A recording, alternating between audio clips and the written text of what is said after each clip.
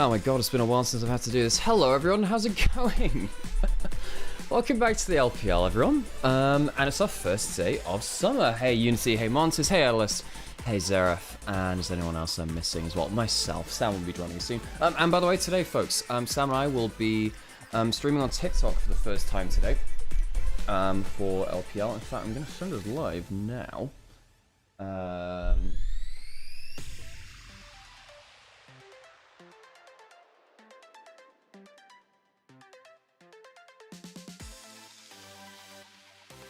But yes, by the way, folks, if anyone does want to support us in the channel, we have finally set up a Ko-fi for donations and for those that want to support the stream that way. And yes, if today, and if you can, just have like a muted browser tab in the background of the TikTok stream, that would really help us with our kind of discoverability and stuff. We're gonna go live and we're just gonna hope for the best, honestly. And we'll just hope it's fine. Yeah, so, you know, that's the thing. So Sam and I are going to be getting back into the habit of doing things. Obviously, it's very difficult trying to moderate chat, cast the games, and of course, trying to do everything else at the same time. But hopefully it's all fine. I'm going to hope that everything tech-wise works today. Yes, we are back, Rich Tomato, as well. We are. I'm really looking forward to it. I've been missing the LPL a whole ton, and I'm sure you all have been as well. So today we've got EDG versus Ultra Prime, Weber versus FPX, and then Top Esports versus IG. Last game of the day is the big one in terms of like how hyped the matchups are. And hey, Mecha, how could we possibly have an LPL stream without Mecha Fanboy themselves? We're great to see you as well. And yeah, if you're on TikTok as well, say hi. Obviously we're here to cast the games first and foremost, but you know, we will interact with chat as much as we possibly can as well. So just sit around, enjoy yourselves. And I have a lot of things to clean up on my desk. Oh, tell you what as well, while we're in the off season as well, Sam got me a Magic card deck, so I have the Cloud MTG deck, the Final Fantasy VII MTG one. Sad to see BLG get smashed at MSI. Yeah, that's going to be definitely something that we'll be talking an awful lot about when it comes to our kind of narratives and what we're talking about when we start getting around to some of our bigger games, of course. Because BLG, yeah, they did get smashed, and we were worried that they were a bit flimsy. They were a bit more than that, I think. I think they are quite an exposed, exploitable team now, which is, yeah, quite worried for them really. Oh yeah, this is all the changes to the patch. Kled had like a billion changes, something like 20 different changes. Yeah, well, I don't actually know whether he'll get played. He's more bruisery now, less assassin-y, which he kind of was dipping into before. So I think it's basically his W gets lower cooldown the more he starts hitting people, so he gets more of his W uptime, but a lot of his AD ratios are down. Yeah. Why does Fiora get? Why she got Ricochet? Why is Ricochet on her buff list? Hey Brackish, good to see you. Crown Moth, welcome to the channel, by the way. The good part was that AL did deliver a good fight in MSI. Absolutely they did. I think they're a very good team, and I hope to see more from them. You know. I need to also put a full screen preview of this onto this. Don't know. That'll work. Cool. So it's been a month and a bit since I've last streamed properly. So this will be a thing. And I need to go put out the. You know what I'm gonna do? I'm just gonna turn cameras off for a little bit. Yeah, I'm gonna turn off cameras off for a little bit and hopefully get some stuff sorted in the background. I have not had any coffee today, so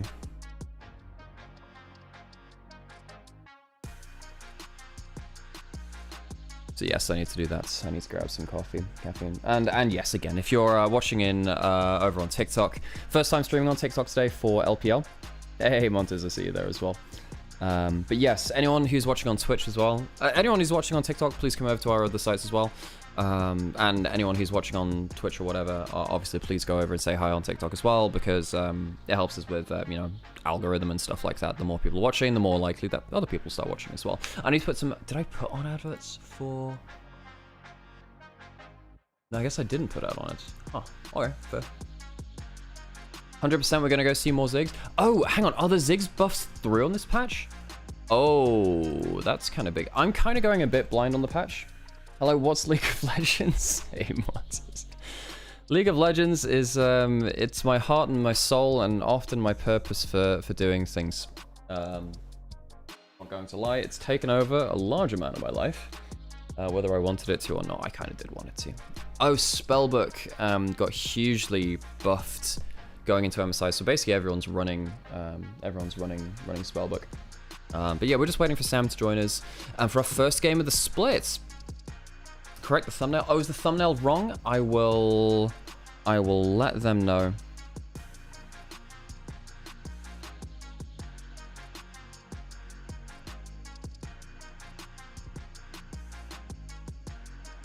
I don't know. I didn't know that we needed to change the thumbnail. All good. I've let Olivia know. Thank you, Thaddeus. I do appreciate that. So is it MSI patch? I believe we're a patch after that. I actually didn't see it. I should have kept my eyes on the bottom of the screen. I don't believe it is. Okay. Fun. I'll never play it again. I don't want to ruin my life. Yeah, that's fair, actually. So this, I believe, is championship points. Which is not very helpful because I've just covered the bottom team there as well.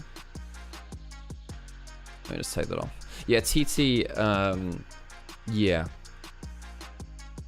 Not doing their best of it.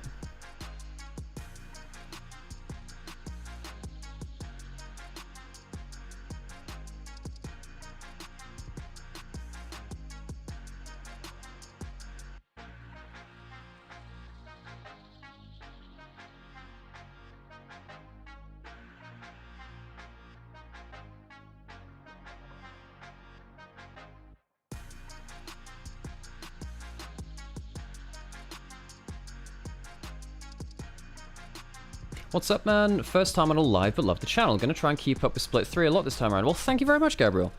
Good to have you in here, and I hope you have a good time. I have the stream up on my TV, laptop, and phone. Jesus, thanks. Good to see you back. Nymaera. How interesting is that?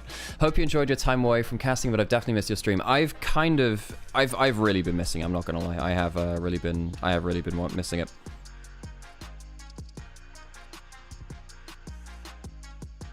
I've really been missing it, I'm not gonna lie.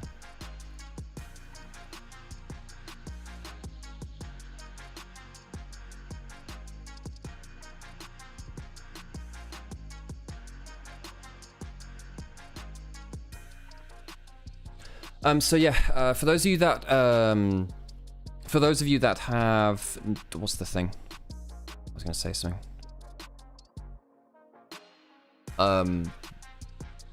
Oh gosh, I really need some caffeine, don't I? For those of you that don't know about the format for this split, so we don't have placements this split. We don't have to play placements to get ourselves into our groups. However, we basically have our upper group and our lower group. So our top 10 teams within the league play double best of 3 round robin. And for this time as well, our bottom teams, which are not including our bottom 2 from last split, play a double round robin as well. So basically, OMG and RNG are out. They're not competing within the LPL this split. And there's going to be a double best of 3 round robin for each team in each of their groups. But they're separated out into upper and lower groups. Oh yes, so EDG, some changes to them. So, yeah, they've lost Wink. Wink has gone to JDG, weirdly, so he's gone. However, they brought up Palkia, who what I can only assume is Palkia from Pokemon. So they have the Pokemon God of Time as their support, Palkia. Jokes aside, apparently Palkia is meant to be like LDL superstar. So apparently this guy's meant to be really good. No, so Hunter, that's actually very funny because that's actually closer to where. Okay, so I have a running kind of game with chat where if chat can guess where I got my name from, I guess I just give them like a verbal pat on the back, I guess, and then you know if someone gets it right, I delete the message or whatever, and then everyone else pretends they didn't see it because it's meant to be like a bit of a secret. And funnily enough, your typo is actually closer to the word which I got my name from than my name. I will get hydrated as well. Thank you, Montes. I appreciate it. Oh, I need to do that thing right. I need to get... One second. Oh, don't make me pause to check. I can't think that the only one I can't be the only one that thinks this EDG team looks good on paper. Yeah, they should be. They should be. Also worth noting on the other side of it that Ultra Prime Wacko, I believe, is retired, so he won't be playing this split. He was the AD carry for the last split.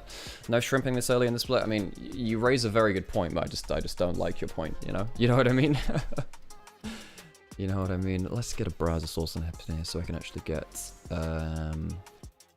what's that thing I want to? I want to get chat box up, don't I? Where's my chat box going? Chat box, there we go. Cool.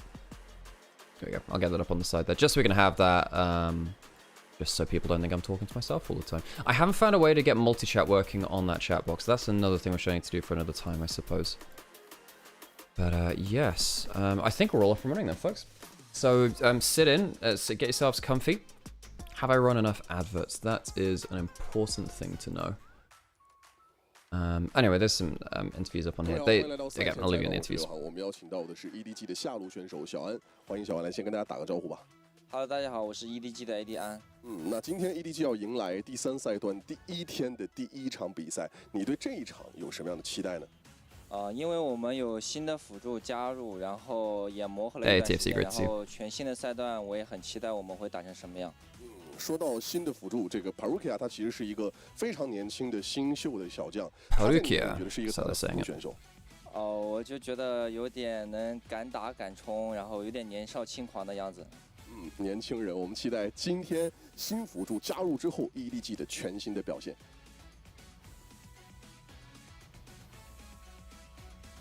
各位好，欢迎来到赛前采访，我是刘航。我们邀请到的是 UP 的君豪选手，欢迎君豪来先跟大家打个招呼吧。大家好，我是 UP 打野君豪。那今天也是全新的第3赛段的开始嘛？你自己是一个什么样的心态来面对马上要开始的全新的第3赛段呢？因为是最后一个赛段嘛，然后就努力一点打好每场比赛。那自己在这个赛段的目标是什么呢？先打进骑士之路吧，然后争取进个季后赛。一步一步稳扎稳打，期待今天 UP 的首场表现。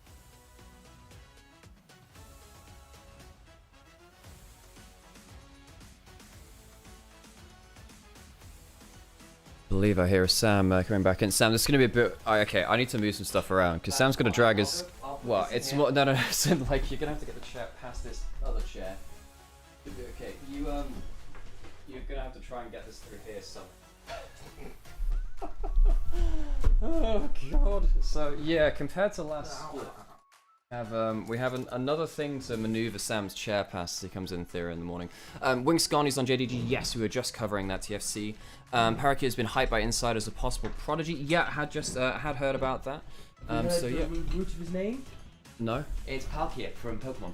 Well, that's what I said to you. Yes, that's the truth. Who else did you hear that from? Kelsey. Kelsey. Okay, yeah, that's what I thought as well. This is just, folks. EDG have the Pokemon God of Time playing support for them. How are you meant to beat that? That's just so funny. Ultra Prime, gotta ask the resident Ultra Prime mega fan. We'll see when Yahoo gets into chat which results. Yeah, if OMG don't play this and RNG don't play this split, where are they gonna be now? Well, currently they're in the LDL, but so they're just kind of playing down with like the trainee teams, which is obviously not where they want to be. Yeah. I've forgotten how good these teams look. Did they show anything good? EDG team looks decent. Yeah, EDG were not awful. Ultra Prime had moments, but they're just such bottle artists. Whenever a game kind of gets pressured for them, it kind of goes poorly for them. So they don't do very well under pressure, which is a problem. And Maya to say hello. Oh, thanks. Jay's cat Maya is adorable. And also, hey Jay, how's it going? G'day. But yeah, really cool. Really happy to be back streaming LPL. Tell your family, tell your friends, and we'll try and get the LPL machine up and running again. Okay, Okay. Let's get to it. Do I need to turn cameras on? Wow, I still need some coffee, man. Hey, Peanut, great to see you. I need to turn the alert box back on this one. Oh yeah, by the way, I've made the questionable decision to put text-to-speech on subs now, by the way, so just be aware that is a thing. What's my alert box on? There we go. I hear, Alex, that you're the greatest Ari player ever. Ta-da! Oh, you didn't type anything. I didn't get the text-to-speech. Well, I should have let you know that. But yeah, by the way, our sub emote over on Twitch is the first. It might be one of the resubs. Anyway, one of our sub emotes is Ari's voice actor saying I'm the best Ari player in the world, which is really cool. Yeah, really cool. Okay, so we're gonna sit pretty. I'm gonna use this time, folks, to get myself a coffee. Honestly, folks, I desperately need one. I've been talking about it for the last, I don't know, 20 minutes or so. I will leave Sam with the stream. Cool, perfect. Let me know if I can do anything about the setup, Sam. This is obviously a bit of a bodge job. TikTok's coming around from there. I'm doing it in landscape just in case people want to make it full screen, and plus honestly it's easier to set up the scene. We can play around with that. Also, if you're in TikTok, let us know if you prefer vertical or landscape. That is nice, I suppose. Obviously, I know that the way Riot has set up the no, I know, but we don't have that same overlay, and we don't have the same ability to. We're still doing the LPL one. Yeah, okay. Seven said he had the street. I need to go get my coffee. I'm gonna go brush with teeth because that's important, because I don't want to make it smell my bad breath. That would also be nice. Have you done that yet, Sam? I have not actually. I haven't had a chance. Do that before we get to guys. I want to go get coffee while I was waiting. Oh wow, that's actually quite impressive. On and rolling.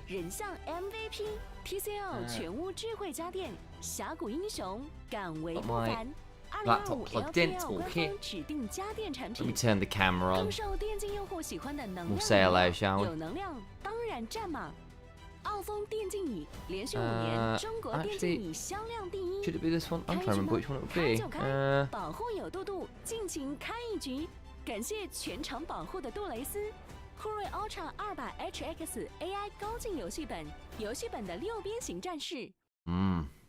I'm assuming it'd be this one.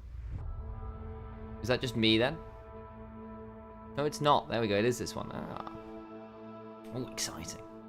Hello, folks. This is a really cool video. We don't want this. No ruining that. I want to see the video. Hey, Nama. Hey, Montes.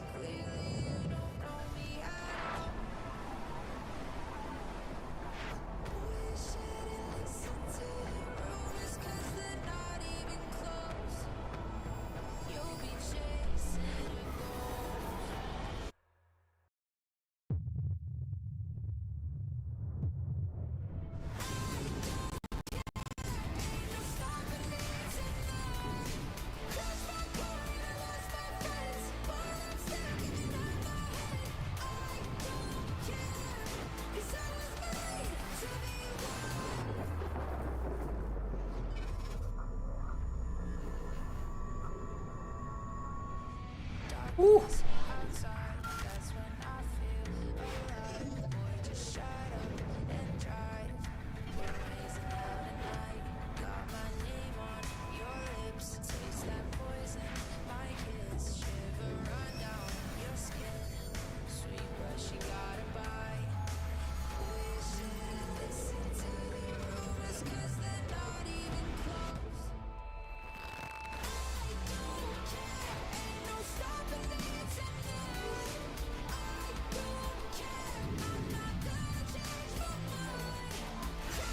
That's a dope opening video. Oh, the glass, yes! Yes!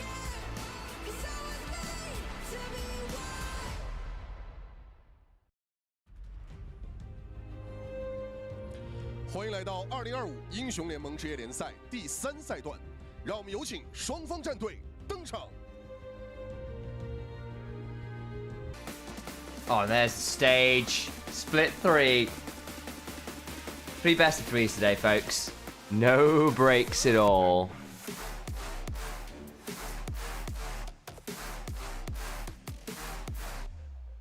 We'll come say hello briefly. Not actually sure which scene we should be on. Is it this one? Because that just says no can. Which worries me. I've not clicked anything. I'm trying to find the scene with the cam on. This is the scene. I know, but it's not on here. So I clicked on it. Which is the reason is that the buttons have changed, so I didn't know which one it was.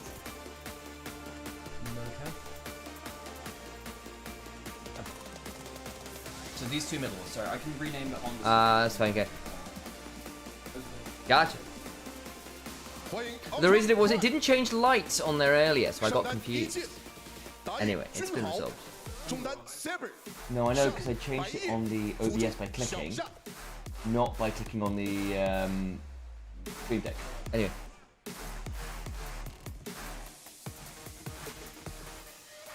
I love Ultra Pig's color of uniform. Hell yeah.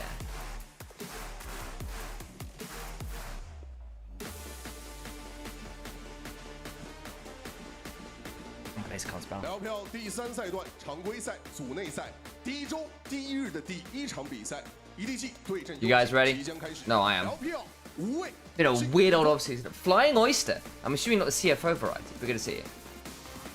Is this LPL Cup? This is LPL. This is LPL.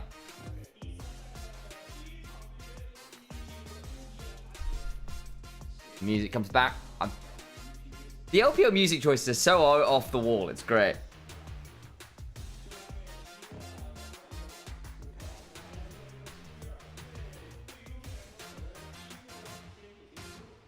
Hope you guys are ready. We got the evil chairs again. I love how ridiculous these chairs are.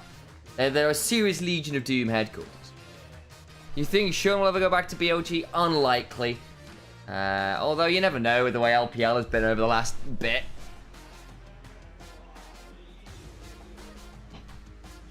So who the hell knows?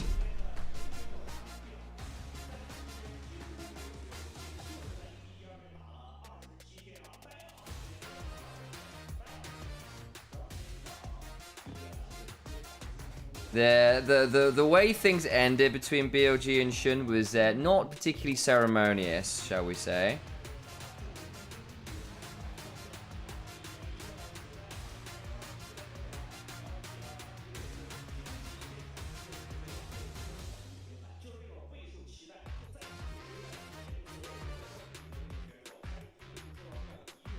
Do you think Wei will play with full IG today? Well, apparently JJ is not there. He's not with the team.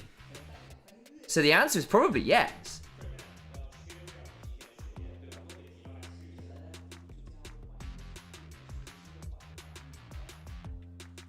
I love an underdog, therefore I love Ultra Prime, very much so.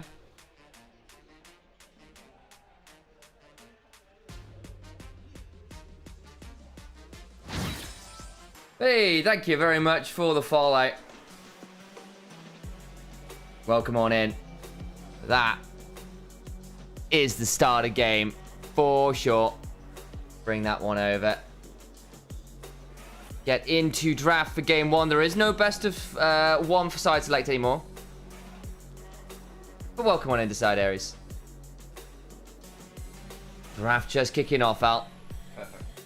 We've got Gwen, Vi, Galio banned by EDG, so a couple big divers. Of course, it is Junhao on the other side who does like the Neferi, does like the Vi Neferi. We've seen a lot less of since a lot of the nerfs. On the other side, Talia Pantheon, the two scary double globals. Plus that is 0 away from Angel. Makes some sense to me, but Annie is up. Annie Wukong's been strong. I can see the value in getting rid of that. Also been one of the best champions for Angel. Angel's been very confident on this pick, and it allows you to play a bunch of different stuff on the top side of the map. Very few things that that really could have pushed it about in lane. And we'll continue to roll with this one. As there's the Rumble. Junhao on the other side. Gonna pick up that Wukong. About a Z now, of course. We did see a little bit of this, didn't we? Just look back to the finals. Tarzan doing unspeakable things. Unspeakable things on that champion. Been a little bit of a pocket pick for a few of our junglers out there. But instead we'll go towards the Shins out. Been a regular menace in the jungle for God knows how many years at this point. Varus also locked in. The pick from EDG right now. Wow. Yeah, so what also it does with the Wukong as well, sorry, I just have to sort some stuff. It turns out, first day back of streaming, gotta sort out always. TikTok saying, by the way, you're streaming something that's already being streamed, blah, blah, blah. And I'm like, okay, but is it really? I don't think anyone else can stream the LPL. Either way, figuring stuff out on the fly, aren't we? You're separating out the Annie and the Wukong. Is the big combo there. However, not having the Annie on one side, I don't think it's a problem. You still have a fantastic top side of the map from Ultra Prime. I mean, Rumble Wukong is insane. The Rise Wukong is also a good combo too. Both of these jungle solo lane pairings doing quite well, I think, for Ultra Prime. And for EDG, I don't think they're unhappy on the other side either, particularly because they do get that Varus. Varus is just such an insane champion right now. And of course, it denies the Rumble Varus away from Ultra Prime, which they would have loved to have. The scaling on Ultra Prime probably is that slight bit better at this point. You hit level 11 on Rise, Wukong held the Rumble in there too. It feels great, but at the minute I'm looking at EDG, I'm looking at that immediate bit of pick, the half to first item spike. Oh, nasty stuff. I think the Ornn and the Braum make some sense there as defensive bans to prevent the full-on engage and pick from Ultra Prime as well. See what they want to ban on the other side. Jhin, I think, makes some sense because the question often becomes, what the hell do you lane into Varus? And Jhin has often been an answer. Feels like you've got a few trade patterns you can just play from miles away and look to match the utility where and when you can. Really worried about what Ultra Prime are going to do about this bot lane.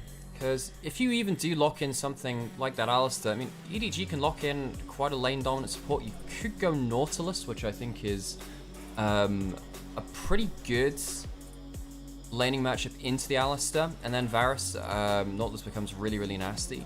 I mean, there is obviously the chance of going something like that Rel as well, which, I mean, I have to say, this is going to be a learning experience for what Palkia can do in the bot side for EDG, and for the record, folks, Wink has gone to JDG for EDG, from EDG, so he's gone. Palkia is meant to be this kind of prodigy, and he's going to have his first game on the LPL stage with the Rel. Look like that's going to be the case. Cassante being a hover here. Got to be locked in. There's your front line required. Alongside that Shinzo, it's pretty straightforward for EDG right now. Need to carry Sivir would complete the scaling option. You're going to say, screw it, we wave clear. If there's anybody who could ever match Varus's with mid control, Ricochets might do it. I think especially with the Jhin and the Ezreal gone, this is one of your few ways left to get through the laning phase. Reminder, folks, that this is going to be Fearless Draft, so Sam with his first mic punch of the split coming in strong as well. Okay, it was just the pop shield, but yes. For those of you that have not dropped into the channel before, Sam has a running issue with my microphone. Can't stand despite it. the fact that it brings our voices to the world. And yeah, congratulations everyone who's here on the ground floor for LPL Split 3 of 2025. Game 1 starts now. EDG Ultra Prime. EDG, not a bad Split 2. Ultra Prime really feel like they have something to prove after bottling it so many times in that last split. So, welcome in everyone, get yourself settled in, and we'll get right into the action. Here we go. First game of Split 3. EDG versus Ultra Prime. EDG, weird old year for them, hasn't it, Bim? The other side, of course. Ultra Prime managed to make their way all the way up to crew percent. Had some interesting times. Keep our eyes on Junhao in particular, but there's our light show. Music's flaring, and we make sure we are good to go.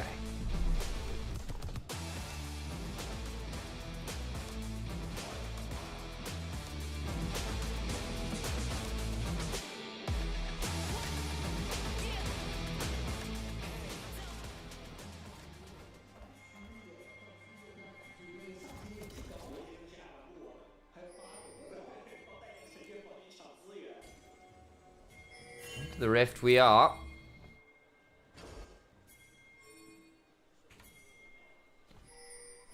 Looking to get ourselves nice and ready.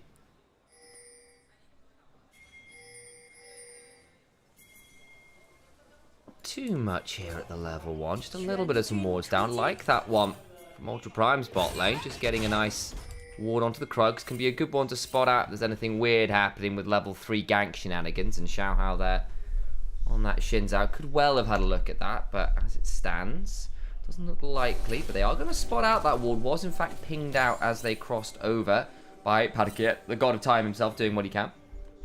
And just breaking the fourth wall, Sam, is the microphone in an okay position for you, just so you can see stuff? I can indeed. Good, we'll work with that then. Okay, level 1. Padikit going in with that crash down. The new support for EDG, Prodigy, so they say. Getting a decent trade there at level 1. The Varus really helping. Burned his flash for it, but then on the other side, the heal and flash from Baye as a result of that. On will take some damage back, but summon a spell advantage, well and truly earned by EDG's bot lane. On, of course, was supposed to come in and fix things for EDG last split. Didn't quite. Had a really unfortunate qualification game.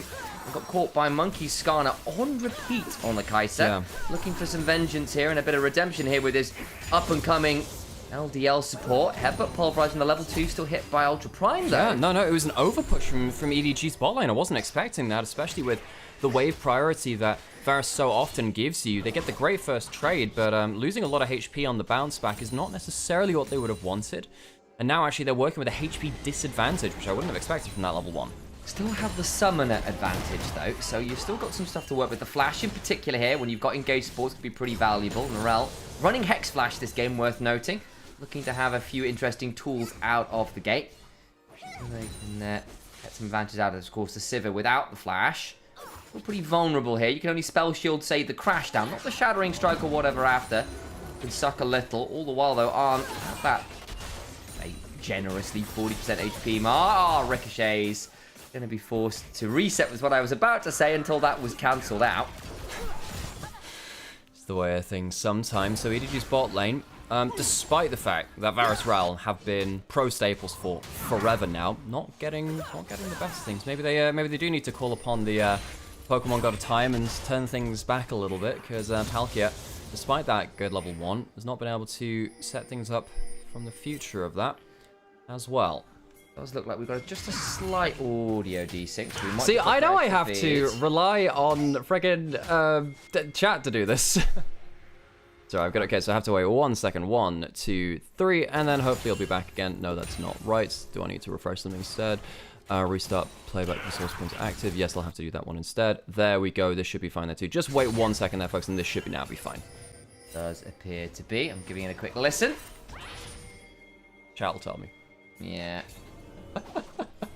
Is the stream broken? No, the stream is not broken. We are just making sure that the audio is synchronized with the video, which sometimes does become a little bit desynchronized due to the magic of, you know, streaming from different media sources and going through OBS as well.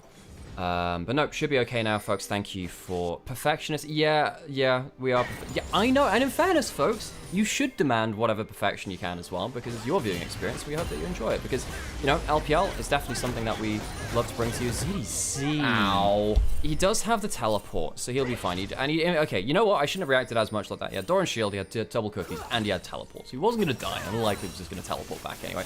Lane swaps come through. Yeah, with the Varus roaming up, I'll probably happy to lose a little bit of that HP. Not a problem there.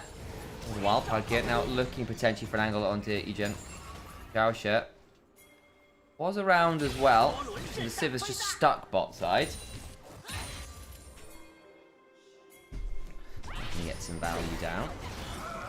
Still got this Alistar roaming around, but it doesn't mean he's kind of out of XP range awkwardly. I think we'll get a little bit over that wall as the wave's crashing, and so that'll probably help it a little bit. Maybe I'm over-egging it, but still, the easiest spot to be in. And now, of course, we've got the Joy of Angel doing his best to get this shove in mid lane. Saber, of course, had a bit of an interesting time last split. Would have really good 1v1s. Be a little bit up and down, shall we say, in the official match. A couple really good games here and there, especially on things like the Rise, actually. But then some definitely more drastic failures on the other side. Padikit has dismounted, looking to potentially mount up at some point and catch someone out. Can be a really nasty tool out of the bush. If you are a rel player, debate being dismounted if you're looking for plays out of bush, because you could do that! Absolutely brutal. John Howe does manage to flash clone away. Angel not quite quick enough on the draw there with his own flash to punish Junhao's Wukong. Nearly very smooth there from EDG. I like the move from Palkia as other side. Gonna try and get a bit of a stun here onto Xiaoster, who does get pulled all out. This Alistair now in danger. The Pulverize comes on down. Got the trample proccing, but again won't fall EDG. Swing and a miss 2 times. Can't secure the kills they were hoping for. Little Crab being potentially jumped on here. In the push, though, there are a couple people. Ultra Prime around 3, Talon Strike. Gonna try and get the Skull Crab regardless of the road down from EDG on the Rumble! And they end up getting first blood regardless. EDG pull the trigger a couple times and miss, and Ultra Prime, one shot is all it takes. Alrighty then. On. Looking to get some autos on down. Just here on this wave.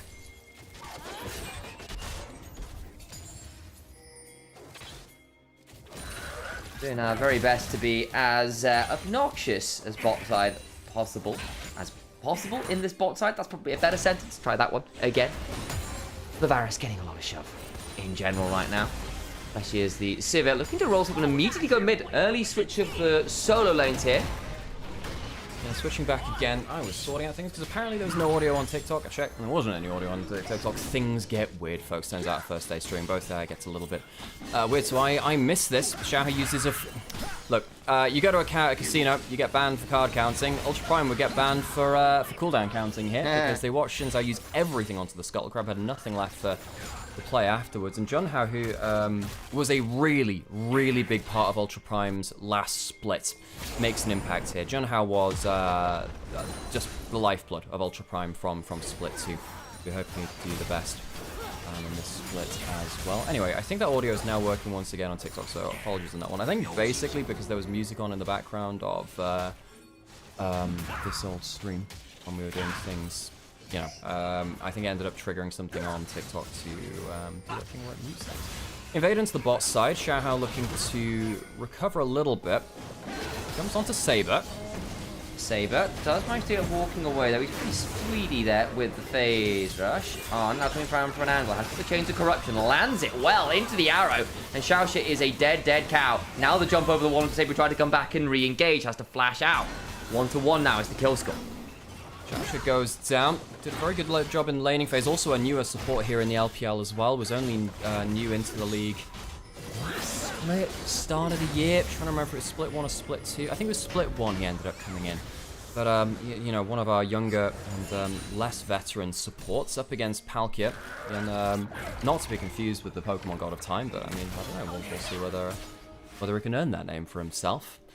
Both these teams, of course, both were in Group Nirvana and still are in Group Nirvana, and that means that they're one of the bottom teams, of course, in the LPL. I believe now that, and by the way, on TikTok, the audio will be slightly desynced, but it is just the way that it is, and we will see.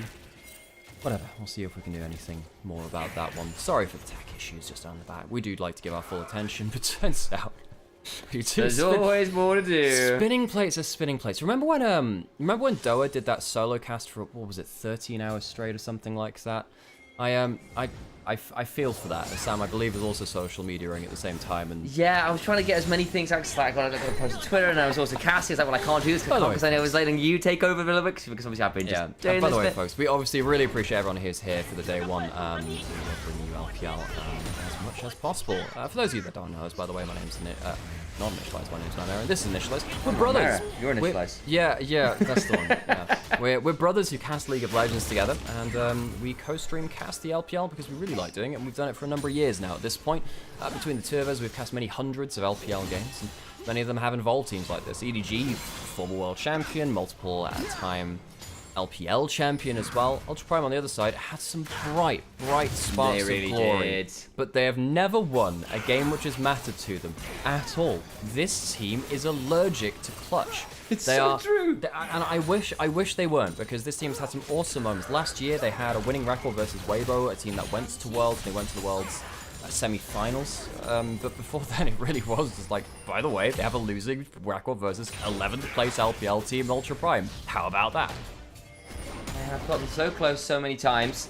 Who's the better caster between the brothers? Thank you, Andor, for this very, very, you know, non-combative question. Oh, well, we all know it's me. I've just not gotten as many chances to shine at Tier 1. If I was, I would clearly be a superior, despite obviously not being a regular on things like LEC or whatever. Yeah, I'll make sure everyone knows that at the LEC studio. Yeah. While I'm there casting the LEC. Questions upon questions. Oh, Palkia's space. God damn, it's not the god of. It is the god of space. I can't believe I've entered that. So yeah, but I say, isn't it? Oh no, I'm forgetting. It was the game I had, Diamond, with the other dragon person. Yeah, I just The Alga was the god of time. That's the one. We got to pause. Speaking of the god of time, clearly we insulted him. And as a result, we'll bring ourselves back up then. Hello, everyone. I thought we'd say some stuff as well. Thanks to the follows, by the way, folks. I did put the alert back up, so they'll be there. Who summoned Palkia's real time? That's a great question.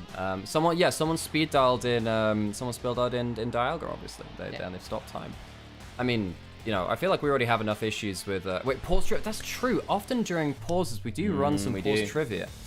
I can't think of anything fantastic for now, though. You know. That is. Okay, let me see if I can think of some trivia. Questions upon questions. We actually have an ad break right now, which is really what the heck? This is LPL? Yeah, it is LPL. It is, yeah. It is, Gab. We're back. Yeah, we're back. Split 3 has started. Xiaomong!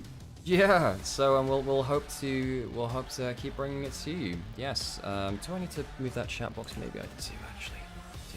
What I'll do is I'll move this over to this side of the screen. That you're the greatest Ari player ever. All right, here's some trivia. That quote that's being said right now, as that subscription came on through, by the way, by Brangus, is a quote from Laura Post, the voice actor for Ari, that I managed to get said for Alex as a Christmas present. He has a signed poster of Ari by the VA with a clip saying he's the best Ari of all time. Am I not the best present giver? It's pretty cool. It's pretty damn cool. This guy. Yeah. Why no Dragon 12 minutes? Because the problem is, if you, as an AD skirmishing jungler, go towards Dragon in early game, you end up wasting a lot of time. That's the camera angle thing going back into game, so I'm going to assume that it's perfect transition. The reason why there is no Dragon Star just yet, lane swaps, and neither team wanting to waste a lot of time with their jungler on Dragon, especially when they're not the fastest Dragon takers. Yeah, and I think we did see a little bit of skirmishing around that bot side very heavily from EDG. I think if they'd gotten one of the kills there, then they would have been able to turn it into something like Dragon. But because it went wrong, because it was Xiao Hao as well, the one being picked off, made it a little bit trickier, and then some resets and some moves around came on through from the bot lanes and solo lanes, all resetting to try and find the matchup they were looking for. Easy Dragon takes and setup would have been a bit hard, but a nice little play there from Arn. Gets the cleanse out of Bayer because, of course, Chains of Corruption landed and there was no spell shield. You can spell shield some important cooldowns against Arn, but he's got the Hail of Blades, so it's not just all on the Comet Poke and can keep doing this. There's a lot of things you do need to spell shield, including some basic auto attacks, sometimes bluntly with the Hail of Blades. Yeah, Hail of Blades, especially for the Varus into the Civ, makes that early game very, very difficult, and you have to, you know, really wait until Sivir starts to take over at the 2 to, let's be honest, 3 item mark is where things start to go overdrive after a certain point. This question, chat. So, how is Palkia? They did fine. They did have a good level 1 against Bayer and Xiaoxia. Haven't seen that much to judge them so far, though. Not really been in the meta of the VGCs right now. We're not really seeing it in doubles. Doesn't have the best switch-in options. And, you know, if you're having some limits on legendary Pokemon, not necessarily the one you want. Well, the problem has been that actually we've had Pokemon like Palkia need to be in kind of like the regulation format. So hang on a second, Angel might go for a play up here. There are multiple. Quiet. It's monkey ganking season. No, Sam. He plays when WE plays. So. but the Junhao monkey, he is playing the Wukong. Return to monkey. Angel, he doesn't have any teammates nearby. Now, I don't know how successful they were at sneaking between brushes. Don't get into the far one. It'll be safe to farm. Hey, Alex. Yes? I'm aware it's our first game. I don't want to go too off the rails, but I kind of do. Go, Sam, just say your thing. Do we want a Robbie Williams Angel at some point?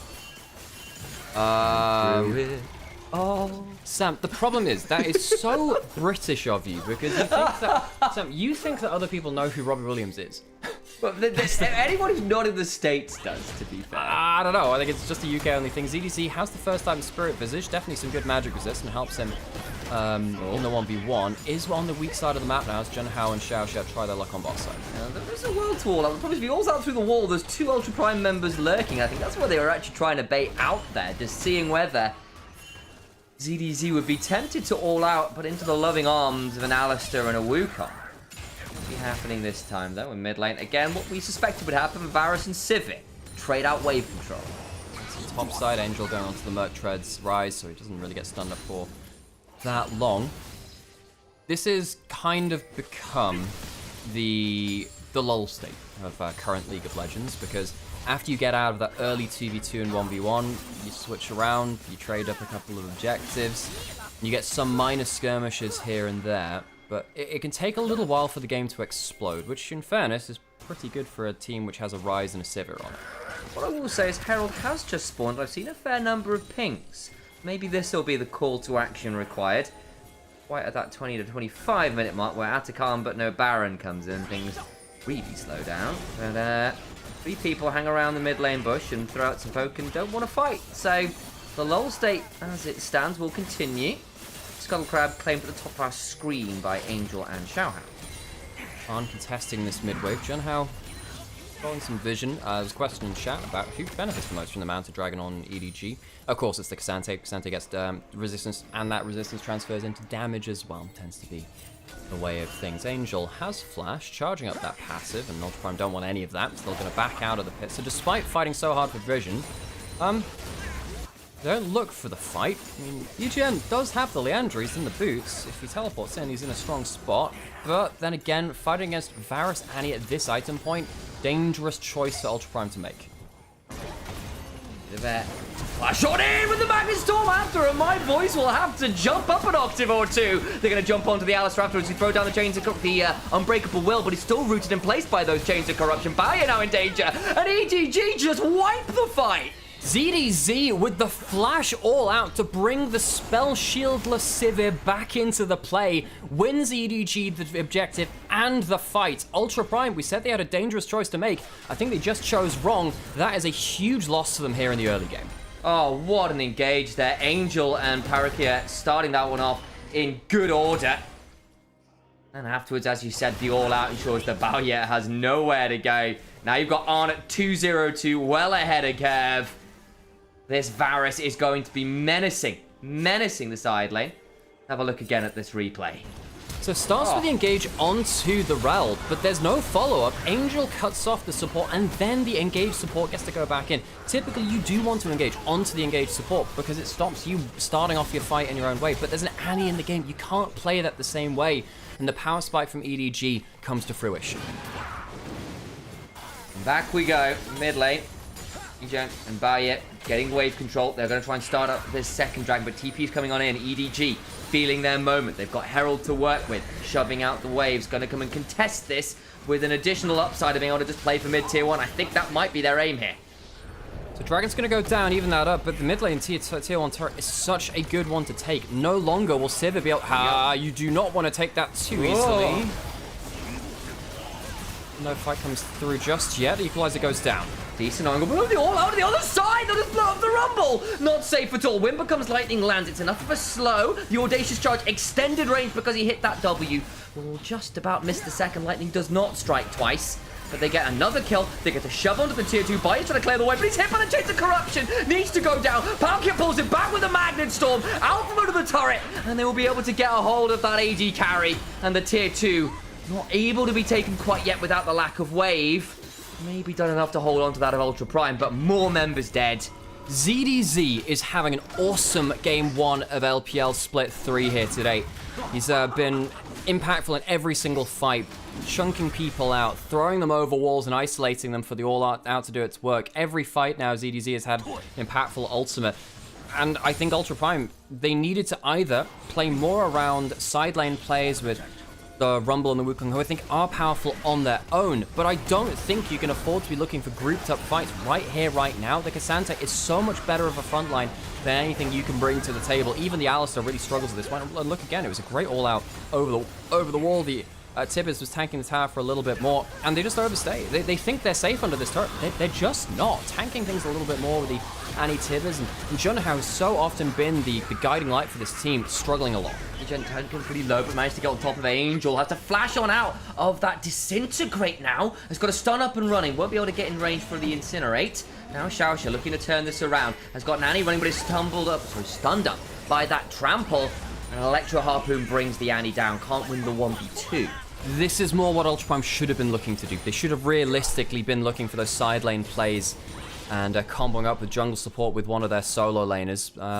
Sadly, not something that EDG can do that much about here. Angel about to get the Rylai's, by the way, and that'll make him a lot tankier and a lot harder to shut down on those side lanes. So Ultra Prime using his window of opportunity before that item makes that particular part of their gameplay a bit harder to do. Atakan has spawned. One thing that we saw at MSI was that every team was fighting for Atakan, because one of the things is that it spawns at 20 minutes, 5 minutes earlier than Baron, but it gives you even more experience than Baron, alongside some extra bonus in combat as well. But the main thing is that if you end up taking that, you can get yourself a good half a level up on where you should be. And that is a very tempting thing for a team even when it's behind. Problem is, much like Baron, it's really hard to tank.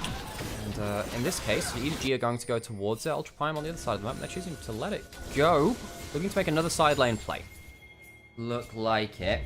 DDZ about to get jumped. 4 people coming for his skull. No one going to be able to respond to it. Him alone can try and go all out. Buys a bit of time here. Pathmaker shield with the footwork doing its best work. Big 3-man all out with the Pathmaker as well, but it's just not enough.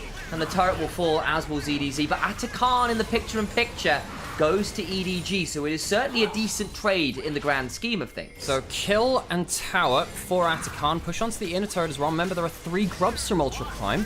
What's going to be the response here? Angel doesn't have TP. Taki could fly over the wall, not choosing to do so. Realm War out to safety. Nice. Xiaoxia not left behind. I was wondering a bit there.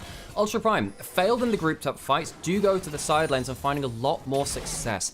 Kind of had to do that. My problem is they started doing it too late, really. Does look like they did. Comes a couple items on through. Second items for both Egen and for Saber. Seraph's and Bloodletter's Curse. So good side laning item in particular for Egen in the 1v1s. And a bit more HP to work with as well against a very heavy burst comp. Said, gold lead and the game state that had looked very EDG favoured. Couple of those kills, couple of those turrets coming back up. Bring it to within a 2,000 gold lead for Ultra Prime, which is, honestly, when you've got the scaling advantage, I'd argue. Sivir, Ryze, Wukong, you're in an okay position if you can hold this. True. However, Atakan making the flower difference 30 to 6, and then also giving the extra 25% value on them is a ton of adaptive force. It's a ton of XP. You can see that the difference between AD carries is over a full level. Arn is almost a level and a half over Baye, who, of course, Baye is a player that stepped in for the retired Wacko now. Wacko came over from the PCS, tried his luck for a couple of splits here in the LPL. Sadly didn't really get what he came for. As many PCS players do try their luck over here in the LPL, of course. A bunch of them go back and forth between the regions. Saber does have Flash. Xiaoxia around to ward things off. I don't really know whether EDG can close this down, and indeed they can't. EDG also having the feats of strength will allow them to go a little bit faster on those big ones. Not a little bit faster. Okay, it does for the Swifties. That one it does matter for, but it will allow them to have more powerful boots when it comes to those later game skirmishes. Yeah, between the boots and the petals, I mean, I think it's something like 1,000 gold per 10 petals difference. Oh, okay, roughly the stat, something like that. So 20 petals should be about 2,000 gold. This is what Captain Flowers was saying, and considering it's in his namesake, it's roughly what I'll take as gospel, if I remember my MSI casts correctly. And again, that can change depending on batches and balance and all those things, but take that as a rough guideline. And of course, with the feat of strength upgraded boots as well, the value got increased a little while ago as well for those 500 gold upgrades. So as those come in as well, we're feeling pretty good here for EDG, despite what the scoreline at the top of the screen. What I said earlier might also come up, and here will be the second dragon, likely for EDG. I don't realistically think Junhao's getting in here in time, and he will not. The 2 dragons over to the side of EDG. But again, not out of sight. That's the big thing. The way that we describe it here on our LPL cast is throwable. It is still throwable. EDG, if they mess up once big enough from this point, you allow Sivir to get to 3 items. That's what Ultra Prime are realistically looking for. Egen, a player that's also, of course, come over from PCS as well, I believe, as well. Yeah, it was One Sword is his name. Bit of a prodigy himself. Was on Frankie's. What's the A came out from PCS? Trying to remember. One Sword! But the problem is now, Ultra Prime, they are going to be trading one tower, but they're losing him in a turret, losing an outer turret on the other side. They just need to buy time for, you know, EGN to get some kind of inroads on the sideline. Has been doing that, 1,000 gold up, but then really finding a way to get the Civ to 3 items. You do that, I do think this game is very winnable for Ultra Prime. Do you think One Sword ever looks at his at Saber and goes, who is this lost sassy solo laner? Why? The One Punch meme. Who is this sassy lost child? Oh, I get it now. Yeah. The One Punch Man thing. Yeah, just don't know. Who is this sassy lost child? Yeah. Yeah, that's a thing. You know, I read the manga for a while. I watched season 1. I heard season 2 was not as good, which is a shame because I did really enjoy it. It was both One Punch Man and My Hero Academia came out at a similar time. They were both parodies on the, you know, traditional kind of comic book superhero genre, which I thought was really interesting. Two sides of the same coin. One which was more serious, one which was definitely not. Yeah, definitely not. And that's obviously My Hero Academia because One Punch Man is deadly serious, man. Yeah. Well, there are points where it is. That's a really annoying control wall placement. Did you see they put it down and they pinged it over? Hang on, why can we not see this? Yeah, TP here's the side lane play. Ultra Prime really need this kind of play.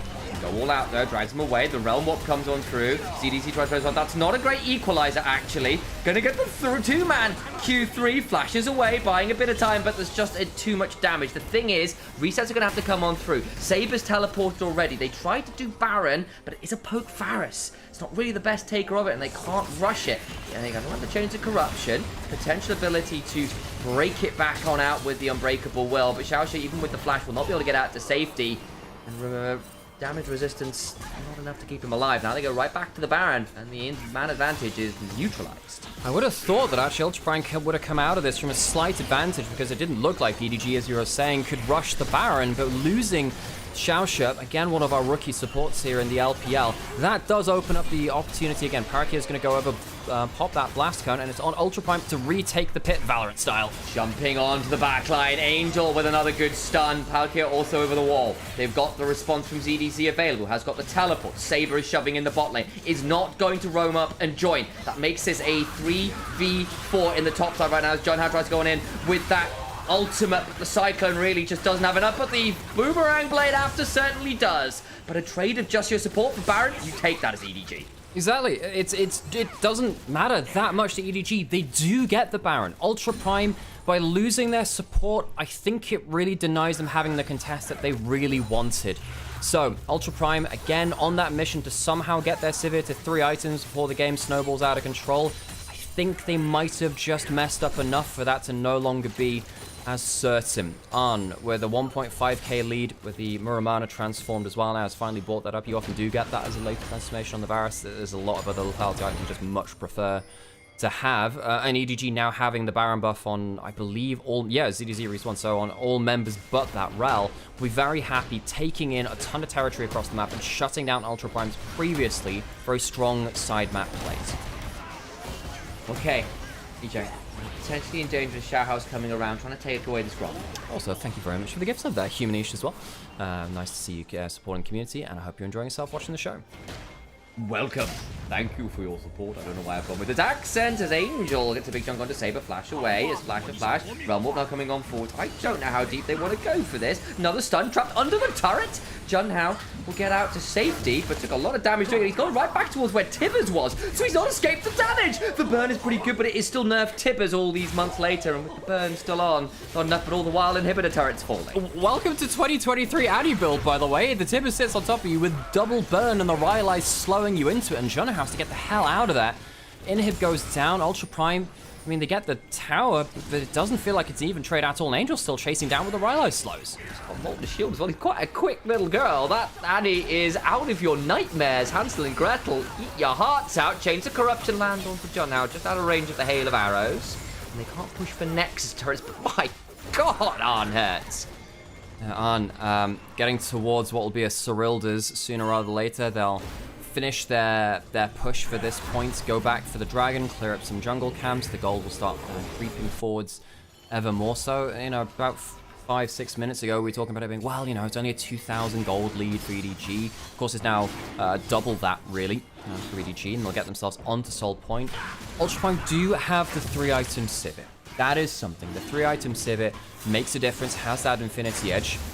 Potentially, that could just be enough for what they want to do here. Cyril just completed for this Varus, though. That is scary as heck.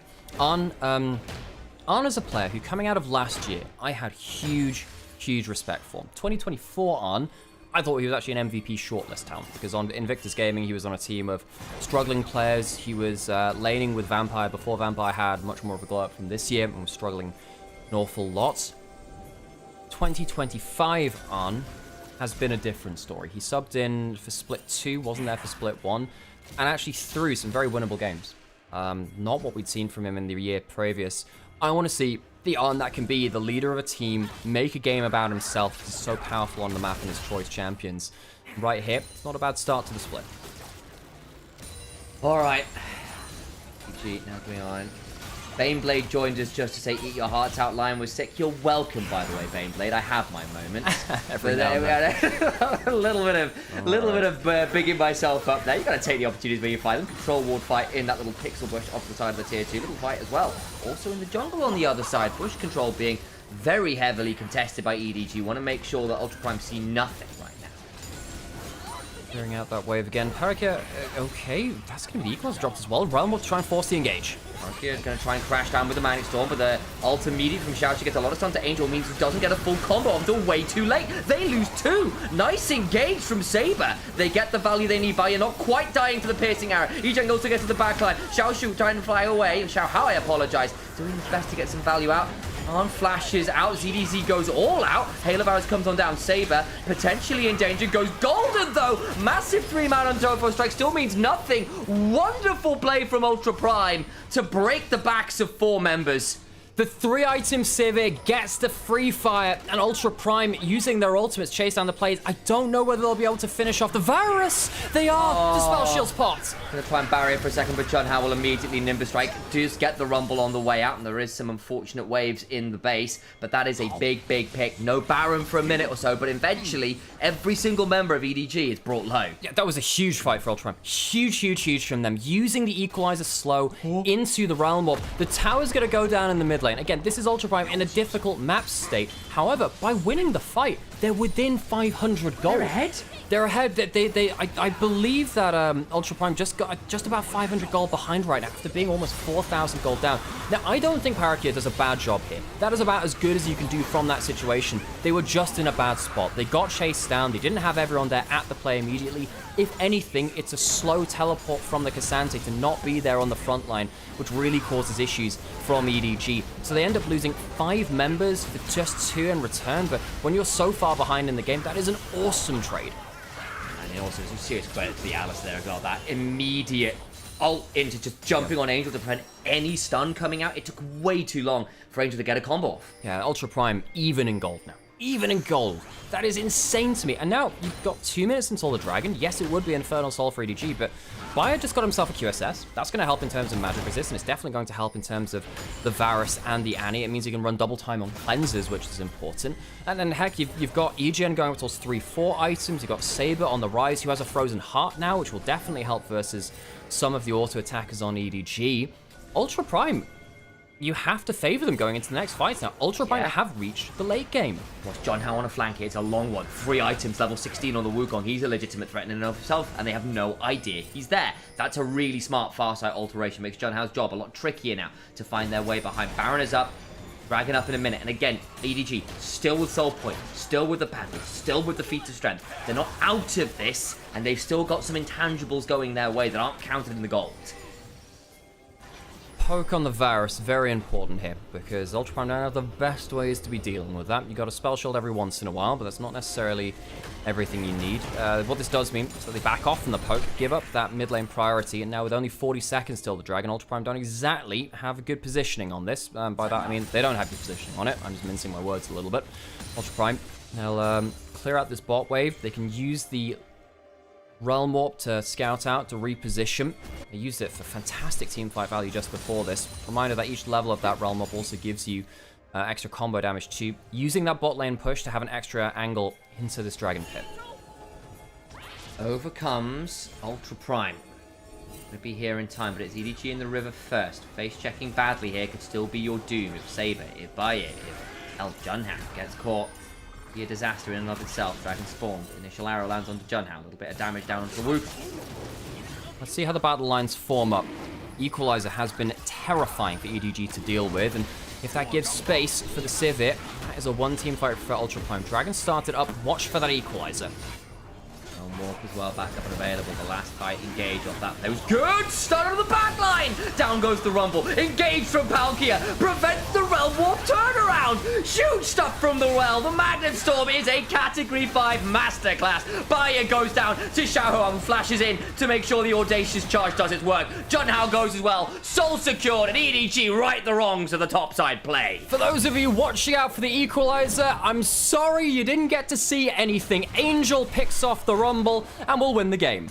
And they'll head straight onto those Nexus turrets. Dragon secured, fight secured, and most importantly, game secured as well. Ultra Prime struck back and tried to make it competitive, but EDG in the end called the ambulance. It just wasn't for them. Game 1 of Split 3 LPL 2025 goes the way of Edward Gaming, claiming Game 1. And will leave us with a little break until our second game of the series. Ultra Prime, a valiant effort, but out-team fought in the last of it.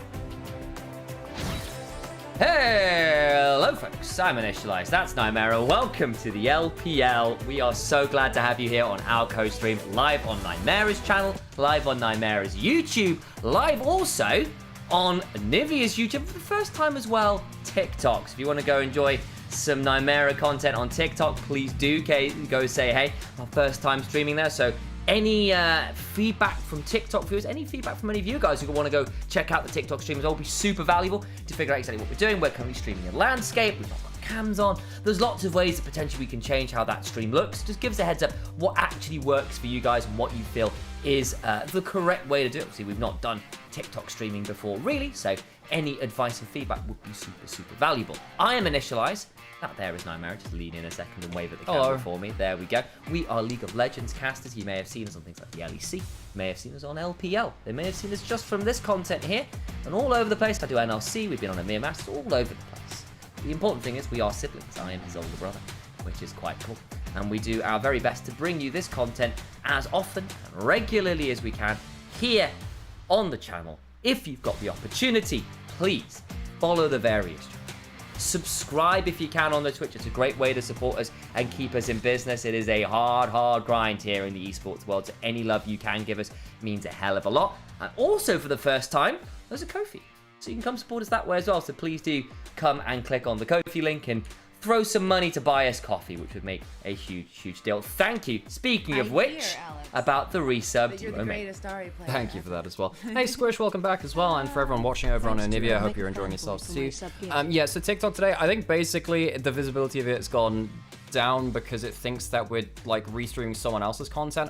Obviously that's not the case because we have co-streaming rights. So I'm hoping that the next live we can sort that out. Yeah, we might have to maybe do something more transformative on the video. What I'll do next time then is I will do a vertical scene rather than a horizontal one. Yeah. And then hopefully that'll be fine. Yeah. It's a learning experience. We figure this stuff out. Sam, you take your break now. I will do that. I'll run ads. I need a coffee after. Actually, Sam, do you mind putting my coffee Do you want me to on? run and buy you one? Yeah, if you got time for it. I do. Sure. I'll run. I mean, that means I'll do the first bit of the next game by myself. Really, that's fine. By myself. That one great song from Linkin Park. By myself. Hello everyone. Okay, so yeah, we can do some iPad baby time if for those of you who might want to. Yeah, we can do that. We can do that. Let's go play some words on stream, shall we? I'm glad my PC is not explode. Don't say that. It might actually still explode. I need to not say that. Hey, Panzer, good to see you. Good to see you. Let's go get those stats on screen.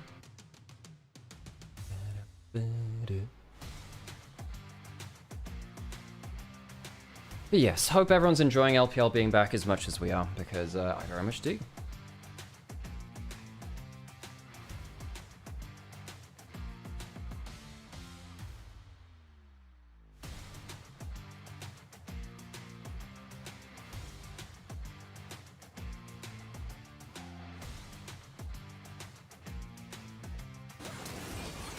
And we get some of the highlights as well. One of the good things about the oh, hey, Frogs. Hope you're doing well. I did realize you did another username change, so I'm like, yeah. You just let me know how you want me to refer to you. But yeah, I mean, I'm not gonna lie, I still think this game was fine. I mean, they had a really good comeback. The round warp equalizer was decent.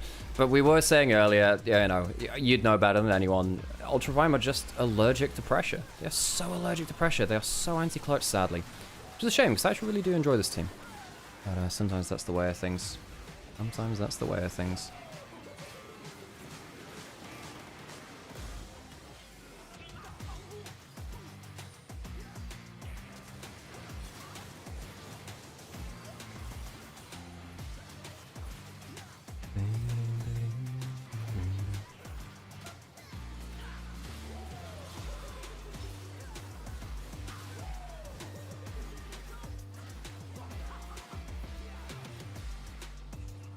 Ultra Prime had a chance? Yeah, for sure they did. They had this one really good enjoy. How much is the coffee when you go to buy it at the shop near you? Depends which shop. Probably 3 and a bit euros, maybe? Yeah, probably about 3 and a bit euros if it's the nice ones. I mean, the coffee, in fairness, the coffee nearby is really nice, but I'd say it's about 3 and a bit euros.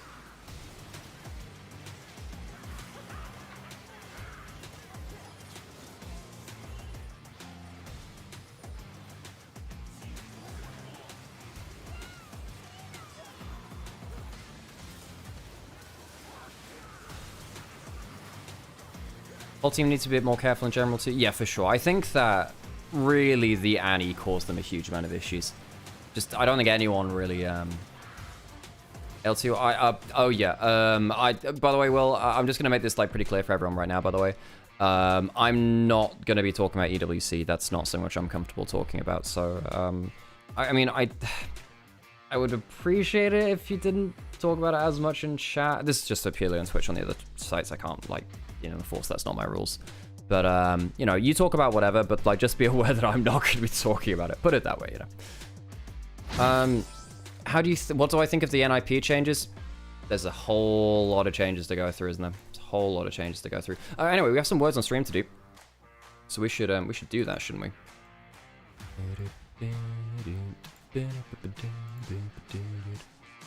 We can do that in the break. Cool. Oh, well, there's going to be MVP first, but we can... oh, whatever. We'll do MVP first, then we'll do iPad baby time. You know how it is. You know how it is.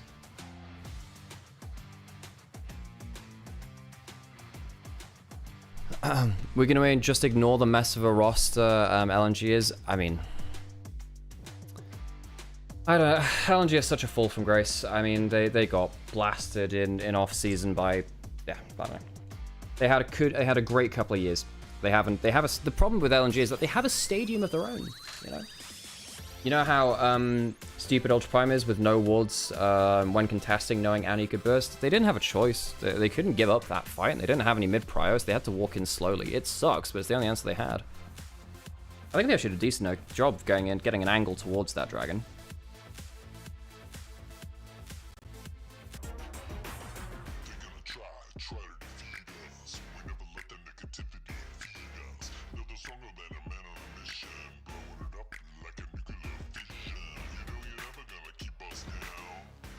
Like mathematical sound.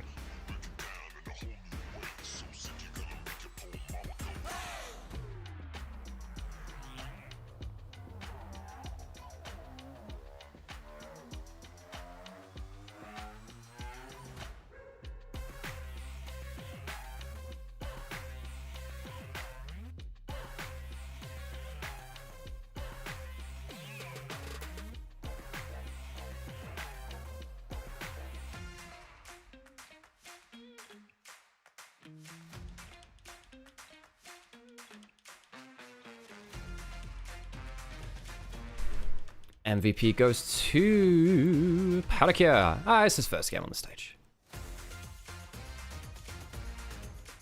Oh, thank you so much for the donation, Monsters. Yeah, just be aware that names will come up there. Thank you so much, appreciate it. Oh, he even pings it in YouTube as well. Thank you, that's very kind of you. I personally would have given the MVP over towards Angel. I think Angel had a really good game. But, yeah, do know, technically. Okay, let's go play some iPad Baby time. So you can click on the QR code if you need it. Turn camera for a bit. But you know the drill, folks.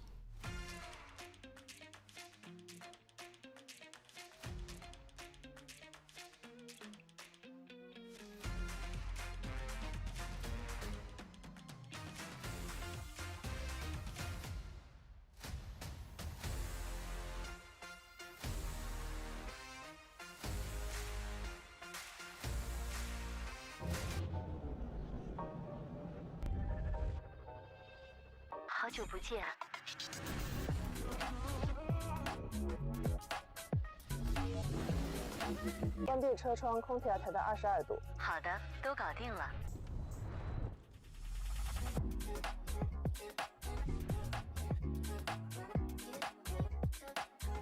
你好，很高兴我们重新认识。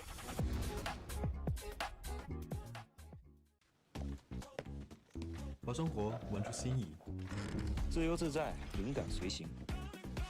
用个性的方式画世界，让眼界突破边界，让远在天边，近在眼前，让每一刻精彩不再等待。上京东搜赛事预测，使用 AI 预测，助你赢1000元耳机。京东。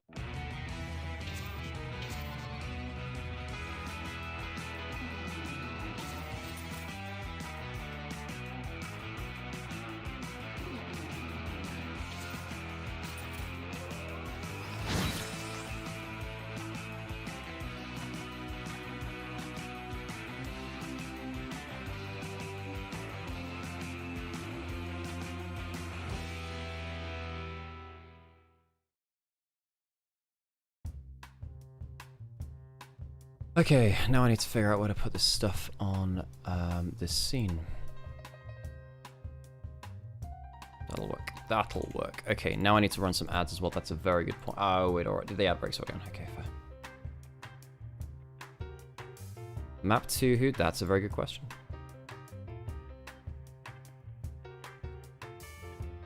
Oh, where am I going to put this frickin' chat box, man? I don't know where to put this chat box. Whatever, this will be fine here for now.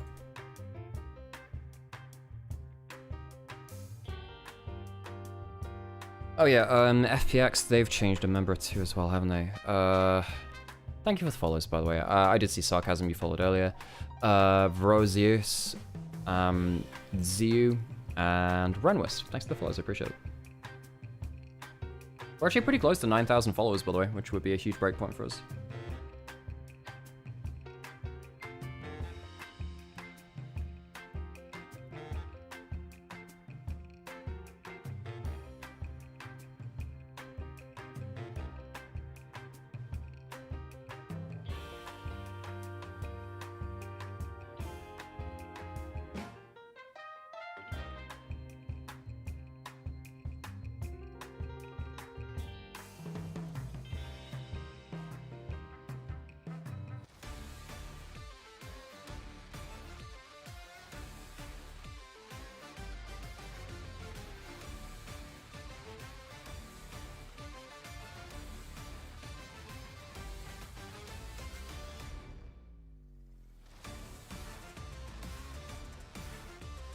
Oh yeah, I'm gonna move this thing down here. I gotta move this frickin' chat box around a million times. It's inconvenient. Who's got the better roster this season? I mean, EDG should have the better roster by far. Ultra Prime don't have that much firepower, I don't think.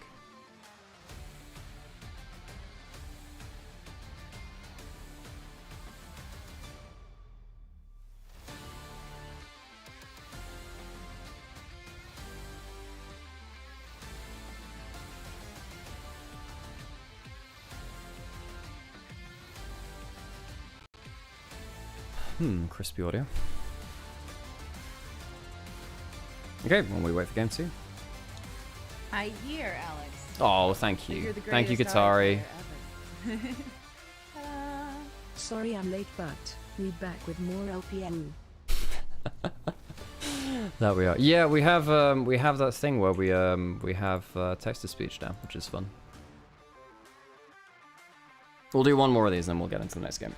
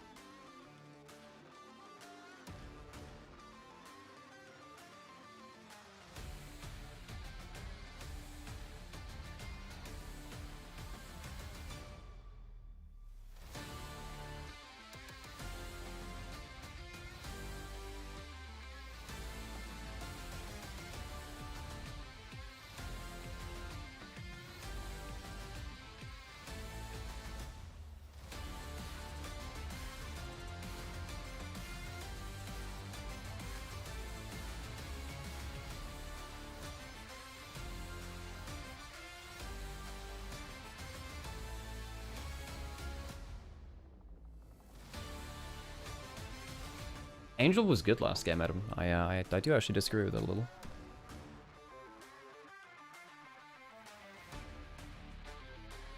Tell you what, the muscle memory for streaming with so many random things going on is definitely something I've got to build back up again. Holy crap, that's a whole lot of CPU being used. 90% CPU? Are you kidding me? Oh, that's kind of scary.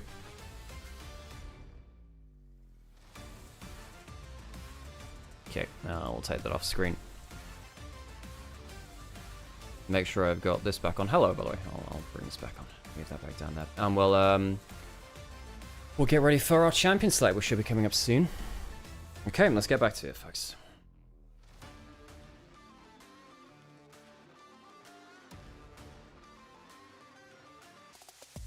Okay, let's get to it. You know the music, time to dance. I believe Sam's just come back in as well, so he's chosen really good timing for this. He'll be coming back with a coffee. Fearless Draft, of course. We do Fearless Best of 3 here over in the LPL. And we'll be ready to get back into things too. Just in time, Sam. Just in time. So we've got Ultra Prime on the blue side. Blue side is still very much the preferred side of choice in pro play right now.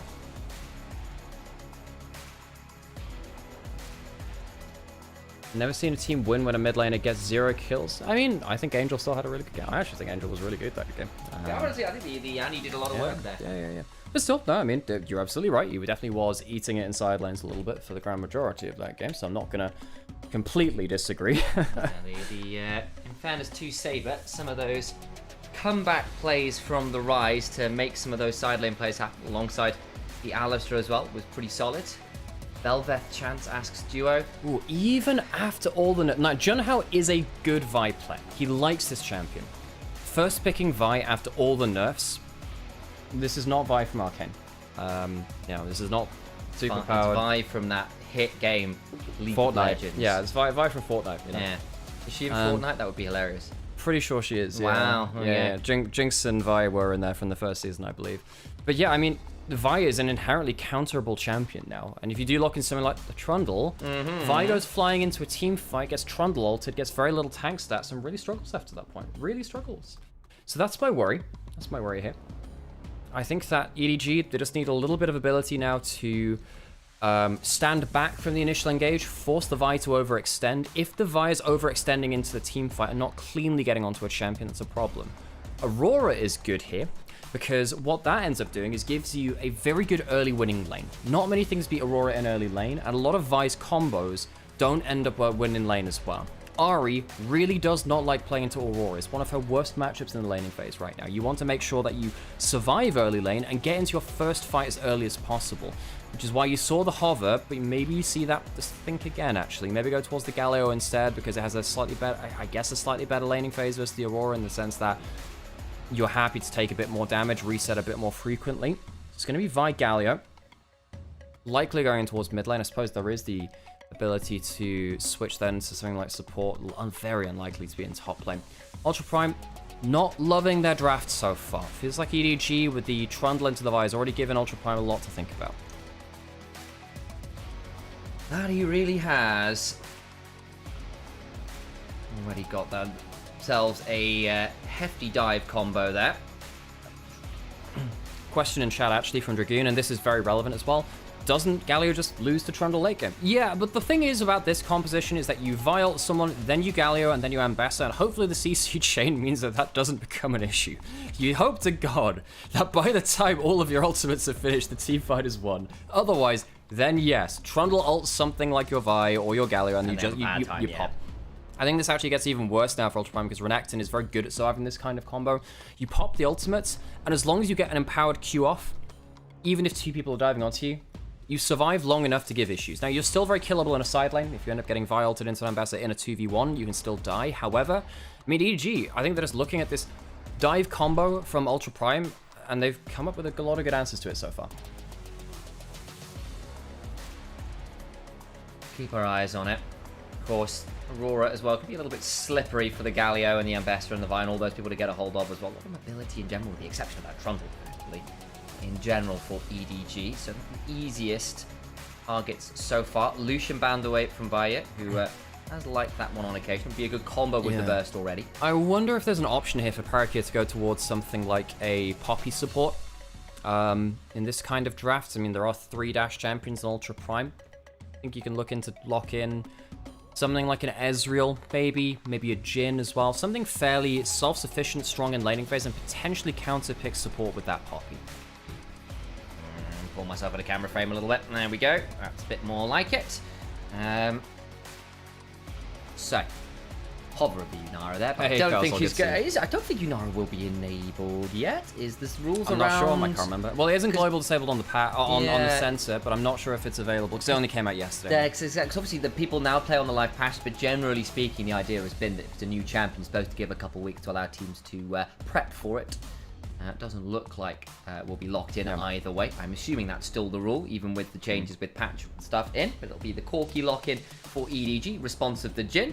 So more lockdown to go with your lockdown for Ultra Prime. And it's the last remaining long-range follow-up champion besides maybe the Senna, I guess. Yeah. They can go toward... If they go towards something like a Rakan or a Leona, I think you just slammed the last pick Poppy, you know. I think the Poppy is really good here for Parakia. You've got...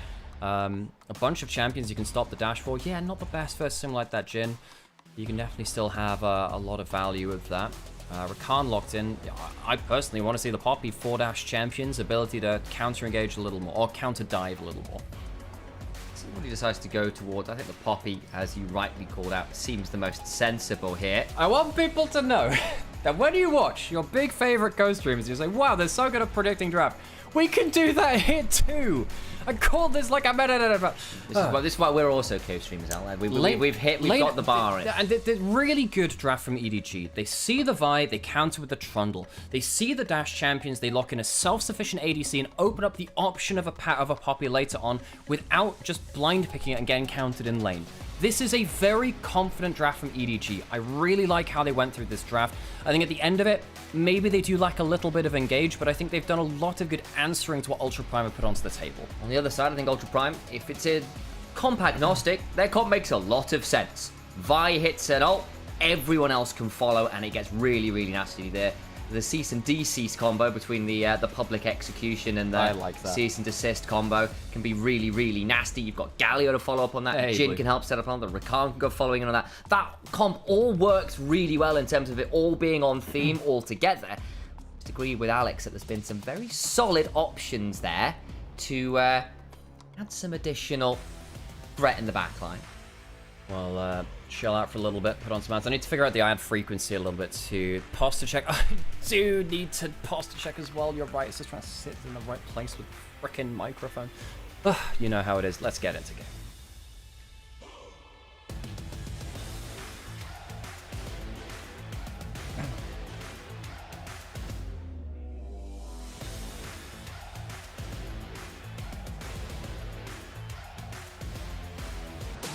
There's our light show. We'll go on from there.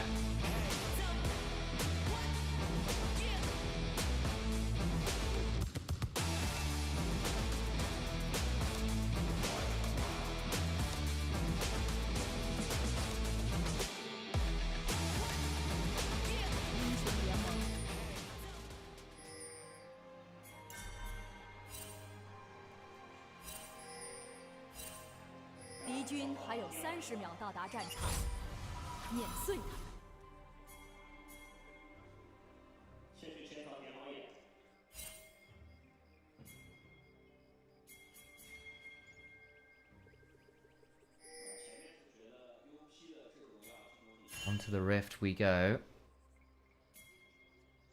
EDG just looking potentially for something here. Xiaoxia around. Board spotted and taken out. That will be initial blood for EDG. Yeah, I really like what EDG are bringing to the table, given what Ultra Prime have. I do think their engage is quite hard to pull off. Their only consistent engage, really, is Trundle Pillar with a Poppy stun. So EDG, they need to have strong lanes. They need to get to objectives first, and then punish Ultra Prime's dive. If EDG are the ones actually pulling the trigger, they have the best ability to do so. Junhao's going to start with the E. Going to go towards Wolf's start. It's a little bit unorthodox in terms of Vi first camp. Use traded about the place. Good double Phosphor from Arn will give them some good value there at the level 1. But EDG do have a lot of good answers into what Ultra Prime have. I don't think it's necessarily, you know, a bad draft from Ultra Prime in isolation, but into a Trundle, into a Poppy definitely doesn't help. Field blown earlier by both Xiaoxia and Parakia, and in fact the barrier blown by Baya too. Reminder, of course, back at the level 1 in the last game as well. Baya ended up blowing a lot of summoners to the level 1 after Parakia went very aggressively into the play. Level 2 going to be hit now. He traded back there Baya and Xiaoxia. Next Rakan Q that hits definitely does help too. Xiaohao walking over across, taking 2 camps, going to contest the blue. Oh, baby, this could get a bit interesting. I don't think you want to fight this Trundle with red buff. It's a pretty miserable time, and Vi at level 2 is just not a champion.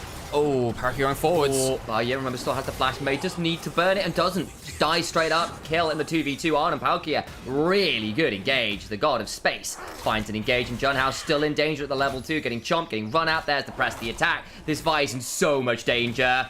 If you don't flash soon, you're going to die. Flash on forward. Xiaohao gets another kill. It's all going wrong for Ultra Prime. 3 winning lanes, a kill in the 2v2 and in the jungle matchup as well. EDG are not coming to mess around. Domination in the first few minutes of the game. 2 camps into invade. They know exactly what's happening. And EDG, this is the game plan coming off to a riotous start. I love what Xiaohao's doing there as well. No. Oh, even flash forward onto the Rakan, forcing flash for flash. Top lane's EDG trading. Big trade back, but Xinjiang has got more energy to work with. And flash for both! That is so respectable. As a top player, sometimes like, maybe they have something left and you flash out anyway. EGN getting a little bit more from that. The important thing is, though, is that ZDZ got the early push, and that allowed Xiaohao to have an uncontested 1v1 in the jungle. If there's a lesson to take into your own solo queue games here, folks, it is fight Vi before she hits level 3. Always such a powerful thing. Wall stun onto the Rakan. Xiaoxia now caught a little bit in a spot. The Trundle Pillar comes on up. Valkyrie forwards. The Gatling Gun also rolling. So a bit of a chunk there. Not too much more. Deadly Flourish goes wide. So bot lane not looking that great for Ultra Prime either. I guess the only bonus there is that Parakia didn't have the W. Junhao going to be able to get a camp steal away. The Raptors will not take on that first quadrant clear by Xiaohao. So it's technically going to be Raptors for Raptors because Xiaohao took them away from Junhao's early jungle. Vi really getting bullied around by that Trundle. Doesn't like fighting against them early or late, really. The only thing that Yuchi can do is just try and dive onto a carry and hope that the dive combo can outweigh the disengage potential of that Trundle. Gonna get that topside scuttle. Go back to the replay. So this is 1v1. Yeah, this is ZDZ fighting for that early prio. losing a lot of HP to do so, and sometimes you forget how much damage a Ambassador can do. The hop over the Q2 before that makes this a much more even trade, though. Both of them getting a ton of damage, and then the last order would have killed either, so they both flash away. Probably would have done. I think the last order, particularly on ZDZ, was really low, but if an empowered ability came on through, it's all very dicey. Hey, there's a question in chat, actually, which I think is something that we can visit, because, you know, people of all abilities watch many streams.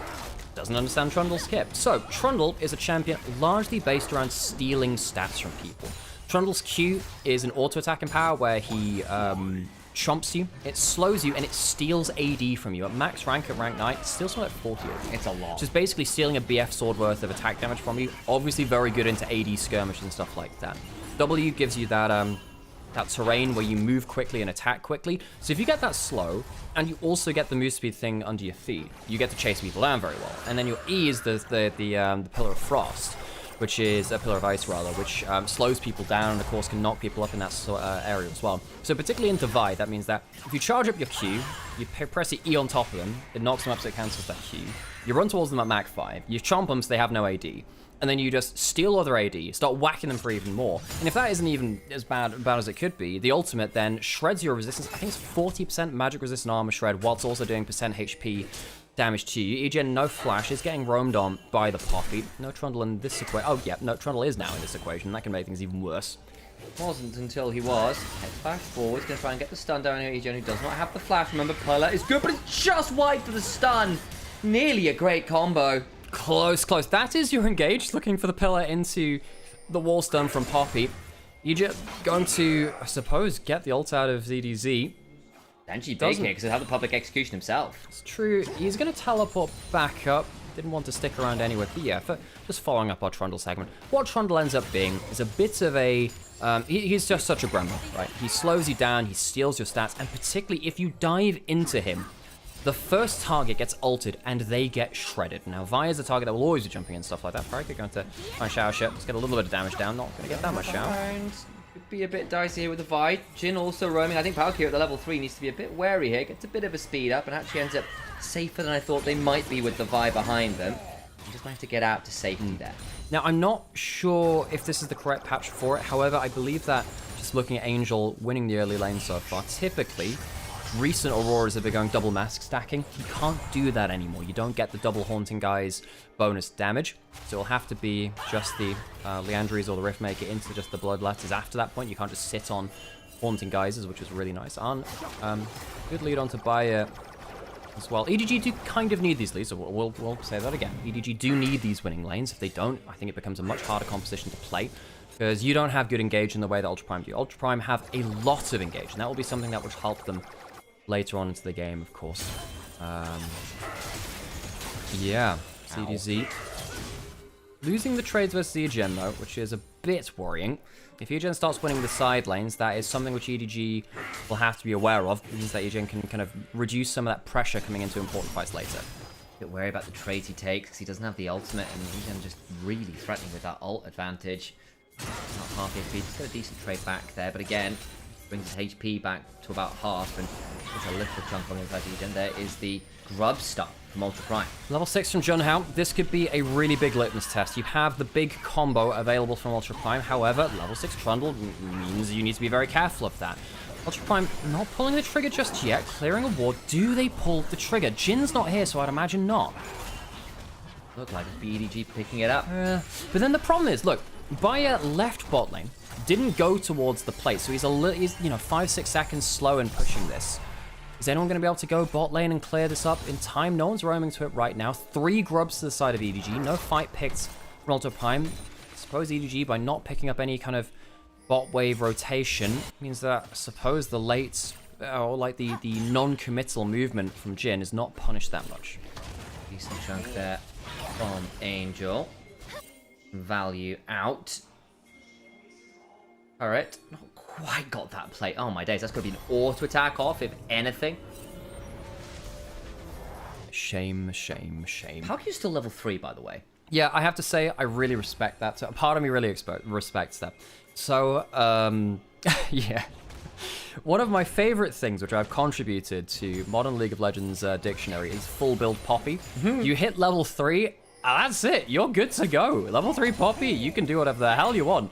Now, typically this applies to jungle Poppy, but I'm not against. I'm not against the support Poppy becoming the gremlin, which they were really born to be, and just running across the map, giving no damns about anything, really. Paraka's been really trying to flip the topside matchup. Sadly for the Poppy, not actually achieved that much outside of the laning phase, and now you are a very underleveled Poppy, and you can get picked off pretty easily.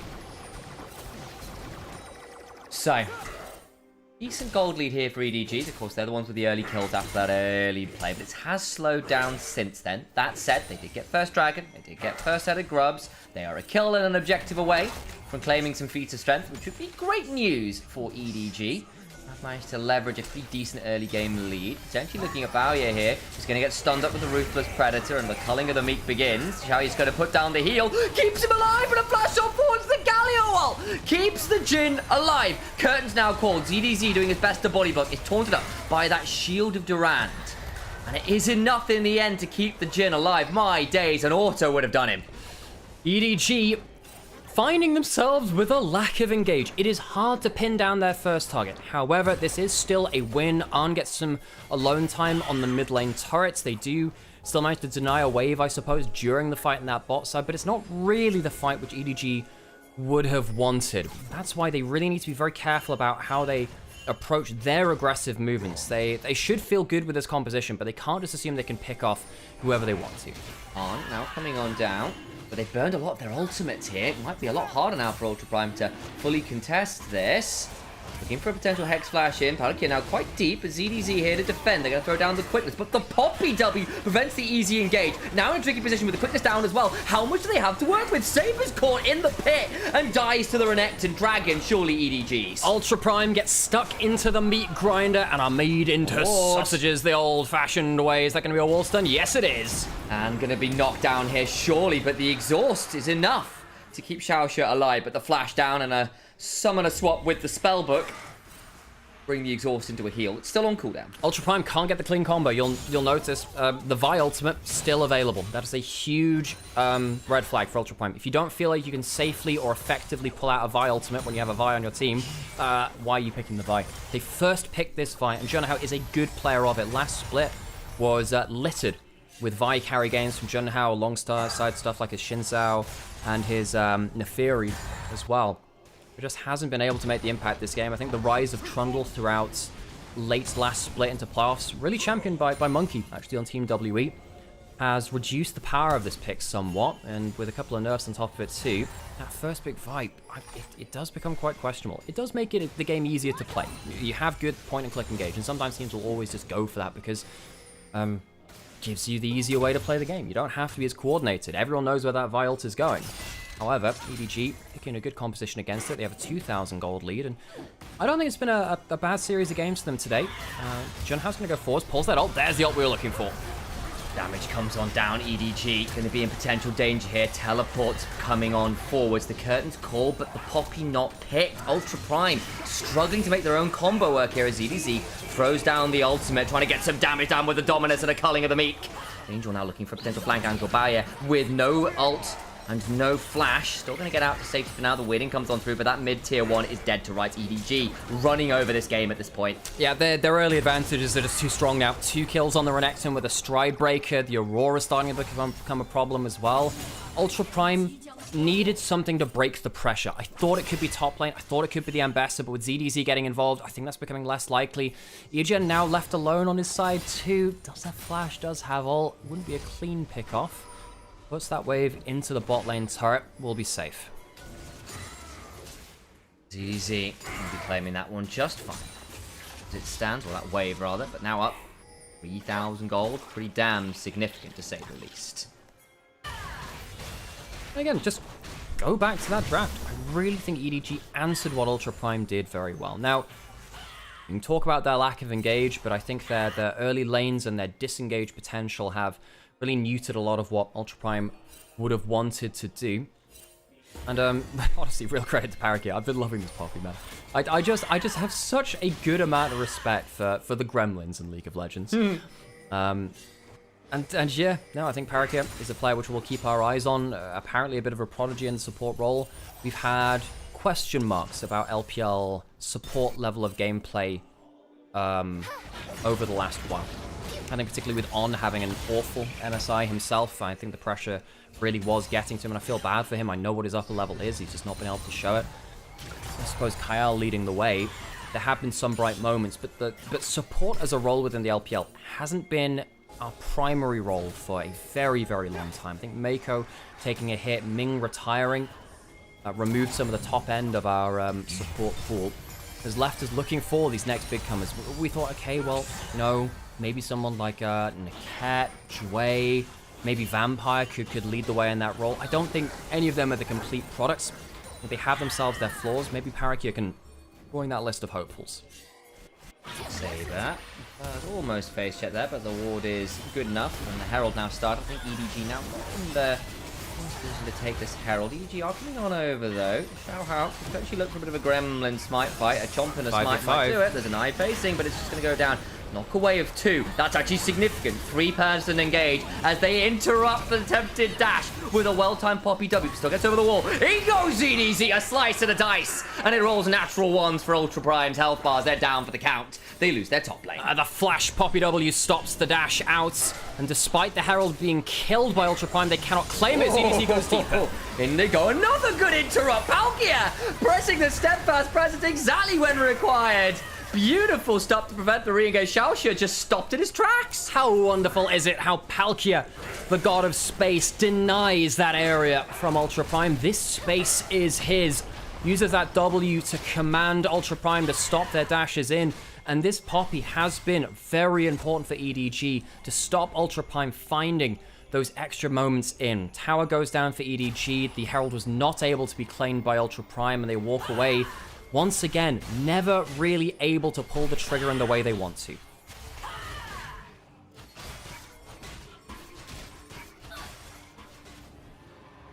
Ultra Prime.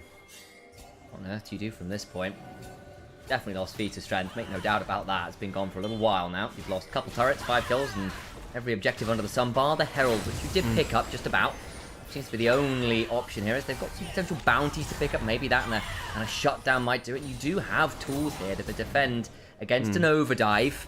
It's going to be Soul Point going over to the side of EDG. Third one, waiting on that fourth for Ocean Soul, and just kind of game Ocean Soul pretty nasty too. If Renekton pulls that ultimate, yeah, you're not killing him anytime soon. So it's going to be Dragon traded for Turret, which is an objective bounty. I suppose that is a trade up in terms of raw value for Ultra Prime, but in the strategic value, well, you know, it's going to be EDG with a game-ending condition now on the table.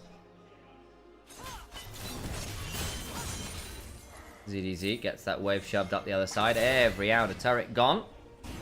Managed to get that tier 1 top side at least to Ultra Prime, but again, it's 4.5 minutes till Doomsday, and an Ocean Soul, when you're trying to burst people out with your comp, sounds pretty miserable to me. If you don't get that kill, you won't get that kill at all. It needs to happen in the first 5 seconds, or it's kind of doom. I realised that phrasing was perhaps not as elegantly put as it could have been, so I hope we can get across.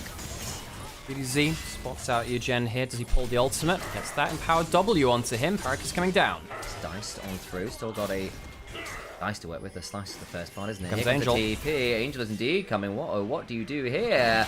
In goes between worlds. The steadfast present comes on through, and he just pillared away. Men at work. EDG put down the sign, and Trundle helps pick it up for ZDZ. Yeah, roadworks ahead. I sure hope it does. Eugen goes down and finds out. No, it doesn't. There's a pothole there. Parakia getting involved in another kill. Good for him. 4 kills on ZDZ, by the way. I think he's had a pretty decent series himself. I think that the Cassante early game, last game, was good for him. ZDZ. Should we have a talk about ZDZ? Let's do it. Why not? We got some time. Tower's likely going to get pushed in here. I don't think Ultra Prime going to be spoiling for a fight that soon with EGN being down. ZDZ has been the LPL mercenary for a pretty long time. John Howe not going to ult forwards. And ZDZ has been up and down. He found himself, you know, with Xiaohao as a duo for a very long time. In fact, these two were on anyone's legend not too long ago. This was the top jungle that were brought in there. They were together on, I'm trying to remember if it was Rare Atom as well that they were both on at the same time. Might have been Xiao Shu actually and Xiaohao. That was a very funny duo. But these two kind of came as a pair for a very long time. They went on to Weibo, and we thought this was their big break. I mean, Xiao had looked great, and ZDZ was fine, you know, sure it'd be okay. They really struggled on Weibo in the first split of 2024. That's when they were there. And yeah, I really wanted to see more from them. I think Xiaohao, player which has been very inspirational to me. There was a split when he was on Anyone's Legend. They went, I think, 6 or 7 series lost in a row, despite Xiaohao being playing very, very well, and they finally won their first series after being mathematically eliminated from playoffs. And he cried on stage because it meant so much to him that he could finally prove that he could win on that team. And ZDZ was along there for that journey too, but he was kind of beneath the radar because Xiaohao has been the more flashy of the players. After they got dropped from Weibo, of course, as that duo, as Tarzan and Breathe came in, which of course were a huge upgrade, don't get me wrong, we were wondering what was going to happen to these two. They're still kind of fighting for a bit of recognition, for a little bit more of an uptick in their career. We know their ceilings can be pretty good, but just haven't seen that for a little while now. I think the other side of that coin then is for them as well, looking at Anyone's Legend, the team that never could quite make it, always were just that little bit shy of success, to see Tarzan and Breathe go in, and these also Flandre, I suppose, at the moment as well currently, and then them be so successful, do so well. One of the LPL's very best out there were our MSI representatives as the #1 seed. You've got to feel a little bit gaudy. It's like, that could have been me in another world if we just pulled it together a little bit more. And here on EDG, a roster, there's no longer the Doom Squad, right? It's not last year's roster where there was some gritted teeth and some grimaces of pains to get through.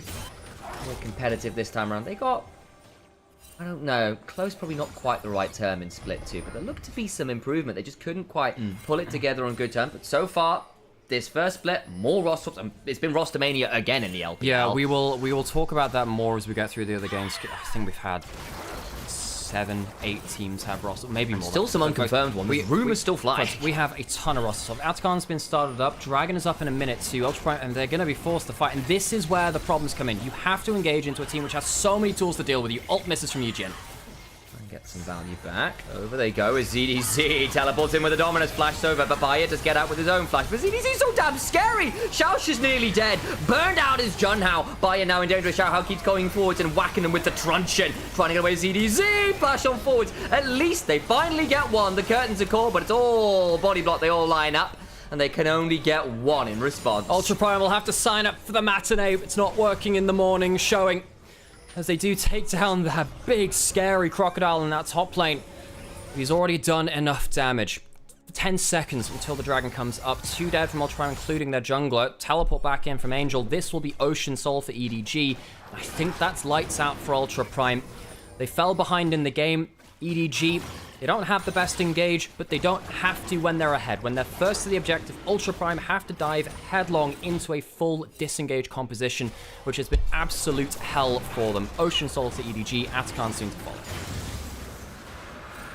Damage comes on down to claim that soul. Atakan is still up. They haven't taken that one yet. Let's have a look at the replay, because initially the teleport comes in and really good across the Veil from Angel means that the public execution is the public flub. And ZDZ, my days, that is a literal 1v4 from the Renekton. He's a big boy at this point. I love this so much, man. I have a soft spot for ZDZ. I want this guy to succeed. And the amount of trouble he's given Ultra Prime, the amount they have to overextend for that is utterly ridiculous. I'm glad ZDZ is having a good game here in the first series back of Summit. See if we continue that. As the games go on, ZDZ will find out Xiaoxia. He is 4-2 with the Starix. I don't really think he gives a damn about what Ultra Prime do to him now. EDG, 2 big buffs claimed in the last minute. Gonna get themselves angle, I suppose, towards the Baron when it spawns in a minute and a half. We'll push in. Oops, I forgot to delay the ad break. That's a problem. Oopsies, didn't mean to do that one. It's fine. We don't have pre-rolls. That's really important, guys. Yeah. If you don't want ads, then subscribe. Yeah, no, I should set it up to be less so it doesn't come out in game though, because they're still pretty toxic. My bad. Yeah.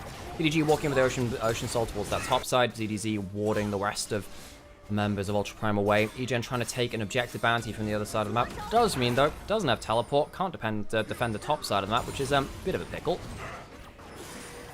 Bot lane, tier 1, under siege. Is that the sequel to Worm's Forts Under Siege? I wish we'd gotten a sequel to that. For those of you who never played Worm's Forts Under Siege, awesome. Was it the first 3D Worms? No, that was Worms 3D. That would also make Worms 3D make a lot of sense. Yeah. Yeah, no, that one's in the name actually. But I do think Worms Force Under Siege was the best of the Worms games. You know, it had weapon favorites such as the Chili Con Carnage. Yeah, that was that. Yeah. Finger of Death to poke people off the edge. True.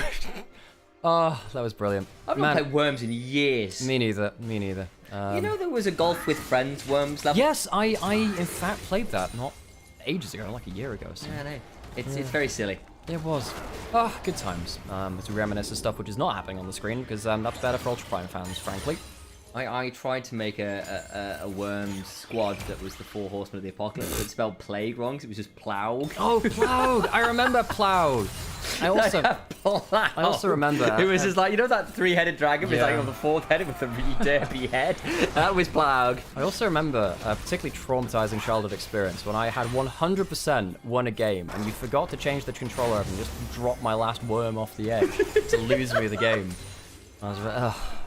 I remember that to this day, Sam. I don't, but that's John Howe ulting on. He's way out of position. Ooh, does like to get over into the red buff pit. Maybe not as far as they thought he was. John Howe now a little bit split on. Is still going to go very low and finally goes down. John Howe gets a bit of healing, but it's not enough. Claiming a turret elsewhere. Somehow is Trundle, I'm assuming, with the wave push happening. Angel now hunting for Xiaoxia, who's very low indeed. A last auto and a Q will probably do the Rakan in. 2 for 1. Plus a few more turrets. Okay, this is a little too far, but I mean, Bayer's just returning the favor. Why are you stood there? That's a dead Jin. He stood 6 foot deep is where he's actually stood. That's a very early grave he's stepping into, and another person dead. Now they can head towards this tier 3. What on earth do you do now as Saber and Egen? That turret is dead to right. He'll get a shielded around, but it's shoved away by Palkia, who will heal, get himself back up to full HP and be just fine. Oh, the Ocean Soul. Ocean Soul is ridiculous. Public Execution comes on down, and Angel says, yeah, but eat a weirding. How's that one work? Gonna get a shielded around for. What does a Galio do against such reckless bunny hate? A red day, a sword day. Here the sun rises. EDG charge into the battle lines. Arn goes down. The rest of them make it through to the battle. Ultra Prime. I mean, it's about as good a pick as you can get. It's the best scenario you can get. AD carry, separate from their team. They still have so many members, and Ultra Prime can't even walk into their own jungle. Okay, gonna look for something. Xiao flashes, trying to get a chomp down here. Doesn't want to burn the pillar until he's already gone too far forwards. Another chomp, another few autos. That is a very dead regard. What can you do here as Ultra Prime? They can't afford, they just could not afford to fall as far behind in the early game as they did. I've been really impressed by Paracure's laning phase. I think that him roaming across the map, yeah, that was a little less precise, but still, I love the Gremlin gameplay. And EDG, the draft played well. Setting up for the Baron now. Jun Hao has no flash, has ult, and is off vision, importantly. Miracle Steal, maybe not now he's been seen. Yeah, he will pull away, and Palkia is stepping along forwards, looking to assure that, again, he can just deny all the space available. The fastest Baron of all time, but it is going down. Angel now coming on over, goes across the veil, started into the wall. Palkia caught between worlds, and unfortunately, he chooses the other side to go to. Egen gonna run away from this very scary killer bunny. Back towards the Baron they go. Bait successful. Jun Hao dead. Barrier dead. And Ultra Prime are out of options. The choke point was created by dead Ultra Prime teammates, and the dead keep it. EDG say that the way is shut, and they will close the series out onto Ultra Prime. Baron down. They have 100% objective rate in this second game. No grubs went to Ultra Prime. No dragons and no Barons either. I suppose the Herald did go to them. They didn't even get to claim that. Ultra Prime have been well and truly shut out of this game. EDG.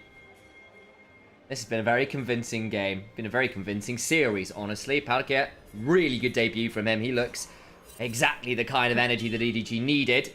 And he looks confident and comfortable. Those are the two biggest things here. You know, Ultra Prime, they're definitely one of our lower tier teams. I don't think they've put him under the most pressure here. I think Bayer and Xiaoxia are one of our most green bot lanes, one of our least veteran ones, and he does have a veteran in Arn alongside him, who, you know, I don't think he's necessarily been top tier for the rest of the year, but he's a stabilizing influence. EDG doing well here. Another wallstone, nearly missed there. Comes the Keeper's verdict. Sorry, the steadfast presence. There's the Keeper's verdict, and that's a very dead Vi. Vi stands for violence committed upon ye, as in comes Gallia with the hero's entrance, but I think this is a villain's tale, as EDG prove themselves a little too deadly. You may fire when ready. The Death Star wins this one, as they group up and destroy the Rebel base. Ultra Prime will lose for the second time in a row. 2-0 to EDG. Calm, convincing. Welcome to the LPL, Palkia. Let's keep this form up, shall we? EDG have captured themselves quite the legendary Pokemon in Palkia in that support role debut for the Pokemon God of Space. Working out quite well for Edward Gaming. Not bad. Hello, folks. My name is Initialise. That one there is Nymaera. We are siblings. I am his older brother. We cast League of Legends together here on twitch.tv/Nymaera with the underscore. We're also live on Nymaera's YouTube. Hello, YouTube. I see you there. It's Terrific Ace and Abrizia, of course, over there. We're also live on Onivia's YouTube. So hello to Onivia's chat. I see you, Castle. I see you, Zylex, and all the rest of them over there. And of course, for the first time as well, live on Nymaera's TikTok as well. First time doing that, so a lot of teething problems and word lessons to be learned and all of those things. So for those of you who do have the opportunity to use TikTok, please do go check it out. Tell us what we can improve, where we can make things better. We're not really much users of TikTok Live in general, so whatever advice and feedback you can give us, what looks best for you, you give us a heads up, because it is a very different platform, so that would be really helpful. Right. Side note, subscribe on the Twitch. It gives us money. We like that. It helps us keep doing this. If you've not followed all of the channels, keep following us. You can follow me at Initialise Cast, follow Nymaera on all of those things we were talking about. And also, for the first time, we've got a Ko-fi. If anyone wants to do !Ko-fi in chat, you'll find a link to the Ko-fi, which would be super awesome. So it's another way to donate. We did have a lot of people asking last split as well, where there was a way to donate if you weren't in Twitch, or if you were looking to support in a way that didn't involve subbing to Twitch. That's a great way to do it. And really, really is incredibly valuable. Again, we are reliant on all of you back home to keep us in business. So for those of you who can give us some help, please, please do so. Much love to you all back home. Right, I need to get myself a quick break right now. I'm going to trust you, Sam, to watch over the stream. I'll get myself another coffee as well. I shall look after them all. Go back into it. Okay. Oh, do you mind keeping the door open in the break just so we don't die? Feeling hot, hot, hot.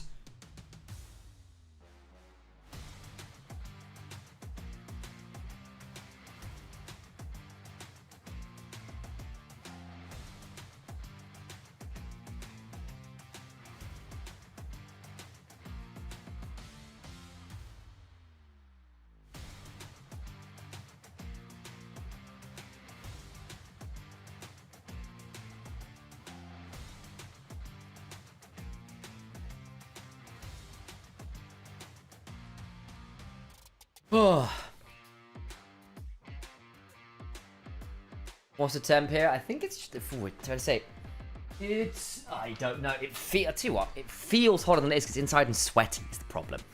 I think we're at about 27. Feels about that, but with the humidity, it feels significantly worse.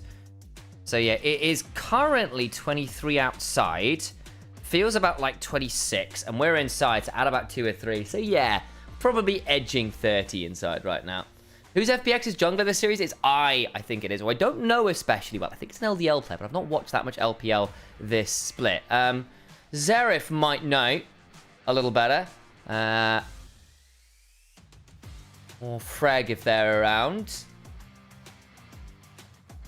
Yeah, I don't know if there's anyone who was an LDL enjoyer. Perhaps they've got a little bit more information. I've been a little bit behind this split, unfortunately. Aircon electricity bill would go crazy. It would have been. Hello, Mashdor. Good to see you, my friend. And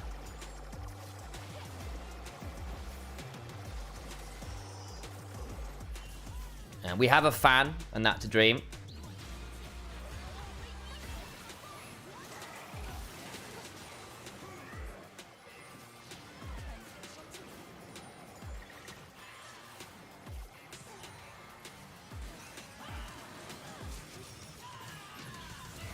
So, one of my thoughts on the LPL roster change to the split. Oh, well, there's so many of them. I actually have to I've got a list. I have to put them up in front of me. Because LPL this year in general, and I think we are going to have a wider conversation about this, has really, really, really struggled to roster build. There's been a lot of drama. There's been a lot of bad decisions. There's been a lot of, like, just saying, fuck it, we'll try this, and it's not worked. And then people have been changing all the time. I think a lot of veterans haven't turned up when they've come into roster. I think some decisions have been very wonky. And because teams are wanting success now, they're switching out quite regularly, but it's coming at the cost of synergy, it's coming at the cost of everything else. It's full fearless now, and I don't think teams have been ready for that. I think it's also exposed that actually a fair number of LPL coaches aren't that great post a few drafts that they know exactly how to play for. And so a lot of coaching's gotten called out. I think a lot of fans have been, and just general commentators have noted that LPL coaching has perhaps been a little lackluster in some key areas over the last few years, and this has really exposed it quite a lot. So a lot of that's come on through, but it just means it's another set of wild roster changes between splits. There's also just a lot more LPL teams as well. There's a lot of teams out there who have been panicking because they're supposed to be good and haven't been. But it'll be a really good time for anyone's Legend to appear to be one of the few teams who aren't switching. BLG is allegedly switching, IG is allegedly switching, Weibo's switching. Like, these are all a lot of our teams that did relatively well last split. It'll be quite something.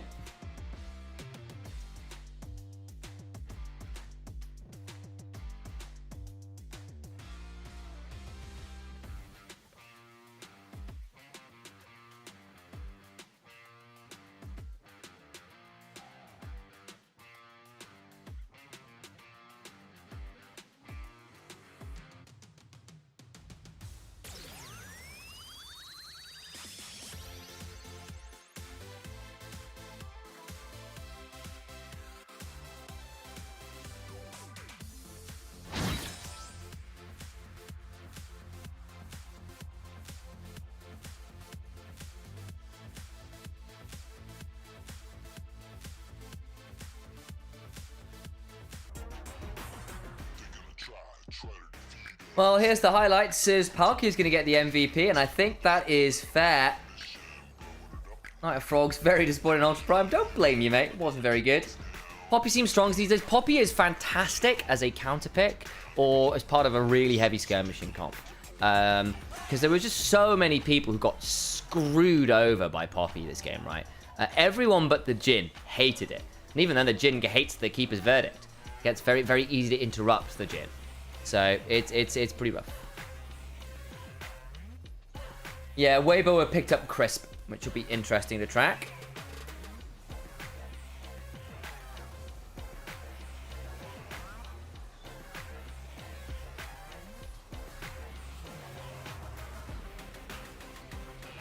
That means we'll be getting onto our second best of 3 in short order. Yeah, Hung's going to top esports, which will be interesting. I haven't been that sold on Hung. I think he's had some good engaged games. When it goes wrong for Hung, it looks really miserable. Maybe with Jackie being a psycho as well, it looks decent. But yeah, we'll see. It's a full sweep for Palkia. It was really good. I could have seen it for ZDC. It's the only other person. But I think the early level 1 plays, the roams around the map, level 3 Poppy didn't give a damn, was super, super valuable.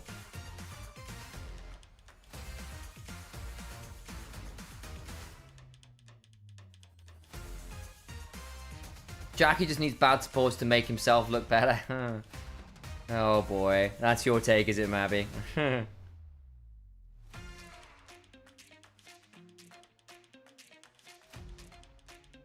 Wrong Hapgood. I mean, okay. Wow, A, and B, Al's gone for a break. He'll be right back. Look, his spirit is here in this chair. They will return shortly. Balon wins Worlds. Yuyanja gets the semis. I've forgotten he played with Yuyanja. Oh, my days. And in fairness to Baolan, he had about 2 champions he was genuinely great on. And everything else was very mediocre. Okay. Baolan's Ricard. On.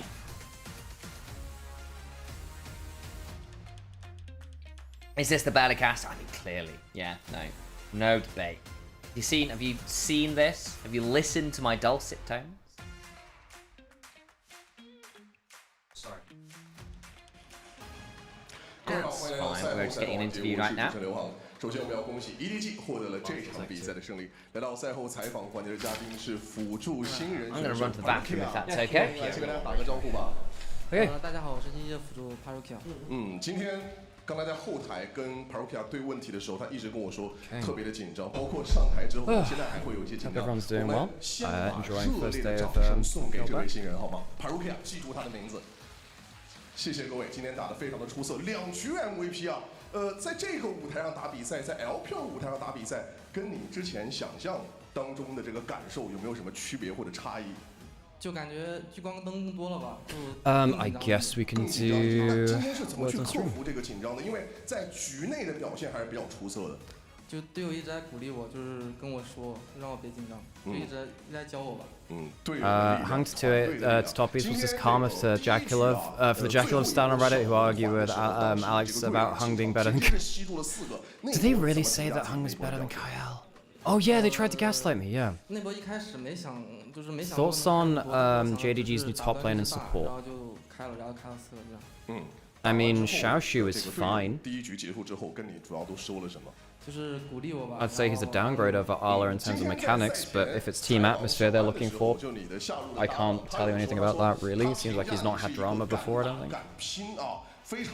Support is Wink, right? Veteran. I mean, Missing was playing pretty poorly, so... You know, sadly for Missing, I think he's just been on very bad form for a while. He's had a couple of good games again. He did recover a bit, but... Yeah. 来到了 LPL 这个舞台，在第3赛段让大家看到一个怎样的 Parokia？ Oh, thanks to the follows, by the way. Thanks to the follows. 越变越强吧，然后越变越沉稳。我希望大家也能把更多的支持、鼓励和关注给到 Parokia， 期待在第3赛段看到这位新人更多的成长和表现。感谢 Parokia 接受我们的采访。那以上就是赛后采访的所有的内容了。Sad to see Missing leave JDG. Yeah, he's kind of like part of the furniture there, you know, right? As in, like, he's just been so consistently there. It's going to be very strange to see JDG without him. 你看这把，我来正面好一点。我要大牛头，先破个，别打，破个慢破看了。先破个，我慢慢打。感觉不在上面，哎，我要开大波，我先开大波。TSM is going where? I do not know where TSM is going, sadly. 猴子吧。 看位置，要闪了，杀牛！啊，他在打龙，Yeah, the last member of JDG 22 is gone now, and JDG 23 of course too. Wink is pretty good. I like Wink. I mean, I don't think he's top tier, but. 看一下，别卖，还行，我会站上去。上，没闪，我7秒，结束。不，慢慢看，别。加油！我吸他，他脆如此。 落，全打！我杀了吧，他没闪。狼姆这把他打我3次都没中。教我怎么使用骑士里啊？怎么说？左手摸胸，右手摸心脏，别退游戏。Nice。打得好，兄弟们。He did glue chip. No, yeah, right. Okay. Look right here.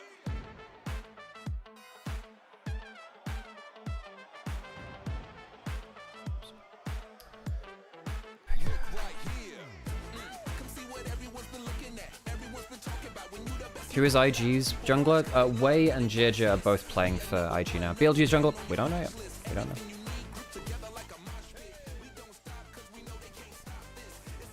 After that, Tabe... Other than Tabe... Does LPL have a great coach pool? Hom has typically been very, very good, specifically with Kanavi and 369. That trio has done very well. They're all on top esports together right now, but, you know, top esports are top esports. So I suppose Hom has a good track record. I mean, a lot of the others have been up and down, though. Do I think Tabe is the best coach right now? Of course he is. You can't argue against Tabe. He has... Yes, such a good track record. Oh, sorry, let me start the Woods and stream again.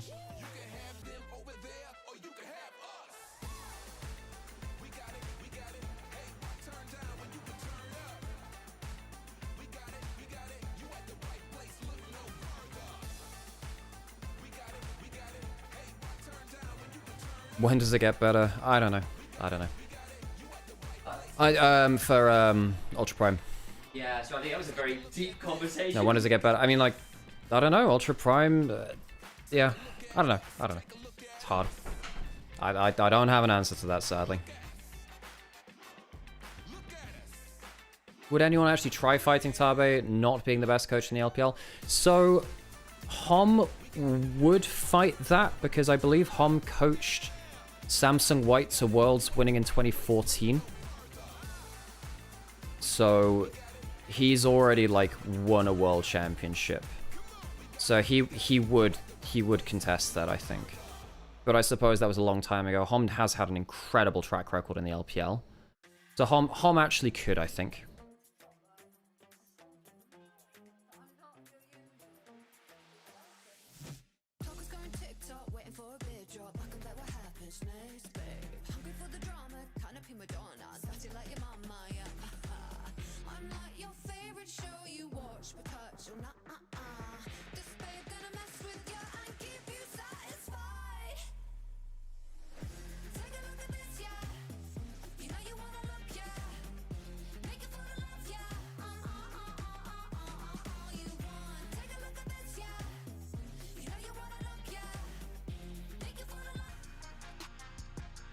Okay, get ourselves towards our second series of the day.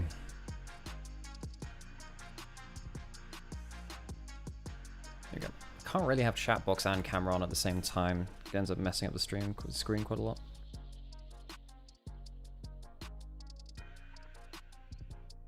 This Pokemon dude is quite decent, is he?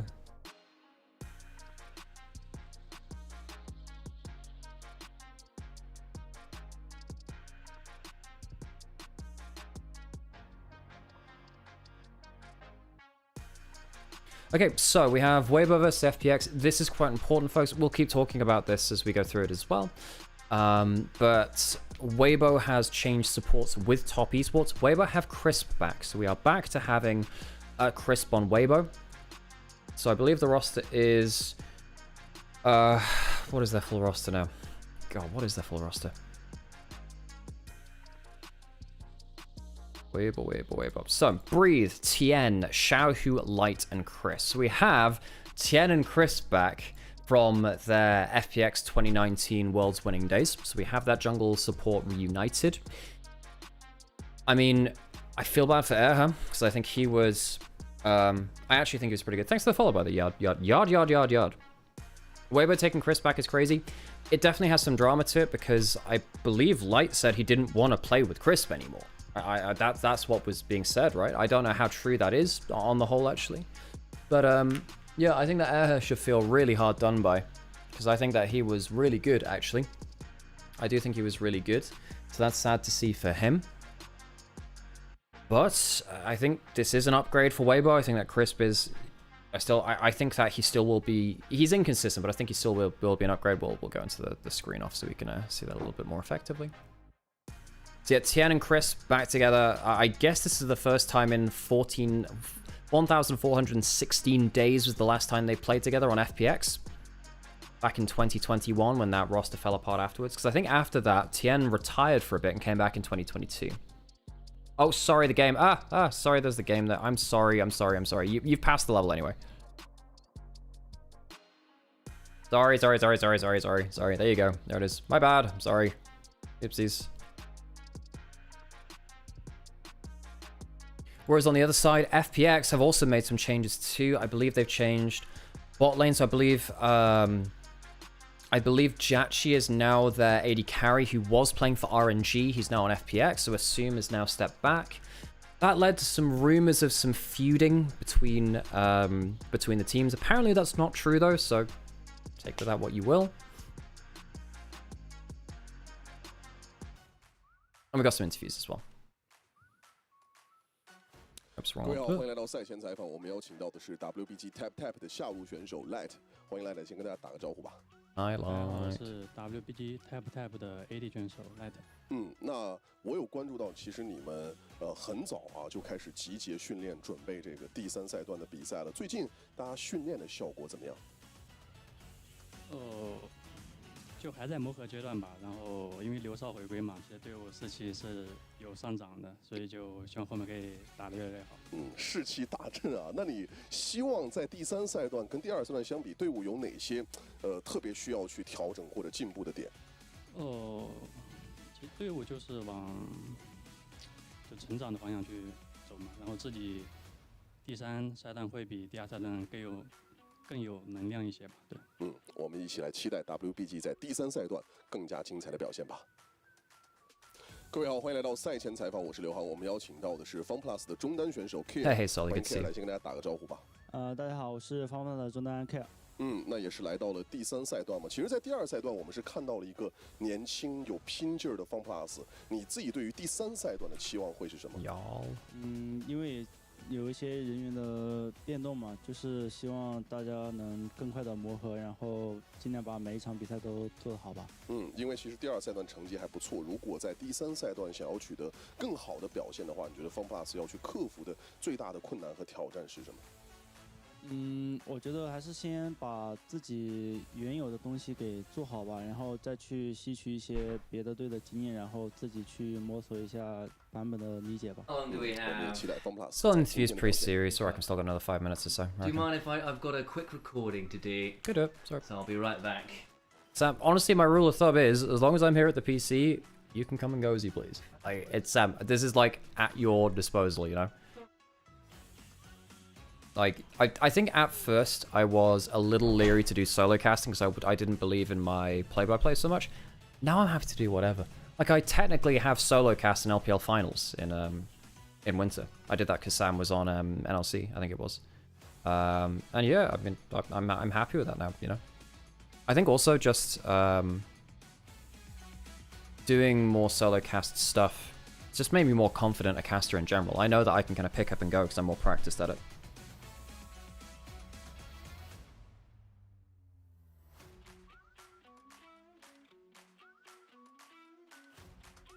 Okay, so this series, obviously very Weibo favored, but Weibo have been all up and down. FPX, coming off of roster changes, they had some great moments in last split, but they couldn't keep it together. Oh yeah, their jungle has changed as well. So Shadow is out and IE is in, who has not seen LPL play before, so it's their LPL debut. I don't even know where he's been before. So he was on FPX's trainee roster. And he's only played in NEST. That's his only tournament roster. So he was trading spots with Sorrow.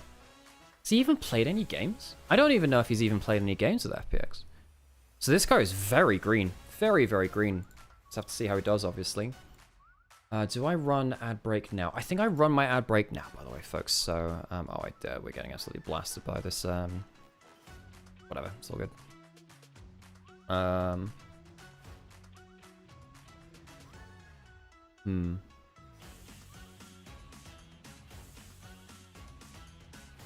Well, all good. Let me run the ad break and then we'll get to it.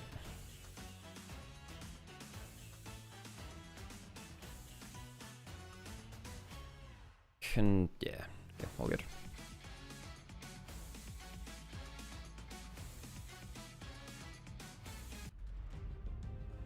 We'll get onto stage, so we'll 欢迎来到2025英雄联盟职业联赛第3赛段，让我们有请双方战队登场。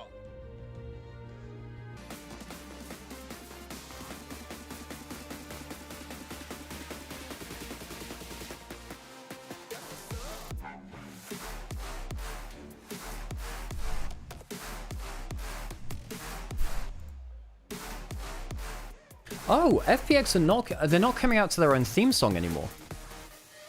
That's interesting, because FPX do actually have their own theme song. Are they walking out to their own song again or not? So Weibo coming out now.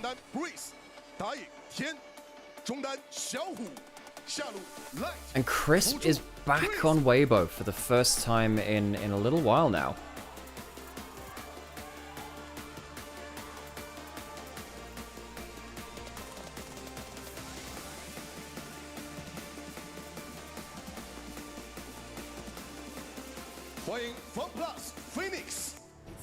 Oh, they do have their own theme song. Okay, cool. There we go. And it comes out now. But they got a Chrissy Constanza to make them a theme song after their 2019 Worlds win. So they could, they had Phoenix at Worlds 2019, which was obviously very fitting for them.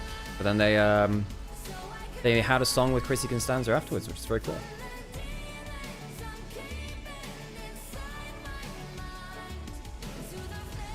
Sam's got some recording to do, so we'll chill until he's good to go. LPL 第3赛段常规赛组内赛第1周第1日的第2场比赛 ，WBG Tap Tap 对阵 FunPlus 即将开始 ，LPL 无畏进巅峰。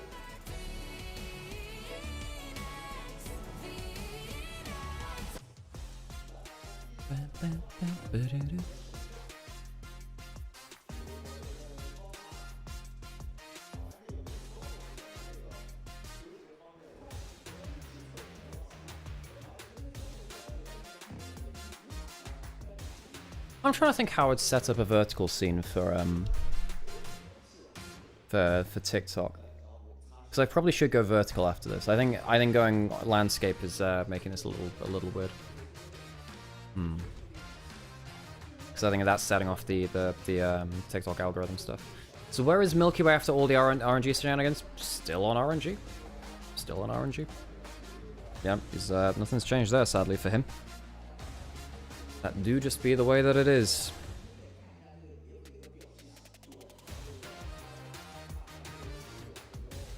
And we're pretty close towards our second series. So, if you'd like to ask any questions, please put them in chat. And just chill out and welcome to the community, folks. Or welcome back, of course, the grand majority of you as well.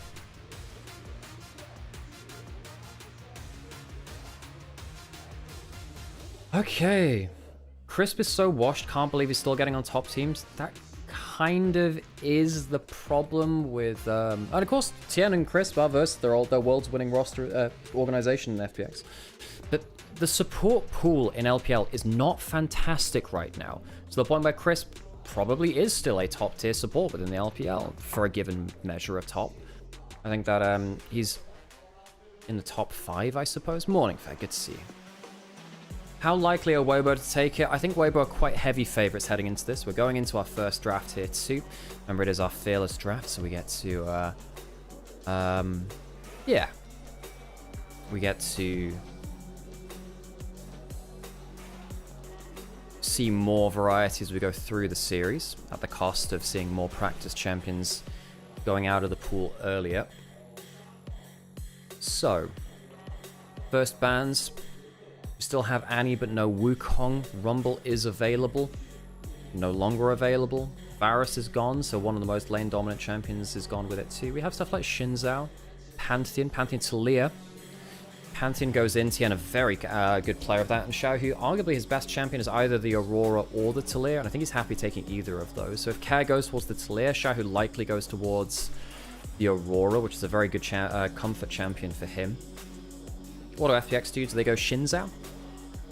Do they go Shinzao Talia?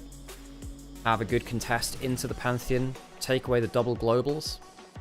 Hey, tell you what, I'm pretty good at this whole predicting drafting, aren't I? The only elite supports are Carrier and Delight. Duro and Kyle quickly making their way up there. I have to say, I think Duro's been really good. First time watching, which teams have the most experience in big competitions? Well, Weibo are really. This core has been to Worlds multiple times. FPX, I mean, IE, the jungler, this is his first game with FPX. He actually doesn't have a competitive match history. He's just been jumped up here. Though you could say the same about Palkia from last game as well. Sheer goes towards Gwen. Now, Sheer is a player which gained a lot of notoriety from last year on his year on JDG. He was very impressive. So Sheer is a player to watch out for. Weibo, are they not going to go towards the Aurora? I suppose the Orianna good in laning phase against the Talia, especially once you hit that level 6, you do slightly outrange the Talia. It's a winning lane matchup. But oh, for going the Aurora. Xiaohu, I would have expected him to go towards that. It's a very good comfort pick for him, but chooses not to. If you were starting a team today, would I take Duro or Delight? I would take Delight, but Duro would not be far behind, actually. Who was the FPX jungler before? Shadow. Shadow was the jungler for FPX, and now he's rumored to be joining BLG. Breathe gets Jace, good matchup into the Gwen. It's not the Jax, which we sometimes see into that. Trundle doesn't feel great now. There's no tank to play into it. In fact, that might be why Jace is picked here from Breathe, because so the Trundle's not feeling awesome there. Shinzao comes in.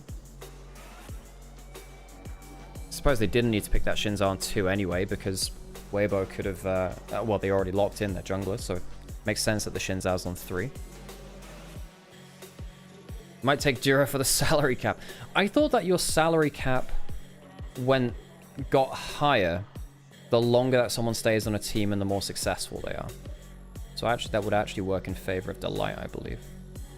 Second round, of course, no bot lane is locked in, so that's going to be largely taken down. Thanks for the insight, can't wait to watch. Well, thank you for joining us, Tombos. And yeah, for that, I do currently have 1, 2, 3, 4 chats open, so I'm trying to keep my head on a swivel so I can, because I shout who's Yoda, that's cool as hell. It's his pose, he does this thing. LPL is League of Musical Chairs. You are absolutely right, Mbritzi. You're absolutely right. Sam's just recording something in the background. Hey, Pintle, it's good to see you, by the way. I didn't say hi to you before. And Ruby as well. I'm not sure if I said hi before, but I know I said reply to you before, but hello as well. JB the Kid, thanks for the follow. Second round of picks and bans. Banning away the Alistar. Shinzo Alistar has been a very notorious combo since 2022. Both of them popped their ultimates. Both of them become very temporarily tanky. Shinzo becoming immune to damage outside of his ultimate. Alistar getting, what, 50% up to 70% damage reduction scaling with ult level. But yes, we see a lot of roster changes coming into this game. You know, Jachi on FPX, IE on FPX as well, so that's 2 changes for them. Risk coming in for Weibo. It's amongst a whole host of roster moves coming in between Split 2 and Split 3. I reckon there's been about 10 moves altogether. Maybe more than that, actually. It's been a crazy off-season in the middle of the year. Who is the superstar in each team? For Weibo, I'd say Breathe was their best player last split, but this team has a lot of... so if you look at this team, they have a bunch of very, very veteran, successful players in the past, but they've been very inconsistent. The tagline for Weibo is Weibo Gaming consistently inconsistent. They have not found their peaks very often, but when they do, they've reached Worlds. They've reached the World Finals before with the Shy and Tarzan on their roster. They lock in the Zyra Khan, seeing that Nautilus come in. I mean, Nautilus hates playing into the Zyra Khan. You know, Rakan doesn't mind tanking an early hook, trading Q for Q. And later on, Nautilus ult for Zyra. It's okay. Can often get you killed though. Ezreal locked in for Jachi. Now Ezreal's better into that lane. Ezreal can become self-sufficient, allow the Nautilus to go a roaming. Now, yeah. FPX. Decent engage from the Nautilus. Losing lane mid lane. Decent jungle matchup. Top lane's not bad. Semi-global for semi-global. Not the best ways to force out a Zyra ultimate. I'm a little bit worried, I have to say, for FPX's ability to get on top of Light. Now, I will say, I'm trying to remember if Light Zyra is the champion he wasn't as good at, actually. I'm gonna go check his, match history. Because I seem to remember his Zyra was not the best of all time, you know. Let me go check. Where is his Zyra? No, his Zyra's okay. 61%. I'm wrong. All good. You just ignore me on that one. It's fine. So, I think that FPX are going to struggle a little bit to deal with that Zyra ultimate the later it gets into the game. Could be a bit of an issue. And we'll get into our first game of the second series. I think Weibo come away with a slightly better draft by my eye, but it's not large enough for it to be a game determined by it.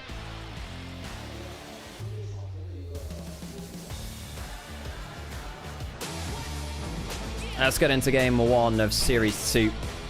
Weibo versus FPX.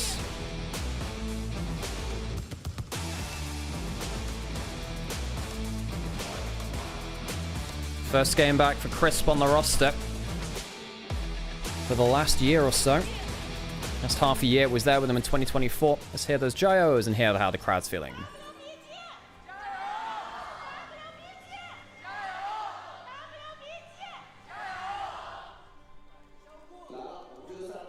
Okay, let's get into it, folks. Weibo coming in as, yeah, I'd say as favorites. I.e., a rookie jungler coming in for FPX. FPX have had a revolving door of junglers themselves this year. It started off with Sorrow in the jungler, replaced him with Shadow partway through the year. And I gotta say, I think that Shadow was pretty good for them. Anyone know if IE is good? Well, he's basically not played for FPX before. This is his first game for them. I don't see a match history for him. No one knows anything about this guy.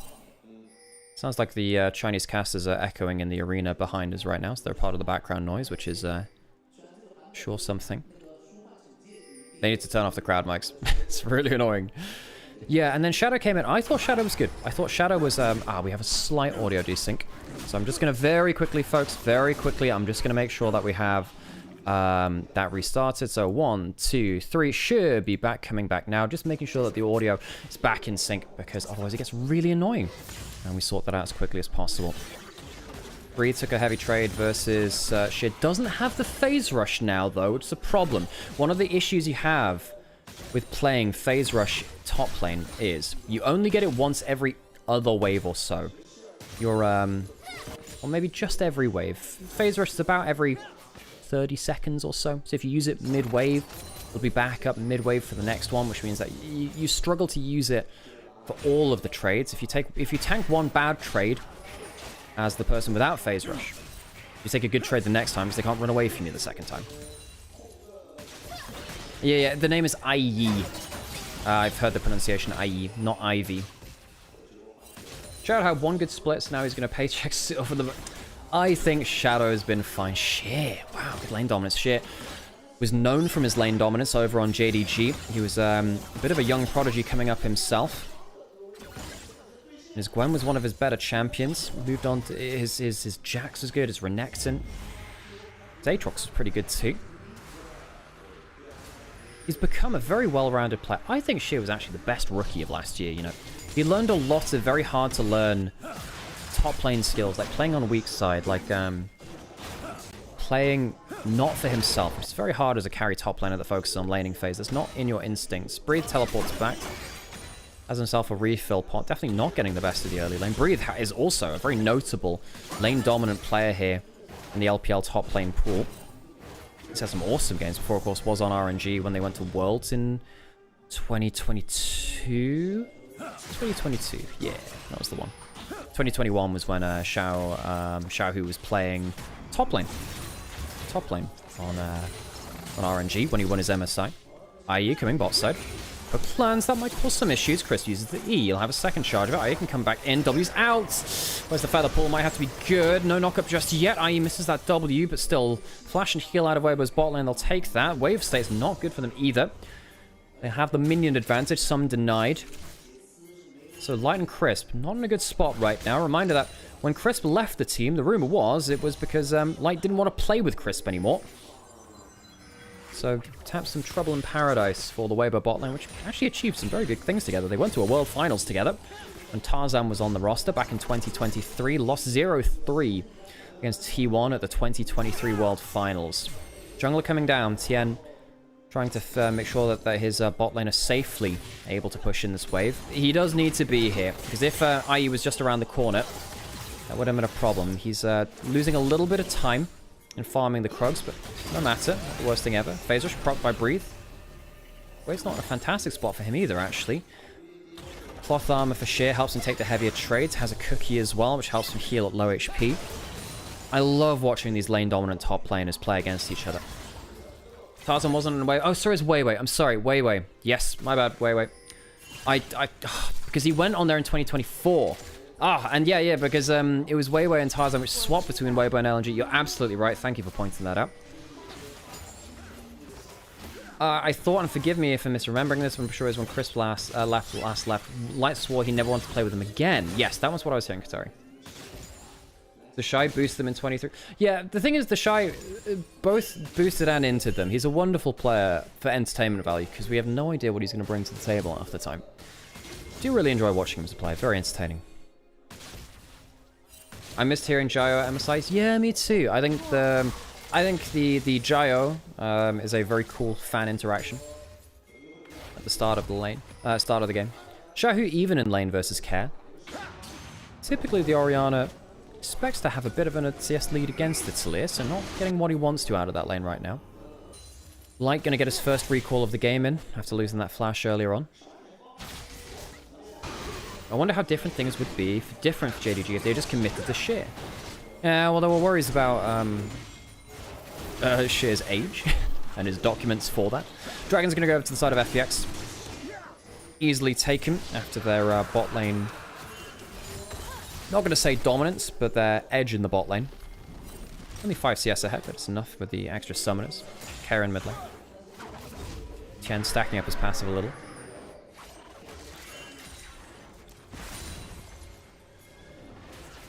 Tien going back. No fireworks just yet. Judge, you can proc that W.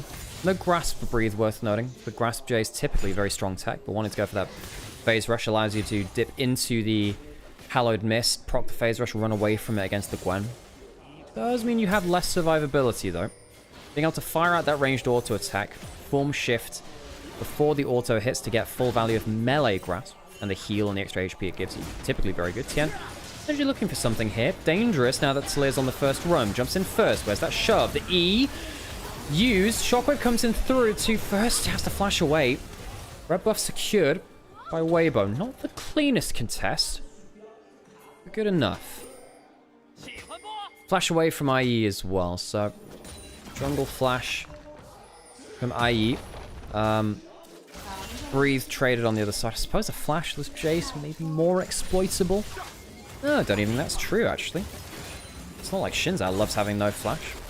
Doesn't have ways out of fights very often. Slower game compared to our first series. That being said, not like that was particularly fast either. I think with the current sets, man, they really do have those casters really just booming about in the background, don't they? They really need to turn their crowd mics down a little bit.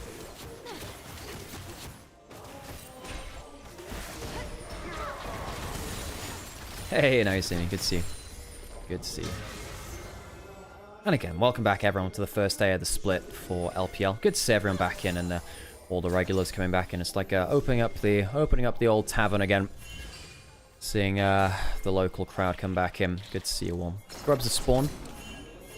Gwen and Jace both on bot side. Both have teleport if they do want to come in. Crisp has teleport as well, actually. Worth noting. Globals available for both teams. Global champions. First grub taken.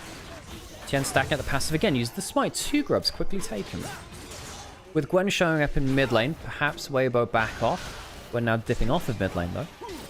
No smite for Tien. Might go for a play anyway. Going down towards this. Q steal potential. Wanting to line it up with the Shinzao. Smites and he misses it. I.e.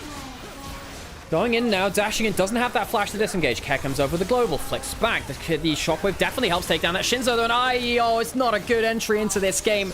Welcome to the LPL. Q missing from Jachi. But will you have that E to follow up anyway? Hook for ult traded between the Nautilus and the Xayah. 1-for-1, all things said and done, but 3 grubs in the smite fight won by Tien. Not even actually a smite fight, but forcing IE into an uncomfortable position. Has a great lead in the jungle, and IE, I mean, stepping into some relatively big shoes for FPX. Shadow was an important leader for this team. Was surprised they let him go. FPX bringing in a completely unscouted talent in IE for us, the neutral viewer. And right here, Tien does not have flash, does not have smite rather. Walks up, says, okay, if you want to cast your skill, I can threaten with my empowered Q. The crit below a certain amount of HP does so, gets that smite down. Combo comes in for CC into CC onto the Pantheon, but the damage just isn't just there yet. It's 2 versus 2, the Pantheon is very happy to take it. This point, yes, Jachi comes in, stacks up that Conqueror. Doesn't get the best value out of it though, really. Gets 1 kill, it's something. Weibo very happy with that contest. And particularly keep an eye on that jungle lead. If Tien gets so far ahead of IE, this Pantheon, it will be wrecking the Shinzao in terms of frontline jungle value.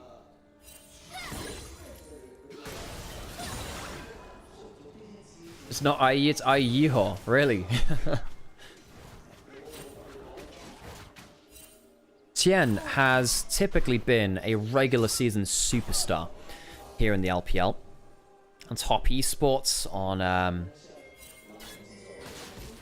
Weibo a little bit before that, after that as well.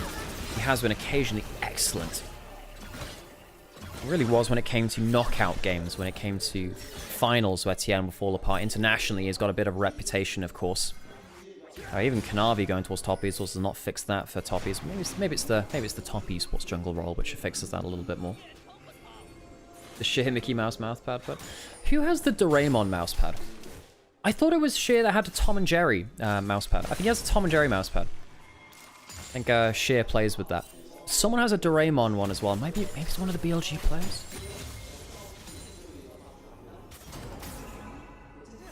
Why are CDR boots better than M-Pen in mid lane here? Because... That's a good question, actually. I think for both of these mid laners, you're not looking for full burst combos. You're looking for utility uptime and continued DPS. Which means that the cooldown boots are often quite valuable. Also means your teleport goes on a little bit more. Here comes the global from Tien, contesting the dragon hook, goes wide from Jue. IE goes in. There's no follow-up. There's absolutely no follow-up, and he's burst down. The ultimate comes through and means absolutely nothing. FPX lose their jungler again. Shockwave held until the later parts of the fight, and without a care in the world, Weibo will take down Care, securing the fight and the Dragon Breed, winning the 1v1 on the top side as well. FPX, their debut for their jungler, really not going the way they would have wanted for it. They have not dotted the IEs and crossed the Ts. Weibo picking up the pieces. And FPX, it's looking very imprecise here. Team fighting has not been good. A dragon will go over to Weibo, making it 1-1 in the early game. Did you like that? That was dotting the IEs and crossing the Ts. I thought that was good. Thank you, Mantis. It's the little things which get you through. The little things I tell you. Breathe has no flash. IEs on top side, but no real ability to force. I mean, Weibo, happy for them so far in terms of their ability to find fights approaching them. It seems like they've not really had that many worries in the fights. I suppose that earlier Grubs fight was a bit of a worry that they'd been positioned wrong. Very good ult again. Gets the center of the Pantheon ults on there, so we got the extra Q spear damage. Good E there to deny damage from both backliners. Chris following up as Rakan's typically been very good. Shockwave held late into the fight. Yeah, very easy. And a solo kill for Xiaohu to come back to life. Care has no flash still. Xiaohu didn't either. The Luden's completed by Xiaohu, not going towards any of that Seraph's malarkey. Gets the solo kill onto Care before he completes his first item. We'll have to get a replay of that. Weibo crushing this first game. FPX look lost. He shears behind a little bit in gold. Losing the objective fights. What is happening to FPX? Lacking precision. Lacking leadership, I think, a little bit. And this is my worry with replacing that jungle role specifically for FPX. Now, Shadow is not a top-tier LPL jungle, but he was someone that was good to carry your flag. He occasionally would be the carry they needed with someone like a Lilia or something like that. I guess he just hit out a Fog of War, got the Clockwork Wind-Up, shove misses, Phase Rush came through, which meant he could walk through everything else. Yeah. Clean combat, didn't even need the ult. Just Clockwork Wind-Up, dodges the shove, the Luden's Power Spike, Tier 2 boots to Tier 2 boots. Keg absolutely blasted, still has, he does have flash now, is it going to be enough? Goes under the turret, the combo comes in from jungle support. Chris, welcome back to Weibo. Ket, 3 deaths, and it feels like as many minutes. So it goes down again, top tower will go down for the first tower of the game. Weibo claiming that feats of strength.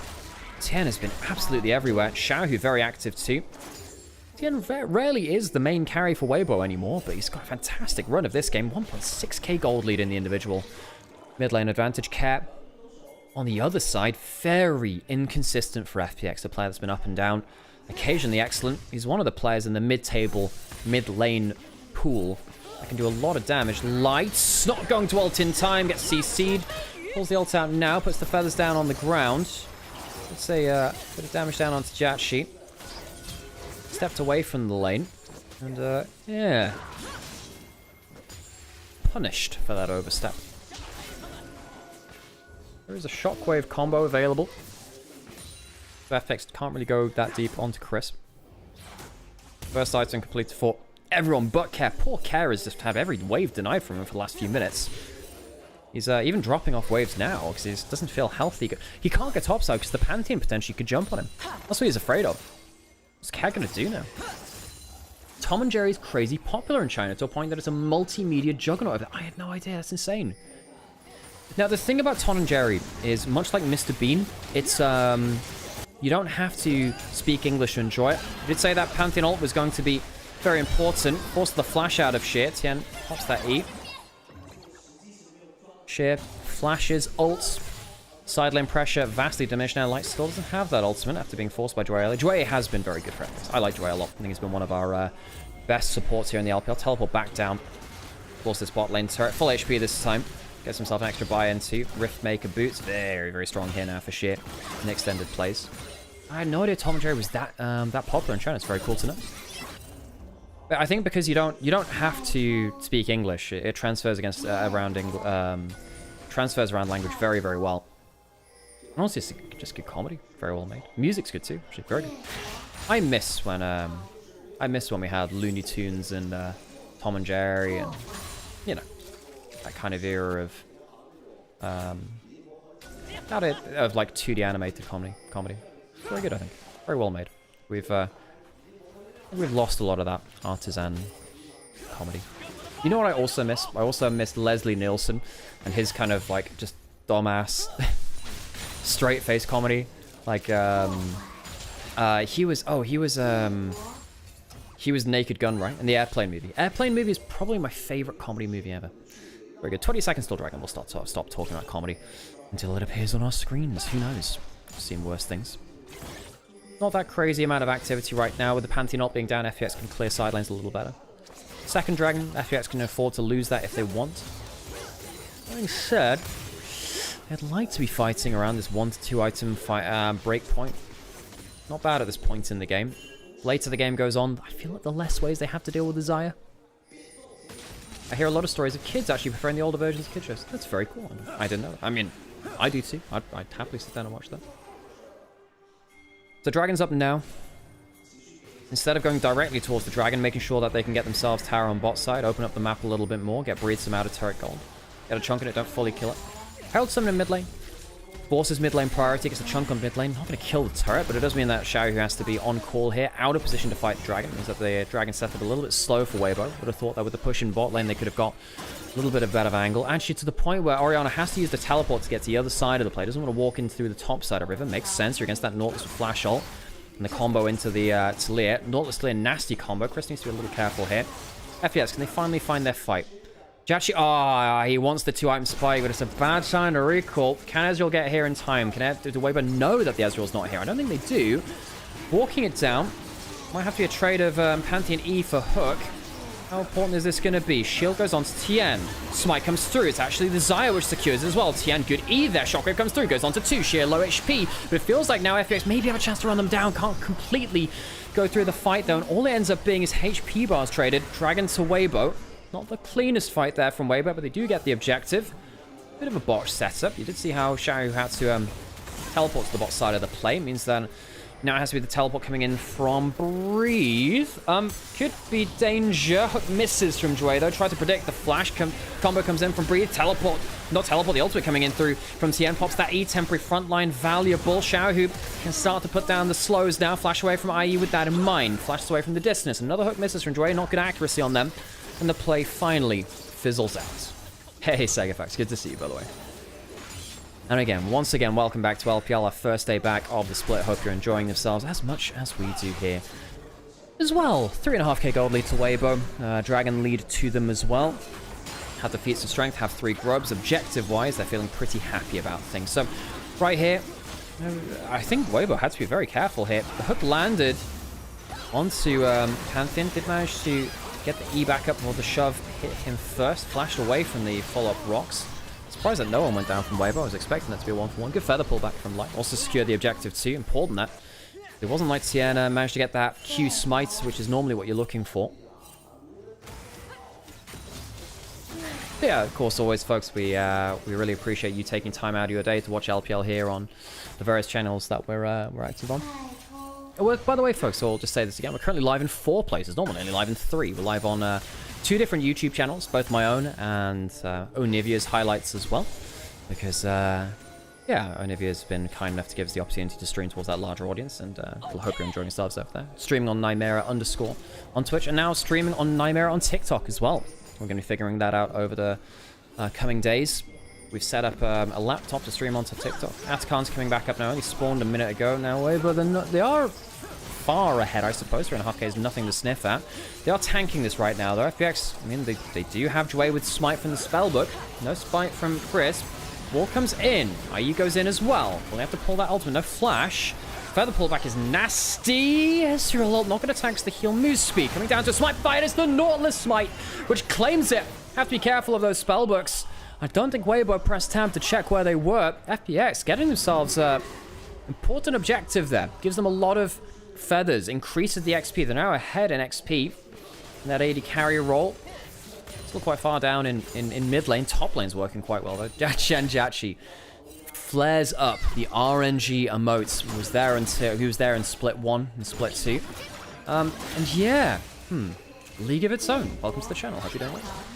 Xiaohu, gonna walk down and force Sheer into a very losing position. Sheer puts down the Halid Mist, and yeah, you might be immune for a little bit, but not to everything. Xiaohu takes another kill, going towards the death cap second. Xiaohu is going to be a walking warhead in this game. If that shockwave hits anyone, it is going to remove most of the HP bar. So, Weibo are tanking the objective. And the spellbook smite comes through. Great. It's not the most powerful smite ever. But it's a miss smite from Tien. Not great from him. Got a good smite earlier in the game. But, yeah. Questions upon questions. Blind Chris pushing in towards their mid lane.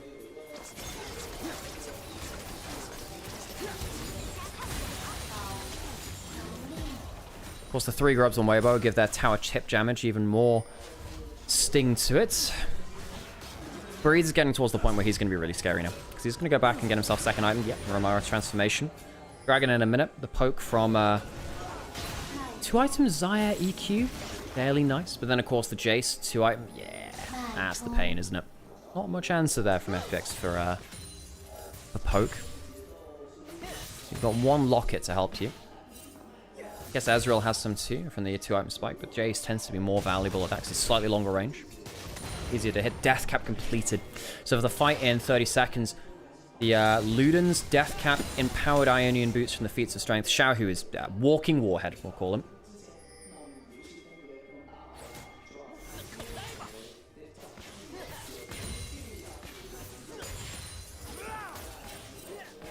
Jachi pushing in mid lane, getting that mid lane priority. 2 and a bit items for light, not at that 3rd item spike yet, whereas I really start to take off, but 2 items still nice enough for that. Dragon spawning now, Weibo. Well, they could give up a dragon for side lane power. They do have the 3 grubs. Xiaohu again, choosing to teleport to the right side to join his team. He doesn't want to be left alone. Dragon's going to go down, though. Can they use this? Oh, he's trying to go for the keys still. Can't quite get it. Ultimate onto Xiaohu, just walks backwards. Happy to do so. Tanks it up with that shield. Crisp. Oh, double shockwave comes through. 2 items taking half the HP off of Jachi and Care. Both carries now low HP. Top lane turret, 700 gold into the pockets of Breathe, choosing not to contest the dragon. Weibo are one of our teams that are happy to give objectives up for something else in a side lane. They get some value there. Happy to do so.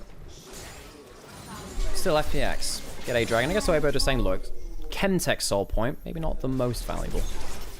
Mid lane turret will come down. I think that shockwave removing so much HP from Care and Jachi makes FPX think twice about taking a fight, especially with Joy using his ultimate just before that. Why trade Shadow, though, to this new? Well, the thing is, we don't know what Shadow's deals up. You know, there is a chance that Shadow, there are some rumors that Shadow goes to BLG, for instance. And if that's the offer, then Shadow would want to take that, you presume. So maybe it's on Shadow's interest to do that. And then FPX had to find a replacement. A lot of questions. Of course, they had Sorrow. They chose not to bring him back. So maybe just thinking, well, you know, Sorrow's ran his course. We don't think he's going to get any better or blah, blah, blah. Maybe they thought really saw something in IE. And, you know, rookies need a little bit of time to warm up. When you're playing as Tien and Crisp, it can be a bit of an issue. Crisp had changed over to Smite, interestingly. Just changing over towards Smite. Will he hold on to it for a Baron contest? I don't think Weibo want to be rushing Baron or anything. They don't really have the DPS for that, or the ability to tank it. We would have assumed that would have been for the Dragon, but then they chose not to contest for that. Wonder whether they will stick on that Smite now. Questions. BLG really needs a good jungle? Well, they need to integrate a jungler well. Beichuan is not a bad jungler, and I would argue at MSI, he wasn't BLG's worst player. I think you could argue that was between On, really. On and him. Even Bin had some very bad moments. Of course, those of you who've been watching our stream here at the LPL would have seen this coming. Now, On had a very good domestic season. Maybe that was the surprise. We knew that Bin struggling a little bit. And Beichuan, while maybe not being the best individually, was what they needed in terms of getting people on the same page. Just playing engaged champions, going into the play.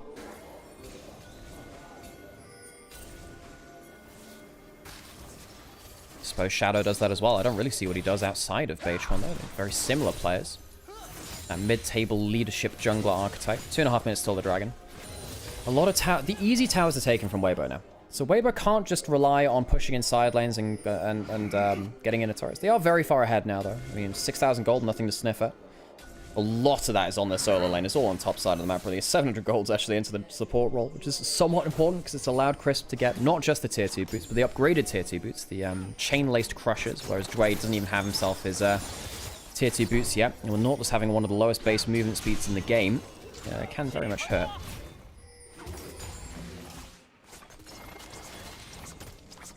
Jungle is the one position where it's hard to integrate a rookie. Absolutely. Completely agree. Jungle has to be integrated into systems, and if you don't have experience with those systems in a top-level play, you got a lot of learning to do. You're very unforgiving. I think that's one of the reasons why G2 has looked a little strange. I actually think Scumon's been good for G2. I think that Scumon was very, very good in Split 2. In fact, I rated him first in All-Pro, I think, for the regular season. But the whole team has to understand where the jungle's going, and the jungler needs to understand what the whole team is doing. Things which you are not instinctively on the same page for can be very hard to train. Camp stealing away from FPX now. Their blue buff will be taken. This is one of the bonuses of winning side lanes. FPX haven't taken either side lane turret. They've taken the mid lane turret, but they don't really get to walk into the enemy jungle that easily. They don't have either side lane turret open.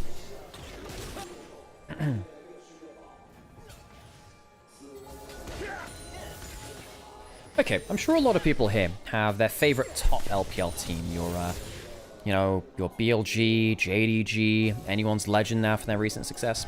I want to know from you and Shap, teleport coming in as Dragon comes in. You can tell me after this Dragon fight. Who is your favorite not top LPL team? Now, I've got a lot of teams which I've got I got a lot of Huffle. You know, I used to like Ultra Prime last year when they had, you know, the hacker roster. I thought it was pretty fun. Who are your favorite non-top LPL teams? 20 seconds till Dragon comes in. It's not the most important one. The third Dragon for either way. Xiao, who has been really intent on teleporting early to the objective to make sure he's in the right side of the phalanx. He doesn't want to be left out alone, which makes a lot of sense. There's, you know, Nautilus Talir does not want to get caught out. Wants to be safe. Hasn't got himself something like a Seraphs either. Mid lane priority secured. Actually needs to be a little bit careful. QW hits. Dragon started up by the Xayah and the Pantheon. Now, and Breed's left alone on the bot lane and turret. So that'll be another 700 gold over towards him. Happy for that. FPX not able to get poked down, not able to contest, lose a tower, and they're just bleeding out. Losing jungle camps, losing towers, losing dragons. What is FPX holding on for? They have a 3-item Ezreal. Does that change the game? Well, I don't think so. So there's a 3-item Xayah who's stronger than him now. 3 items, this is where the Xayah starts to take over. Jace has a 2.5k gold lead. That's going to be a problem. And heaven forbid they ever get hit by the Orianna. If Orianna ever hits the backline, I think that's fight over for FPX.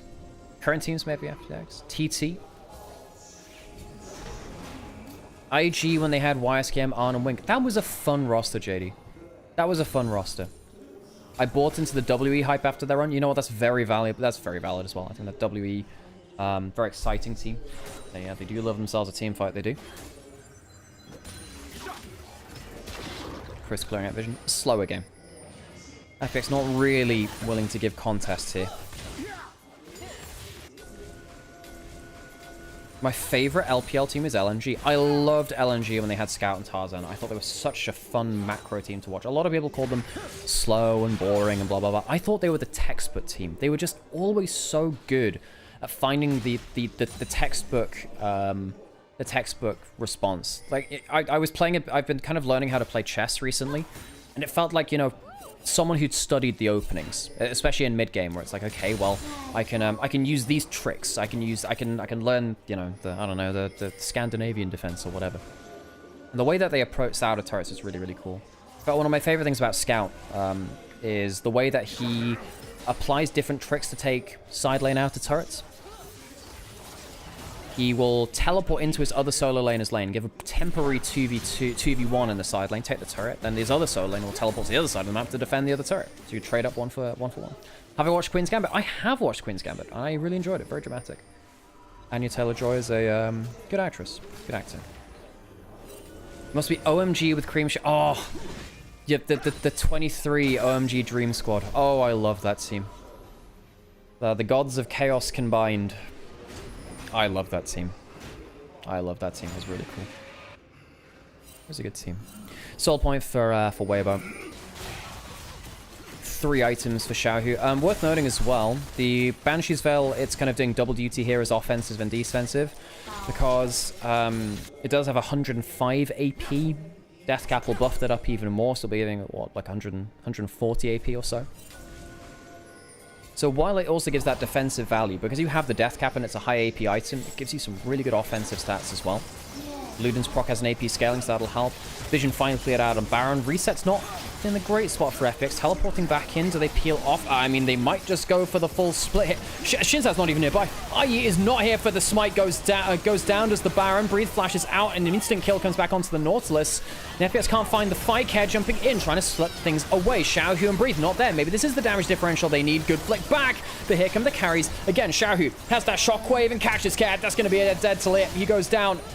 Throw another rock onto the gravestone of Care. FPX, they take no one down. They lose the Baron and they lose 4 members. Jachi, the sole member left to tell the tale, and perhaps even that will not be able to be that secure for that long. Tien does have the flash, doesn't want to have to use it, and in fact doesn't need to use it.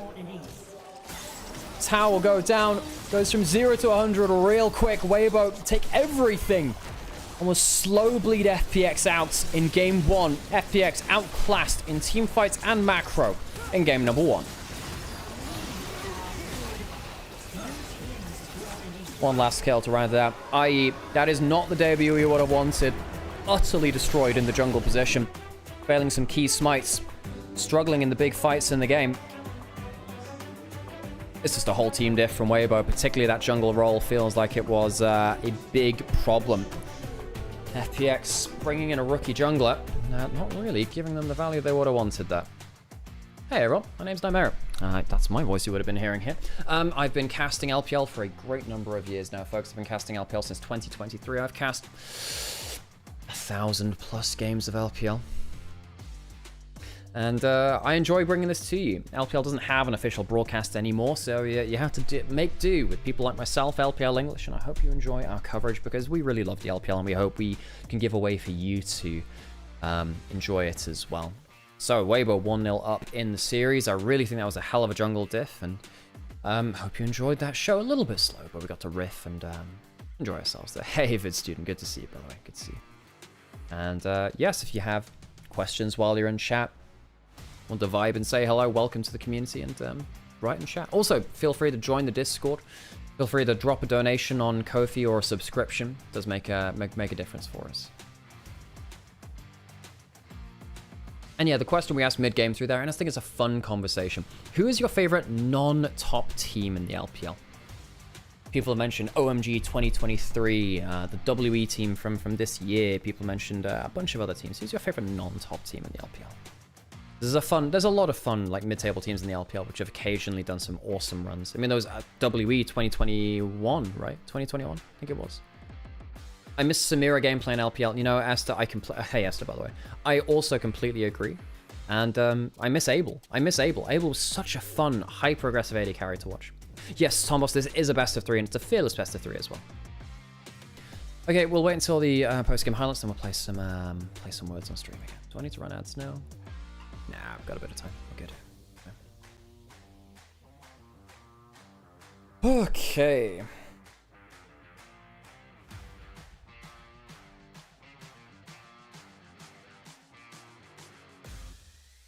I liked Rare Atom last year.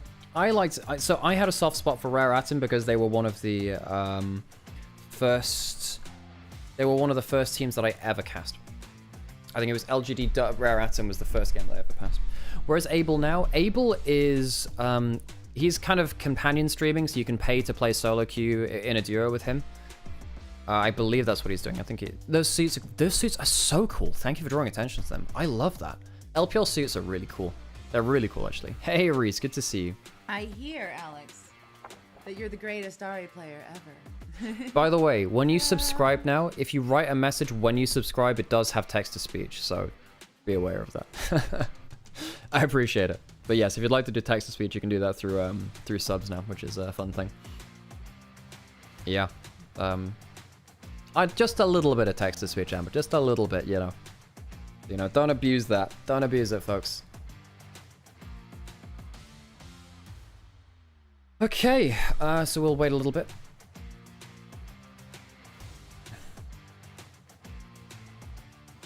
I mean, FPX just massively out-macroed.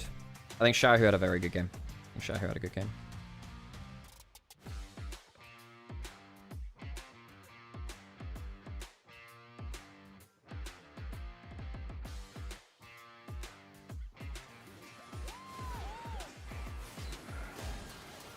How has the break been? Was it a good cast, reset of casting every day for months on end? I was very, very, very burned out. I was very burned out. Yeah, I'm not... I mean, I guess stream... I think I talked a little bit too much about it on stream last year and I brought the vibes down a little bit too much. But yeah, I've been struggling a little bit with burnout. The state of the industry has been really getting to me recently as well. And, yeah, I think I've been really waiting for something to pop off in my own career, and that's been... It's very hard to make that happen. Getting that to organically happen is a very difficult thing. It takes a lot of effort. I cast an awful lot. So yeah, I think that was getting to me a little bit. I needed the break. I wouldn't say it was quote-unquote a good break, but it's one I needed.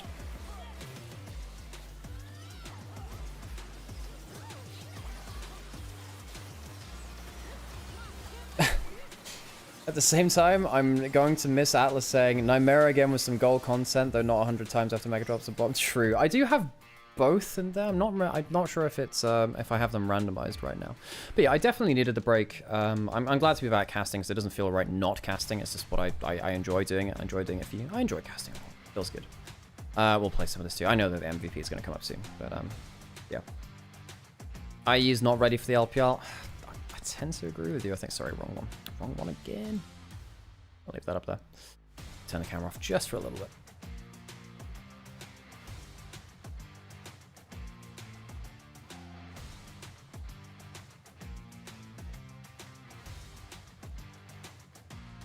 Who's our MVP?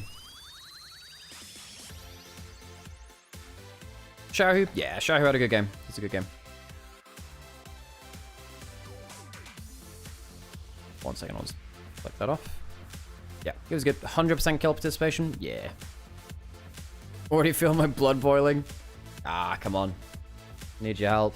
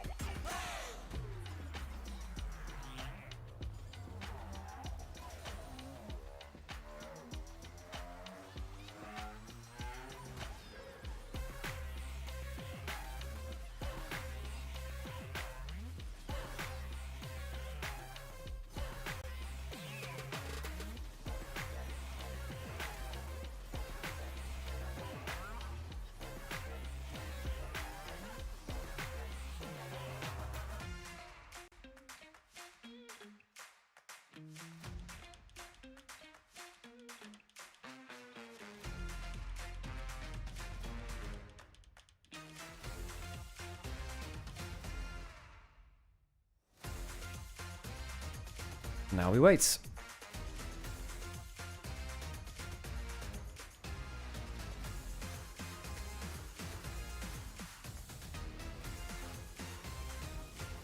Okay, I'm gonna run some adverts now as well.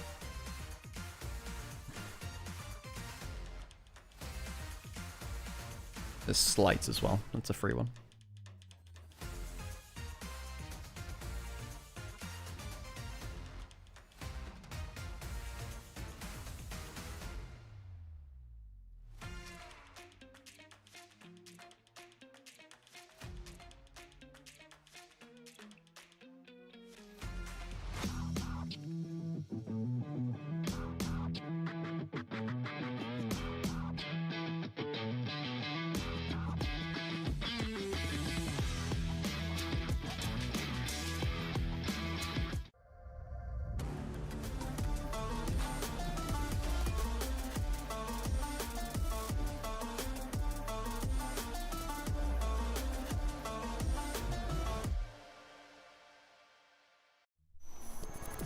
是暗夜的猎手，更是夜拍的高手。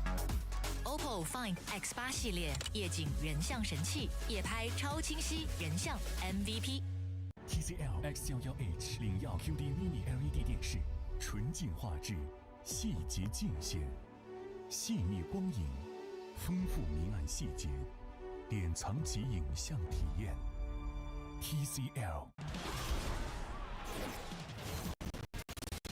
Oh, that was some crispy audio. Nice, perfect round. Good job, everyone.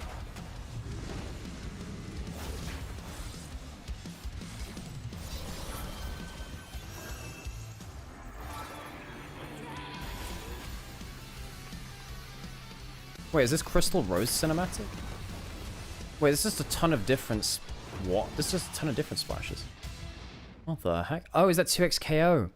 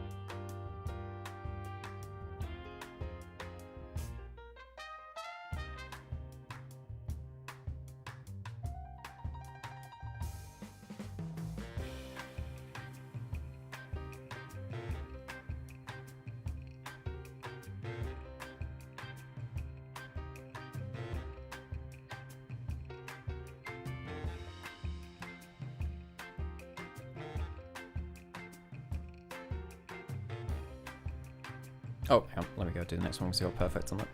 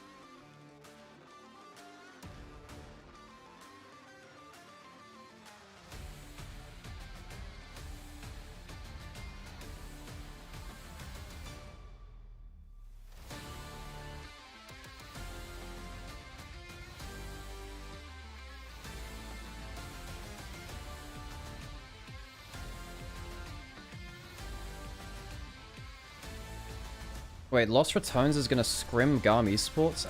That's great. That's really cool. That's very cool.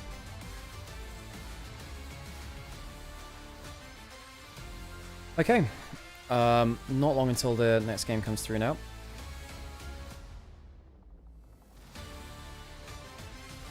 Okay, should be not long until we get our second game through.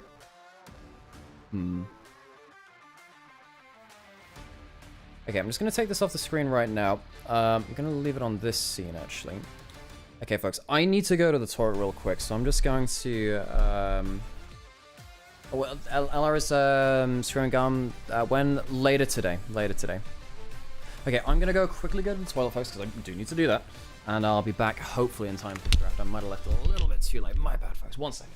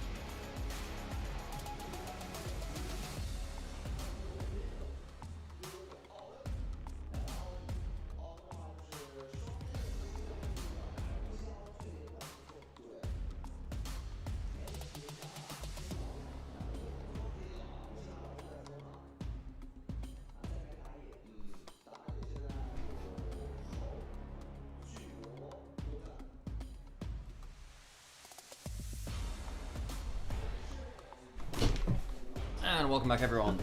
Made it back for most of the draft, anyway. Okay, let's go into this. So, first pick, Rumble. Definitely something that we see a fair amount of. Need a little bit of CC to help with that now. The Aurora for Xiaohu, comfort pick. We highlighted that going into the last draft, actually.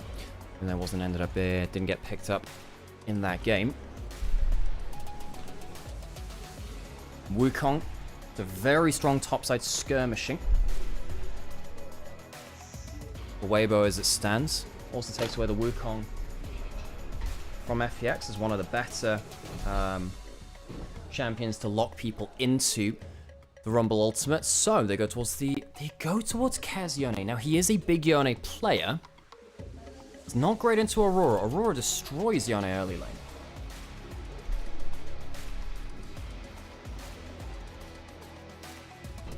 That could be a bit of an issue. That could be a huge issue.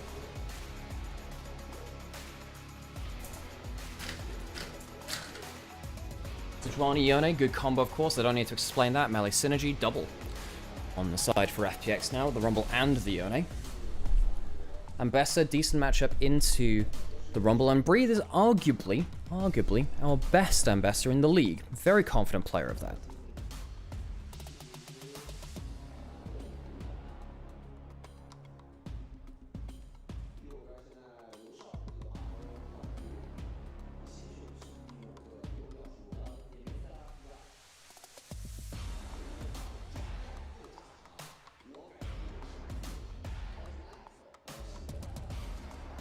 So once again, bot lane left until the second round of the draft. Sejuani duty. Sejuani. So what's left up for our second round? Still have Jhin. I think Jin's good for these kind of combos when you have very aggressive top sides that need a little bit of follow-up. Typically you're looking at stuff like Kai'Sa and Ezreal as well. Ezreal's out from the first game, Kai'Sa's out from the bans. Jhin and Neeko, that's true. However, I believe Neeko has now been nerfed heavily. I think that her clone no longer gives you the increased vision. I believe that's now the case. And some of her item effects have also been removed as well. Like interactions with the clone. So I believe that Neeko is now much less powerful in the support role. Having said, Jhin Neeko, pretty damn powerful. Definitely something you can look at. No Nautilus. No Rakan, no Rel. No Alistar. Leona has really fallen off in terms of priority. There's Braum. I wonder if FPX go for Braum, you know? They already have engaged from Sejuani Yone. Braum works very, very well with a heavy auto-attack combo of Yone and Sejuani. Potential for that. Leona for Chris. Chris Leona has been very famous over time, of course. Walks at him.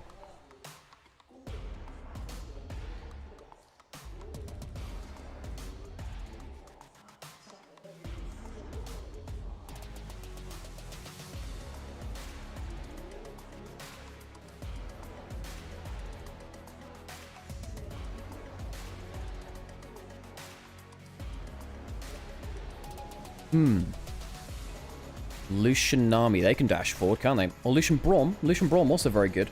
Oh, that'd be a little bit different. Now, has Jway played this before? I seem to remember Jway had maybe one game of this before. Quite rare, though. Very rare. Normally, you'd see the Braum in-slot. Well, the Braum's gone. The Braum's gone. Ah, that makes a lot of sense. I need to keep my eyes on that one a little bit more, obviously. Fearless bands. Not Fearless, the other one. Regular band, that one. Rushing over to the Thresh. Chooses not to go towards it. Goes towards the Taric. Very rare pick. However, versus melee support's nasty as hell. Sivir comes in for light. Sivir's been fairly popular in a bunch of different games now.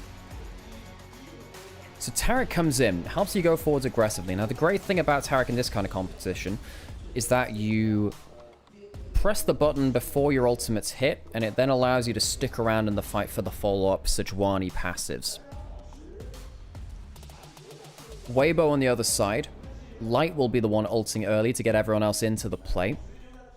I do think this is a very competitive game. Aurora beats Yone early. Sejuani has a much stronger set of combinations on top side. I think 2v2. Well, Wukong Aurora, ton of damage. Aurora should get first move. I think top 2v2 FPX win, mid jungle 2v2. Weibo win. Bot lane's competitive. This is a good draft. This is a good draft. Now the thing is, FPX have worse players. I think that IE has been struggling. I think nameplate's off. I think it's a very even draft. But when you start seeing the difference between the players, I think Weibo come ahead a lot more confident in their... they come across a lot more confident in this draft. Jue has 0 tag games in his career. Very interesting. Well, first time for everything. First time Tarek for Jue on the LPL stage. A newer support here in the pool, but one that's impressed us an awful lot. Let's see how much he can do against Weibo's bot lane. Into the Rift for Game 2 of Series 2.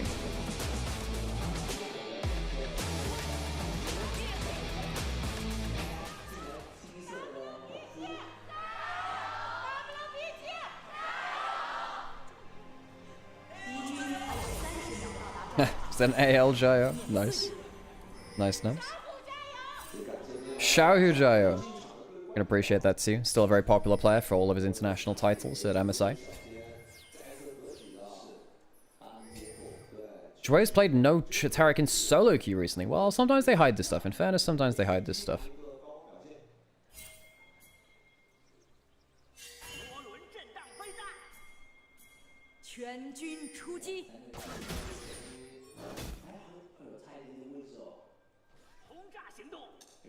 To see how audio syncing is doing as well. Yeah, a lot of players, if they actually want to put something into pro, they do that thing where they hide their account a bit. How many kills did Tien get in map 1? You can zoom back on the VOD and tell. I can't tell you for now, but you can rewind on the VOD. I have my VODs auto publishing either on YouTube or on Twitch. Either one's fine, so you can go back and see that. Yeah, let's see if the audio is synced. No, it's not. That's definitely not nice. We'll wait until this trade ends, then we'll just quickly restart the audio source, and we'll get back to that. So this will just start once again real quickly. Pay no attention to it. We'll be back just now, and that means that also our audio will be resynced up. Just need to do that sometimes, just because streaming from the RTMP. I think it's RTMP or whatever it is. I can sometimes do that. I'm sorry. I'm sorry. It's not broken. It's just restarting. Maybe I should put some text on the bottom of the scene just saying, just restarting stream to fix audio. I should do that. That's a someone needs to remind me to do that. Miguel, thanks for the follow as well. And Jock as well. Now, we do say that the Aurora does beat the Yone early lane. Yone's early laning phase has been one of the reasons he's been less seen in pro play recently. He could survive against most of the AD carries, actually. Even if it was not great. But the thing about the Aurora is just so nasty. You get tagged by a Q. Nasty. However, IE coming in towards mid lane. Passive comes through. Melee synergy going under the turret. And they'll get the first blood. IE will die under turret, though. Making it a 1-for-1. Xiao who can teleport back in. Oh, so close to being great. If he just flashed out away from that last turret shot, perhaps it could have been different. Doesn't use that flash, though. Goes down. Perhaps was too late anyway. Went through his bot camps, through his top side. Means that... through his bot side, through mid lane. Has his top lane to go towards now. Goes in. Zenith Blade landing. Dashing forward to try and get Tarek's stun. Won't be able to get that, but the spell shield is now gone. The heals come through. The flash for the stun keeps Light alive. Double flash. Well played from Chris. Will it keep him alive from Jachi, though? Good trade there. Great trade there from Jachi and Dway. Summon is up. 10 now on bot side. Now you can't really go towards bot side now, because he's taken all his bot camps. Was seen doing so, because he went from bot in towards mid lane. Bot lane shoved in. Good news there for FPX in their 2v2. That was really nice dash forward from Jachi, though. Jumping forwards, dashing forwards, and getting some value, but Sheer trading well. Again, his individual laning has been one of his best parts of his game. Q hits on Takara, Electric Q comes back. Hey Sam, how's it going? How are we doing? Well, Weibo, Really good game one. Xiao walked away with an MVP. Strong Orianna performance. Sheer forcing a flash out of Burrito. Sam's just done his recording. We'll join us back in here. And yeah, we have a Tarek Kundre, first of his career. Can't even tell you what it's for. All I'll say is it's cool. You should watch NLC at some point. Cool. But that's for a very different league, in a very different part of the world, on a very different stream. Yeah. And in this game, we did have... So IE got blasted in game one. It was, sadly for him, a poor debut for a player filling in the shoes of Shadow, who was an important leader big time for this team. And FPX had a remarkable journey through the second half, alongside WE, of second split, spring split, whatever your terminology of choice is. Things clearly fell apart in the off-season. There were rumours of a lot of drama going on between players. Either way, the roster shift up. I think that was dispelled. I think the players talk about it on Weibo, but, you know, sometimes they say things to dispel things. But either way, FPX have had now roster changes. Assume leaving the roster, Shadow leaving the roster, potentially going elsewhere to say BLG. We shall see where he ends up after that point. Of course, on the other side of it all, some pretty wild compositions here as Sheer drops the equalizer. Again, there's a player who's had a bit of a weird old journey, was touted to replace Flandre. People wondering why he wasn't starting over him not so long ago when they were sharing a spot on JDG. FPX, he's been a little hit and miss. At his best, he's still been very good, but there's been a few more cracks in his performance than perhaps people thought there might be at this point in his career. But here we are. Of course, I'm assuming you've talked about the Tarek at this point as well. Enchanter with the Lucian. I can see the stun with the dash being quite good fun. Yeah, we had a fun early 2v2 trade with Jetch and Dre blowing both flashes of Light and Crisp, actually, with Lucian dashing in to try and confirm the Tarek stun. A little bit hard to do it against Sivir with the spell shield. However, what you can do is do something like you can W-E from Lucian, so you kind of fire out a skill shot, E forwards and try and pop the spell shield with the W and then get the stun free through onto them. Then, of course, activates the Lucian passive as well, because Vigilance procs on people who've been CC'd near to him, and, of course, when he gets heals and shields as well. So Tarek can actually be very, very good if you can start spamming through the Starlight's Touch, was it? That's the one, yes. That's the... Yeah, I'm trying to remember if that's the passive or whether that's the... No, that's not. That's Bravado. Bravado's the passive. Yeah, I remember this stuff. Yeah, so basically what you need to know about Tarek Lucian, because it's not a very often seen combo, is if Tarek gets to continually auto-attack and spam heals, Lucian gets an incredible amount of extra damage. You can also get this through the stuns. I think particularly now they've made it through early laning phase, this combo is very, very powerful. Tarek has always been a champion which, if you can get him through early laning phase, is very powerful. He has one of the best ultimates in the game if you use it well. Great combo going through Shout here, Electrocute. Takes a lot of the HP off of the Lucian. We'll get healed up by the Tarek. Grub spawning in the next minute.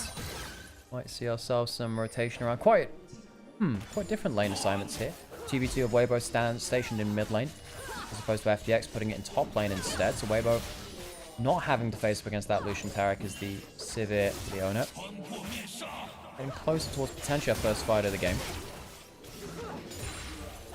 It does seem like it's a little bit of a slower game from last one. I call a little bit of it. Looked like Weibo kind of smashed it, all things said and done. But they've been a bit of a weird team in general. People expect them to be genuinely amazing. You've got people like Tian, Xiao, Breed, all elite level players in the LPL at their primes. And I thought they would be kind of close to it, even if they weren't necessarily winning it. They'd be certainly competing. And then it all kind of got a little bit lackluster throughout the year. They recovered a bit in spring, don't get me wrong, but it wasn't dominant. Up come Grubs though, and FPX are starting them up. They claim the first one. They're on the side. Finds an angle onto Crisp, who's taken very damn low. He's tanky for a moment. We'll try and throw down a little bit of CC. It finally goes down as Jachi is forced to burn the culling as well. That's a lot of tools to bring down a Leona and a lot of time burned on it. They'll still secure 2 Grubs, so probably, in the grand scheme of things, a worthwhile trade for now. Yeah, Weibo don't really have the damage right now. They'll be looking to stop the 3 Grubs if possible, but they can't do so. And without a Leona to force the play... Well, Leona does have teleport to get back into the play, but doesn't want to throw himself straight into the action. FPX walk away with one quick and easy kill, and Weibo, they're the ones this time that kind of misjudged the engage coming at them around the Grubs. I think last game, FPX were really the ones to do that. They, yeah, got picked off a little bit from Grubs last game. i.e. trying to potentially smite fight for this Tien. A little bit of XP off of 7. seems to be a little wary here. Has got the Arctic Assault, so should be fine. Did have a multiple members collapsing, so that's been fumbled. Could have gotten interesting, but FPX, no 3 people are here, and they're going to trapped in the back of the pit here a little bit. Looking for the stun, can't quite find it except onto Chris, but maybe he's just in danger again. Tanky again for a moment, flashes this time and survives, but 2 awkward collapse in the room from Weibo in a row. FPX playing the combo well. The Yone being able to follow up for extra CC is nice as Jue pops the Vayner and stops the recall of Light. This Tarek's been great, and Jue is a support that we've had our eyes on. We had a chat in our first series of the day, particularly with Palkia coming in as a new support to EDG, about how the support pool of LPL has, ever since Ming has not been playing and Mako has been dropping in form, the support pool of the LPL has needed some fresh blood for a while. We've been waiting to see who could join that, and I think Jue's been great. I think Jue's been great. The fact they can bring out something like this Tarek at this point is very good to see. Creative supports have not necessarily been something which the LPL has ever really produced that much. It's definitely been more of an LCK thing. We've not had the Bard players, we've not had that sort of genre of support. Jue has been, of our new school of supports though, someone who is a bit more willing to throw the cards on the table and pick something new. The Tarek has been working well, and well, yeah, Weibo, they've been suffering from it. The Sejuani Tarek, it's been powerful. And it has, and we don't see a lot of Tarek ever. Of course, has historically been one of those kind of niche ace in the hole for a few teams. Remember the eras of Sona Tarek and T1, and some of the IG members do as well, because they got the fastest game of all time internationally into that with the Draven game, into poor old Wolf and Bang, who got a little bit slammed. It does happen in those lanes occasionally. Either way, Tarek this game in a pretty good spot, and one of the hardest scaling champions in the game. He is we call it a hyper carry, but a hyper scaler certainly can't quite sink the CC onto Care there. Of course, with the changes to the Unbound Soul, you can't buffer through CC quite as freely as you once did on Yone. Yeah, I mean, the thing about Yone is you still get to largely ignore the consequences of this CC. Because you're still, like, if you recast the E, you're still flying back to your point where you started. It's just that you'll take however much CC is left, you'll still wait that out at your return point, which you didn't used to do so before, which is a thing of all time. Breathe gets that ult onto Sheer, good trade onto him. It's Sundering Slam, that's the name of the Q2. The cunning swipe there. And the Sundering Slam is the Q2. Dragon started up, no ult from Breathe. Can't cancel a teleport from Sheer now if he wanted to do so, but I guess Weibo don't want to do it. They don't have the first item on Sivir just yet. They have Cultivated, and now Weibo are playing the scaling factor. They want a couple of items onto their Sivir. The Lucian Tarek, especially with the early game Sejuani value from IE. Something that Weibo wants to avoid. And again, it's a bit of a weird one to figure out exactly where scaling lies this game, because I feel like Tarek is inevitably going to change equations, but on the other side you've got Wukong, Sivir, both scale exceptionally well, but Yone with a Sejuani pairing alongside a Tarek giving you a stun on top of you, Lucian notoriously mid-game, but again, Tarek makes things awkward because the ult is so potent and makes those conversations much more nuanced than I think it might be in other drafts, where it's a bit more clean-cut. I'm glad the creativity is there. Care, bit of a problem. Use that E right in front of Leona. Chris not landing the Zenith Blade though. Not his best Leona game just yet. But then again, Chris did win an LPL split on top esports earlier this year. The fact that he's been let go from top esports after they won a split, and split what is, just shows you the state of the LPL right now. The desperation and everything that goes with it. Chris was a big part of that win. I think that him and Kanavi comboed up very well. I think him and Jackalob were a very good 2v2, but of course things fell apart at first stand for them, sadly. Oh, worth noting as well, Judge actually going for the W second max rather than going for the more consistent DPS and mobility of the E max, which is E second max, which is much more common towards that W. Back to Chris though. But yeah, Chris back. Oh, light. Maybe we should have said light because light's in the game. Great. By the way, there's a reference to a hit Metallica song of Wolf and Man. Go listen to it. Specifically, the orchestra version on the S&M album is very, very good. Also, did you listen to the second S&M album very much? Yeah, a little bit. It didn't hit it was a little bit more... no, it was more creative. That's a nice way of putting it. I'd say it's a bit more dumb bum. Yeah, it insists upon itself. That's a much kinder way of putting it, Alex. That's a much, much kinder way of putting it. But honestly, the original S&M album, one of my top albums of all time. It's in my top 10. I think it's top 5 for me. For a long time, it was my favorite. I think it is. I do think it is the best live album of all time. Yeah, I think I'm right there with you. It's very, very good. So yeah, if you'd like any musical takeaways from the stream, go listen to Metallica's live album. Really, really good. They have multiple ones, but yes, a Chinese takeaway. You don't really get Chinese takeaway in Germany very much. No, you do. We just don't eat from them. But it's okay. It's not. It's a very different kind of Chinese takeaway. You know what I mean? You're not going to get a chow mein in the same way. I mean, you can. You can. It really depends on areas. I think we were quite blessed with having good places around us when we grew up. Very true. What else? So 2 minutes until Dragon, 30 seconds till Herald. A little while until Articon comes up. First item hit by Light, stacking up that Yun's house.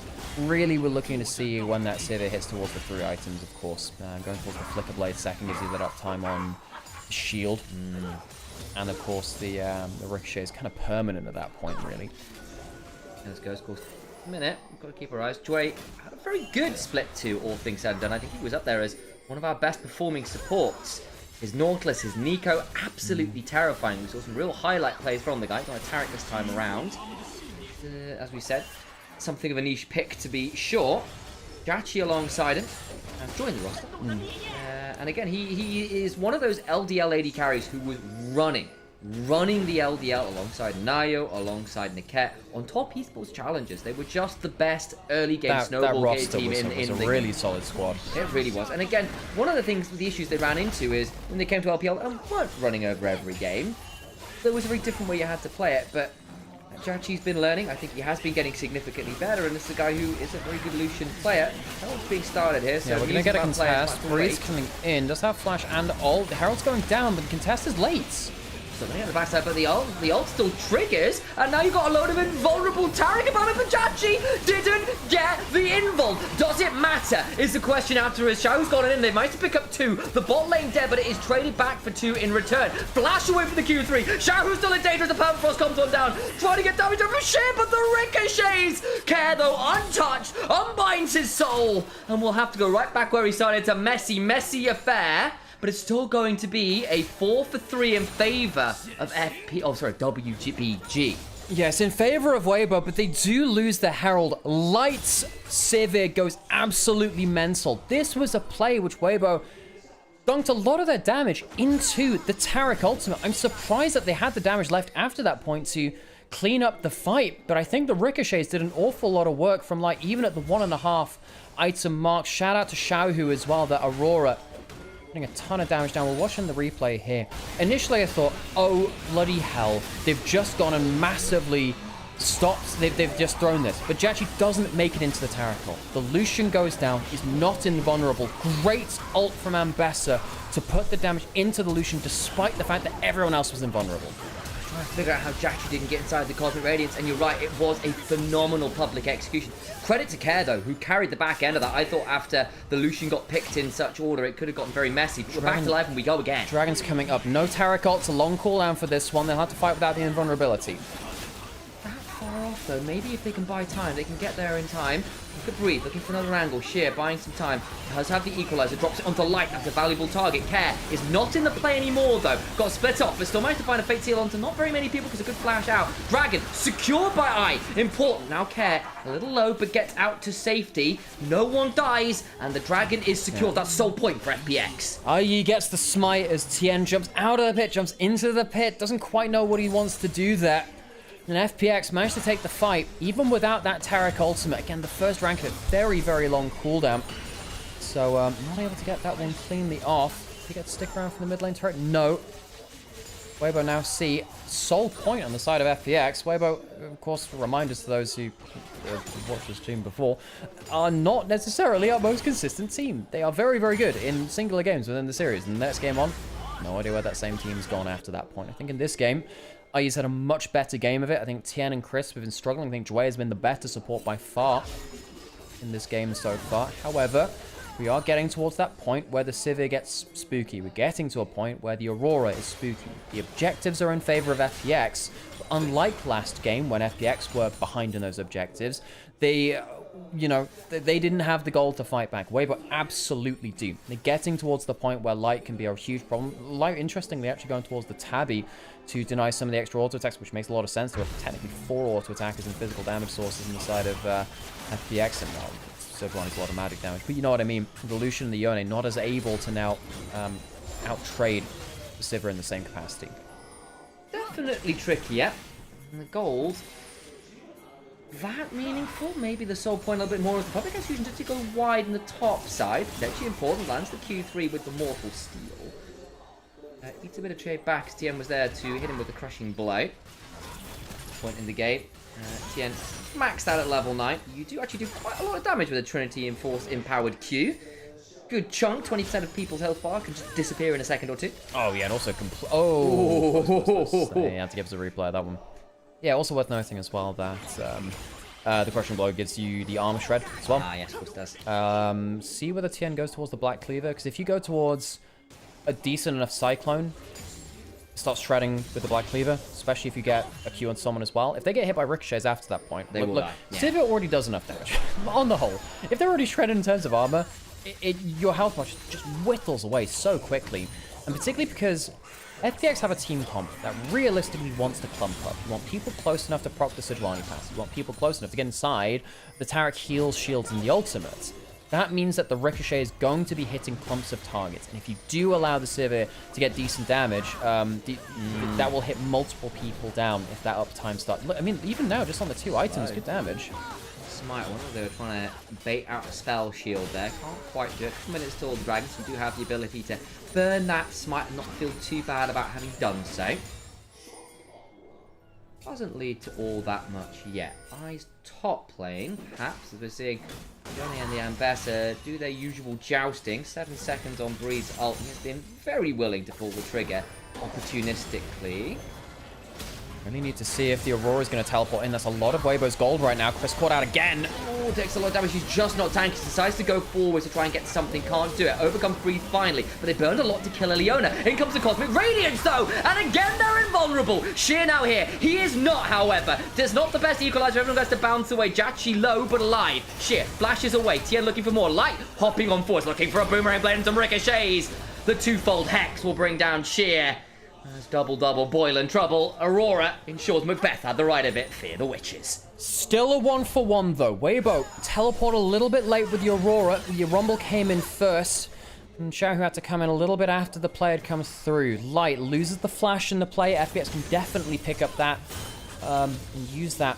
Exploit it later on. Dragon coming up in a minute. There is no flash on Xiaohu, Tien, or Light, or Chris. Well, Chris will get it back just now, actually. Apologies on that one. That is something which FPX can very much go towards. Chris, really struggling to walk away from these plays. Had the Ghost from this to have a bit more ability. Even that's not enough to escape the Yone Sejuani rampant auto attackers walking towards them. Then Cyclone delays a little bit. And that allows the Aurora to get into the play, split the fight off. That Between Worlds kind of stops a lot of the damaging members of FPX having any chance to get a second play into what caused a lot of this fight. Sivir's not really touched. 6-6 in kills. 1,500 gold lead to Weibo Gaming. Unfortunately, it's Mountain Soul Point for FPX on the other side. The turret's going to go down bot side, and that will expand the gold lead somewhat. 10 seconds on Dragon. FPX. Couple options here. The Atacama being on the other side of the map, they could theoretically look to trade out a Dragon for that, but I think they are, in fact, all around bot side.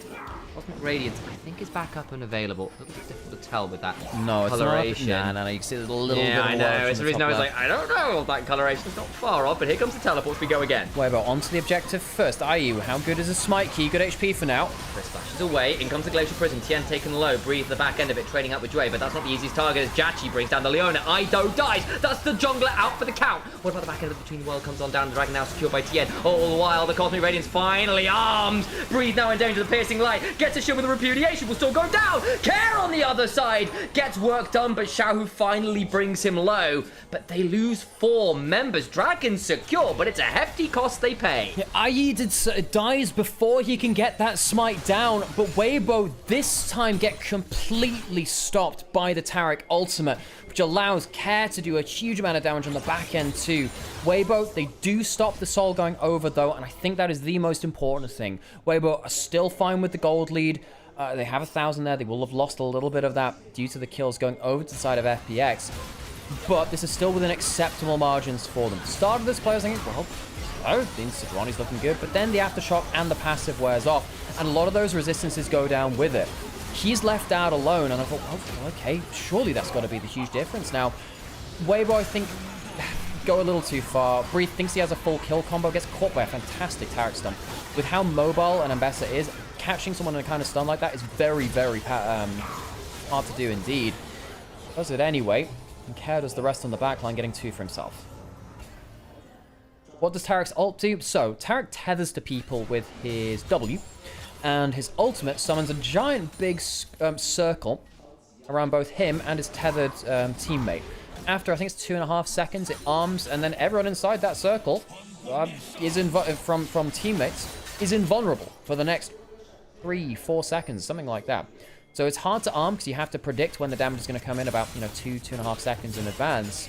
But if you do get it on the right timing, and it's much easier to do that when you're doing it aggressively than defensively, at least you can coordinate with your team in advance. Go in now, and you press it a little early. Very, very powerful, having that just a straight-up, potentially team-wide invulnerability. Very, very strong.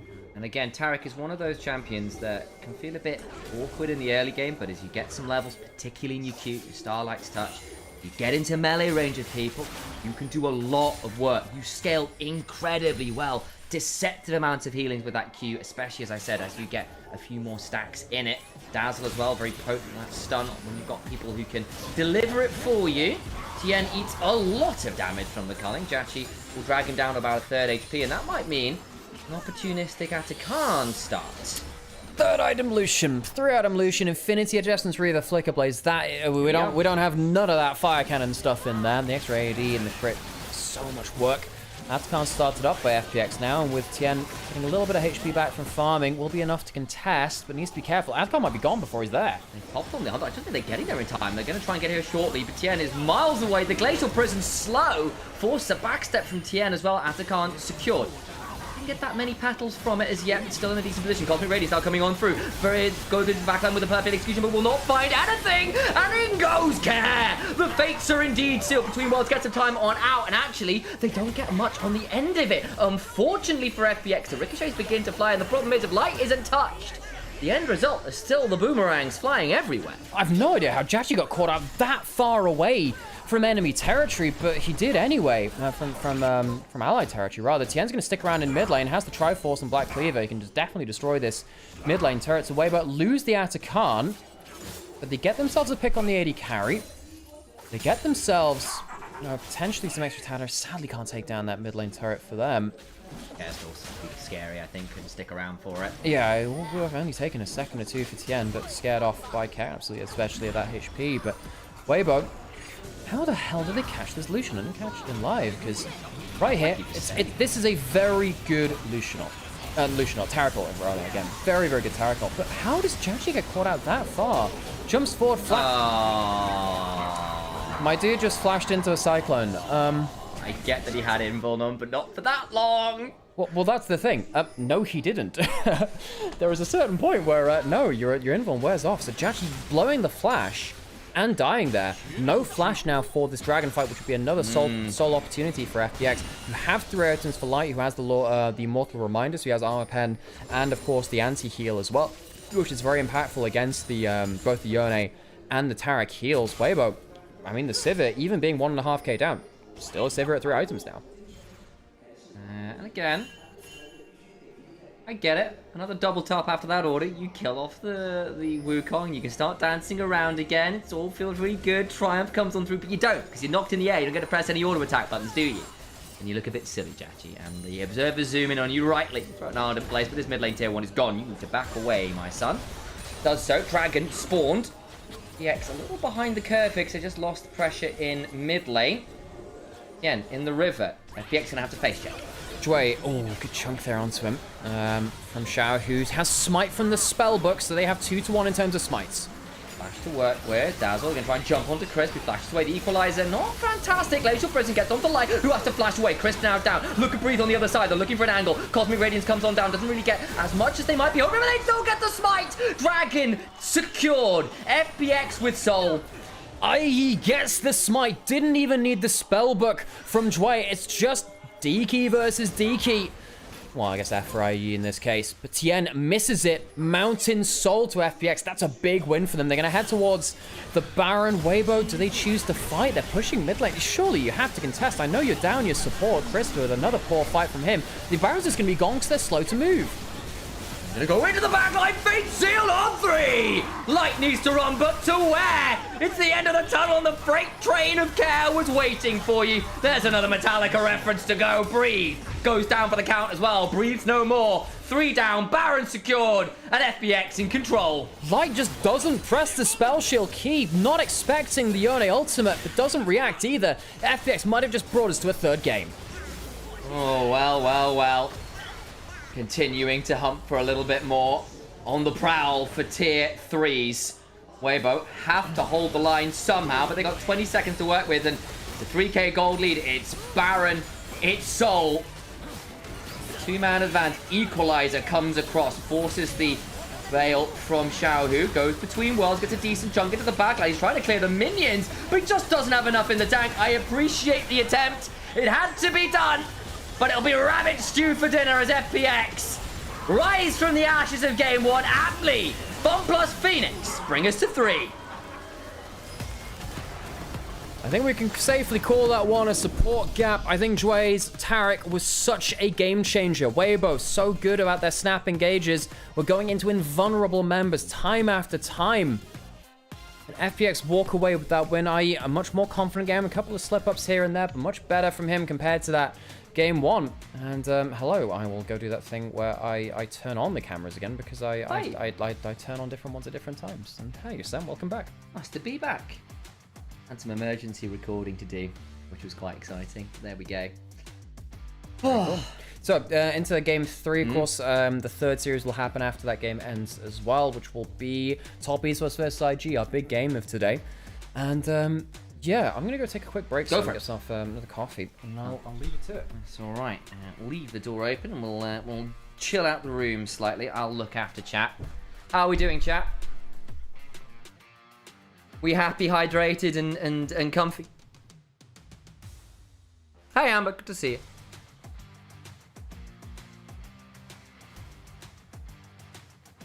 Bring in Ura, says Kazel.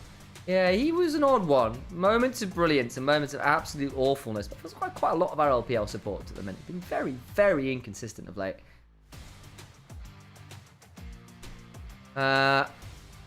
Honestly, Chronometrics, the honest answer is I don't think the teams know yet. I think things, because basically you gotta remember, BLG are making switches on like, I think, so the rumors go like 2 days in Shanghai. That's it, because they've been to like, what, 2 international tournaments? And they've come back and made changes on the fly, basically. So, allegedly, anyways. Allegedly, we might be looking at like Shadow on BLG. JJ is currently at home, so he's not with IG, and Wei was scrimming well with IG. So there's a lot still to be decided. So the honest answer is, because I don't think things have actually been properly locked yet. It's pretty mental.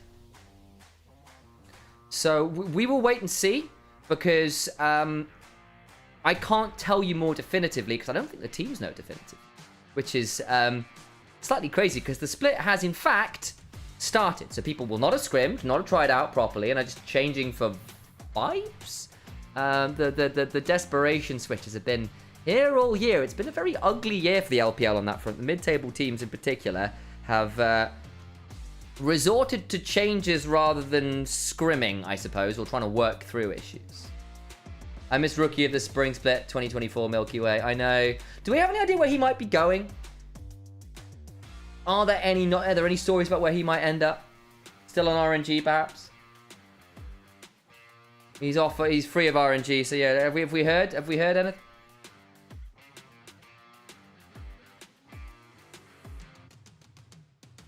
I have got a list somewhere. I just can't remember. RNG hasn't officially released him yet. Yeah, that's as far as I knew as well. Sheer MVP? I think it might be Tway. I think that Taric was really good. That'll be my take anyway.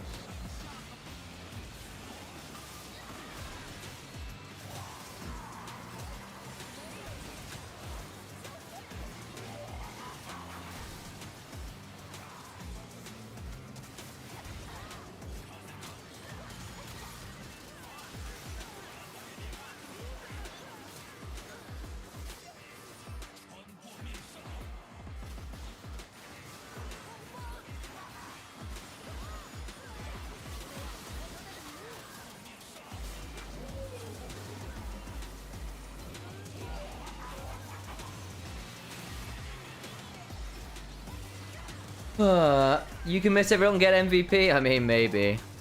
I don't know. I think Sheer was fine this game. Was he really the MVP? I don't know. I feel like Care had a very good Yone game.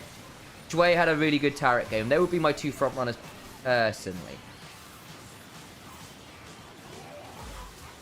Yeah, Orange are going to want someone to buy him out, I think. They loaned him last time, but that way they still had him under contract, and for the buyout would be more permanent. And I don't think that many people are spending that much money in the LPL right now, which is partly why we're getting some very fractured teams.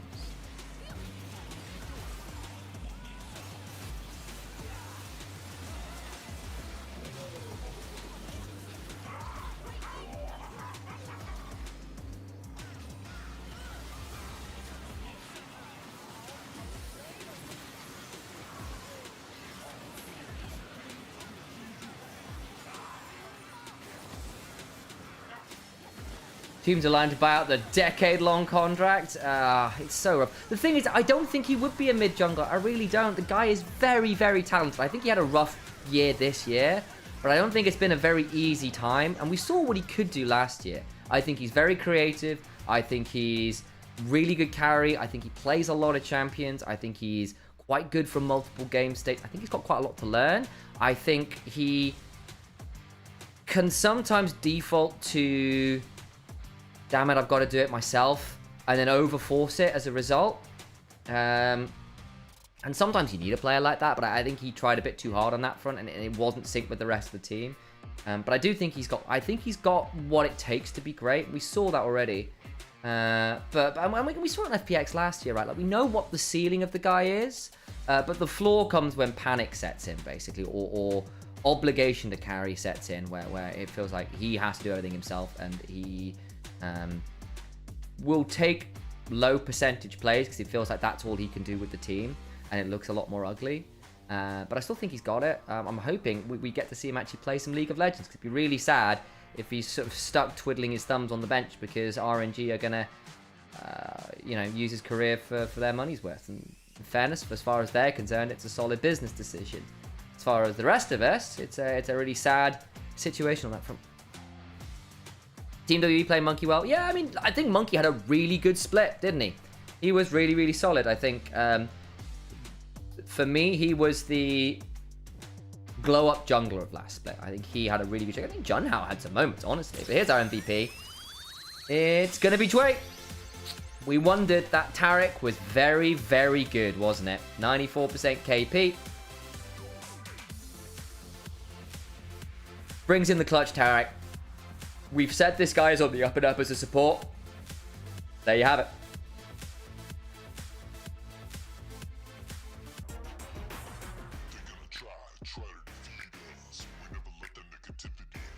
I hope we get to see more Taric. Honestly, I'm kind of there for it myself.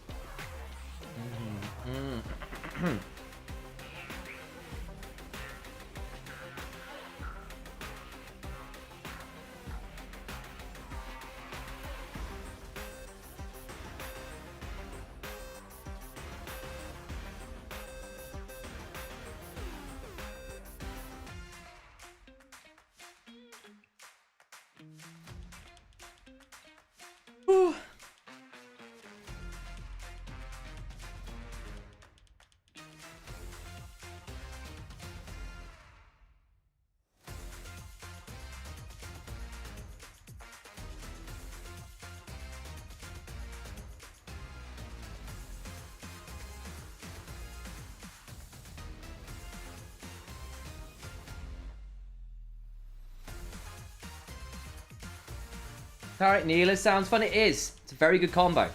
Again, because Neela loves healing. It gives her a lot of value. Healing and stuns, great. Honestly, shields as well. And again, like, a lot of the LDL players do enjoy Samira, do enjoy Neela.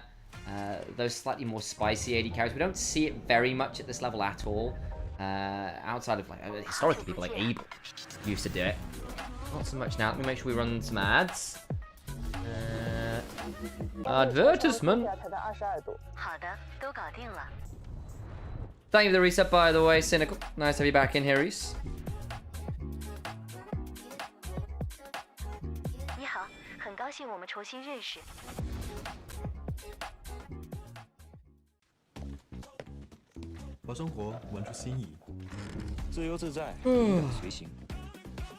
Still got more games to go. At least another 3. Possibly more. 让每一刻精彩不再等待。上京东搜赛事预测。Hey Omar, good to see you. 祝你赢1000元耳机。How is one of our actual locals? Been to the LPL on site out there in Beijing. It's in the name. Be happy when safety AD season carry topside ends. Yeah, the thing is, I feel like what kind of care? What we have got a fair number of carry tops in, which I've been kind of enjoying. It's a bit less boring than tank side. I do think it would be nice if a bit like the meta's been very much the same for a little while, particularly in jungle and mid. We've not had a big shift up in a while, and that's fine. But I do think part of how you play League is trying to keep things fresh. We'll keep our eyes on it.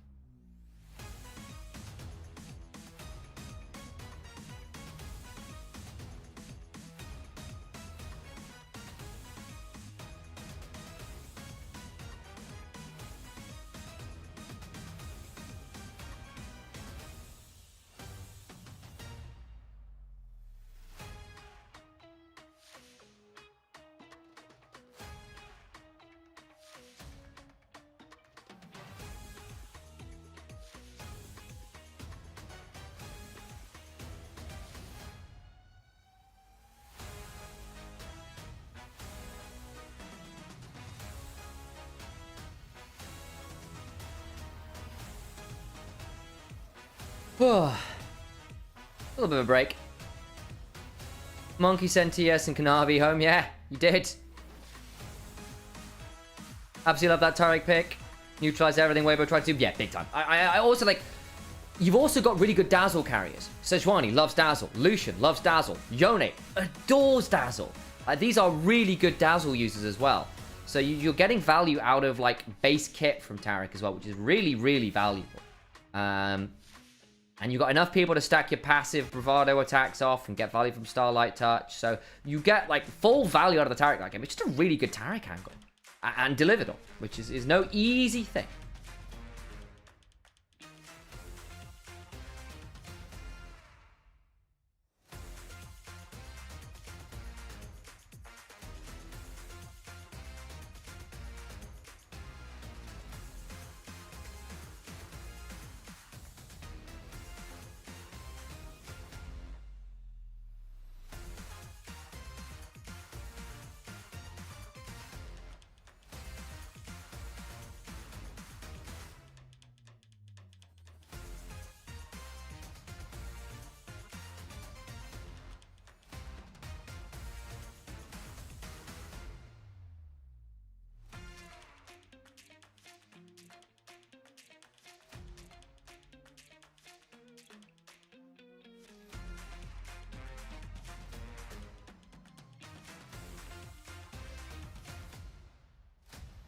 One second while I make a quick tweet.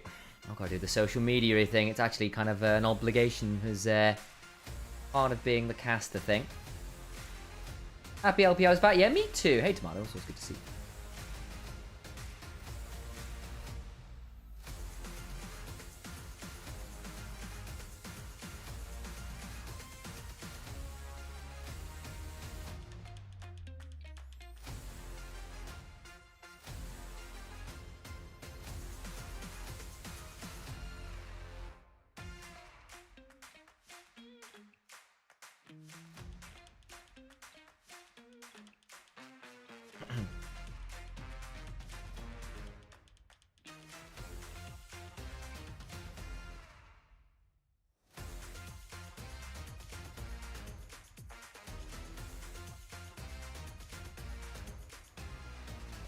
The Nami focus too strong?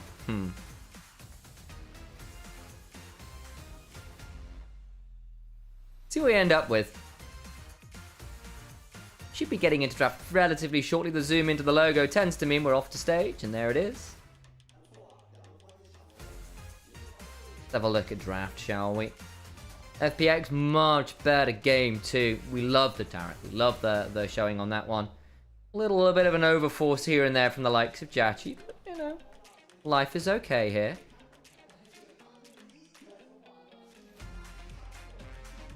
So, what are we going to look at here? I think for Weibo, going to want a little bit more early teeth. Something to get sunk into. I think Crisp, Tien, and Xiaohu really struggled to get value when they came together. So a few times in the river where Crisp ended up being sacrificed after some awkward moves into the jungle where they didn't really get that much value and got counterpunched really, really hard. And as we said, the Tarek in general proved a lot of value, but something a bit more focused might be valuable there in terms of gameplay. Not necessarily draft. It's not like Leona, Aurora, and Wukong are exactly a poor skirmishing combo.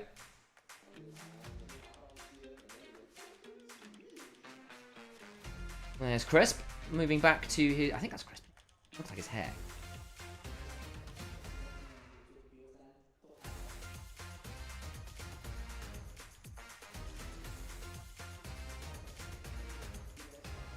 But there's the lights. And so comes the camera pending some action. Does draft count as action? I'll count it as action. Azir, yeah, makes sense. Don't give that one over to Care. Vi. Silas, Poppy. Yeah, all these things make sense. We saw the Poppy in our second game of the day. Pokemon God of Space. Palkia in their debut series had a killer MVP performance on that. Makes some sense to get rid of it. Does seem like it'll be the AP options away from FPX as mid laner.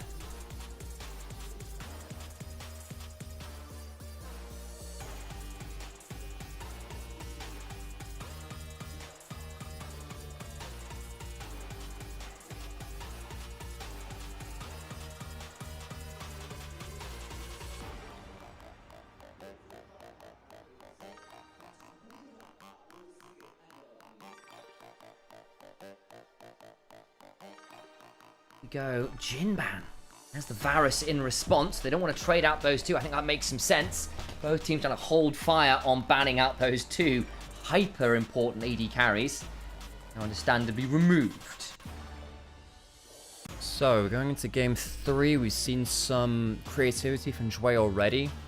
It's only in game 2 that happened too, which means that some of the more standard stuff is up again. Really, really impressed by Jue. And we know that Chris coming back to Weibo is, of course, a big thing for him.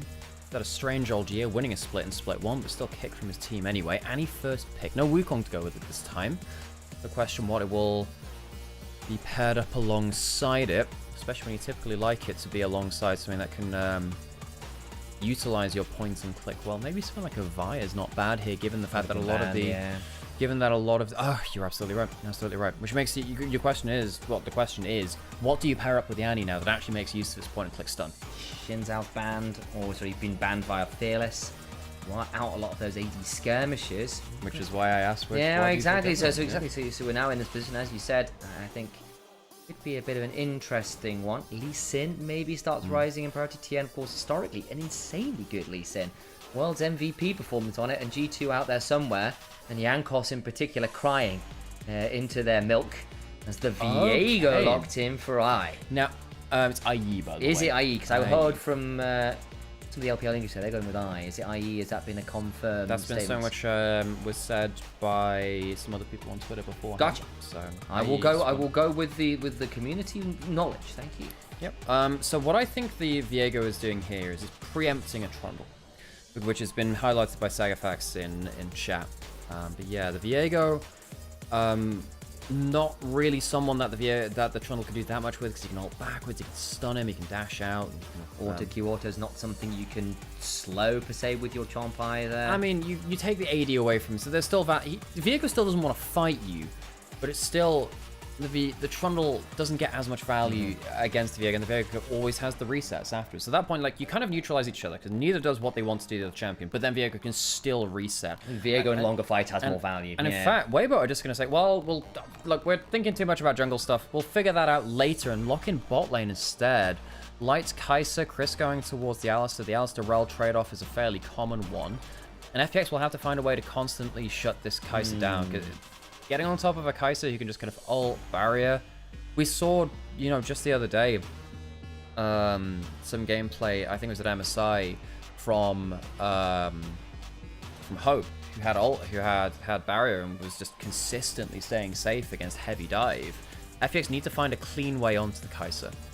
Like I know Tabe at the time was saying, look, Kai'Sa is fantastic into dive because she has so much ability, you can ult backwards as well. People tend to view Kai'Sa as a dive champion, but she can also be a pretty good heal champion.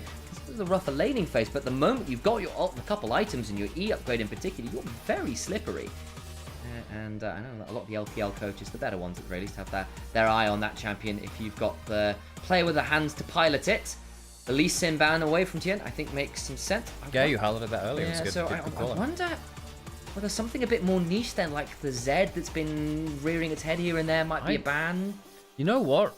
I actually wouldn't mind the Zed here. I think they probably should ban Trundle still. True. I think they probably still should at that point. You know, you're right. It's the more obvious answer. I think it's just the one which people have practiced right now. It's just annoying as hell in the early levels. Okay. Nocturne instead. Okay. I mean, it is a more obvious dive linchpin. It is, and Nocturne Annie is disgusting. It's like, I actually had forgotten about that. Nocturne Kai'Sa, Nocturne Annie can both be very powerful combos. You going to turn out the lights for your dive combo, which makes it much harder to respond to. It does leave the Trundle up and available, which we said could still be okay here. You know, the Viego and the Trundle kind of neutralized it. I'm just wondering what other options Tien has. You don't want to go towards an AP jungler, not with a Kai'Sa and an Annie on your team. I know that even if you build full AD, the Kai'Sa still has some magic damage in the kit. The Tien will have to question what they go towards here in the jungle quite carefully. You don't want to overload on magic damage rather into a Galio. Stana being a potential offer. It is a big Jachi comfort pick. Cares played it as well. These are all just hovers right now, but it's into dive, and the Aphelios is locked. I love me some Aphelios. Aphelios is one of my favorite AD carries of all time. Yes, we do know all the names of all the abilities, and I consider myself a bit of a weapon swap connoisseur as well. So we'll get into that. It's very strong very strong once you get through to a couple of items, and once you get through to 2-3 items. Trundle now makes even more sense because the Aphelios does not like playing against the pillar at all. It's been a long time since they could really deal with that. They needed Gale Force to deal with it in the past, really. Obviously no longer available, and the Renekton locked in gives some really good early game power now for Weibo. Should have the counter pick here unless there's something very weird happening. Aatrox being considered. It's no matchup into the Renekton, has been rearing its head again. We've seen a few very nasty Aatrox performances of late. Being out there smiling as he remembers the horrible things he's done to people in recent history on that champion. It is locked in. Aatrox able to hop over that pillar. I'm a little bit I am quite worried for FPX that if they don't position well in team fights, any stun comes through, someone immediately dies, your team fight falls apart. If Sheer chooses the wrong angle, doesn't come in on the right timing, stun comes down, someone dies. If it comes in a little too late, someone dies when he can't impact that fight too. Jachi, you're talking about him on top esports challenges. Him and Niket were a very good duo around playing around him on stuff like the hyper carries and stuff like that. So it was prime Aphelios meta, guys. When Ishin 1xN was coming up from LDL, Jachi was matching on things like the Aphelios. They were two of our better players of it. But then again, every AD carry at the time was expected to play it. Happened to be that Jachi was one of the better options. You've got a Viego, you've got a Galio, more importantly, try and keep you alive. The Rel can buy some disruption, the Aatrox got some disruption. You can punish a poorly played dive, but that Aphelios will be target number one. And as you said, the positioning has to be spot on. And last game, not going to lie, Jachi overplayed a little bit on the Lucian once or twice. This is going to be a very punishing game. One misstep from Weibo, resets come through from both the Viego and the Aatrox ultimate as well. And I don't think you can survive that, especially with especially with, you know, just the lack of mobility to get out of a fight. And on the other side, you know, if you overstep, then the Annie gets the stun onto you, the Kai'Sa flies through and someone dies on the other side. So I think punishment name of the game here in our deciding game. Price off punishment.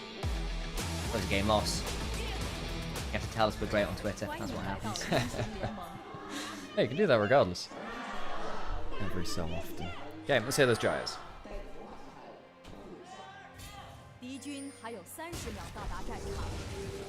Very cool Kindred cosplay there. I think that was Kindred with the hot buzz. It might be Nymaera, considering she's just come out. There's a look at our I can do this.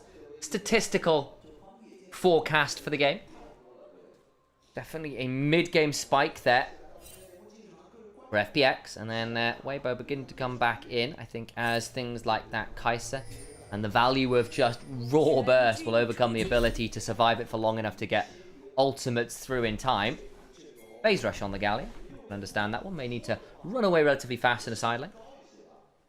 Yeah, allows you to occasionally disengage from the Trundle, who is a pain otherwise.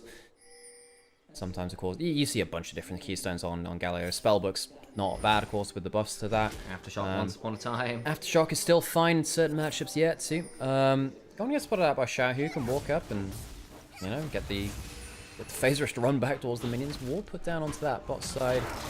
Raptor opening, so Tien going to be spotted out there. Both junglers have wards on their Raptors. Level 1 from the Aphelios' worst point in the game because he's not really a champion. He switches some guns around at you. Kind of feels crap. By the way, tip for Aphelios players out there. You want to get rid of your Severum first off. The first 2 times you see your Severum, you get rid of it ASAP, and then you just get rid of whatever weapon comes in order as well, and that'll get you through to your most common weapon combination.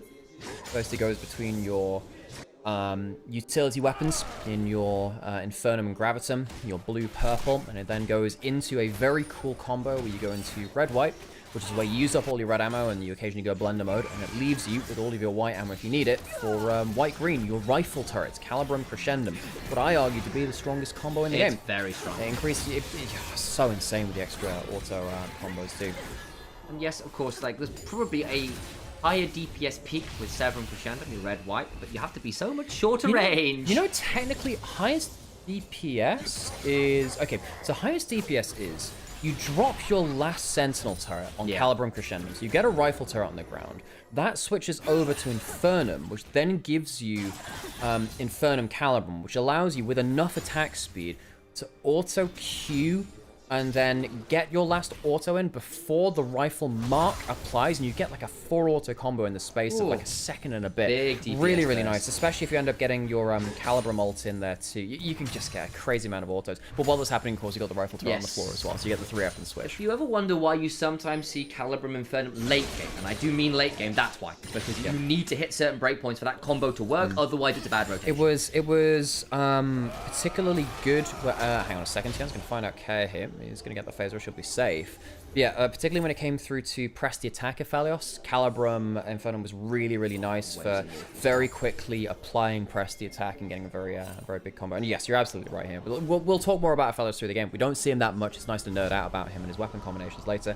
And appreciate if it all sounds like hieroglyphs right now too. But yeah, that wave position in the mid lane, really not nice. Galio, when the wave goes away from you, you don't have that many ways to fix it. If you're farming from range like this, you don't quite have enough wave clears. You need your passive for that too. And you can't just last hit, because everything you do to kill minions is AoE.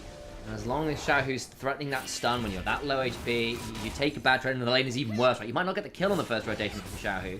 You can make Care suffer for it, and the wave's still in an awful spot. He needs the jungler here, but not to put too fine. If IE comes over, it will screw his clear into the Trundle, and then the Trundle becomes a problem. The Viego's behind half an item.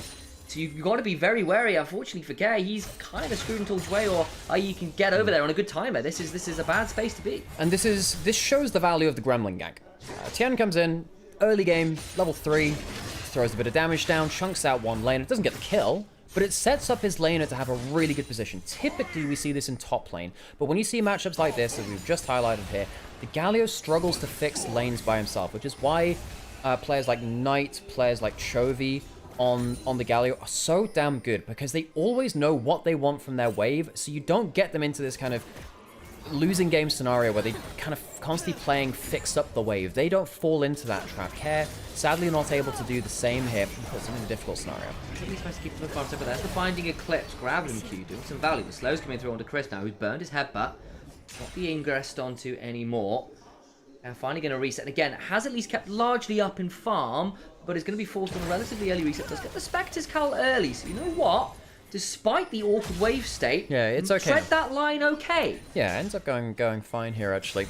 Going to come back in towards that mid lane. Oh, yeah, that's a good point, actually. Like using the base Kai'Sa skin, not using IG Kai'Sa for once in his life, and also not using the Uzi Kai'Sa skin, which I wondered whether we'd see a bit more of that, but not today. IE's going to go towards the Dragon. Kaz teleported back in, so he's full HP and ready to tussle. That'll be Dragon taken. Bit of a Viego trick there as well. Decided not to throw it against the wall because it can reveal that you're on the Dragon because the thing will go all the way around. And sometimes that's fine because you want more space to maneuver in. But if you're trying to be stealthy about it, try not to hit the walls there or people will know exactly what you're doing. It's a big sign saying, yo, Viego's in the pit. It's also one of the things you shouldn't do when you're on stuff like Raptors as well, because you just see it flying around in the mid lane is like, ha. Well, I guess the Viego is here. Well, would you look at that? Yeah, a bit of a dead giveaway, that one. So, slower game again. I have to say, I am kind of missing early skirmishes. I feel like our early skirmishes have fallen off in the current meta again. I feel like most teams are taking a bit of a handshake, and I get that these are not our top teams. Maybe we'll see some more in the next series, but where is my violence, Alex? Particularly, I think most teams are pretty happy to just survive through the first few levels of 2v2 and then just keep switching around. You did a very good job of not reacting to the weird Muppet voice. Well, the thing is, Sam, I'm trying to get this point done before it gets too derailed. I'm like, I'm not going to complete this point. Otherwise, you've chosen this moment to derail it. I have. Okay. Yeah. That you have. Actively so, yes. You have every right to choose that. I will just occasionally say, well, I'm going to try and delay it for as long as possible, much like this as well, because I'm trying to explain why I miss early action in games and why we don't have as much. That's actually very true, yeah. I'm having to bring my entertainment back. That's the reason, right? I wouldn't be doing this if we had gameplay. Yeah. Yeah. We've got game existence. Play indicates fun. I have seen subsistence. That's the word we'll go with. What does that even mean? You're insisting upon yourself, Sam. You're insisting upon yourself. To subsist is to sort of like survive, basically. That's great, Sam. Subsist is like to survive on something. Grub's up in 10 seconds. Should probably talk about that. Right now, Breathe getting really good individual lane lead over Sheer. Going towards about 20 CS. I think it goes down to about 15 once the wave starts to equalize. You see that get any more than this? If it gets more than that, then the Aatrox starts to play from behind the game significantly. We really don't want that. Execution is calling, already getting some value. Breathe, dashing in again, pops that ultimate. Promise for World Ender. Sheer, though, didn't get a chance to press a Q or anything. Finally does. Gets the Infernal Chains. Gets a few autos back. There's the Deathbringer stance. Decent trade back in the HP bar, but of course with the Rage stacked, a few more empowered abilities to get scary. Over the grubs we go. IE gets one grub, flashes immediately away. Nice attempt from Chris, gets into the backside, roots some people up, the stuns come on forward, the pillar, nasty, all over play, even a flash on forwards from TN. Secures the club wall up and a chomp. Ensures Viego is dead. Viego goes a little too far looking for the grub and then doesn't get out before the CC comes through. These early grub fights have really been where the team that wins the game starts to pull ahead at first. Weibo in the first game and now in the third one. It's a good litmus test for them. Being stuck against that wall as a red side team contesting grubs has been such a killer. Viego can get over that wall, but doesn't manage to get through in time before Weibo capitalize. They'll get 2 grubs out of it, not the full 3, but they'll happily take that and the kill. Yeah, I think so. I think we're a bit of interest, but I think IE with the flash, with the ult, probably got off the back of the pit. Tried to exit with the team, looking to see whether there was a skirmish angle, but probably was a mistake in the end. Good flash from TN secures it. Still, not game breaking as yet, but all the same, 2 for one of the grubs plus the extra kill is a good win for Weibo Gaming nonetheless. It gets them the early lead and what you want to see. Die for a single grub, worth. Absolutely. I've done that many a time in... Who hasn't? Many a time in my playing, I say career, you know, last time. I mean, you were a rank 1 arena player. Yeah, there aren't any grubs in arena, Sam. No. No, there are not. You get the, you know, weirdly enough, you get Void Mites in Arena from the Reality Fractures, one of the prismatic items, where if you deal damage to someone, you can summon some Void Grubs. Those things are nasty as heck. My one of my favorite builds was getting that on, well, I mean, I played a lot of Zyra, so I get that on Zyra, build Leandri's Riftmaker, and the Grubs will benefit from the damage increase from that, and then, you know, apply both. It was kind of insane. You get like 15,000 damage from it, and against hyper tanks, it's a good time. I say that, I can still have those times. Dragon up in 30 seconds, that'll likely be a contest here. Weibo unlikely to give 2 dragons over to FPX, especially now that they will just about, I think, have teleport up on Breathe. Maybe if they delay the fight a little more. Xiaohu will be coming in at a decent level of power as well. Need to be careful not to give that reset over towards the Viego, though. That's where things can go very badly for Weibo. And very much can. So, at this point, dragon spawning in a few seconds is kind of we've been noting and musing about. One of the ones who are bringing their support into the mid lane. Xiaohu clears that one out. They're roaming down into that river, but it does look like we're likely going to get a contest, especially Jachi. Using that Infernum Graviton combo, gets the wave cleared, has now got the big burst utility combo to work with around this potential fight. Again, really need to pay attention to that first kill. Very easy to get punished in this game. Breathe walking his way down, choosing not to use the teleport, can actually teleport back up towards topside if he needs to. Jachi has utility guns. What he really wants to do is get them both to low ammunition, fire out the abilities on an ult of his choice, and then switch around into the DPS weapons after Dragon started. Going to clear out that ward. Breathe coming down early. Sheer choosing to teleport.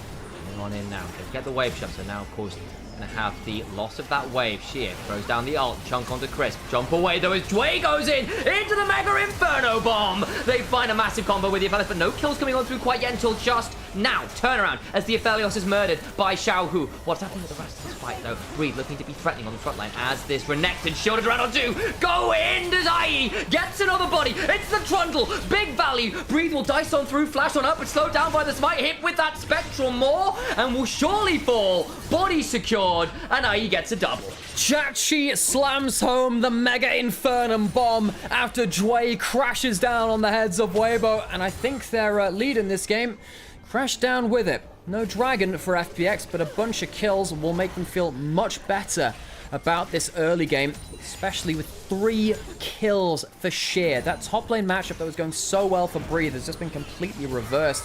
Sheer walked down, separated Light away from the fight. That's bad enough already, forcing that flash out. And then look at this on the other side. Dway managed to get through into that ultimate from the Infernum, the Mega Infernum Bomb, as we call it. The AoE damage, it's not the hyper craziness of late game, but it does enough to get the first reset, and that's enough for it.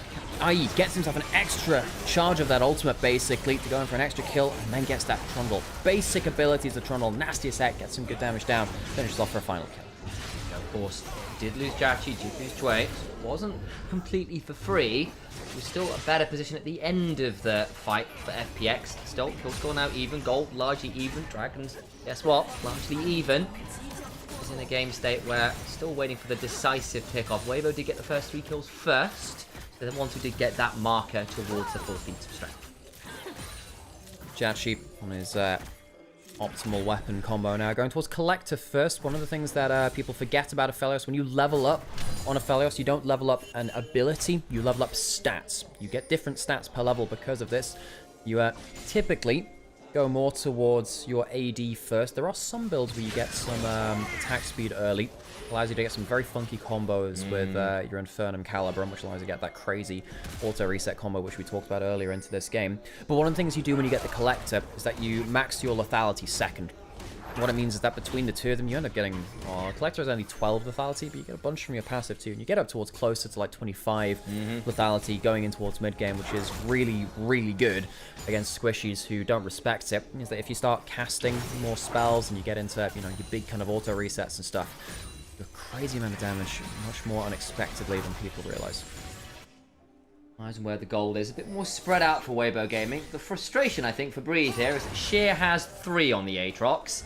And if there was an additional carry, you want it to be strong. I think Aatrox does just fine here. A lot of people, once they've blown their burst combos, who are not going to enjoy the longevity of an Aatrox in these fights.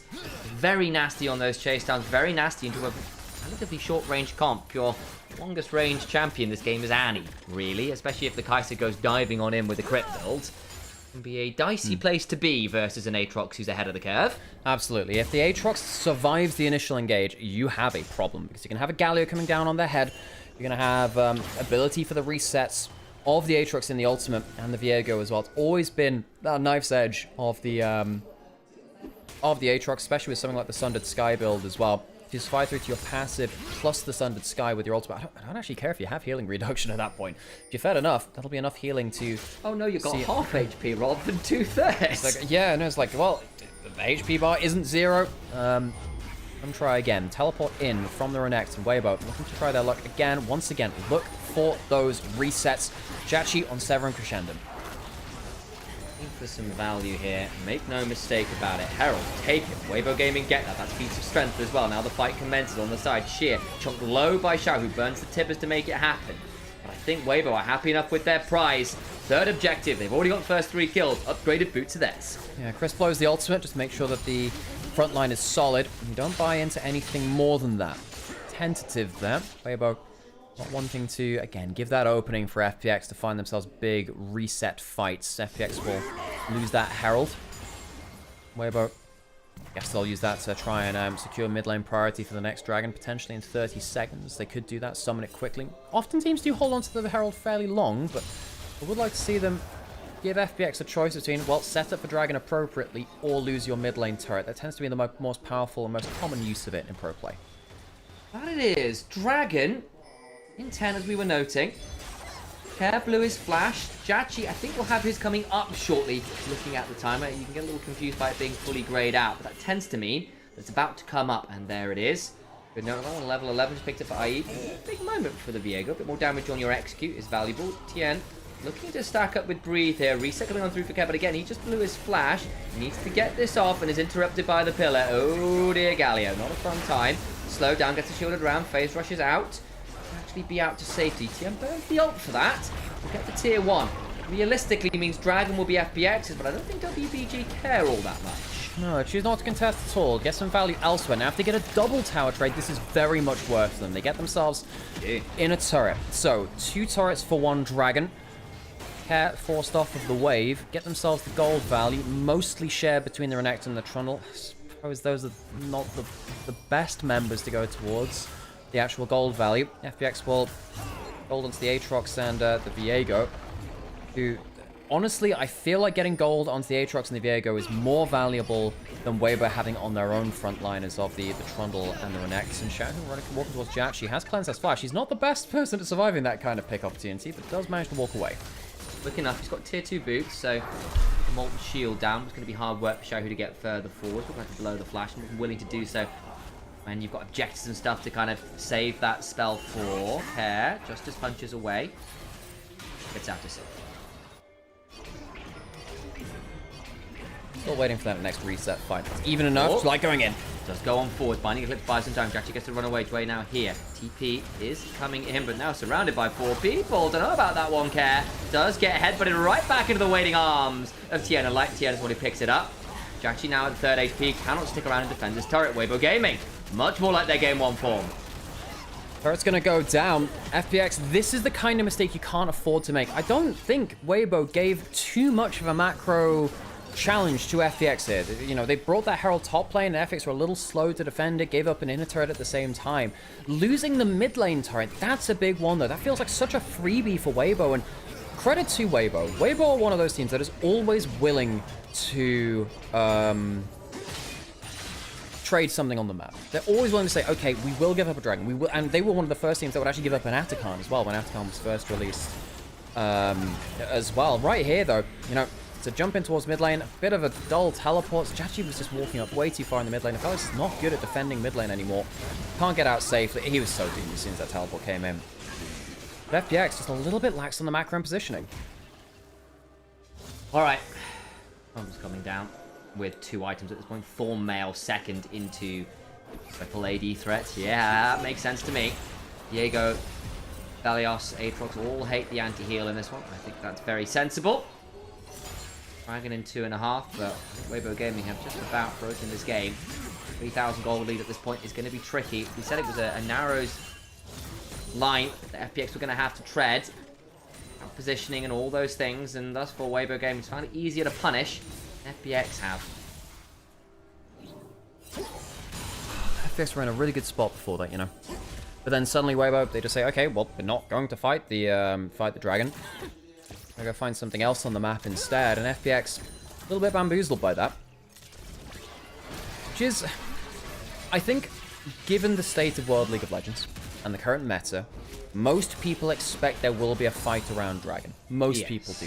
However, a couple of choice teams choose not to do that. And in fact, Gen G is one of them. Gen G is one of those teams that will, you know, give up second, third Dragon, get themselves top wave, top camps, top tower, get themselves just marginally ahead in terms of gold, use that to bully out the next phase of the map, and then kind of buy back the Dragon which they lost earlier by just having better resources to fight the ones after that. In fact, actually, when they were slumping a little bit, I will call it slumping, in some of their games at MSI, when they looked less good, so there's still undefeated teams in the series, which is ridiculous. Oh, good pillar onto bot side. Care has that flash. Just about get out with it, but punished again. Care having a rough series. It's not a fun time right now. Had a good Yone game. Games 1 and 2, not anywhere near as fun. Atakan now being threatened. Teleport's coming forward. FPX need this to go well off the Atakan. They pull. Fight over the tri-brush control. Very valuable into Atakan. Wait, Cat. Safe now on this bot side. And yeah, that Atakan, so valuable as we've seen at MSI. I think that before MSI teams were maybe underrating it a little bit. I didn't quite realize how valuable it was. I will say, I still think that teams are putting themselves into the mouth of death to try and fight Atakan. Tanking Atakan feels so awful. Because often you have to back off, take a smite fight anyway, because you never really want to be tanking up for that long. The shred and the damage is absolutely absurd. Gonna walk up again, Xian's gonna proc another Q onto it. At least he heals a decent amount of trouble, you know, chomping down on those things. Keeping FPX around the bot side of the map, keeping them invested, I suppose, around that objective. Dragon up in 20 seconds. Weibo now have a choice, okay. Atakan and Dragon. If you win a fight here, you get both. Next winner of the next big fight is going to get Crisp. Let's not tank the full Atakan channel, friend. He'll get himself a recall and come back out onto the map. Hey, I've got a question for you. Yeah? How many days do you think IE has been an active player? I'm not saying as a sub, as an active player. Well, Sam, I don't even see anything on his match history before this series, Sam. 15 days. Are you kidding me? He played Nest. That was it. He played any other... That's it. Sam, I think he was on the roster for NEST, but I don't think he played any games.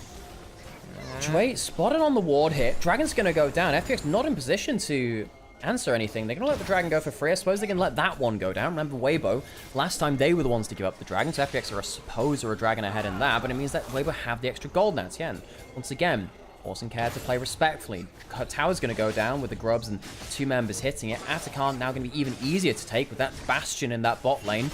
Gone for FPX. No tower to help them get a wave across that middle point and give them another entry of attack. FPX, they're just giving up all the objectives. The problem is their carries are still largely at 1 item. They've not got the second items completed. Jachi's not there. IE's not there. Atakan now taken. It's too late anyway. TP's flying, trying to find some value. Care will manage to run away with the phase rush, but is left. Sheer in danger. Flash ults away. Breeze gets a big cover. Goes in between! Into the galley wall after the hero's entrance! They bring a load of people down. Crisp now in danger. Gets the pulverize to buy time, but over the wall comes Jachi with a blast cone and gets another kill secured, but Atakan did go the way of Weibo Gaming. Flash in the pan? Maybe, but it is some gold back. Weibo get the objectives, but overstay for the fight. And they get Wombo comboed. FPX get themselves 2 kills, and it opens up an angle into middle. I don't really think they can take the whole tower. They don't have that many Grubs, and Xiaohu's here to wave clear. But again, another reality check for Weibo, that if you lose that first kill, things get hairy. IE gets himself that reset. And Sheer was just tanky enough to escape the initial engage. Atakan goes down. That was the good part of it. Jway was spotted on this. There's a Princord in that brush. They see him on the flank. And he's still going for this play anyway. This is the overstay. You really can't E4 again like that on Breathe. Jway, really good engage. What a support player he has been for FPX. I think he's having a wonderful year of play so far, despite the inconsistencies of FPX as a full roster. He's been very good. Jway has been very, very fun to watch, and I'm very invested in this young man's career now. Can't wait to see what he does as time goes on. Jachi another kill, gets him to second item, and now FPX have 2 items. Big moment there. IE's got the collector completed.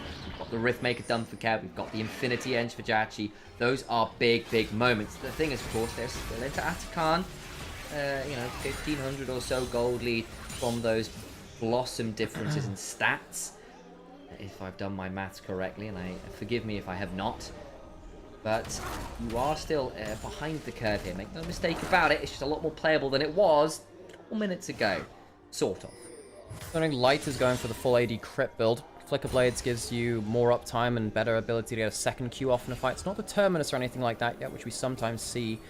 That's the Gala build when you go towards more like a Terminus Rage Blade. No Rage Blade in this build, going towards that full crit. Very bursty. Not necessarily the best DPS.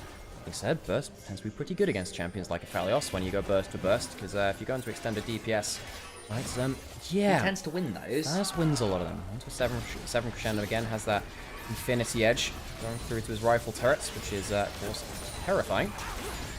Again, a few times. Hey, that'll do. Yep, that's your rifle turrets. Quite hit the moonshot, otherwise that would have been another round of Chakrams flying the Trundle's way.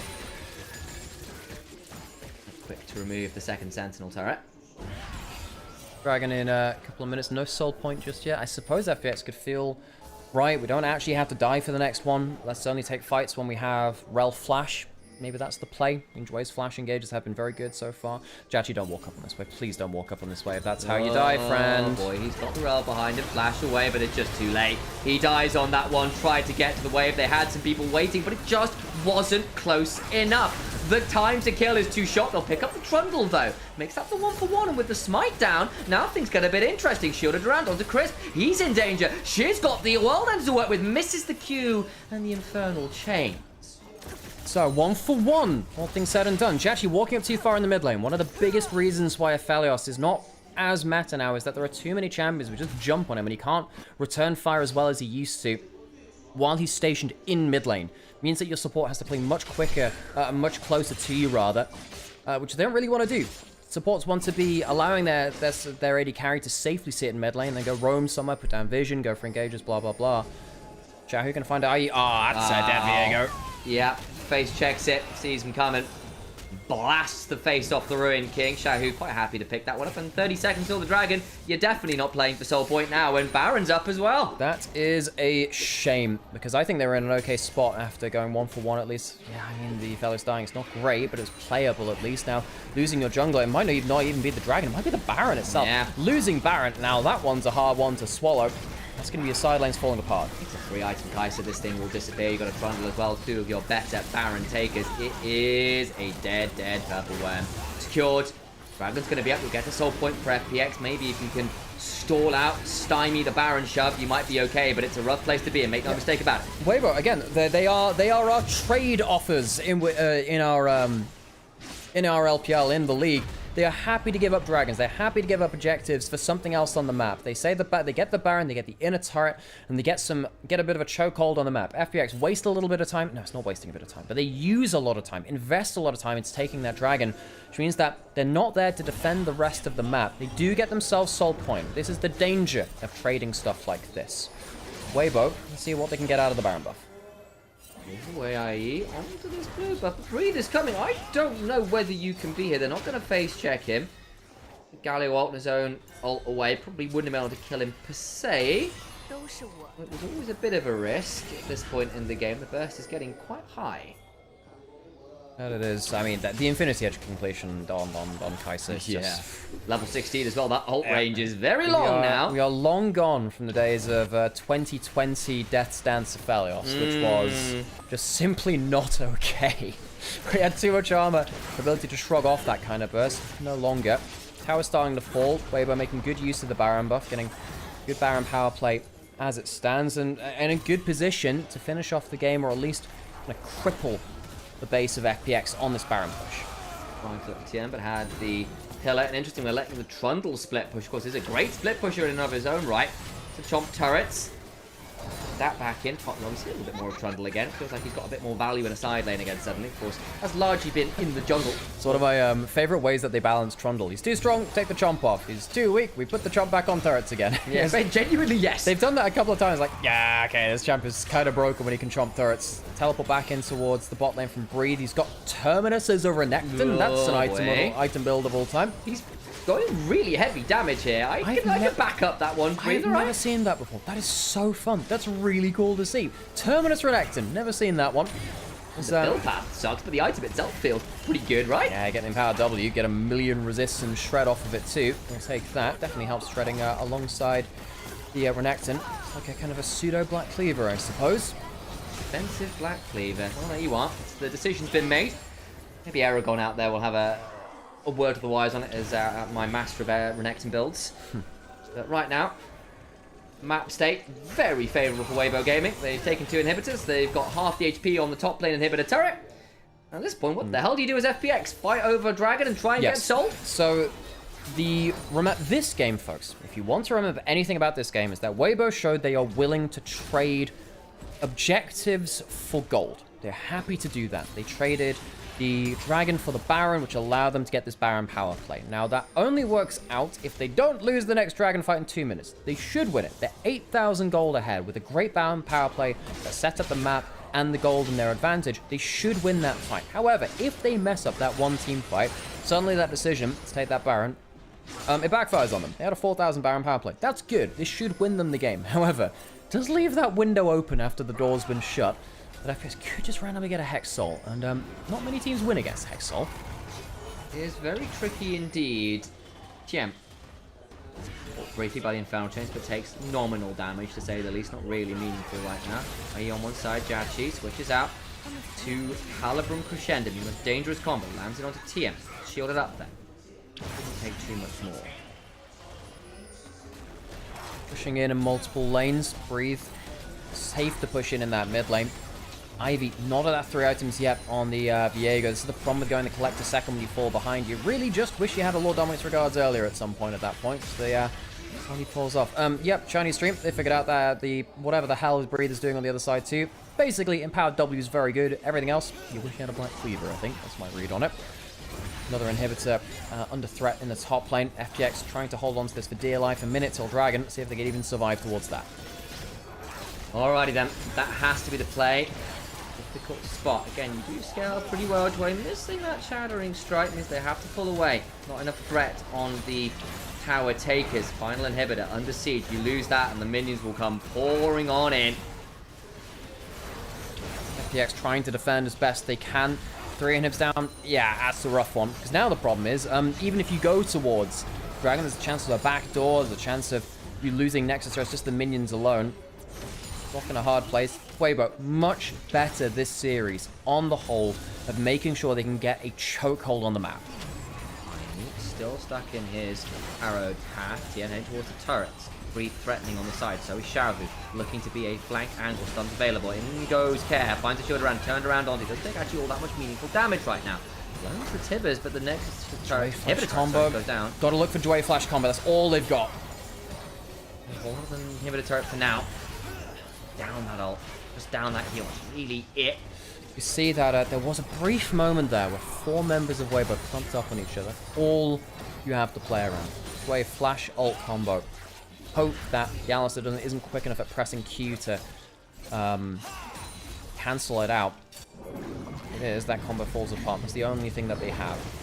FPX, they can choose to give up aid. Well, I don't really have much of a choice in this one. It's completely gone. Game doesn't end. Weibo go on to soul points. FPX still 8,000 gold behind, 3 inhibitors down. Need to have someone pretty much on permanent base defense duty now. Baron spawns again. Weibo will force FPX to respond. Got a minute on it. The Viego just hit a 3rd item. Got himself the mortal reminder of his own rights. Actually pretty high crit at this point, which is actually very valuable. He's got crit scaling on his ultimate. Be valuable if you need to get that first reset. Solid there. 3rd item's generally done. Jachi just picked up his 4th. Got himself the Hurricane as well. If you find the bigger Felios angle, maybe that's your way back into the game. Okay. Sam said that. Flash ult from Dway.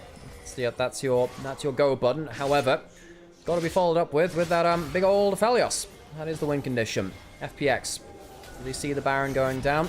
Well, they're definitely heading towards it. See if they can get there in time.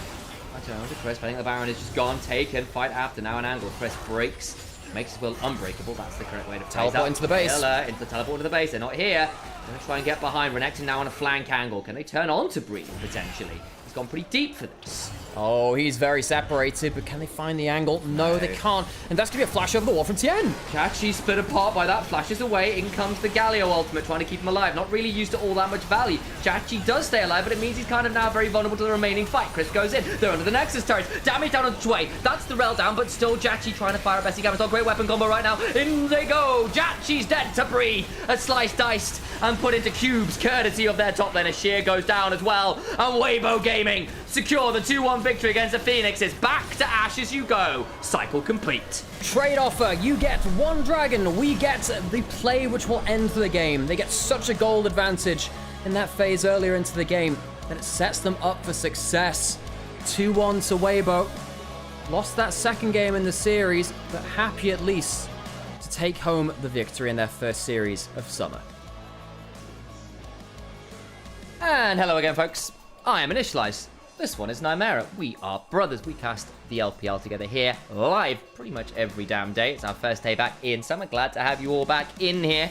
While so much League of Legends action has been happening over the last few weeks, been all over the place. Still haven't got some of our teams back, but that doesn't matter right now, as of course, we've got 3 best of 3s to do today. There's a lot of action. We're glad you're choosing to spend your time here with us. You could be live. You could be watching on the Twitch channel of Nymaera. You could be live in YouTube for Nymaera. You could be live watching on Anivia's YouTube right now. You could be live on TikTok right now. 4 different places, and we're glad you're here as well. Go hit up the Ko-fi link if you want to come support us. Go hit up the subscribe button on Twitch if you want to support us. Please do consider doing so. It's all done off our own backs, that we don't get paid to do this. So for those of you who do love what we do want to support us, those are probably your 2 best ways to do it, and we give much love and thanks to those who choose to do so. We have one more series today, folks. Well, and of course, would be remiss to not say this as well. Please go follow Sam on his socials as well. Initialise cast pretty much everywhere. Yeah, I couldn't do this without Sam. It turns out that doing this is a huge undertaking, and yeah, I wouldn't be able to do this without my brother here as well. That's our second series of the day done. Next one is the big one, Top Esports versus IG.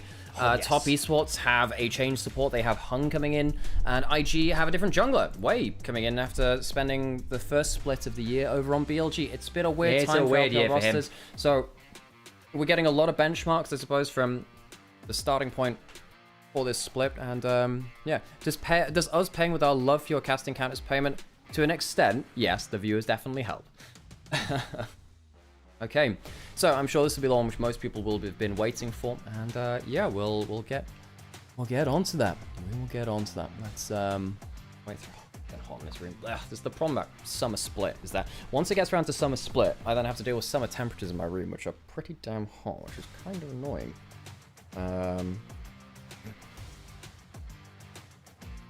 But we deal with it. Luckily, it's only 3 series days on Saturdays, I believe, for this split. So we're not going to get multiple 3-day things. Wait, today Clash or tomorrow? What do you mean? What do you mean by that? Oh, so you're asking Sam about Clash. I don't know. I'll have to ask him when he gets back.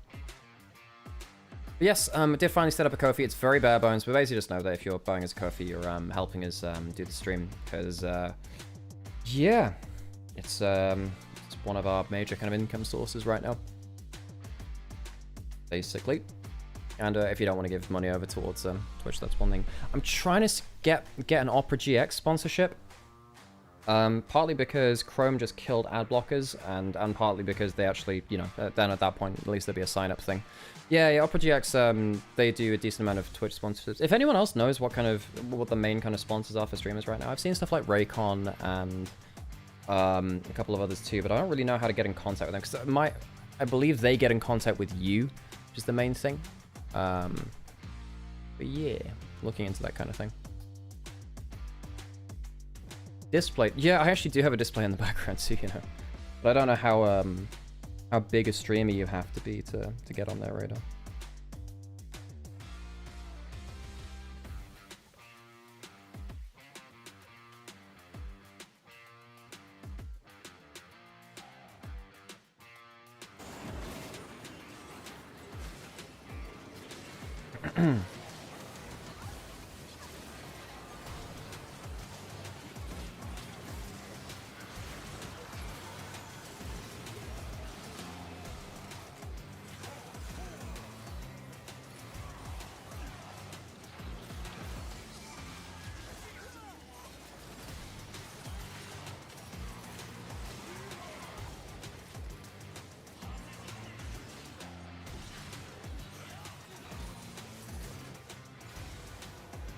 could reach out to Last Free Nation to ask maybe? Yes, I suppose I could do.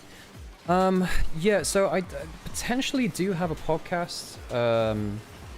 What's the next match? Is teams? It is Invictus Gaming versus Top Esports. That's our next series. Invictus Gaming versus Top Esports.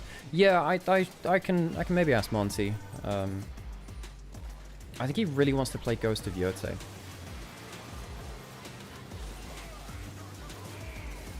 I think he's going to start doing some gaming content around that. Like some more general gaming content, which hopefully I can tag into. Yeah. Might have like a general gaming podcast coming up with Rich and Monty. Like we're still planning on it, but yeah, I'm hoping that'll be cool. Because also it just gives me like more of a reason to play other stuff besides League, and yeah. Oh my god, I tell you what I've been doing recently. I've been watching the goddamn Horse Girl game. You know the one? Uma Musume? Because I've been watching Northern Lion play. I'm not playing it myself because I cannot afford to lose my mind at another freaking like time sink. But oh, it's so funny. It's so funny. Like it is very, very good at capturing your attention. It's very good at capturing your attention somehow. It's just just hyper engages all your neurons. And that was great. I used to watch so much Northern Lion. I literally think I've watched all of his Binding of Isaac videos because I watched him all the way through uni. So I would have started watching him about 10 years ago or something. I spent about 3 years solid like watching all of his stuff. Kind of insane. But yeah, I watched the grand majority of his Binding of Isaac content. And he did a lot of it. He was like the Binding of Isaac guy. It got banned in the Netherlands? Oh, it'll be because of loot boxes and stuff like that, I presume. I've been binging all of his old Dark Souls stuff. Very cool. I think the streamers which I watch the most are Co Carnage, probably by far actually. And then Northern Lion's probably the next one after that. Who's the MVP? Jahu? Yeah, he did good.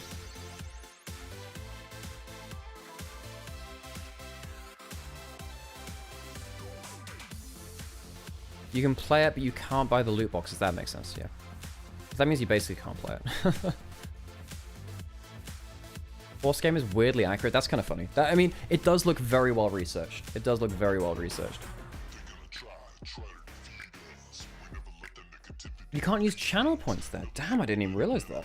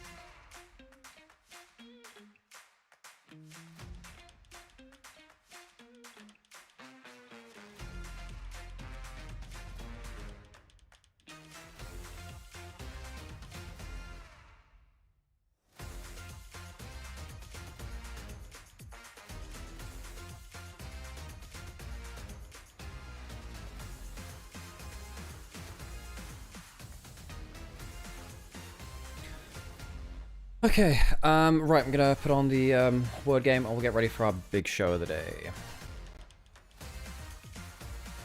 Yeah, when it starts to get through into the later parts of the day, I tend to chill out a little bit more in games, just between games, because gotta keep energy up.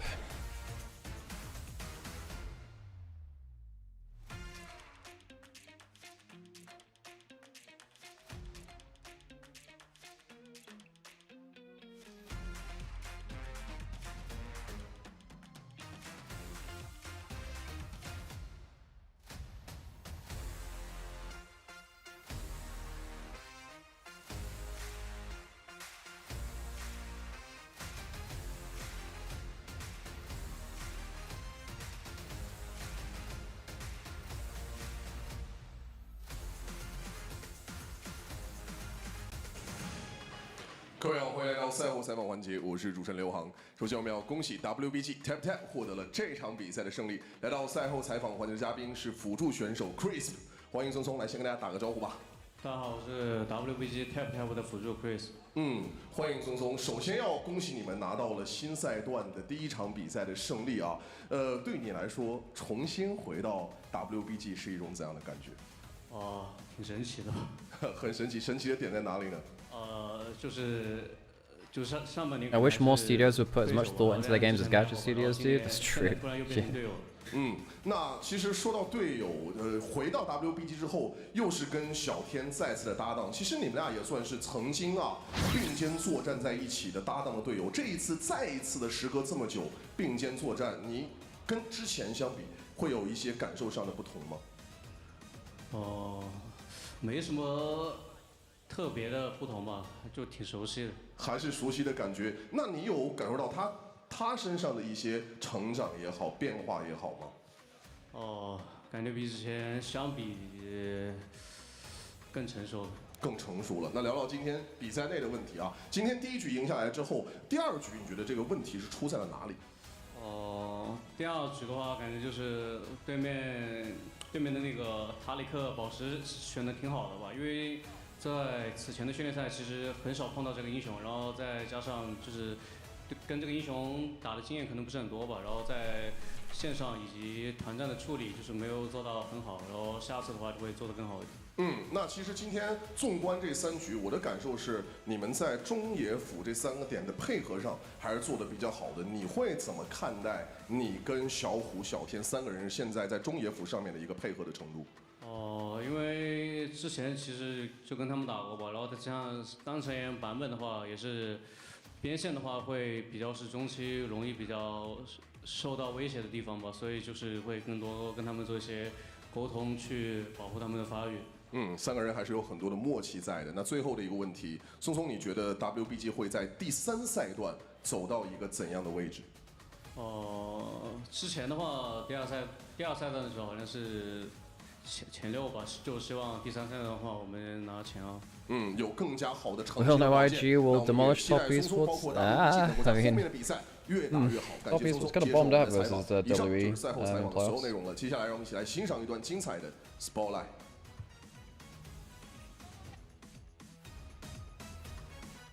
勾着我，能保一下吗？没抬，慢点，哥在后面。没事，可以看情况。可以不打，可以不打。这样就慢慢拉扯就行了。我们位置有点过不来。等我们，没事，会。我还有大，都会死了。眼雀没交闪，别播了。到这了，我给你加速了。去2塔下面，包一下吧。在中路中，感觉可以一波。他们。 One slept and it's 8 AM. Yeah, that was me at MSI. 我给你加速了。OK。没 K 到。一波。就看他，还没扫了。看这里，会。慢点。我看到。没事，能打，我看到。AD 没闪，好，慢点。漂亮，找楼子要。我给了。先杀人！出来！我走。Yep, cool. We're on the cam scene. I just turned on the camera. 别一波，别喊一波。没闪。全上可以。对，要踢他们家吗？这里。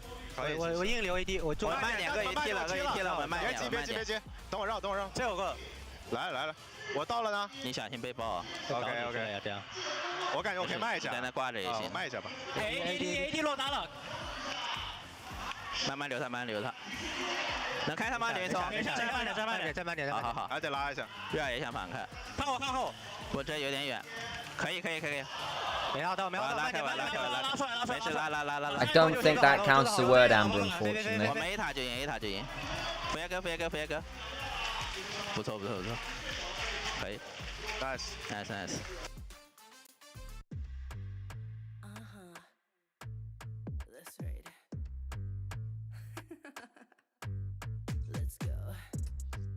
This is going to be a big one, isn't it? 369 versus the Shy. Oof. Two of our very best. Of course, Gala and Jackie Love also going to be on the Rift at some point. Knavi. Wei also supposed to be starting here, which should be crazy, because I thought Zhe was solid last split. Let's go. Get the next one on.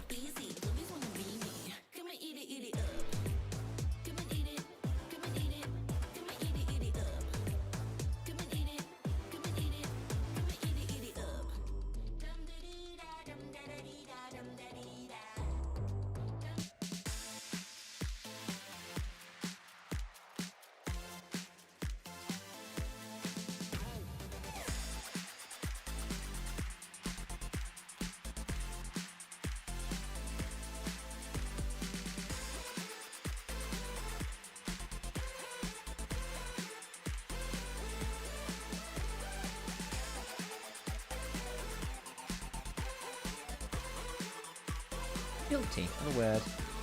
Jointly. Jolt. Can I see it? Tony. Tony a word. Rather than just a name. This is like there's supposed to be the like industry awards on the Tonys. If that counts that way. I wonder whether an Emmy would count in that regard. Can I be bringing back the free? We might be.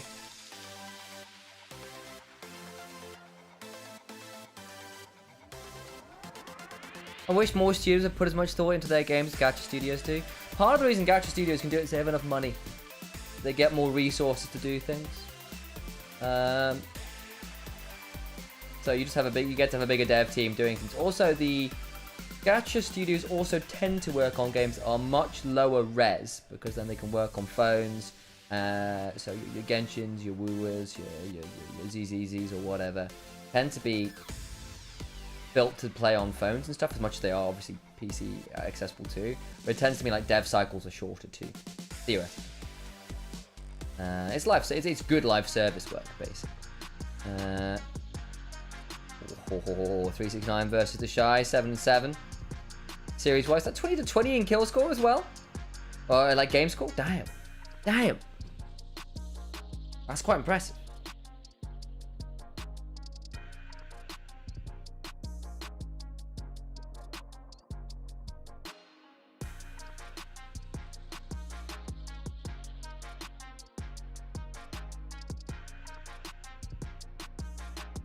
There he goes. Let's minimize this, shall we?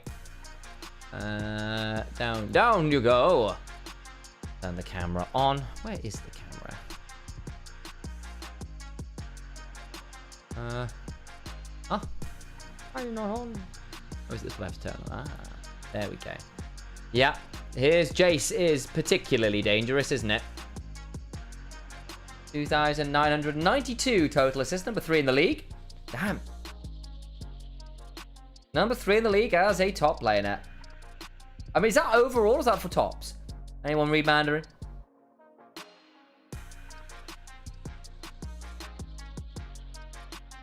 By the way, 7 assists of 3K. Thought Zambessa would be there too. I don't think Zambessa's been a champion long enough, no? And for a while, the Shy Zambessa took a little while to get going. There's that Callista. Yeah. Yeah. Still got the best Callista win rate in the league. Hell yes. That's hilarious. Crystal as well with an insane one. Of course, Crystal had the bloody 4 for an A, didn't he? And the K name. Oh, good grief. Ridiculous. I tell you, ridiculous.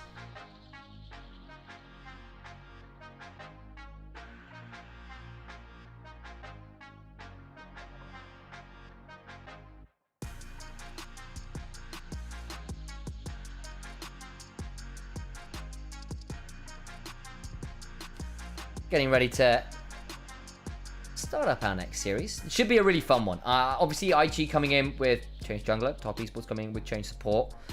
Both teams have had mercurial years. Top Esports, very good winter. Went to first stand, was embarrassing. It's the honest answer, and it's happened again for Top Esports, which is always going to be a problem. IG, in the end, what ended up being a really solid spring split. They made a good journey all the way to semi-finals before eventually being felled. BLG managed to hit them in the lower bracket to get their way to finals instead, but a dangerous team, but still had some issues, still took a lot to figure out. They were struggling to be on the same page. If they got to basically use mobility comps, anyone gave them mobility, they would find angles and outplays, and things would look great.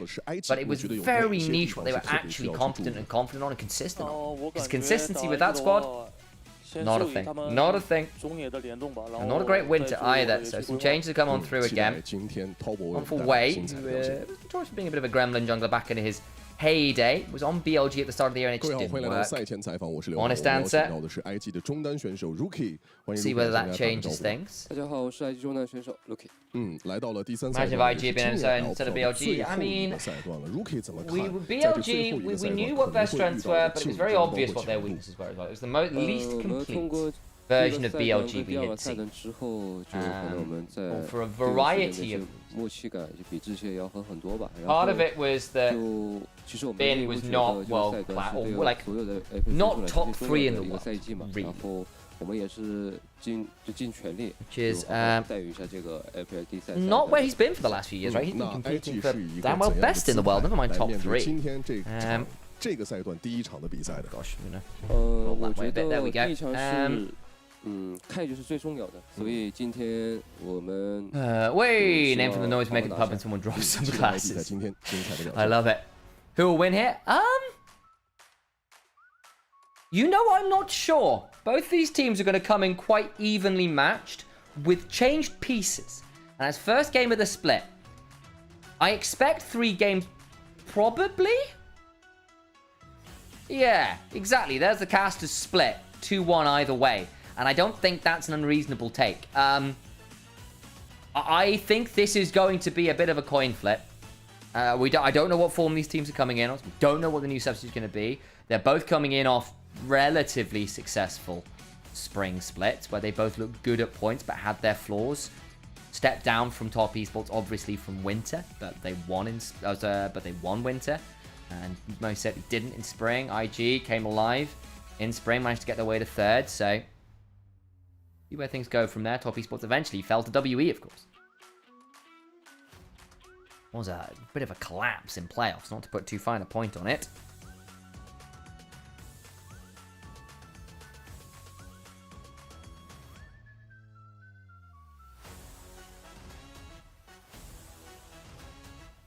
Better question, which team will throw harder? Oh, good God. Surely IG, right? Surely IG. Week 1, day 1, here we go.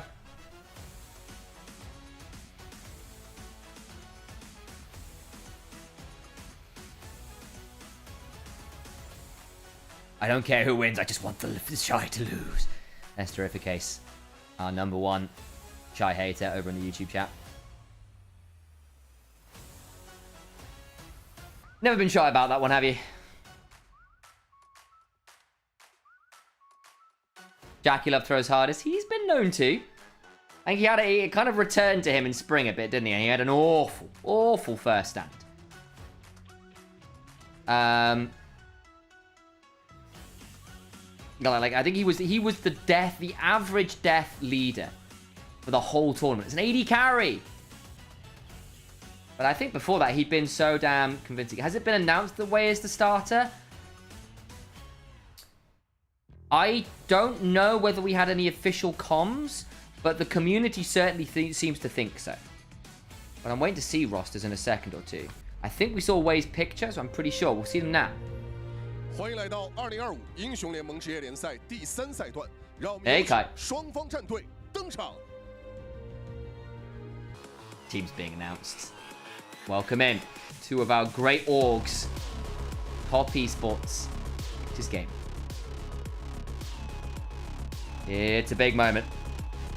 It's a really big moment.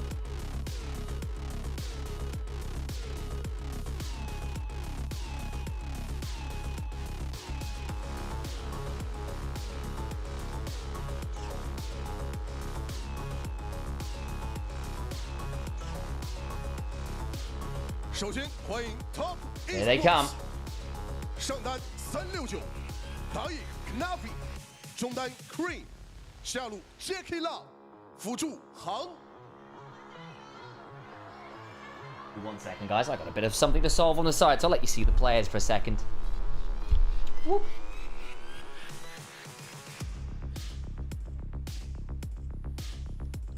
欢迎 Invictus Gaming， 上单 The Shy， 打野 V， 中单 Rookie， 下路 Gala， 辅助 Miko。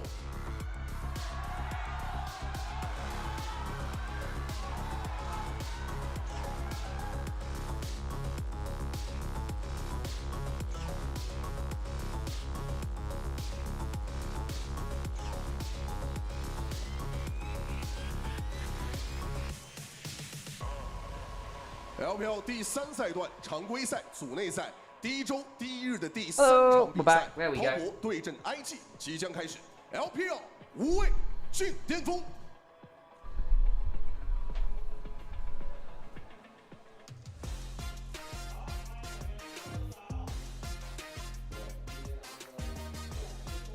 All right.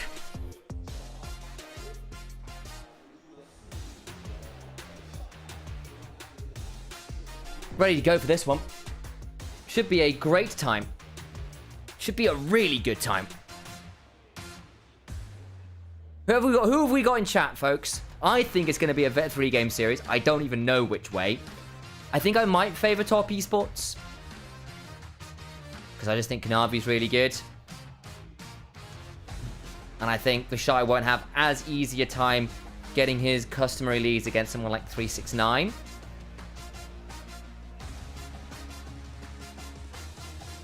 But I think it's going to be tight. What did I miss? Sing hello. Corky versus Various bot lane. It could be. It really could be.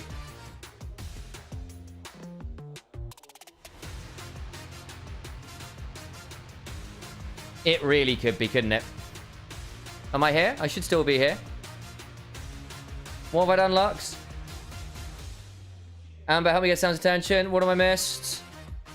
Sorry, I was busy something sent back in the ground line. Sam, today or tomorrow clash? Tomorrow. Tomorrow. Though, I need to see whether I'm locked in, because I might be doing stuff with Brack, and I agreed to do stuff with Brack first. Let me double check what the plans are. But that's fine. I do apologize.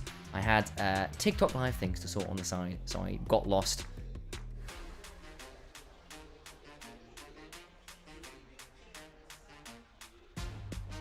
Yeah, so realistically, clashing tomorrow. I'm casting Deadlock tonight, is what I'm doing, actually.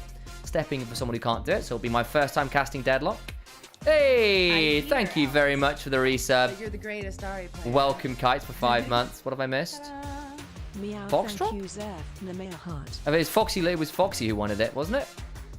What have I missed? I mean, I've already talked to Foxy about the fact I'll probably be likely doing Clash stuff tomorrow, right? Casting Deadlock, yes, tomorrow.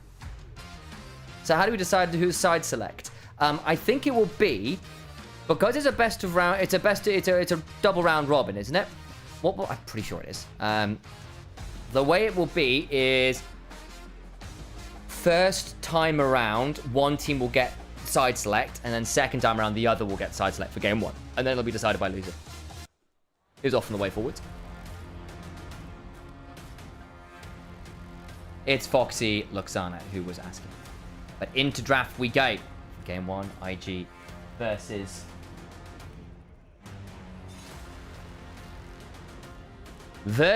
Top Esports. Holy moly, what an incredible matchup. Both of these teams fumbled spring. I think that's the only way to put it. They fumbled spring. It wasn't good enough. It really wasn't good enough. We expected more from both. We saw flaws and strengths and everything in between. Top Esports, having looked by far the best team in the league in winter, were not in spring. Anyone's Legend finally got their edge over them, got their championship. It was a long time coming for Tarzan and Kree. Bans coming on through. Top Esports blue side. Poppy, Gwen away from the likes of Wei and the Shay. Oriana as well away from Rookie, who has been very good at the Oriana. He's been one of our better Orianas in the league. Him and Xiao, who I think probably been our 2 best, I would argue. Shanks, of course, up there as well, but I think Shanks at the minute is just very superlative alongside Knight. Pantheon to Lear, the double globals away from top esports. Understandable. If you want to give those over, imagine it has to be a Varus ban here, no? Unless you're happy to trade the Jhin out with it. Going through the pre-game spiel. And we are back into it. And there's the Azir first pick. Which Cream has put a lot of time into on top esports to mixed results, but he does like playing mages here on this roster. Asked some questions about Annie from Rookie. Annie Wukong is open right now. You could also go... Oh, there's no Pantheon. Annie Wukong seems pretty okay to me. No Orianna means that the other mage matchup is a little harder. Aurora, also not too bad for Rookie too. Awful. Yeah, I can see that one. It's also a good pick for the Shy, to be fair. Who does play the Aurora a fair amount. I think the Wukong makes sense, but they'll go towards that Annie. And it does feel like, as you said, that has been the choice pairing with the Wukong. Why that one in particular? Just lots of CC and AoE? It's really good CC, mixed damage, and like snap engage. Yeah. Now, the thing is, I don't think top esports would pick... I mean, Kanavi's a really good Wukong. I don't think it's fantastic with the Azir. They'll take it anywhere. I was wondering whether they could just say, well, we'll pick something else. Because you aren't... Because, yeah, but I was wondering whether they pick it at all. I think he now just goes Shinzao. I think Shinzao's an easy pick here. Yeah. Might be that temporary front line for the Azir, unless you want something a bit more engage heavy, but I think the Shinzao is a good matchup into the Wukong especially. Tends to beat it out in the early levels of the game. Wow, okay. Zyra Khan? Yeah, okay. Is it really that strong? It's not bad into the Annie Wukong, I suppose. Well, I don't think it's that fantastic, because there's every chance that you get snap ulted before you can press your ult. I guess cleanse ult is good enough. And I suppose the reason they're doing this is because it's on 2-3. IG can only complete one half of their bot lane duo now. So you could lock in Jhin, Ezreal, something like that, but you can't lock Realm, But you can't lock in the other half of that duo. So actually IG say, well, okay, let's just tank the bans in the second round. We're not going to be able to get like a power duo as the two parts. We'll save that for the next round of picks. Lock in the Rumble. What do they ban after this? I guess you could ban out the Ambessa or the Galio, two of the better lane picks into the Rumble. Yeah, I think that would make some sense. I wonder at this point whether I had somewhere to go with this and I've lost it a little bit, but you might just want to try and get rid of some of 369's options into the Rumble. I guess the Ornn has been a comfort pick for him. He has actually defaulted more towards the tankier matchups into the Rumble over the last few months, I guess. That's where I'll go with it. I don't think it was where I was going originally, but here we are. Sometimes that's the way of things. So, Lucian ban away from Gala. It's one of the AD carries down.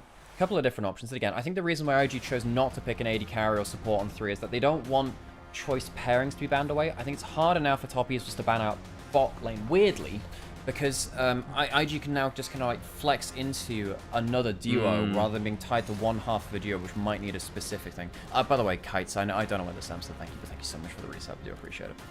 I did, don't worry about it. Also restarted TikTok Live because it stopped and I restarted it. Oh, weird. Okay. But that's fine. But it means it's gotten rid of the weird, janky... Oh, all very cool. Let's get back into this. Anyway, yes, we're here. And I'm best at ban away from 369. Understandable, I suppose, with the pairing. It'd be a nice dive combo. It does feel like it's become a bit of a Renekton, if you know what I mean. It feels like people are happy to play it into most matchups. The Rel ban away from Maker. Last pick potentially for that support has become a bit of a thing over the last few years. The Jhin, a pretty decent, just pseudo. But Jin's fine. Yeah, Jin's completely fine here. It's just a very strong individual AD carry. Probably looking to lock that in with Nautilus or Leona. I guess are both fine there. Rel's gone, so that makes it a little bit harder to play. I think Jhin Rel is probably the best duo for actual lane dominance and snap engage. Top esports looking for a strong front to back. 369, the tank player at the LPL. Don't think he really needs any more introduction with that. So the Sion easy lock in. What's your jungle pick now? I mean, I was saying it was the Shinzao before. I think that's perfectly fine here. Likely is, unless Kanavi's got something a bit spicy. His Vi is fantastic. He was a Jarvan player back in the day. We started to see Jarvan rear its head a little bit again. Jarvan is good here because you get 2 attack speed carries to buff up with your flag. Yes. That's why it's good. Jarvan Azir is uniquely good for that. Now, I don't think it's the best jungle matchup, I don't think it's necessarily the best thing for the team fights either, in terms of your engage. It is, however, really good at giving a boatload of attack speed to both Xayah and Azir, who both love that. And of course, Annie, Rumble, Jhin, all without the ability to get over the Cataclysm. Of course, locking yourself into the pit with the Equalizer or with an Annie Tibbers can still kind of suck. But you can force those carries to flash awkwardly, and that can be valuable in and of its own right. So, last pick of the Alistar for Mako. Allows you to have that temporary front line, someone that can stand in front of the Xayah and occasionally stop the Jarvan engage too with a good, well-placed, well-timed Q. I think the carries from top esports have a really good platform to play off of. However, good enough Equalizer, good enough Cyclone in the right place, wow, that was a weird hiss there, destroys the backline positioning of top esports. Yeah, and again, your ability to pick a target from a long, long way away, Rumble plus Curtain Call, has always been a nasty combo at one item, and there are a lot of people there who will not enjoy it. If you can play it straight front to back with 2-3 items, you're feeling pretty good as top esports. It's just getting there and watching the flanks and not getting picked off in rotations and all those other bits that are not front to backing, which can be a little bit trickier to navigate. The front to back is front to backing. Just going to check our timer on Avert for the Twitch. It should be fine. It'll be fine. We'll probably be okay with that. Okay, so big team fight comps from both sides. Top esports going towards that tank front line and the double DPS backline, which they love to do. And we'll get ourselves into game. Sam, if you want to take a break, now's the time to do it. I'm good. I've done mine already. Okay, very good. I've got myself tea. I've abluted. I'm good to go, mate. Rumble doesn't even have Prior versus Sign though, does it? So early level, Sign is actually better at wave clear than the Rumble. Once you get a couple of levels in the Flame Spitter, obviously Rumble can start getting bounce backs. Yeah, you still can win the side lane as the Rumble versus the Sign, especially if you go for mask stacking build with stuff like Conqueror. And we'll get ourselves into our first game of our third series of the day. Volume heads up. The crowd begins to yell. Uses Kai'Sa.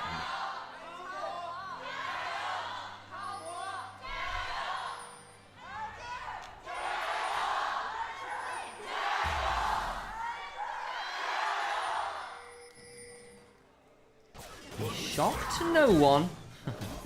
Are they actually being attacked here? The Shy was just hanging around there. There was a world where he flashes over there. I know the Shy. Doesn't do it. Bit hard to do that at level 1 with just Electro Harpoon. Well, I don't know. It is him. Come on. I could see what he was looking for. He was definitely angling to collapse. Either way, just be a bit of a chunk. Not too much more than that. And for those of you who are wondering why some of our Jaios were a little quieter early in the day, that is why. Invictus Gaming, whenever they are playing, the crowd is Invictus Gaming's crowd. They are so popular in this league. They really, really are. And two of our heavyweight teams from across the league doing their very best to be deadly indeed. Yeah, you have, in this game, folks, the two single most popular players in the entirety of the LPL. The Shy and Jackulov are our top two most popular players in the LPL. In fact, at the end of each year, LPL holds some awards, which are the LPL Awards. And the Shy has won most popular player awards 5 times. That's insane. A hell of a lot. Jackulov also very close in the front running there too. I think the only year the Shy lost that award was to JJ in the year that he won Worlds in EDG 2021. But JJ was his jungler this year. He has taken a step back for Wade, who has come in from a failed split on BLG in Split 1, got subbed out for Split 2. We'll see whether he comes back into the roster. Currently not with the team, so we won't be playing today at the very least. IG, bit of trouble in paradise. One way to put it, and that's a kind one at that. Little note, of course, on the other side, of course, it's Jackulov versus Rookie in the Shy again. You bring it up quite repeatedly, but it's understandable because Invictus Gaming were the first team to win a Worlds for the LPL. MSI was nice, and it gave a lot of pride in Season 5 and all those things, but the problem was, to the LPL fans, to the players, Worlds mattered more, and Invictus Gaming doing that immortalized the carries from that team. We don't have Ning, we don't have Baolan anymore, and their careers after IG were not all that illustrious, I think it's fair to say. But for Jackulov, for Rookie, for the Shy, they have still remained some of the very best in the league. Rookie, of course, has been cursed not to go to internationals pretty much since. It's been a bit of a horror story for him there, despite how Good years of play he's had. Hold on the story time because Hung just eats a lot of damage. The turnaround is pretty brutal. Mako's going to have to throw the heal. Hung gets out as well. Gotta look for the last shot. Flash away.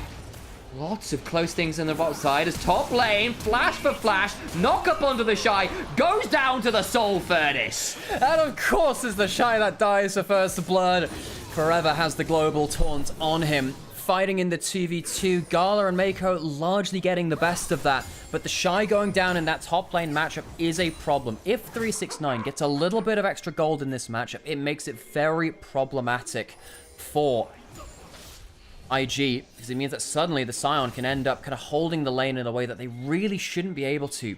Without that, Wei walks across mid lane, not able to do that much, walks back in, just gets a little bit of tap onto Cream, applies that red buff. Top esports, despite the fact that they get bullied around a little bit on that bot side, doesn't lead to the biggest lead for IG. And they get themselves much... Oh, the Shy getting ganked again. Shy no flash. Oh, it's the Shy special. Loses the flash, uses the teleport, gets ganked again. It's a really good lane swap as well because Jackie's here to pick it up. Says hello from 2018. Love the fact that Jackalov activates the W so Rakan can hit the Rumble and give the Xayah the move speed for hitting an enemy champion while that W is active. Needed that to be able to flash in range and get there for the extra damage. The Shy dies 2 times in 2 minutes, and Top Esports have themselves a serious lead now that the Rumble has been put behind. So, 2 kills, 1 onto Jackie, 1 onto the 369. And again, we've seen Scions who get ahead of curve. I take you back to MSI where a certain Scion ended up 3 kills deep and became practically unkillable. It was a bit of a nightmare. Can happen. You want this Xayah ahead as well. The Xayah who's a scary threat, can be pretty dangerous. Cream, sliding and gliding. It looks funky. Gets himself a shield to get a decent chunk onto Rookie there, who will incinerate a minion. I'm pretty sure Incinerate is the Q and disintegrates the W, but I always have to... I never remember. I have absolutely zero clue. They're very similar concepts. Yeah, they are. Yeah, they are. I'll tell you the one that really does get me. Mel, passive, Q, and R. I didn't even know what they're called in the first place. Searing Brilliance is the passive. Right. Radiant Volley is the Q. Right. I think Golden Eclipse is the R, but I sometimes sort of conflate the ejective styles. Like one's golden, one's sunlight, one's fire, and I kind of like mix and match a bit. I've said Searing Volley before. I've said Radiant Eclipse before. The one which I ended up tricking myself into, which is completely my own fault, is like... Hang on a second, that's going to be into mid lane. No Merc Treads for Cream yet, so it does mean he gets the full duration of that stun. But the one which gets me is, for some... And I've completely done this to myself, is Realm of Prison and Rune Walk. You got me to do that, by the way. It was never a problem for me until you mentioned it. No, and it's not nothing which anyone else has ever had issues with. We have a big fight, though. The early skirmish is continuing. Wait, we'll slip on out with the Warrior Trickster. 369, we'll throw out the ult. Doesn't land onto too many people, but that's a nice flag and drag through too. Rookie left low. Turn around with a stun though. Damage back, but the heal keeps Kanavi alive for a second or two longer, but it's still going to be a pickup by Wei. 4th shot came on through from Gala, reloading. Won't find more. Kanavi, despite the knockup, ends up a little too deep, and Jackie's not there, and he's being run at by the Shy. Won't take too much more as the Shy does overheat. Yeah, far too aggressive from Top Esports there. 369 and Kanavi thought they saw a kill angle. It wasn't nearly close enough. Kanavi, if he has a level 6, yeah, okay, you can dunk them there. Not going to be the case as the Shy uses a bit of a dick move there, as he uses the Rumble ultimate to stop the recall. Play the wave at the same time, force Jackalope to be a little bit slow on the next phase of map rotations. Insists upon himself, you might say. Yeah, it's a great phrase. It just is. When you don't want to explain pretentious. Yeah. Enjoys the smell of his own farts, folks. Yeah, wonderful message about that. 369 could have 369 could have ulted out him at any point. Chooses not to. Goes for the short ult, gets a bit of damage. It is a good flag and drag to get the damage down, but they just don't have the extra follow-up. Cream not in range. Does have the ultimate. Can't slide and glide in early levels. The E is a very long cooldown. I believe it used that before. W stopped. Yeah. Wave will block Gala from taking a minion, but Top Esports misjudging that early skirmish, which is I'll be shaking their heads at because they were in a really good position before that. Yeah. Still not a bad one. Fortunately, Cream got 3 autos off that entire fight, and most of those were on the retreat. Got 1 while the CC was down. That was it. exactly the easiest. There had the Emperor's Divide up, couldn't find an angle to use it. Knavi, I look at potentially threatened way here. It's interesting. It's level 6 to level 6, Cyclone versus Cataclysm. No 6 for the Alistair. Needs another half a wave to do that. It could be important. First grub taken. IG could back out now and just say, well, we denied them getting the full house. So, grubs being fought over. First one, as you said, went down to wave. We're trying to wait to see whether he could stick around for that second smite. It's going to take too long. He's going to have to leave. Now Gala and Mako coming on down, collapsing. Potentially for more. One final grub to fight over. Where's... I don't think his smite's going to be back up in time. The fight he had, yeah. Knavi flashes, but just gets a jump onto Rookie as a result. Turn around, beginning to come through his way, puts down the Cyclone. Gala flashes to try and ensure something, but already the Azir's killed off the Annie. Getting the Marshall Cadence fights onto Gala, who flashed to make this play, by the way. Barrier gives him enough time to at least bring Knavi down to the back end of it. Hung also low as Mako looking to get that one and does finally slap him down for a little bit more. It's a 2 for 2 as it stands. The problem is the damage isn't really here. They'll get the equalize down. That recall gets something, but 369 looking to get onto the Shy is actually just going for the wave. Misses the Shy, so gets the wave instead. The pixel kill from Knavi and Gala, both finishing each other's health bars at exactly the same moment. Means that they go down in a 1-for-1. Does mean that Knavi is now only just respawned. He wasn't there to secure the second grub for Top Esports. I think technically there could be another contest, I suppose. IG Top Esports proving that there is still very much action to be played in the early game, despite the fact that a lot of our teams worldwide have a bit of a snooze for the first few levels and wait for things to come apart beyond that point. Mako did hit the level 6 after. I believe the grub ended up dying. I mean, Knavi ulting Rookie alone, I don't know if I love that. He still had flash, still put a ton of damage. Cream flashing for the extra damage here too. See right here, Knavi and Gala both finishing each other at exactly the same time. HP bars hit 0, and Mako does end up getting an extra kill beyond that, and it is a real fracas. Very much is, and at the back end of it, it's just a little bit more. It does end up, I think, becoming a relatively even state of affairs. All things said and done, of course. Things have to slide away there. Knavi on the grubs has used his flags, actually in a tricky enough position, but by killing the big grub, gets the heal. Because of his jungle pet, will have enough time here, I think, to get his flag and drag back up. So it's like, my dude, you're just casting EQ in front of an overheating Rumble. It's a bit of a problem. Flag drags in. And there goes the quickness. Knock up as well. Trying to get some damage back. Jackie also coming. Doesn't want to burn the flash, though. The Shy, though, losing half his HP. Alton 2. Try and turn this around. Knavi gets the flag and drag through. He's just dead. Doesn't get a chance to press the button. And they'll be able to kill off the Shy. The wave has crashed, get some value there. Of course, IG were already attacking the bot lane tier 1, so they're ahead of the curve in terms of shoving for the turrets. They are, but there's 2 grubs on the other side, and also the Jarvan flag, which does help with the tower killing. Now, yes, the Wukong is very good at that. I do think with Gala coming down, this should be a win for IG, but that is, again, the extra attack speed does help for Top Esports. And the extra grub as well, you're not wrong. This is going to get a bit tight. It is being caught up by Top Esports, but it'll be a desperately close raid. Flag comes back out again. Should still be the side of Invictus Gaming claiming that turret. But closer than I thought it would be at the start of that, I won't lie. About 3 seconds, the difference. 3's not quite able to stop the recall. In fact, does at the very end there. I think he could have maybe ended up completing that. Top Esports losing that first turret race as IG gets it. Decent value. There's the Shy. Back alive. 0-3 and 0. Poor guy. He has been put under the caution. I don't even necessarily think, like, that second gank in particular was on such a bizarre timer. Got caught by it. Well, I don't know, but I think the second one was egregious. That's the one where you dive for a wave state, but it feels like you could have called someone up. I mean, another player may have called their jungle for that way. He's going to get the blue buff, get out in time. Rookie alone on the side of the map. Does have flash. Can't interrupt it. Will flash away as a result. Way's also here. Decimating Smash only catches the wave, but Rookie down that summoner spell, forced away from the turret, of course. With the grubs, that's going to be a lot more plates going the way of Cream. He's got a recurve bow, but not the full Nashes yet. But still, enough attack speed to whack the turret a few times. No mistake.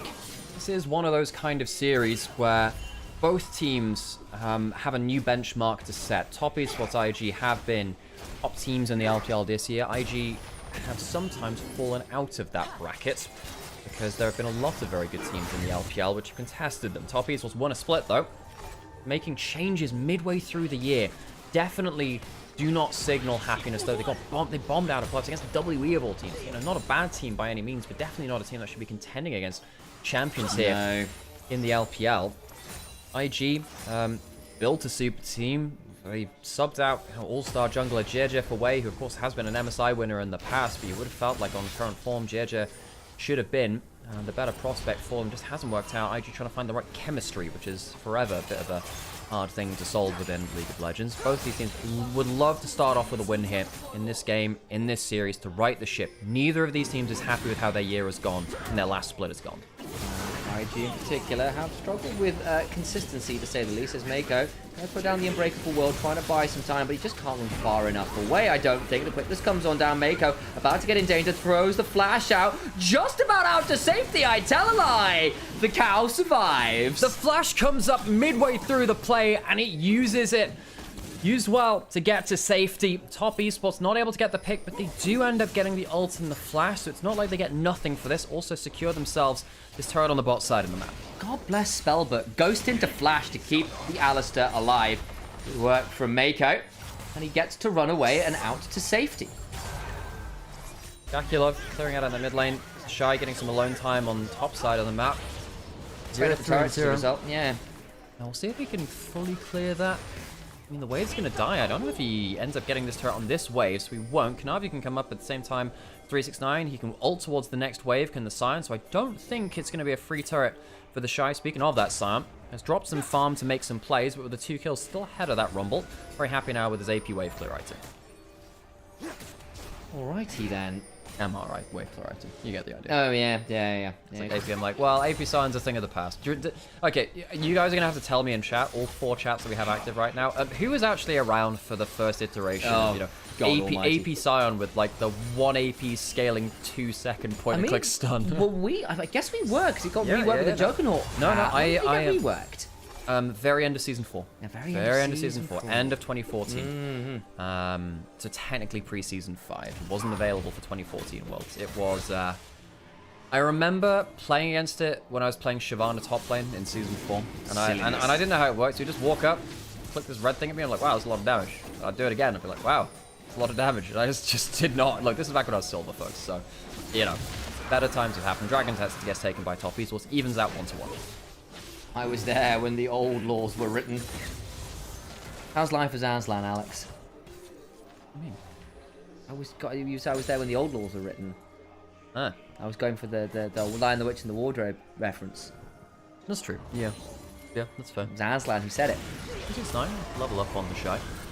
Overheat coming through soon, though. A little bit careful of that. Giant axe. Yeah, it's not great for most people. I kind of would like a Pacific Rim style showdown between Rumble and Scion. Proper Kaiji battle. Wei going up towards top side. There is an ult and a flash for 369. Can they realistically get...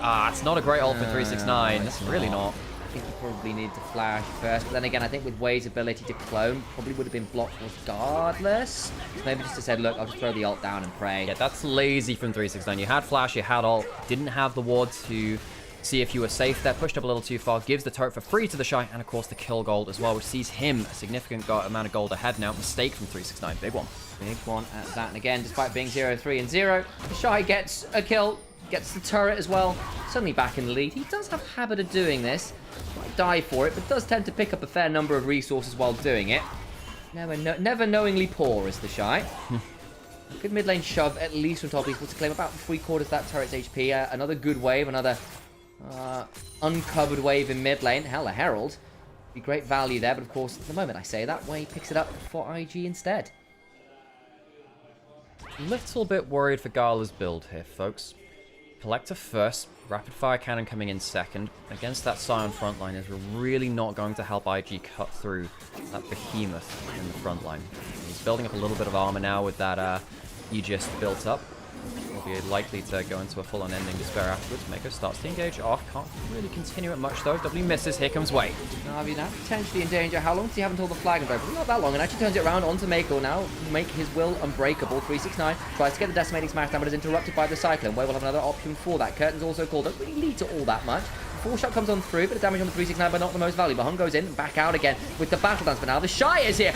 Massive stun from Rookie, but they're going to turn this around as Hun gets a decent quickness to buy some time for his team's escape, but that's what it has to be as IG continue to hunt for more. Rookie's Annie doing so much work. The Shy goes too far forward though.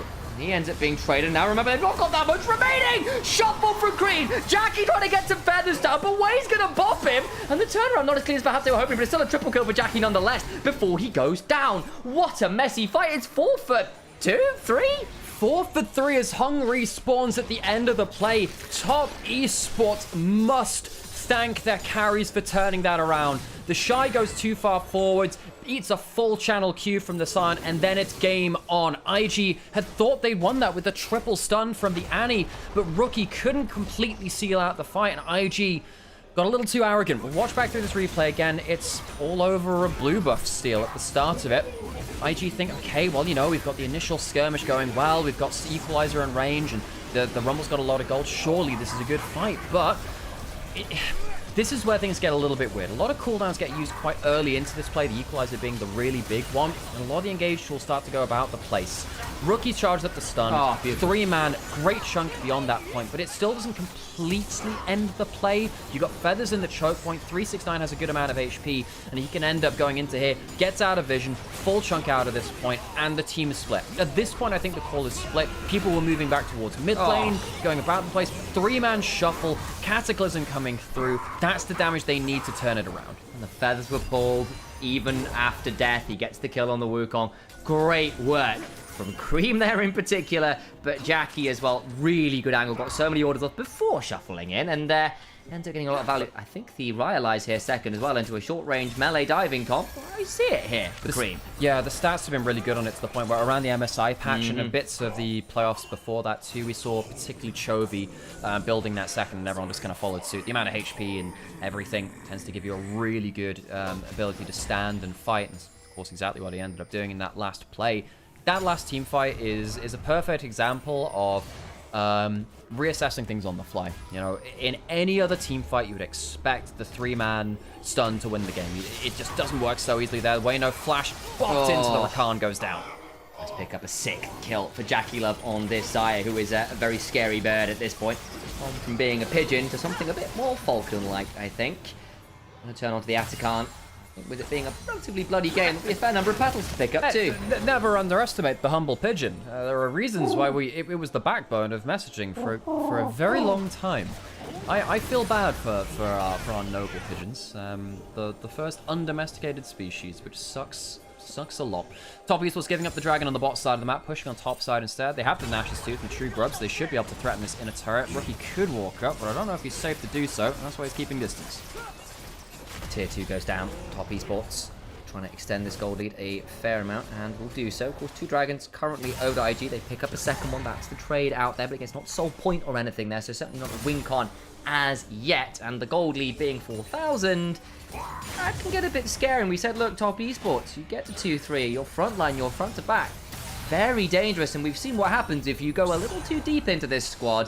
Some very frustrating disengage and very frustrating zone control to contend with.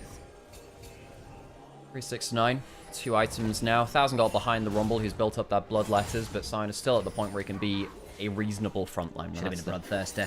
Really needs to go up the greater demon scale. Yeah, man. Blood for the blood god, skulls for the skull throne. Let's go. Yes, Queen, slay. Your enemies, leaders of mortal men. Navi look to see if he can steal away that Grump. Can't quite do so. Over a level ahead of Way, though. This is one of the big problems of giving up an Atakan. You do lose a lot of XP. Farm advantage obviously not helping with that one either.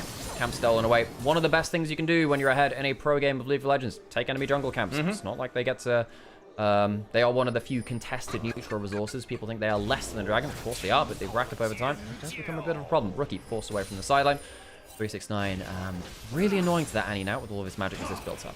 Also, helps keep Way away from elastic XP. You don't get that rubber banding if you don't get to the camps. And actually, rubber banding in jungle has been very potent for a long time. It's partly why we don't see so many Graves, niddly jungles anymore, because your ability to farm Teleport coming in. Here comes the Hail Mary. It's the step. This is going to be the spellbook coming through from Mako to give him the flank engage. Okay, Kanavi tried to buy Spike, couldn't find the knocker, but that means Creed's been shunted back into the team. He's a dead bird. Now the turnaround comes on through as Kanavi does manage to flag and drag out to safety for a second or two, trying to turn this one around. Backline goes on. Decent stun and the quickness value, but it's still a 1-for-1 at that point. Jackie in danger. Cleanses up into the sky, but Way is waiting. Flashed away. Feather Ball is brutal, but the the Nimbus Strike finally brings him down with the assistance of Rookie.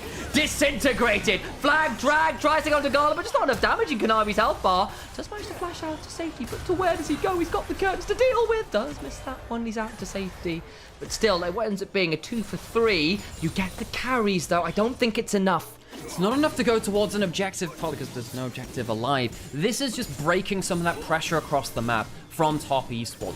Very creative use of the spellbook from Mako, which pays off massively. This is a player that was massively criticized throughout this year. I think Mako was a player which a lot of people maybe expected to even be kicked from IG after being very poor throughout a number of series. Game.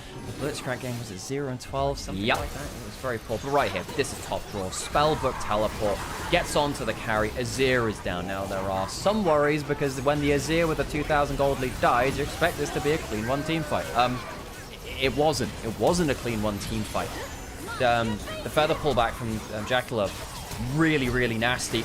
Way flashing out of some of the feather damage, but just going to turn around for some extra damage there too. Navi at least manages to survive. Almost takes down Gala with him, actually. Ends up living, though, to the current corpse pull.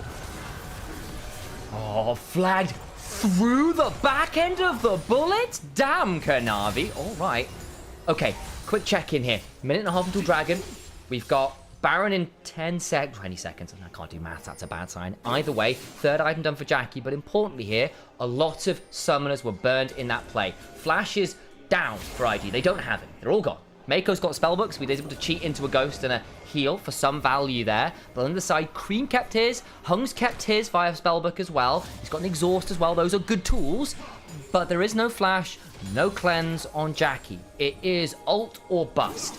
And if you can kill that Xayah, the fights become a lot more playable. It's easier to do now than it has been a long moment. And yes, flashes on Annies and all these things are good and valuable and wonderful things to have to make the stuns happen. But the Xayah being without those tools, I think probably more valuable.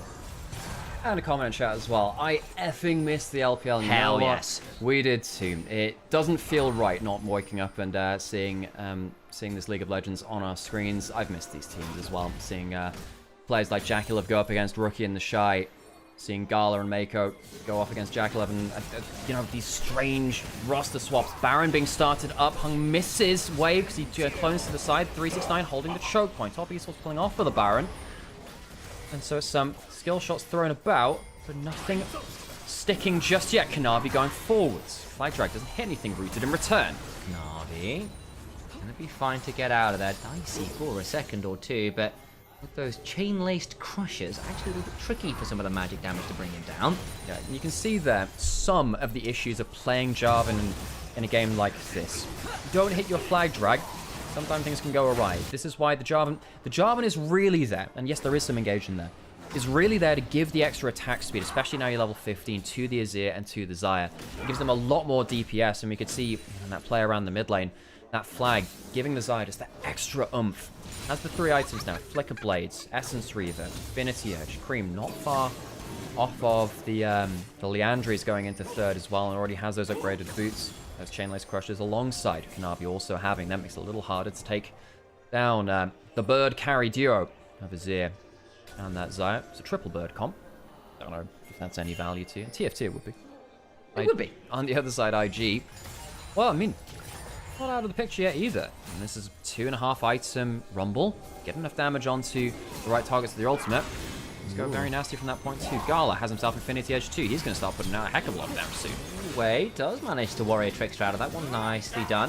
He gets picked up and loses a bit of his HP bar, but so did Kanavi. He gets to heal up off the Scuttle Crab and the power, of course, of the likes of Martial Cadence and Sundered Skies and jungle items and all these things together which give you healing when you hit camps. Either way, now Baron being started, IG forced into a fight. There are lots of flashes available for IG, and they do have the Equalizer, top esports. This is not a free Baron. Rookie on the flank also has flash. That Annie. Oh, shuffle onto the Shy. Oh, he's in trouble. Hung gets on top of him as well. The quickness is in, looking for another grand entrance. A decimating smash knocks up many people. Gala flashes away, staying alive. Kanavi dead as a result. On the other side, though, Mako knocked up and potentially knocked down. 369 buying space on the other side. Jackie Love deletes the Annie. Way needs to flash away. Gets knocked up by the grand entrance. And it's to the funeral home. Gala brought low by the Emperor on top of it all. You lose Ganavi, but you'll damn well ace the squad outside of Mako. Oh, Jackie Love is a step-in razor in this game. 9, 2, and 4. Top esports carries have been putting out the damage that they need. Mako technically does have a spellbook smite, and Kanavi doesn't have it. I don't think he's going to live to be able to use it, though. And he does not, and they'll jump over the wall and ensure he has no way to mercurially find something out of nothing. Baron secured. And life looks good if you're a top esports fan. So the Shy was on mid-wave, tried to walk into range to contest around the objective, but just doesn't understand the pick potential of not the Rakan. He's checked the Rakan, you can see him. Doesn't spot the Azir. Cream, great play. And suddenly with the equalizer threat gone, the fight is much easier for top esports. If there's an equalizer in this choke point, I don't think it's playable. With that threat gone, Jackie can afford to play it like this. Walks forward, battles Zaya all day long, uses the cleanse, just keeps autoing down, and the damage is ridiculous. Jackie, we've known him at his best to be someone who loves to go forwards on the front foot. It's come back to bite him once or twice. When it works, it looks so domineering. And now he's got himself the Merc Scimitar, oh, not the Merc Scimitar, the More of Malmortius. Yep. That's the name of that item. Much hard to bring down in this game. And it's just going to get trickier and trickier as Hung picks up things like lockets and redemption and all these extra tools to make it harder to bring low those birds in mid and bot. And I think particularly as soon as the equalizer is gone, IG struggle to have much impact in team fights. You need to have even just the slow on the carries to stop them doing follow-up auto attacks. It's really huge in these fights. The Shy, he's been picked off an awful lot. W does hit. Rookie going forwards. Jackie, nice. Feather Storm to avoid the Tibbers. Battle Dance out. Hung stays alive. Redemption comes on through his 369 David and Way is gone. Double daggers into the back, and he is down for at least another 40 seconds. Cream comes on forwards, looking for a bit more of an auto attack or two. Decimating Smash flashed away from Kanavi. Looks for the Cataclysm onto 2. The Shy's going to start roasting him. Flash on out of said Cataclysm. Decimating Smash again onto the cow, and the stakes are high, but not for too long, as they'll sink another 6 feet under. The stakes go high and then low, and then they're buried. IG lose the inhibitor, and they might just lose the game off of that play. On to the Nexus turrets we go. Top esports striking first in our heavyweight derby to end day 1, week 1, of course, of the LPL Summer Split Gala. Well, he's supposed to be having a festival. Unfortunately, the festival is awake for IG's funeral in game 1. Top esports strike hard, strike first, and dominantly so. Regional top esports, domestic top esports is back on your screens, oft maligned for other performances, but regionally they are such a terror to behold. It was a back and forth earlier into the game, but IG were dealt with, we shall say, very, very quickly after that point. And that's our first game done. That was fun. I enjoyed that game. IG looked like they were keeping it close. That fight, though, where it all went wrong. The over push. It's Invictus Gaming. They've been known to do it once or twice. They certainly don't lack confidence. Perhaps just a little common sense. And top esports, they had a Scion on the bush. Anyone played a Scion in bushes before? In League of Legends history? Don't think I've ever seen that play before. Yeah, I do think just on the whole, top esports team fighting was a lot better. However, a lot of that comes from better map setup. I think that, the Shy late pushing mid lane to get caught by Cream around that Baron, that's because they were behind in their waves, and you had to go do that and kind of drop off of that wave. Top esports take game 1. It's a good team fighting performance. I think that really Jackalov on the Zaya was my standout there, but he couldn't have played like that without the supporting cast of the rest of the team. And IG, not a bad game from them, but it just shows what you have to play like to be a top team in the LPL. Yeah. Quick bit of housekeeping then. Hello, I'm Initialise. I am Nymaera's older brother. We cast League of Legends together. You may have seen us on shows like the LEC before, probably most famously, I guess, if you're looking for our highest profile gigs as a duo. We do have a co-stream the LPL as a professional English cast. We are here every day. It's the two of us. We're right up there as some of the best casters you're going to listen to if I don't empower myself too much, but we are pretty damn good. So thank you for being here and joining us. We're live on 4 channels at once. So there's twitch.tv/Nymaera_. There is YouTube. Is it just Nymaera?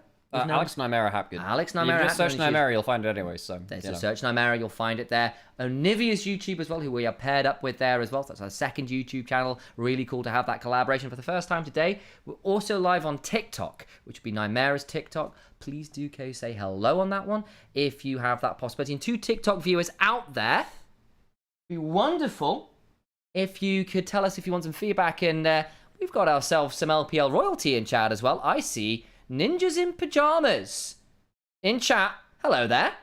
Greetings.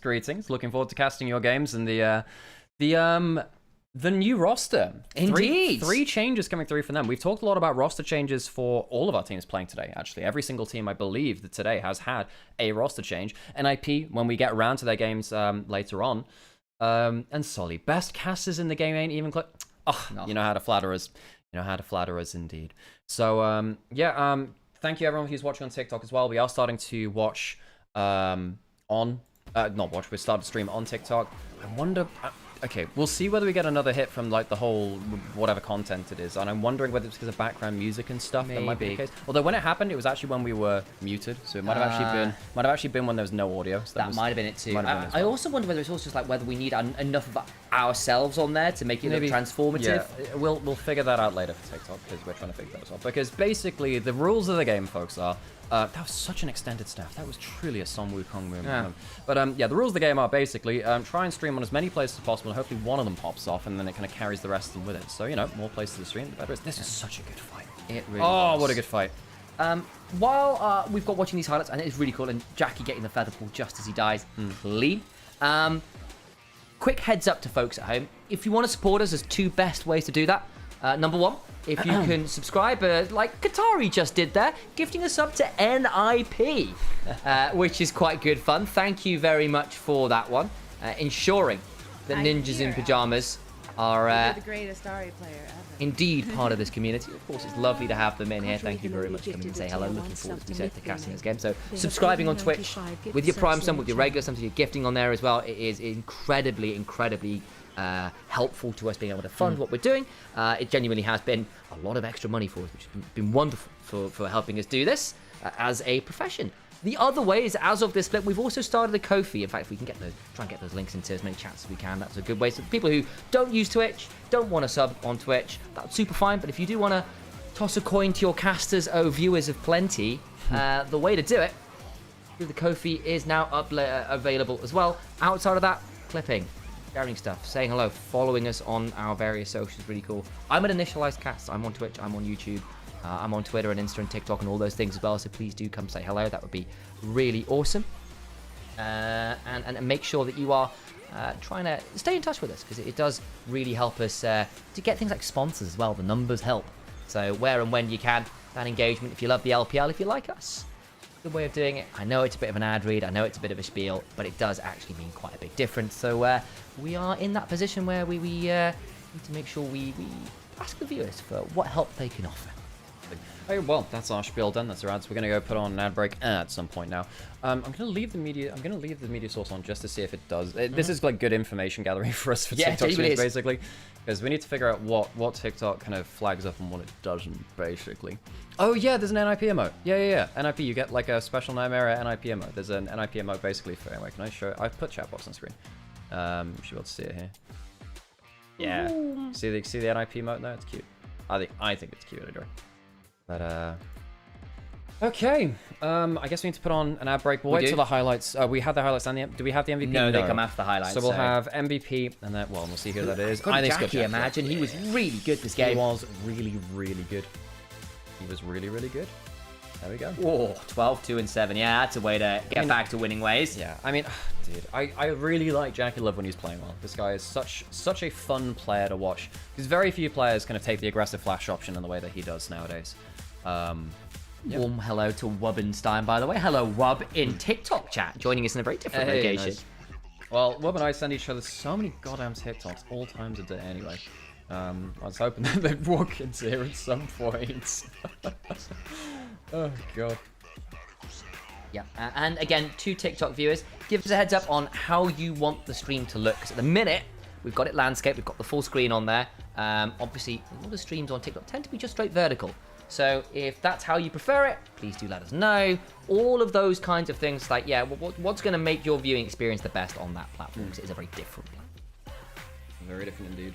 Go open the door, actually, as well, to get some heat out. Yeah, it's starting against summer split, so, you know, summer temperatures. At least it's not like full heat wave today, but yeah, I think basically having another PC running in the laptop, it heats the room up even more, basically. This is already a room with not great ventilation.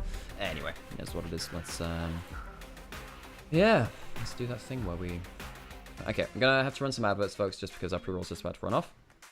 And that's only for Twitch, obviously. I'll get through into it.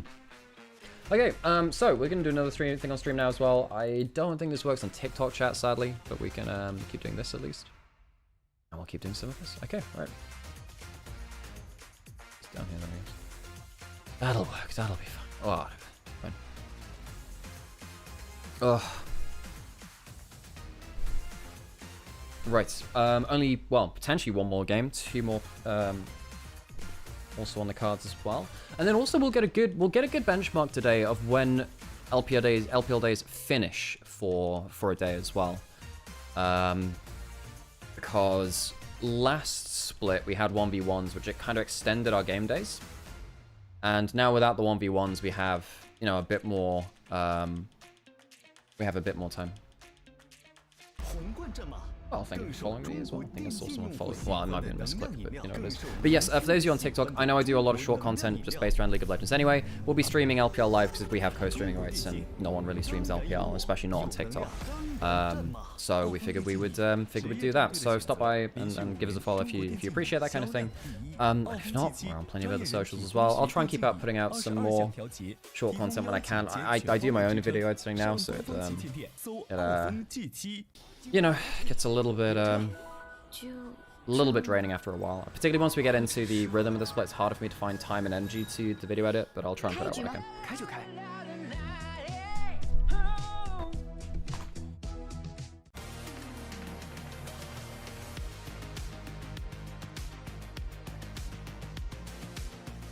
Anything else I can do? I can test it.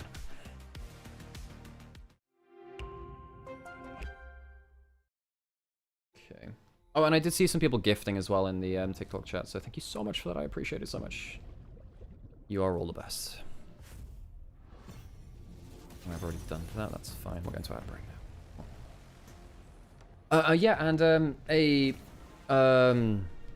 question we asked earlier, but I figure some other people might want to answer this as well, because I think it's a fun conversation. I want to know in chat what your favorite not top LPL team is. What is your favorite LPL team that's not a top team? People have mentioned OMG 2023. Someone mentioned LNG a couple of times, although LNG obviously were a top team at points, so that one's a little bit more contested. And then WE from this split, some people mentioned that. So yeah, lots of different answers there. TT with Setup. Yeah, the all-time. Yeah, I mean, TT is one of mine as well. I think that TT with UCal was one of my favorites. I think Ultra Prime, the Hacker Ultra Prime roster was one of my favorites. Enjoyed that too. LGD. Which version of LGD, though? Which version? There are some fun LGD teams.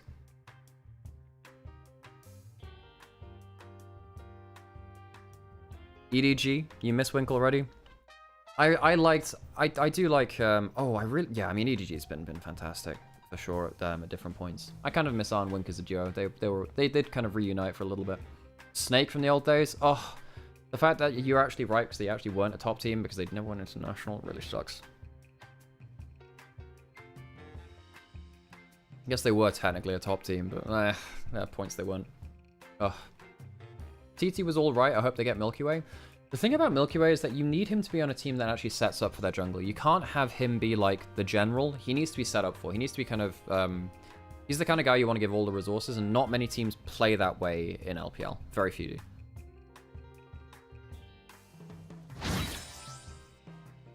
Are you watching Freerun? Nice. I finished that with Angie a month or 2 ago.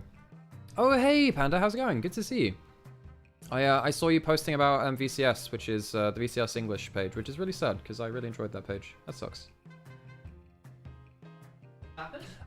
Basically, VCS English got kind of copyright struck, basically, which is really sad because they put years and years into that channel, which, yeah. Real shame. I personally think that's a mistake. I think that VCS English were a really good place of information and community for it. Yeah, me too. That's a real shame. Wanted to chime in and say that I love Old Snake. That is a great call. It's a great call, for sure. And of course, Snake Esports was the Flandre team when Flandre was your carry, when he he was the original diabolical mad scientist in the top lane. Yeah, in an era where people were going toward like more bruiser tank top laners because of the 2015 MSI win and Koro 1's impact on the region, he still went as a major carry. You know, we had players like Koro 1 and Amazing J that were all about the Nautilus top and stuff like that. And that was not something which Flandre did. Flandre was the carry guy. He was the carry guy.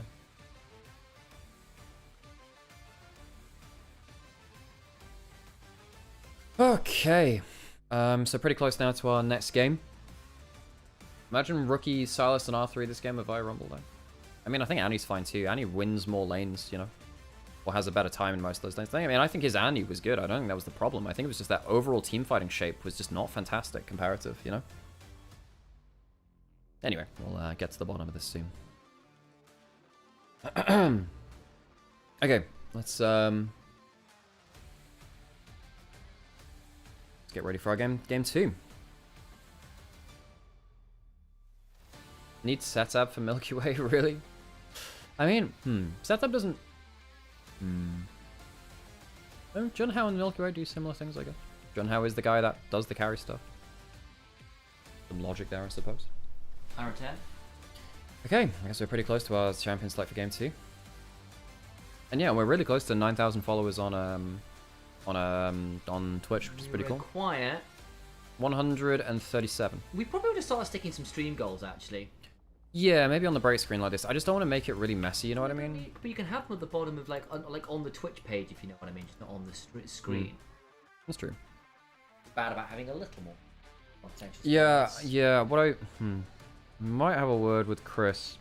See if we can get like a more like a break screen thing. Because you know how LPL English have like the picture in picture and then like time for maybe have something like that which allows us to put camera in the corner and then some room for widgets and stuff on the extra border stuff.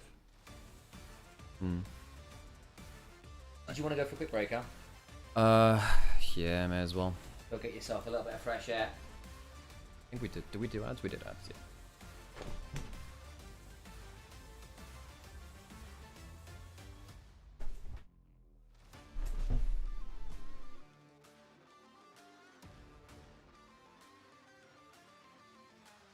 The throat goat. Tara. And he couldn't keep up. Wukong Rumble went too deep. Yeah, that basically did happen. NIP Milky Way. Here's hope. Maybe.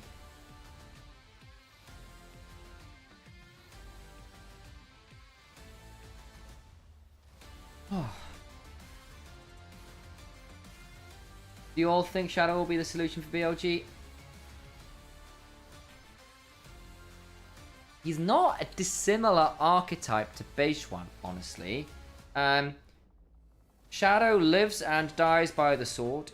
We saw it on FPX, right? That basically your litmus test was, did Shadow succeed early and get snowballed? Yes, team looks great. If he didn't, he will MLXG, he'll die trying to make things happen. I think he's a harder carry than Beishuan. He is less of a facilitator. Like his Neferi, for example, went 17-0 in 20 minutes. Like that's his, like, he's Neferi, he's Shinzao, he's Vi. Famously a Lee Sin player.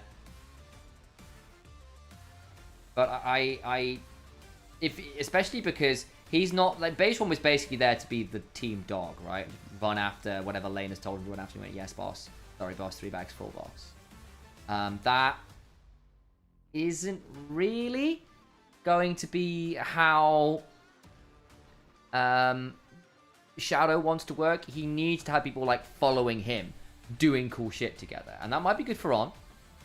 Might be good for Knight, honestly, who often tries to take his individual masterclasses and take them elsewhere. Let me minimize this. I think we are about to head. Oops, not what I wanted to move. that up there for a second or two. Maybe we can put that there. Maybe that's the way to do it for now.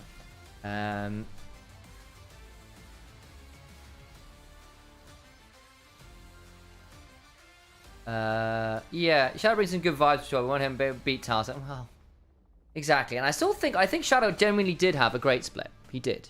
I just don't know whether a great split is enough to beat down Tarzan, who has had a, reminder I was considered for a long time one of the very best junglers in the world leveled good, which is a very different beast. Very different beast. Here we go. Draft for game number 2. Top Esports. Victorious. In game 1, Hom, of course. Coach for TES. IG. Got Daney.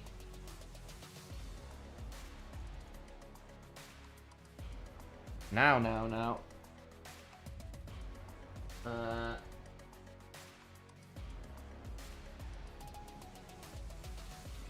I'm gonna do some verification work.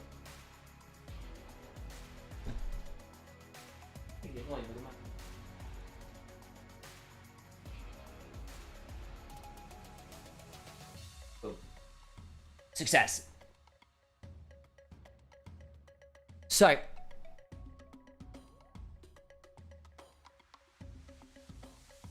fans coming on through. Sorry, TikTok saying, "Are you still live?" Like, yes, we are. Stop it.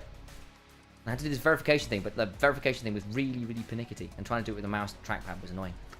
That doesn't matter right now, because we've got ourselves a bit more to work with as I caught the microphone. No one tell Alex. Poppy and Bessa Varus by IG, all very strong picks. The Global in the Pantheon, the Vi, big way pick as well. Just means an immediate Taliyah lock, because that gets through. Malphite hovered. Some fun hovers here. Zoe into Taliyah can be rough because Taliyah presses E on where you were and bad times happen. Orianna can trade on the Taliyah pretty well through the wave in a way the Taliyah needs to clear the minions first. Going to be a bit wary of the shove. It's scary.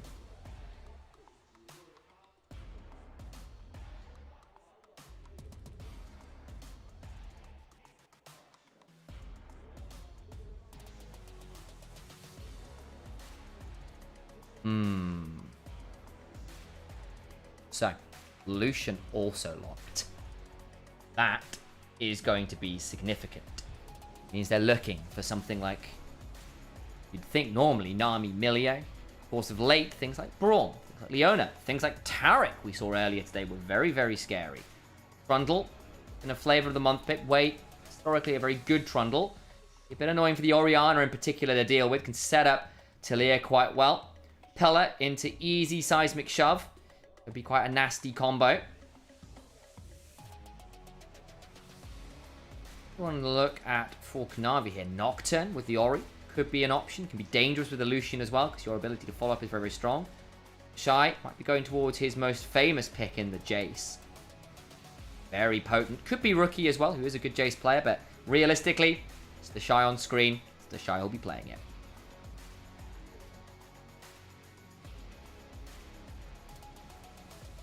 Will we ban out now, second phase? Rel with the Lucian. It's passable. No Alistair to counter. It's not the best pairing ever, but hey, all-ins are all-ins, and with the changes to the Vigilance passive, CC is CC. And we'll go towards it regardless. I mean, I suppose theoretically, I say you can move it mid, but there's the Orianna here, and that would be a very big throwback. Lucian really does need to get value out of that passive with someone else these days. I suspect we're going to see bans towards bot side here. Braum, probably not an awful ban. Khan, Alistair down. Leona, Nautilus, all valuable here. Engage pick options, especially when you've already got the Taliyah and the Trundle. There we go. Pretty valuable. On the other side, I think you want to get rid of things like Nocturne as we speak about it. Good ball carriers. Shinzo, I think, also becomes a very valuable ban at this point. On the other side, Leona, Braum, I think both okay here. Your two kind of tanky pseudo-engage options I could see.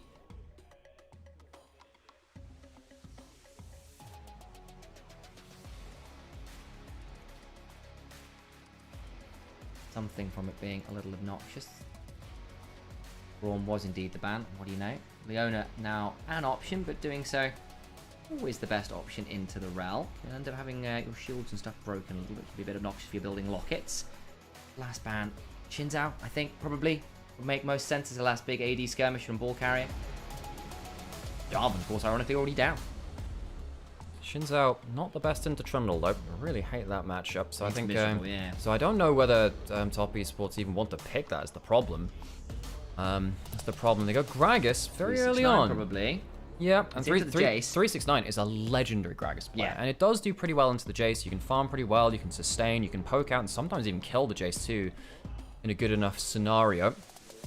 So, but what this does do is give some limited engage over to the side of Top Esports as well, which doesn't necessarily involve getting to lead. Gragas can start using that cask, and then that puts someone away from the Talia minefield, so they can't get protected nearly as much. Gala goes towards Ezreal, one of his best picks. He is insanely good at this. And that's really good capstone to make sure that IG have good set of safe carries now, actually. They have good long range, potential double poke. Ezreal can lane fine against the Lucian as well. Kanavi, what's the pick here? He sends Zed a fun hovers. I think Zed's better into the Talia, because you don't actually have to dash over it, and we get Kanavi Zed jungle. A treat today on day one of LPL Split 3 2025. That's a cool one. It's good into the Trundle. You can shadow back over the pillar, and unlike the Lee Sin, when you go in, you're not dashing, you're blinking, which means that you don't get to interact with the minefield in the same way, and you have great assassination potential. Honestly, onto everyone on IG. Question: with the blink, does the Orianna ball come off the top of your head? Nope. As long as you don't get out of range. Keeps on. It keeps on. There we go then. So you got to stick on range. Not that you should really be the ball carrier as the Zed. That's where things get a little bit weird. Rel and Gragas probably better They options would probably here. be better doing that. But I can see the Zed potentially in your 2v1s getting value out of being able to get the ball in range. Yeah, I love that Kanavi's been given a load of agency here. I think that Kanavi is such a good jungler. Yes, he was MVP from regular split, last split I believe it was as well. Guy is absolutely on fire. And as they leave this stage, we'll get ready for potentially the last game of the day. So, Zed for Kanavi. Nefiri, somewhat nerfed out of pro play. We're not seeing so much of it anymore. Took its place somewhat. Is that Zed? Backline access. Carry jungle. Loves that lethality, and seen a few people really pop off on it. Tarzan, final last bit. Absolutely incredible. The thunder of Kanavi a little bit, really, in terms of jungle gods amongst the LPL as playoffs went on. Kanavi can return the favour here against Invictus Gaming and make this a 2-0. IG trying to prove that they do hang with the top teams. Top Esports after a change, proving that all things are still good.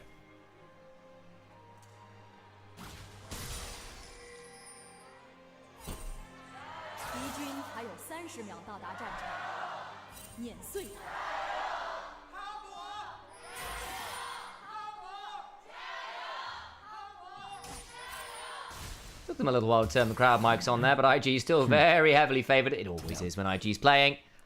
So, for those of you that don't know the Zed jungle tech, the idea is you clear so fast on your first clear. Your goal is to clear pretty much everything, recall before Scuttle spawns, get double long swords, and then go fight for the Scuttle. Sometimes you can flex around that. Kanavi's very good at adaptive pathing. You can see that IG potentially want to walk into enemy jungle. Stop Kanavi having a safe clear.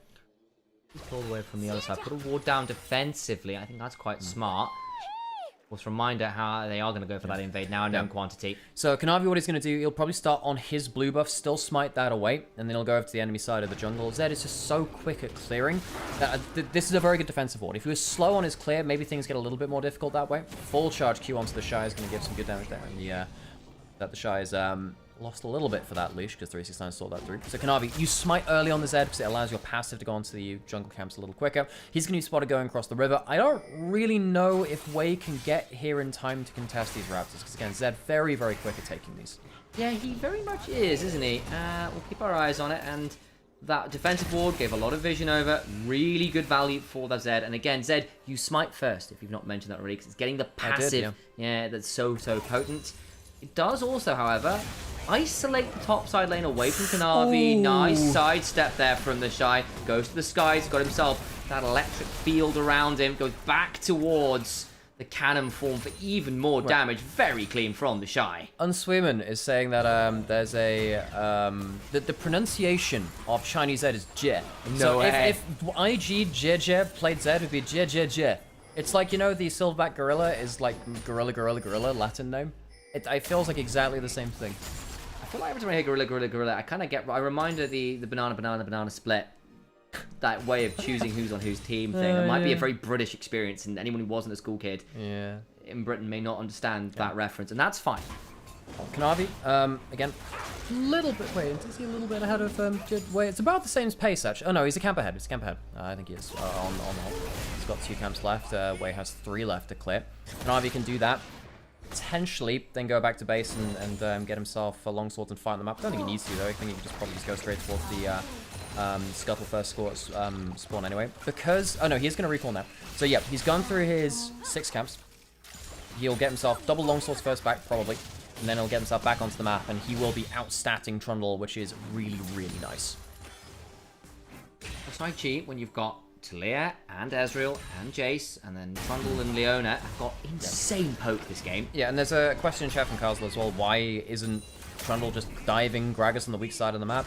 Because if you fall behind in farm against the Zed, that is actually a loss condition. Zed is so damn good at clearing ahead of opposing numbers. You can see right now, Kanavi going up towards Wei. Wei's here now on this right timing. It'll allow the Shy to get a good recall. But yeah, Kanavi has those double longswords, and with Conqueror, he starts to win. Yeah, he does. That's a lot of damage back. Look for a bit more.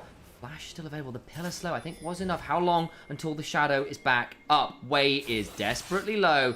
Cannot stand around and fight for the Scuttle Crab. I think Kanavi holds the smite and tries to play on the other side. Teleport's coming in, though. They want to contest on this. Kanavi gets the smite already, though. Shadow slash away. Gets a hold of the command protect. Rookie looking for a little bit more poke damage with the threaded volley. Scuttle Crab up and available on the other side. And I think with the reset coming on through from Wei, it's not going to be contested. Wei's too low HP to go for that contest on the other side. Also, bot lane prio was there. If you were going to get one of those skulls, it had to be the top one. The Shy teleported in for it. Kanavi winning out on the early game by picking a good jungle matchup into the Trundle, getting double Scuttle. And now Rookie's overshoved. He should be safe, I think, because he can walk out with that rock surfing passive. And indeed he will do. Kanavi could shadow over the wall. Doesn't choose to, though. Decides just get some poke down on Rookie, and we'll leave it at that. We'll start up on his Raptors, and again, he's already got his first back off, so with a double longsword, maybe too delayed in terms of the clear speed. All those things as a jungler, you do need to remember that, yes, your camps are up, but at some point you need to reset and buy more items, so you clear those camps more quickly. Question in chat, where is Jejeb? Jejeb has been benched on IG for the time being. That's been said. I don't think Wei has necessarily been standout in these games so far. I think he's been fine.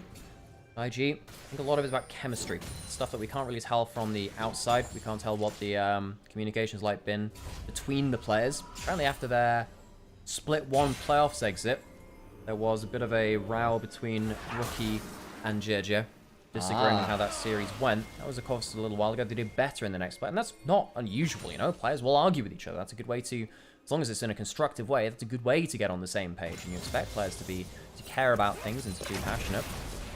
Still, it seems like there have been some issues internally with IG. Maybe this is just a change for the sake of change. Get someone else in, see if it fixes the chemistry. Apparently he's back in Shanghai. He's not in Shanghai, which is why Wei's starting. Of course, he's still strictly on the roster. Supposed to be I think it's supposed to be a 6-man roster. Yes, it is. And to be honest, given this series, wouldn't surprise to see if JJ did come back in for the next one. This might be a play from the coaching staff to say, well, let's just see if we can light a fire under the roster. And see if the changes in and out can change the motivation a little bit. Again, Wei, different playstyle to JJ, really. Known for being a bit of a rat, a bit of a gremlin, finding weird old ganks. Didn't really have a great time on BLG by picking the air. Navi does indeed. Just double circle there. Shadow forwards. It's Living Shadow and Shadow Slash, isn't it? Lots of shadows in his name. Shadow Dash, and then the Razor Shurikens. Massive is Contempt for the Weak. It's such a good name, that one. That's the Death Wei. So, Kanavi doesn't have Shadow. This could be a bit of a problem now, actually. Uh-oh. Going to be in a dicey spot. Still has the Flash. Shadow's back up. Flash for Flash, but the Zen Blade drags may go under the wall. Doesn't matter. Flash for the Chomp. Great jungle support play from IG. They managed to catch out Kanavi as he'd used his Shadow. We didn't have that instant escape. And that will get Wei back into the game. Thought that could have actually ended up killing Mako. Me going too. into the turret. The lanes were a little slow to respond from Top Esports. Didn't see Leona leave the lane until way too late. Top Esports not responding well to IG's proactive move into the enemy jungle. Nice cast, but the Shy will try and turn that around with a decent disguise option. But he's pretty low now. 369 not with a huge amount of mana, but it's always deceptive on Gragas. Flash for that body slam, can't quite get the kill. Turn around and comes on through as the Shy begins to turn this around. Getting some shock blasts. Solo kill for the Shy. The 369 ran out of mana, goes for the flash play, but the Shy is better in the 1v1. Solo kill for the Jace. Kanavi will return onto the map, has level 6. Yeah. The Shy should still be able to get this into turret, and that is going to be fine for him. He'll safely get out with the solo kill. Get out. Big win for the Shy. 369 down 20 CS and the kill. Navi, find anything here? Not really. Blue buff respawn might be an opportunity. But Wei's coming over. Probably needs to leave. Grubs are up. And this gets interesting. Better back, by the way, for Kanavi. Got a Coalfield and a Longsword versus just the Ruby Crystal on the other side. Wei is only back the once, I believe. He's not gone for a second recall. Kanavi can't stick around for this play, though. 369 losing on the top side, having no flash no means that you don't exactly have top lane pressure there. Gala roamed up early to contribute to those Grubs kills. And the Shy giving a bit of fresh air to IG. Alongside Mako as well, helping with that kill onto Kanavi. Kanavi's going to take his opportunity to clear as many camps as he can. Hung's around just in case there is a bit of a reset. Hung, level 6 mark himself. Magnet Storm up and available. Good start from Invictus Gaming, up about 1,000 gold. I'm into a solid spot in this game again. You've gone for very heavy poke build with a Jace and Ezreal Atelier. If you can just get ahead and stay ahead and keep chunking out the squishy members, it can be hard to play out the game. Top Esports with a Lucian, with a Zed, with a Gragas even. Make value out of those first couple item spikes, get the burst combos down. Look at the replay as he ran out of mana. Just runs out of mana. As far as I can tell, runs out of mana. It's not a bad first combo. Bops him back into the full combo. Good charge on the Q to get some extra mana there. Look at that. About 100 mana. He has about 2 skills left. Now he has about 1 skill left. Goes forward. 40 mana. Doesn't have enough for the Q. He has the Q. I think it's just about kills.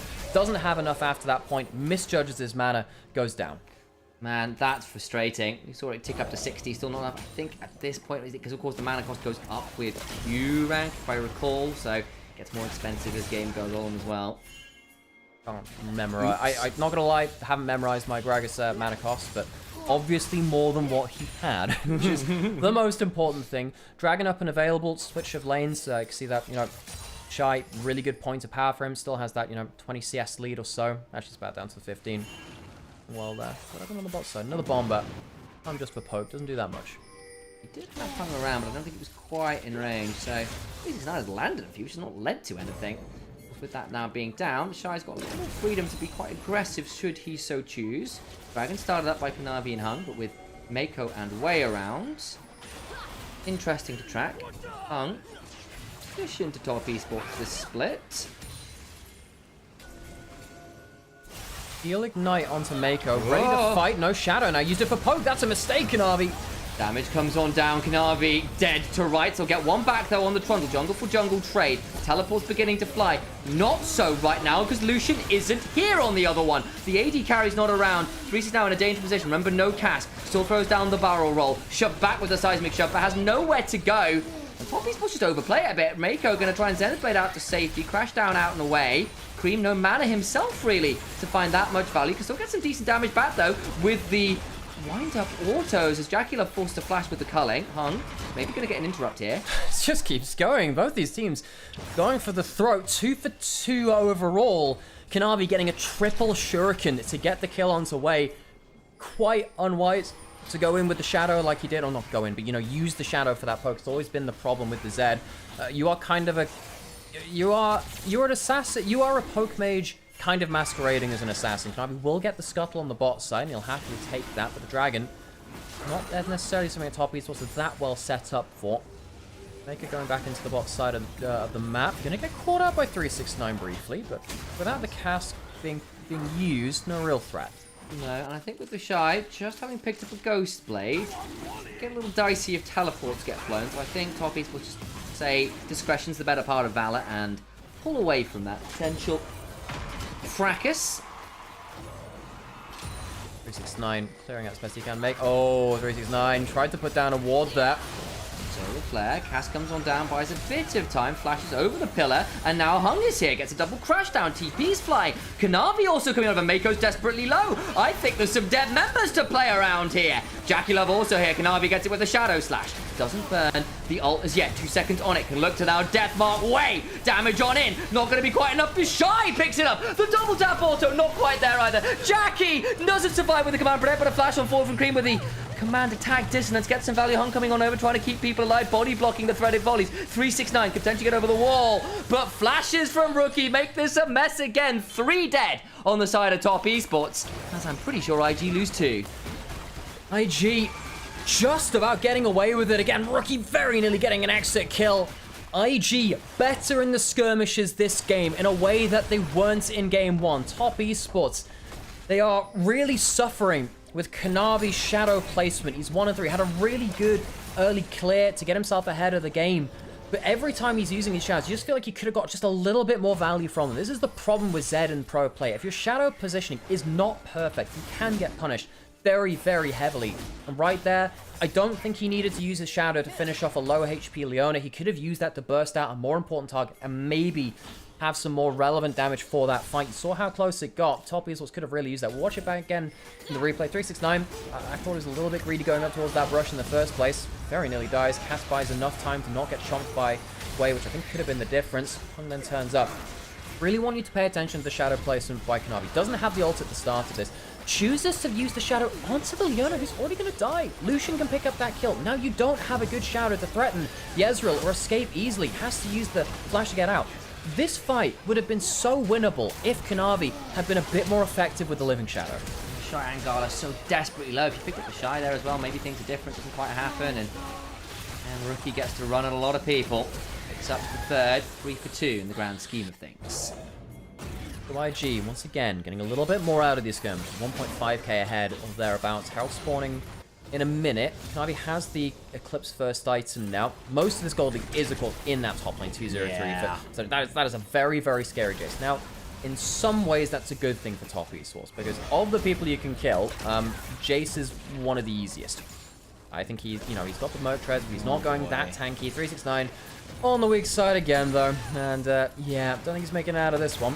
Just burned his cask as well to try and get some poke and see if we can get to the shot of the turret, kind of away. He's about to get dived like this. There's just not much you get to do. That'll be turret for Invictus Gaming, you think. It is indeed. 3 grubs, Ezreal hitting W on the tower and the Trundle chomping it with Triforce. Yep, that'll do it. Will be 1-for-1 turret trade at least. It's going to be the feat of strength claimed by IG. Jackie Love. Decent gentle cluns away from the Solar Flare. Mako will lock it in Eclipse, so it doesn't take too much damage from that. Tier 2 goes down. My god. Jace, Trundle, Ezreal with 3 grubs. Yeah. It does a hell of a lot of work on towers. So suddenly what was a 1.5k lead now goes to a 3k lead. Oof. Very, very quickly. Top Esports. Yeah.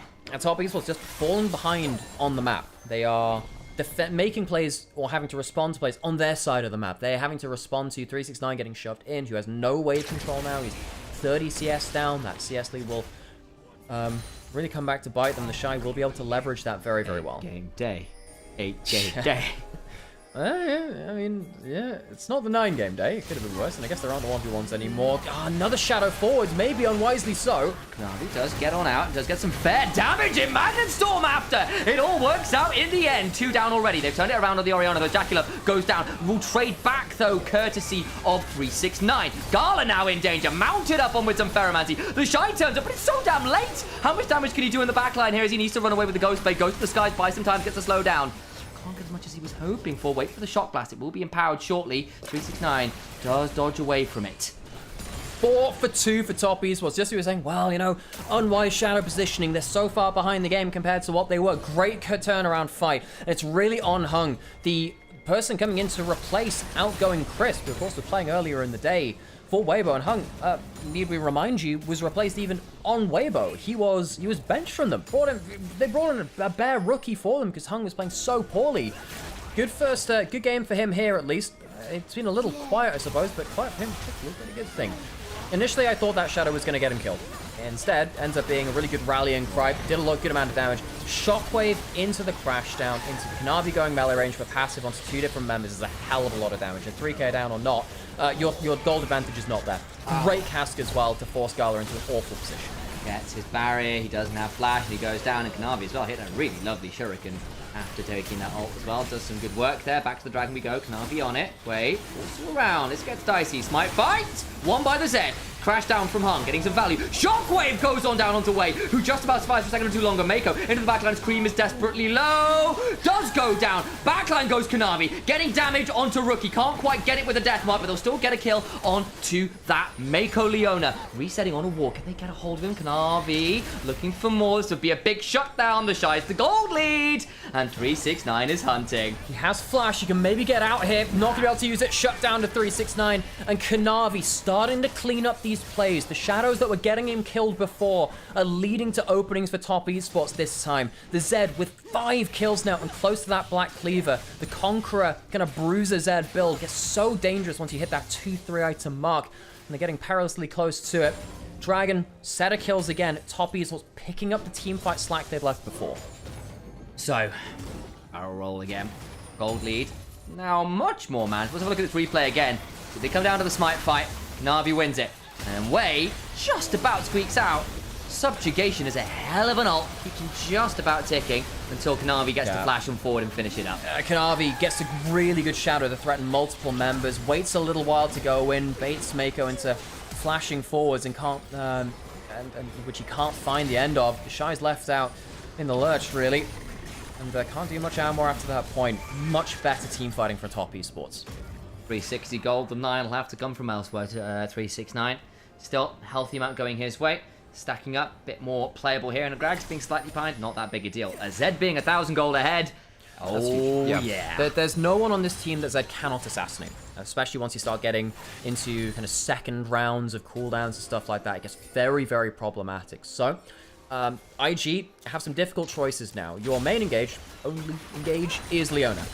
Do you use that to pick out an important pick onto 369 if he's alone on a side lane, onto Orianna if they're out of position, or do you have to save that now for the Zed? Because the only person who is going to be able to really answer the Zed is that Leona immediately CCing them. Otherwise, the shadows are going to start giving multiple escape options for the Zed. You need to immediately hard CC them. Rookie looking for the flick back, does catch Kanavi, but not able to stop the blue buff going down. Wait, coming. Color comes on down. Kanavi now desperately low. Weaver's wall. Kanavi's going to die here. Good shadow for a second to buy time, but he still dies. Over eager on that blue buff invade as IG pull the trigger and punish Kanavi. Every fight is determined by how good or bad the shadow placement is. Kanavi gets caught by the flick back and had used the shadow to farm. Suddenly jungler dead, Herald open, great collapse by IG. Live and die by the shadow. Look, I get it. You shadow to get more damage, you clear it faster so you're out faster. The problem is if you're not out fast enough and people are there, you then don't have shadow to escape. Always been the problem with the Zed. Now with this kind of build you get a lot of cooldown reduction. That's a very good thing, but it's not like you max the shadow second, you max it third. The last one, which means that the actual base cooldown of it pretty high. Both of these teams taking turns as to who's really taking over these team fights. Top East was in a much better position than they could be, but still, losing plays like that when you just got another foothold into the game, that's got to sting. Definitely does. I have to calm up. Pretty good briefly. Thornbound these days. None of that ruinous or voracious shenaniganery. 369 at a second item now, 2,000 gold behind, but a very cost-efficient build. It typically helps the Gragas, and that cooldown reduction gives you a lot more ability to wave clear, escape safely on side lanes. We'll say, another person who's been quite quiet, despite the fact that he had an MVP last game, was Jackulov. This Lucian has not been taking over fights, they've been kind of secondary to top esports' jungler, and how much they're doing in the fights. Minute till Dragon now. IG on the other side, of course, we're talking about this from the top esports perspective, a lot at this point.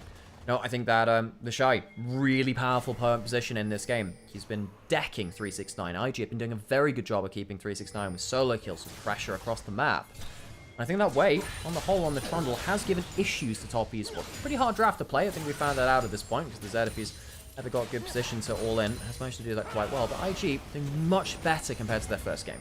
The shadow is used correctly. The disengage tools don't really stop Zed getting towards those squishy people in the backline if he picks his moment right. You can't deal with it with the Unraveled Earth or the Trundle Pillar. It's very easy to get over those tools, and that can mean your Poke Core isn't very far away. You've heard of Poke Core, now get ready for Poke Core. Rookie putting the wall in, not doing that much though. He will slide over it with the Relentless Pursuit. Mako eats some Shuriken Poke. Ow! I'll be backing off again. Throw the shadow forward, back the hell off, so that Solar Flare doesn't give you too many issues. Herald chunks out mid lane, doesn't kill it. That's a great ult, though. That's important. Ooh, Magnet Storm, though, into the Shockwave. Combo comes through as Mako just about survives. Gala body blocks the culling, trying to get on top of Jaculov, who's pretty damn low. What about the rest of the play? You've lost Hung, everyone else quite low. Mako has got the Summoner Spellbook, but doesn't have Teleport available right now, so have to walk back. Kanavi gets the Scuttle Crab. Jaculov really struggling to deal with Gala. That Gala getting the better of the AD carry 1v1, and that Shock Blast definitely does not help either. Mid turret goes down, IG winning the push and pull.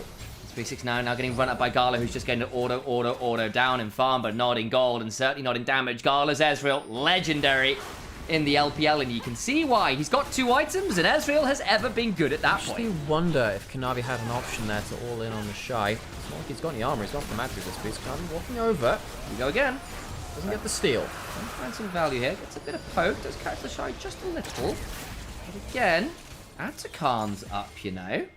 It is. Double teleports from IG make it hard to realistically start. The minion wave giving some vision in place of any wards. Mako spotted on this side of the map too. IG doing much better now. They're doing very well at kind of forcing top esports into a position where someone is separated out that they can't really stick around the shadow. I think IG been pressuring top esports as they look for poke and bits of chunk very well.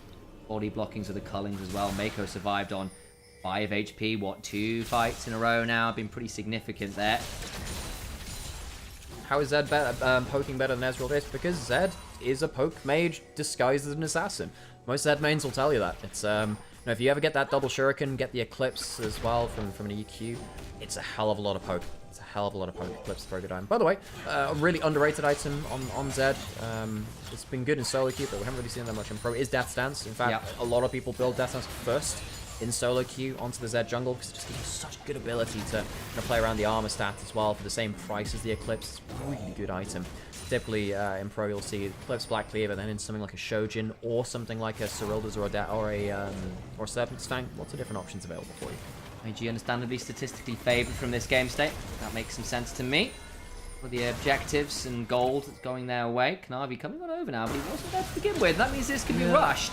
Yeah, and actually a big problem here is Cream just went over. Yeah, they're not in position to contest this at all. Tried to sneak away a red buff. Instead, they've left the Atakan open. Great punish by IG. Kanavi might got to get. He's got a flash and a shadow. Not quite enough. Atakan taken. Mako now looking for an Gala. Gala goes into the backline. Damage for Kanavi. He's onto him. Can't quite get it, but there's the death mark proc.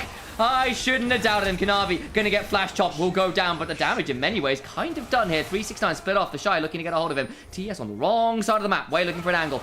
The ball comes across. Way looking for some damage. Cream flashing away, but to where? Got a phase rush rolling. Weaver's wall comes down. Won't be taken. Cream doesn't have a flash play. Can he go? Using the chickens to buy space. Going between turrets here. Caught by the pillar. Way on the frozen domain. Shockwave buys time, but the threaded volley and the seismic shove do what they're supposed to do. The rest of TES get out, but they get Gala, sure, but at the cost of their mid-jungle. Now, Gala just not paying attention to where the shadows are, especially in that HP. That's not acceptable as an AD carry against the bloody Zed of all things.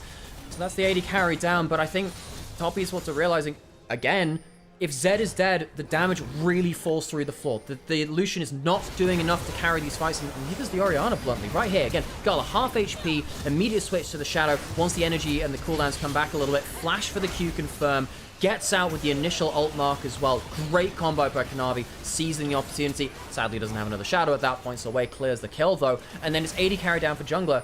But I think that the carries of IG are in a much better position collectively than top esports. Only really Kanavi that's in a good spot for top esports. And if he goes down, even in a trade for the AD carry, I still think it's enough. I also wonder here whether someone could have tanks the mid lane turret a little bit. Wait until that wave came in. Cream way out. IG playing well around the objectives, forcing the issue again. Looking to make it happen. Flash down on Gala could be valuable, but flash down on Kanavi, Cream, 369, big cooldowns. Here we go again, down to 4k HP. Kanavi can shadow in. Rookie looking to stop him.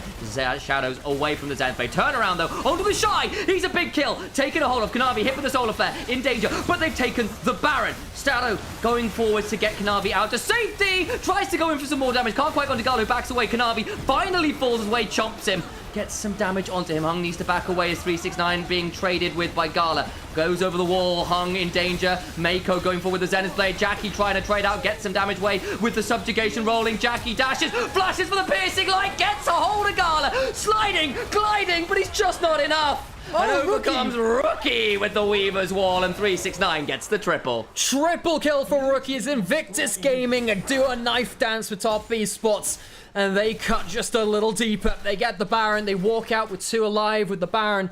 Buff on them too. We'll be ready, of course, to set up for the Dragon in 40 seconds as well. Top esports carries are just not doing enough compared to IG's on the other side.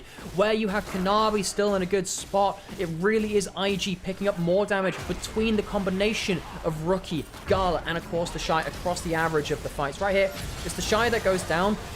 If this was Kanavi going down on the other side, it'd be, okay, the damage is gone at this point. On the other side, with the Shy, there are other people who still have good item breakpoints. Kanavi survives for a bit, overthinks things a little bit there with the flash, and misses his shurikens too. I think if the shurikens hit, Wei goes down, it's a more winnable fight for top esports. Sadly, not the case for them. IG just doing a lot better at keeping their carries in more damaging positions. Rookie, such good DPS uptime in this fight.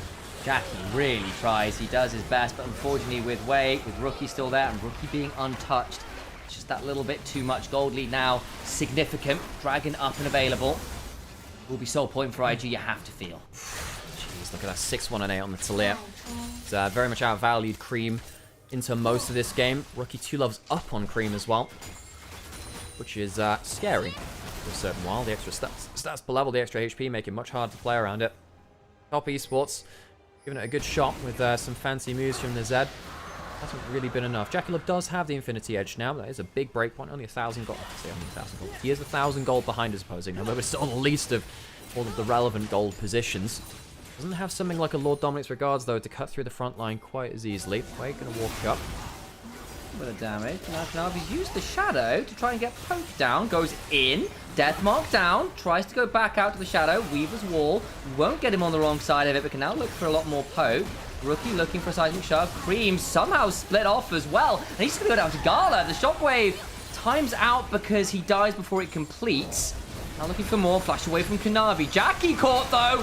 Just about survives, but for how much longer? Just about out of range. 369 goes golden, but I think he'll be eating silver in this game.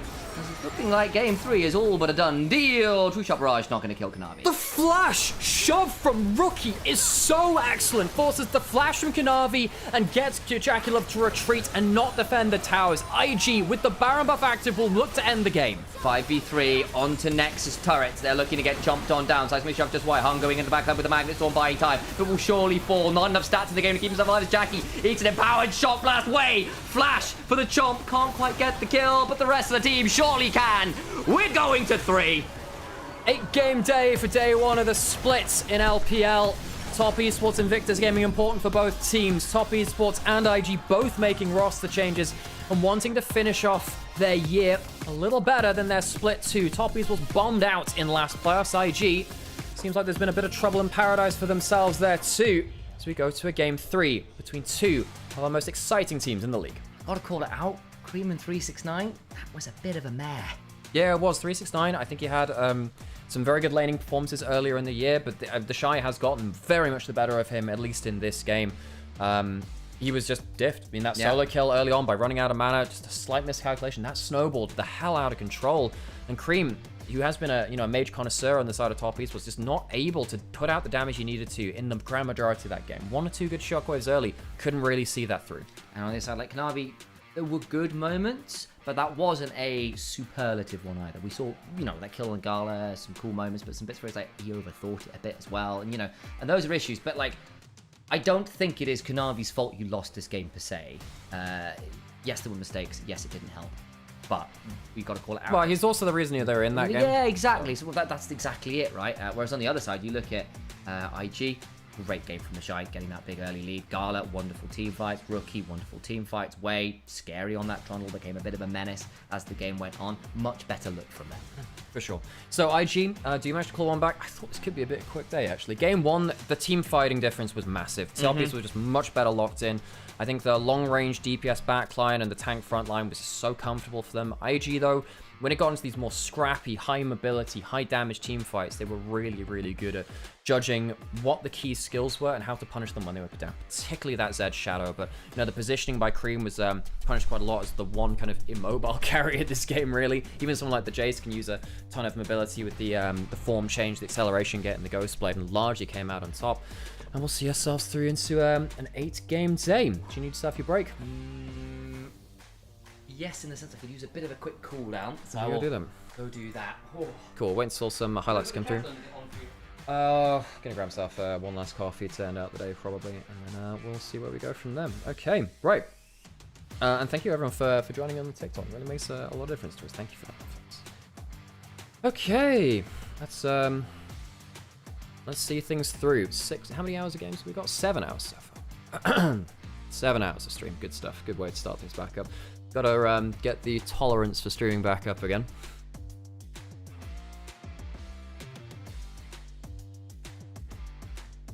As you do out damage graph. I don't know, I feel like Jackie Love on the Lucian, I expected more from him, but then again, the last couple of times I've watched with Lucian, I haven't been that impressed, not gonna lie. Pretty massively diff by Rookie, going later into the game too.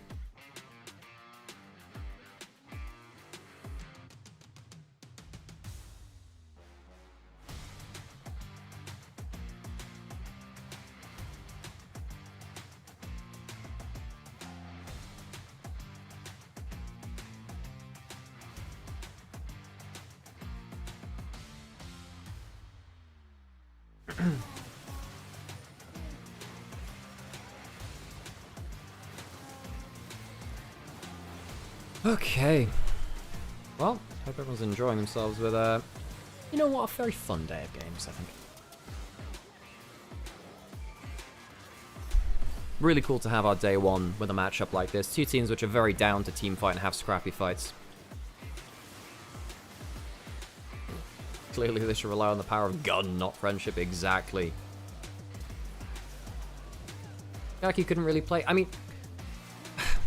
In the way that he positioned, yes, if you position away from minions against a 2-item Ezreal, and I get that the waves were dead, but, you know, that wasn't awesome. But then, you know, his culling angles weren't fantastic. I feel like he wasn't positioning fantastically to follow up on the engage.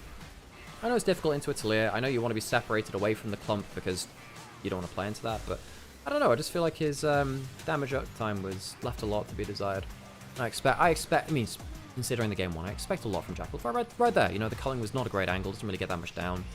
Not able to really follow up on much, ends up getting caught in the corral here after, not able to do that much in that fight. You know what I mean? Just not quite the clinical positioning we saw from the Zyra in game one, which was very good.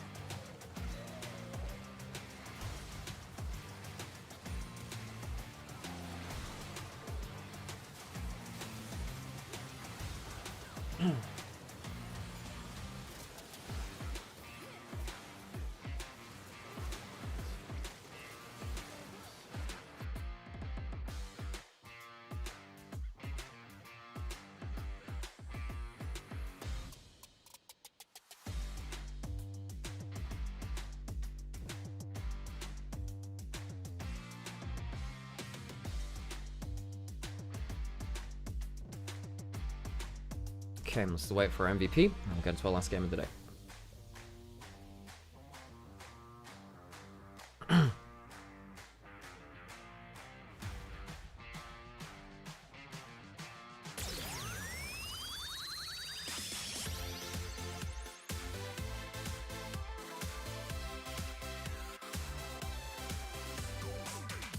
MVP way, yeah. Do I agree with that, actually? I mean, he was pretty good. I wonder whether I'd give it to Rookie. I think Rookie was really good. No, then again, this was a really important solo kill. This was really important. This was very important.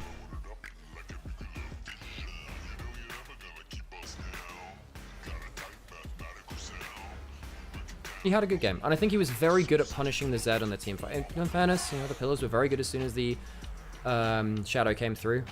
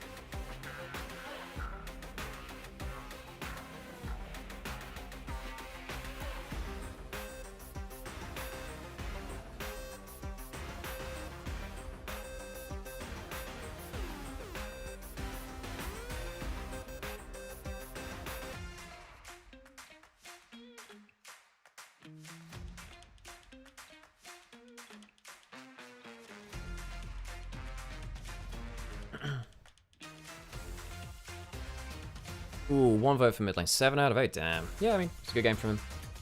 Okay, let's do that thing where we do this. Cool. Let's send this off for a bit. I know that one. Ah, I keep doing this.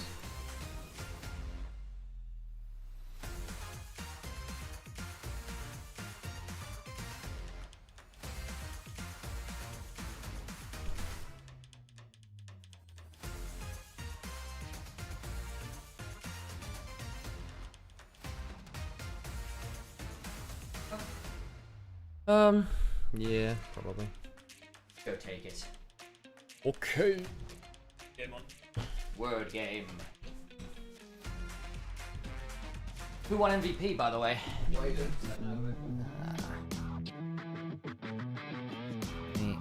Run some ads.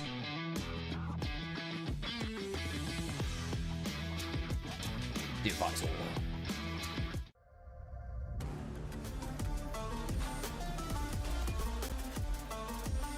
Oh.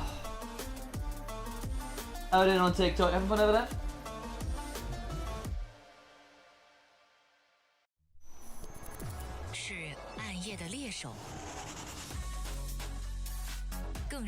R is fake, you reckon?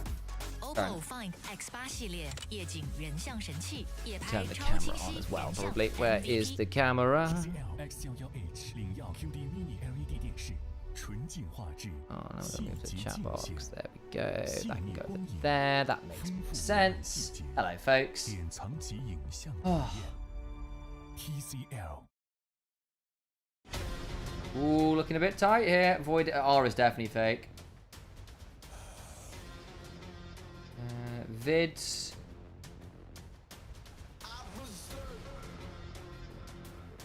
Vivid. No, there's only one V. Iode? Dion? That's not looking good. We just about hit it. My god. Close, close, close. Yeah. You. Squeaked in, folks. Squeaked it. Uh-oh. Uh-oh. Not a problem. Sorry. Sorry. My bad.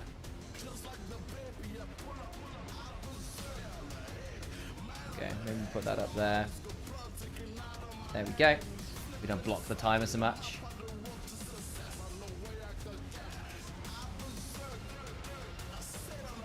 Is that looking a little sussy here?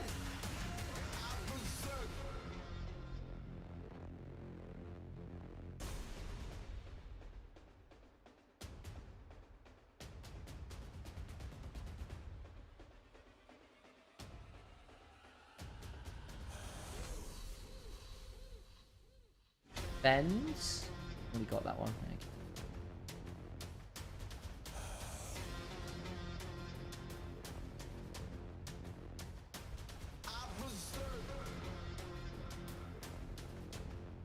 44 seconds. Oh, bit of downtime.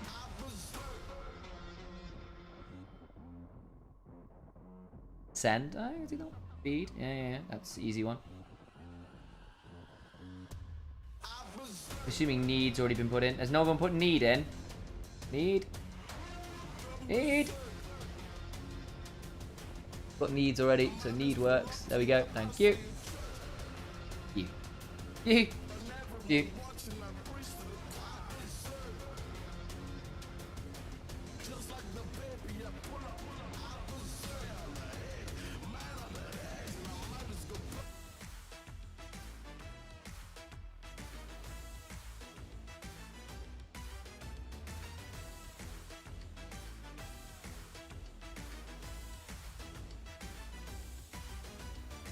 Nicely done, people. Nicely done. Right, I think we can get one more in. Go on. Feds.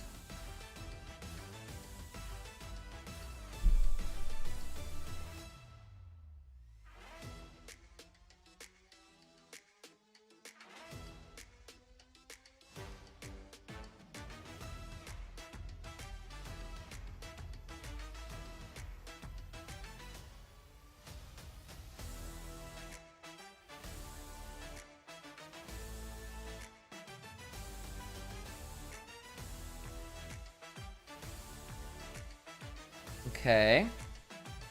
Something's missing here.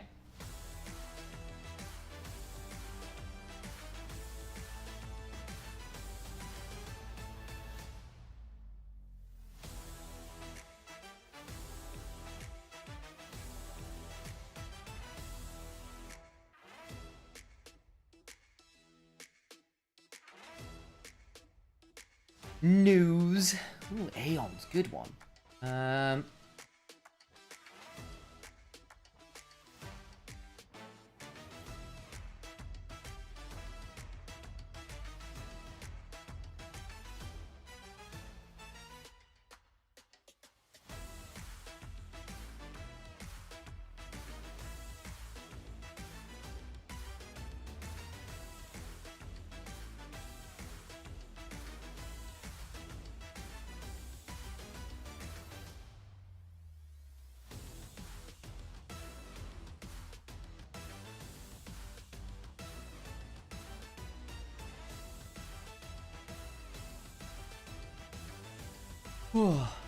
News. V is fake. Oh my days. Double S. Season's the big one. No! Come on. Phew, we made it. Okay. Nice work, Atari. Let me minimize that. There we go. And we'll wait for our next game. I don't think we're going to quite have time for anything more.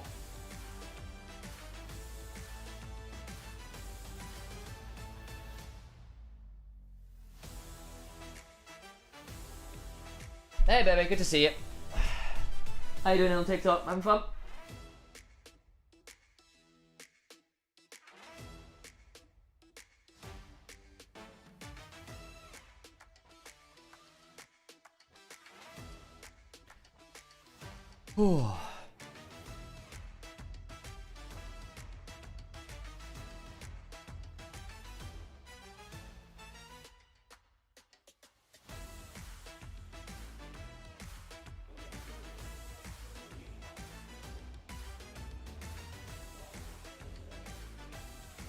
Where is this chat box?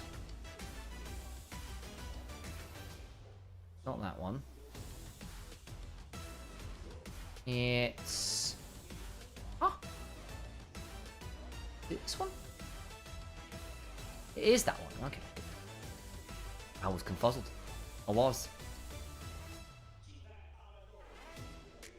Righty then.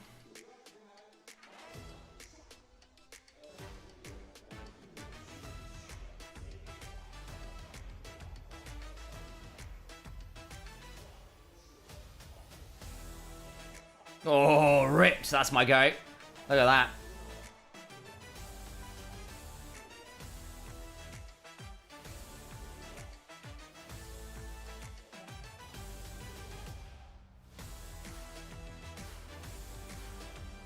I'm well impressed. But it looks like we're about to head into draft, so chat. Bye for now. Let's have a quick focus on the game. Headphones back on and bands begin to roll. Gwen, Poppy, Pantheon on the other side. What are we thinking of banning here alongside this? Vi, makes sense. Two of the biggest skirmishes in Kanavi specialties. Poppy again, just don't give that at this point in the game. I think it's just a very good early skirmish. It's a good flex. Mako, good on that one. Of course, back in spring, Mako was on top esports. Spring, winter. Playing alongside Jaculov, went to first down, and it was a bit miserable.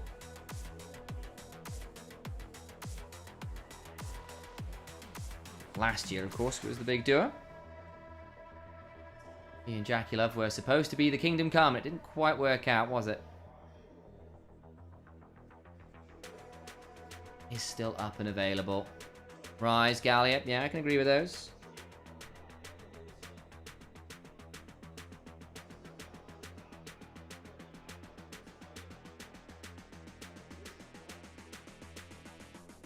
Varus still banned. Jin still up. Shinsao still up. That's a big one. No Trundle to pick into it. But easy lot. Kanavi's Shinsao. Very dangerous. Aurora still open. Yes. Also a good pairing there with the Shinsao. Already burned the Annie, the Ori. Victor. Want that scaling pick. You know, was there to match that per se. Could look at something like Yone. Could look at something like Smolder. Oppose Syndra. Has kind of started to come back a little bit. Sivir also really has been a flavour of the month of late. Orky instead for Gala. Double Scalers. Not super exciting, but hey, here we are. Decent disengage as well with the Gravity Field, with the Siphon Power, the Valkyrie. Lots of tools to potentially stay safe. Gala Corki. Is it worse than Hope Corki? It's probably not that bad. I think Gala's Corki is alright from memory. Unless I'm just misremembering it. Corki doesn't tend to be a super memorable pick for me, I won't lie. Jackie's got a good. Remember that one. Lock of the Akali, though. Never mind any of that matching scaling business. It's, I'm going to murder you. Renekton as well. The skirmishing power at the one item here. Sheesh. Alright, Top Esports. I see where your bread is buttered. Let's go towards the Sivir. There's your scaling insurance. Welcome back. Ready to rumble. Leave it in there. Okay, so Shinzao's made it through later into the series. We've been seeing a little less priority on it. I think people like the more engaged side of the early AD skirmishes from what I've been seeing so far. Bit disjointed from Top Esports, I'm not going to lie. Not a great mid-jungle TV2. Best kind of synergy between any of those three picks right now. IG. See it a little bit better. I think that Victor Corki can both like peel back from the initial engage. We'll say Harley's got a good time versus this backline. Sivir less so. Sivir doesn't really like dealing with the grab field if she's running forwards. Neither does Shinzao actually. Doesn't have the best way to hit Victor or Corki because both can stand just beyond her auto attack range until they want to burst you out, which is a bit of a problem. I don't love this for Top Esports right now. How does Ambessa ult interact with Spell Shield? Does it pop and you still go, or does it pop and you stay where you are? We shall see that. Yeah, because obviously Vi, you go but don't knock up or don't suppress, right? Yeah, well, so that's a little different, right? Because you click on them and you don't affect them until you hit them. Whereas with Ambessa ult, you don't travel unless you affect someone. Yes. So we'll see. I might have to just go see if there's a clip of that on YouTube or anything like that later on, unless anyone knows about that in chat as well, because I actually haven't seen that so much. I would imagine you don't get at minimum you don't get suppressed or damaged. That's fine. Going into a second round of bans picks now. Support jungle to pick up for IG. I mean, Trundle's gone. What do you pick into that Shinzao? don't have that. Yeah, I mean, something like the Sejuani is not bad here, actually. It's not awful. You have melee from the Ambessa, which is fine. And then Sejuani ult into Ambessa are really, really nasty. There is that Sedge. Okay, and then last pick for Mako. Well, that many melee supports left. Braum, actually pretty good for IG now, actually. Picked up for Hung. I don't think you want to play Braum into Corki Victor. Yeah, now, it does sound pretty miserable. Into Sejuani Ambessa, that's more than fine. But you have 0 engage on your team. You might have to go... If you go Nautilus, I think it's a very easy Braum angle for Mako. I think it's a very easy Braum angle. I mean, Poppy being gone, Poppy would have been great at this point in the draft too. So you'll go towards that Nautilus. Top lane for 369, yet to be picked. God, it's pretty hard to think of what 369 is going to do. At least there's going to be some engage on the team, so you're not stuck on engage duty. No Ornn, which you would have really liked to do at this point. Need something that could... I mean, yeah, Aatrox is fine. Aatrox is fine. I mean, it's good enough into the Ambessa. Mixed bag versus Victor and Corki. If you have a very good angle... Yeah, if you get on top of them, they cry. Yeah. If you can't find the angle and they know you're coming, it's a lot harder. And I wonder whether that was the decision-making there. Last pick of that Braum, it's pretty obvious. You have very good synergy with the Sejuani, both offensively and defensively. You can block the Ricochet from Sivir and just destroy it. It's a big interaction, actually, with the Braum when it comes through as well. And there we go, another draft prediction from yours truly over on Nymaera's channels. Hell yes. We have occasionally got those in the bag as well. Right, last game of the day, 8-game day. I got about 3 hours sleep last night. I am completely flagging, but it has sorted my sleep schedule out though. It hasn't sorted mine out just yet. We were on MSI's schedule. It really ruined the sleep schedule, I'm not going to lie. Draft, for me, I think IG walk away with a much more coherent draft. I think the lanes are the lanes. I think that probably IG get slight better of them early on. I think top esports do have some skirmish angles. You have Shinzao, Nautilus, and Akali flying over the top. I think their skirmishing can beat IG, especially if Braum is a little slow to the play. However, I think IG, they're much more coherent in the composition. I think they scale better into the team fights. IG, I think they have to make mistakes early into the game for this to be an unplayable draft for the side of top esports. But, well, that's just the wonder of the LPL and esports, isn't it? Sometimes you have to deal with those inconsistencies. Let's get ourselves into the game. Okay. One last time into the breach. Top esports, Invictus Gaming, 2 of our heavyweights, theoretically, in the LPL. 2 of our heavyweights have realized they're a bit underweight, not hitting the right weight classes. Been a lot of shifts, a lot of panic, a lot of musical chairs in the rosters across this year.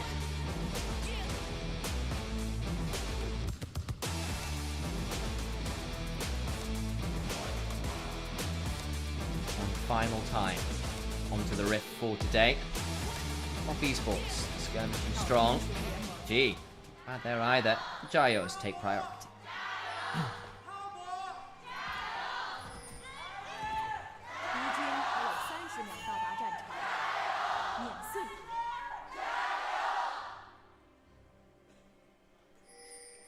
Work. It's getting late over in China. Getting kind of late over here, I'm not gonna lie. It's gone 4 PM EU time. We've been here a long, long time. Solid shift for the day. The Shy is, as ever, anything but.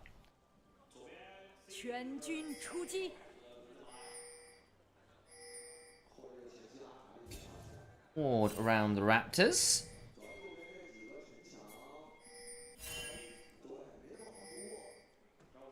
Any unusual runes there? Doesn't look too much like it. Lethal Tempo on the Sivir, nothing. Sometimes see things, I guess, like Conqueror or PTA. Yeah, I mean, for those of you who haven't been watching since MSI, Spellbook's the only really big thing here, really. A Spellbook can both support. It's just such an important spell to give you some random extra utility, gives you decent combat value too. And the big thing is you can just surprise people because you know what you're going to use before the enemy does. And if they don't react very quickly once they see someone running at you with a random ghost or a smite towards an objective, sometimes they panic. And panic is a very powerful tool when people are practiced with very specific environments. Yeah, and one of the big extra bits to Spellbook as well is the more you use some of the spells, the shorter cooldowns they're on.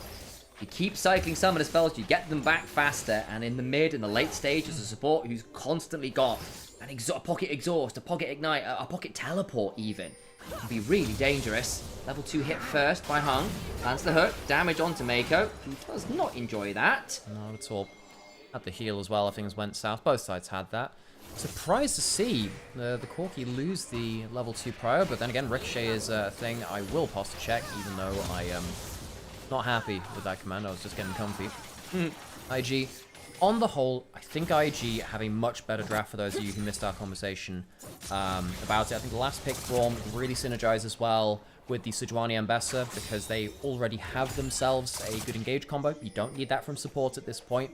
You then get the defensive capabilities of destroying the Ricochet with the shield later on into the game and being able to follow up very well. Braum is great follow-up CC because it takes a little while to engage. So if someone's locked down by Sejuani, then by the Ambessa, then you can get the concussive blows afterwards. So top esports, I think they need to get themselves some skirmishes before the Braum, Sejuani Ambessa kind of combo gets themselves big value and see if they can find some value with the Akali, the Nautilus, creating havoc in split fights.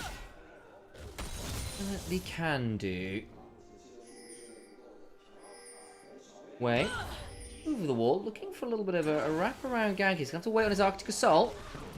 Set up that recall. Long cooldown early. Long cooldown early. I think what this is also doing is just, it gives you the option to just say, well, we know exactly whether there's going to be some kind of Kanavi roam coming down. Unlikely to be there anyway, but hey, stranger things happen. Hung, Spider knocks to the wall. And there's the passive from the Braum. Forces the flash off Jackie. Not awful. Shinzao gets a ward down. Won't find anything of his own right now. So, nice gank from Wei in the end. Something. Double summon is out. Of course, there's a spell book, so we can get some back, you know, at some point. You know anything about that. Wait. Yeah, good round. I'll recall now this first back of the game. Kanavi a little quicker back out onto the map, so he didn't do any shenanigans with interacting with the lanes. Back out onto the map, get himself that first camp right off spawn. What pizza is Jackie Love holding? That's a question. Is it even pizza delivery silver? I don't think it is. It just looks like a pizza from here. You know what? I haven't played enough Sivir skins recently. She's got a lot at this point. She does. She does. I play the I play Warden Sivir for a lot. I really like the armor. I really like the armor on that one. I also do have the Mythmaker Sivir. That's one of the few. Oh yeah. And the thing is, I shelled out for it because I thought that, you know, I thought it looked nice. And then turns out the splash looked nice, and then the actual in-game it's a bit more mediocre. In-game, not so much. So that was less good, sadly. Same with the no, I didn't get this one, but I hear that was the same about the Prestige Diana one. It didn't look as nice in-game. Shame. Prestige Cosmic Diana, very lovely splash art. Yeah, again, this is the problem. The splash arts look good. Do they look good in-game? And the answer is no. Nice. Jackie still farming up well ahead in CS compared to Gala. Look, Sivir, she gets towards a couple of items, always going to be a threat. Jackie Love mixed bag today. Game 1, excellent. Games 2, not nearly as much. Really, I think this is like we saw 1 or 2 bits where the Lucian almost made it work, but it wasn't really about the Lucian. And that's a problem in its own right. And that's exactly the problem there, right? I mean, Jackie Love, so often the game becomes about him. But in that game, couldn't really take control in a way that I think this team was really crying out for. Really good body blocks from his culling, denied getting, I think, 3 Mako kills because he was on like 1 culling shot away from killing him and body blocked multiple times. Quick story time here as well. Cream, of course, playing the Akali. We were talking earlier throughout the series. Cream is a big mage connoisseur for top esports. He was not that before top esports. Back on OMG in 2022, 2023, this guy was the melee assassin player to the point where Dernby was calling him the 2nd best Akali in the LPL. I believe at that point it was behind either Rookie or Knight, one of those 2. Rookie, speaking of the man there, drops the ult way back in towards bot side. Here we go again. Throw down the Titan's Wrath for a second. Jackie gets some autos down. I think that's probably just a dead Hung here, who will be hung out to dry. Here comes Kanavi. Kanavi looking to turns around. Mako now low. Big turns around. Not the best spell shield of all time. Damage is pretty good, but Gala throws down the Gatling gun. My god, that boomerang blade nearly got Mako. Same with the wind becomes lightning. Cream having level 6 could have made that into even worse. Still might make it into an even worse affair. Can they stop the recalls? Wind become lightning should be off cooldown. Oh boy, there's the interrupt. Wave is crashing. Cream puts down the ult, and the W gets the kill onto Braum. It's the Nautilus. Interesting comes because of course he's got the teleport. Comes back to lane, and they get everyone under the turret. They'll lose Jackie Love, but value secured. 3 for 2 in the overall play. You're absolutely right. Hung teleported back to lane to get involved in the kill. Mako had the teleport primed. If he could have completed that recall, he would have been full HP with a buy under his belt as well.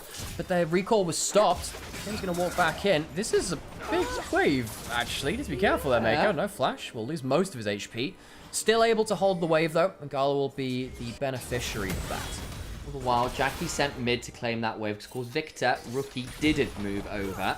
So that's worth keeping our eyes on. 2 for 2 in terms of the kills on the AD carries, worth noting. The additional one went over to Hung.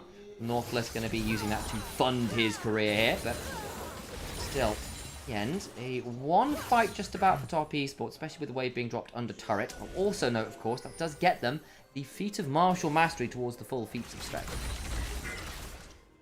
We did say earlier, top esports really need to make some early plays to justify this composition. I think the later and the calmer this game is, the better it is for Invictus Gaming. Right here, getting a bunch of kills onto the Sivir to accelerate them towards breakpoints is a big deal. They don't have a color or anything like that. You know, they are actually even in gold with the Corki, but I think having gold on the Sivir is better than having gold on the Corki.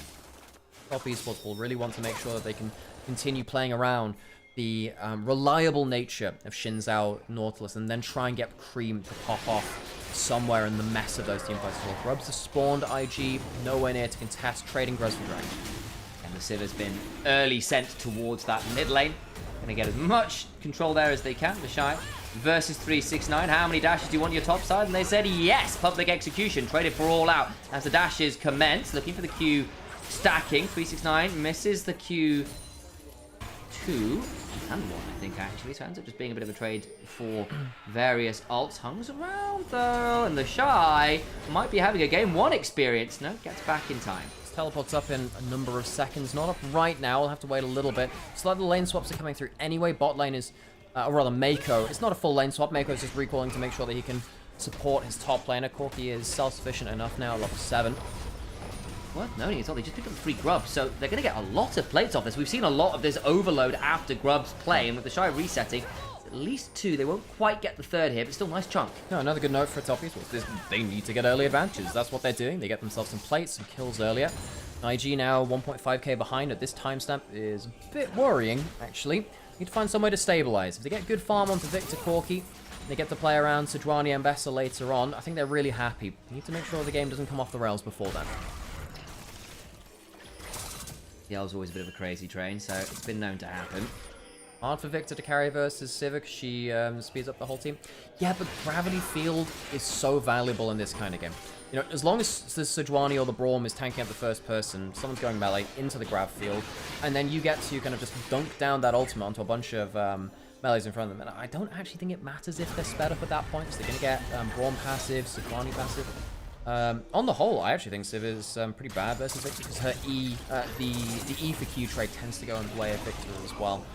It's a little bit easier to get the max damage out of, well, but very much easier to get good trades with the Victor E compared to the Civic. Getting some decent damage down there as Wei will nab away these Krugs. He must be a bit wary. Wei has been lurking around bot lane for quite a while now. Walking up against that passive. Another auto, trading hard. I feel put down. Used that by Rookie. I'll back off.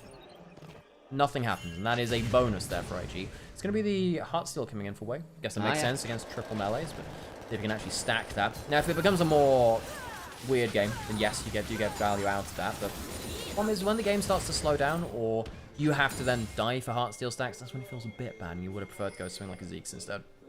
369. Throws out an Torfo strike. Sivir ricochets though, yeah, they get destroyed by the Braum Shield. Braum Shield destroys ricochets. It's a really big part of Braum versus Sivir. Typically, Sivir pretty all out. That's a big chunk. Public actually comes on down. Q gonna come on through as the footwork is there. Ways around though, and it becomes a 1v2. 369 flashing away. Wei will have to flash to secure it in the end, and does so. Heartsteel stack acquired. Kanavi on bot side.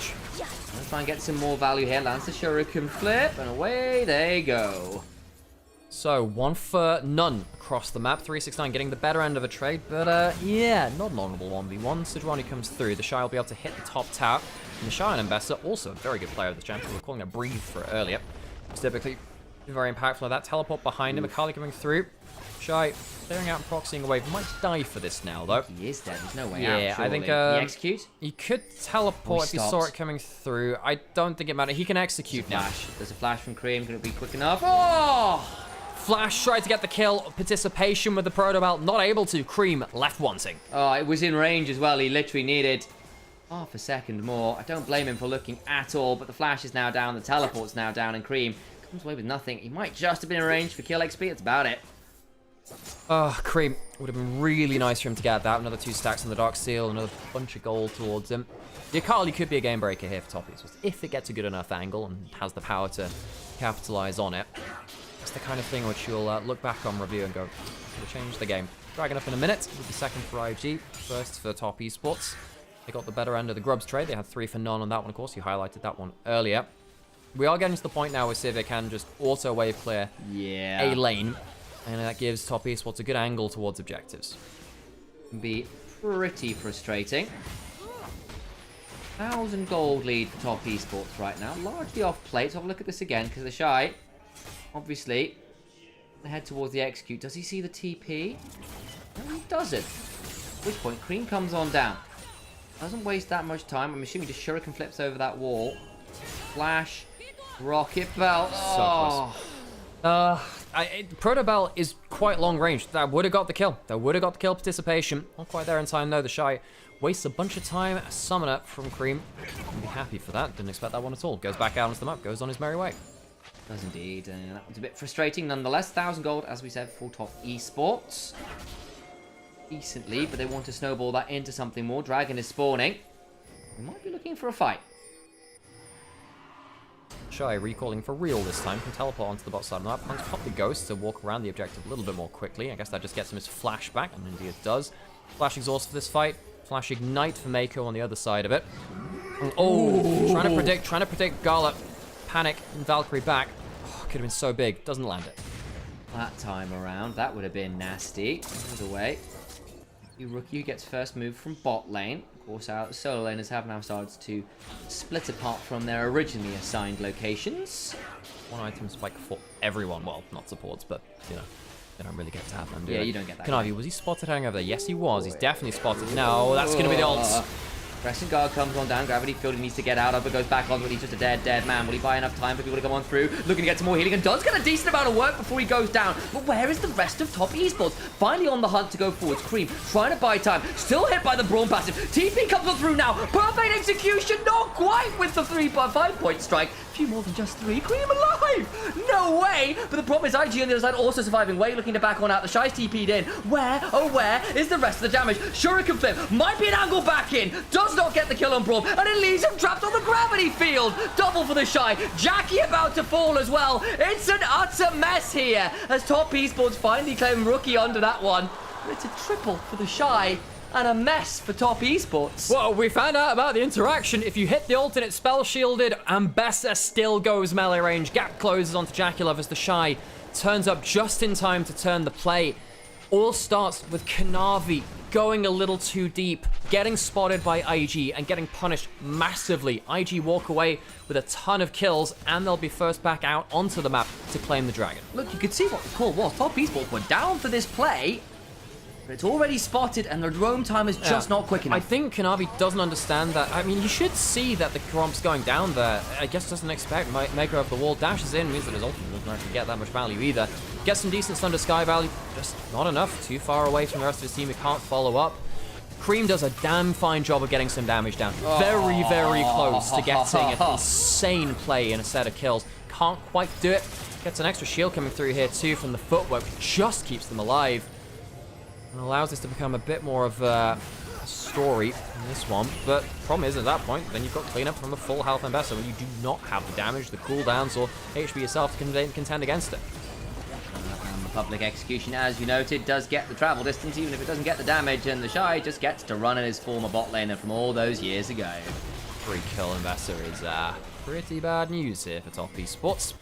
So, yeah, Ambessa is definitely one of the champions that can clean up very, very effectively. Ult dropped onto Cream to poke him out under turret.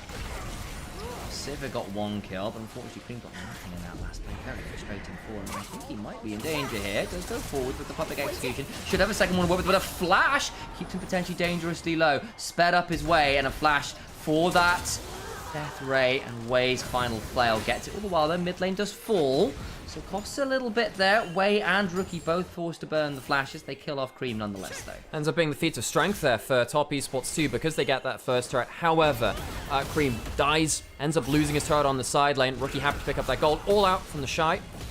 Onto the Shy. Valley. Public execution goes on forwards as 369 tried to flash to stay somewhere in range, I guess. Didn't quite work out. A little bit awkward there. So doesn't really end up as much values I think he was hoping for. I don't know. The Shy just misjudging a bunch of plays now. Now the problem is that the Shy doesn't have the lamp has gone down. I'm pretty sure the Ambassador just kills him while he's in tank form. Although clarification there, it's 369. The Shy okay. What? I failed to do that properly. I apologize. Don't worry about it. Well, I don't get the context. So you had 369 the Shy the wrong way around, and I was trying to do it smoothly. In what sense? I said the Shy kills 369 in tank form.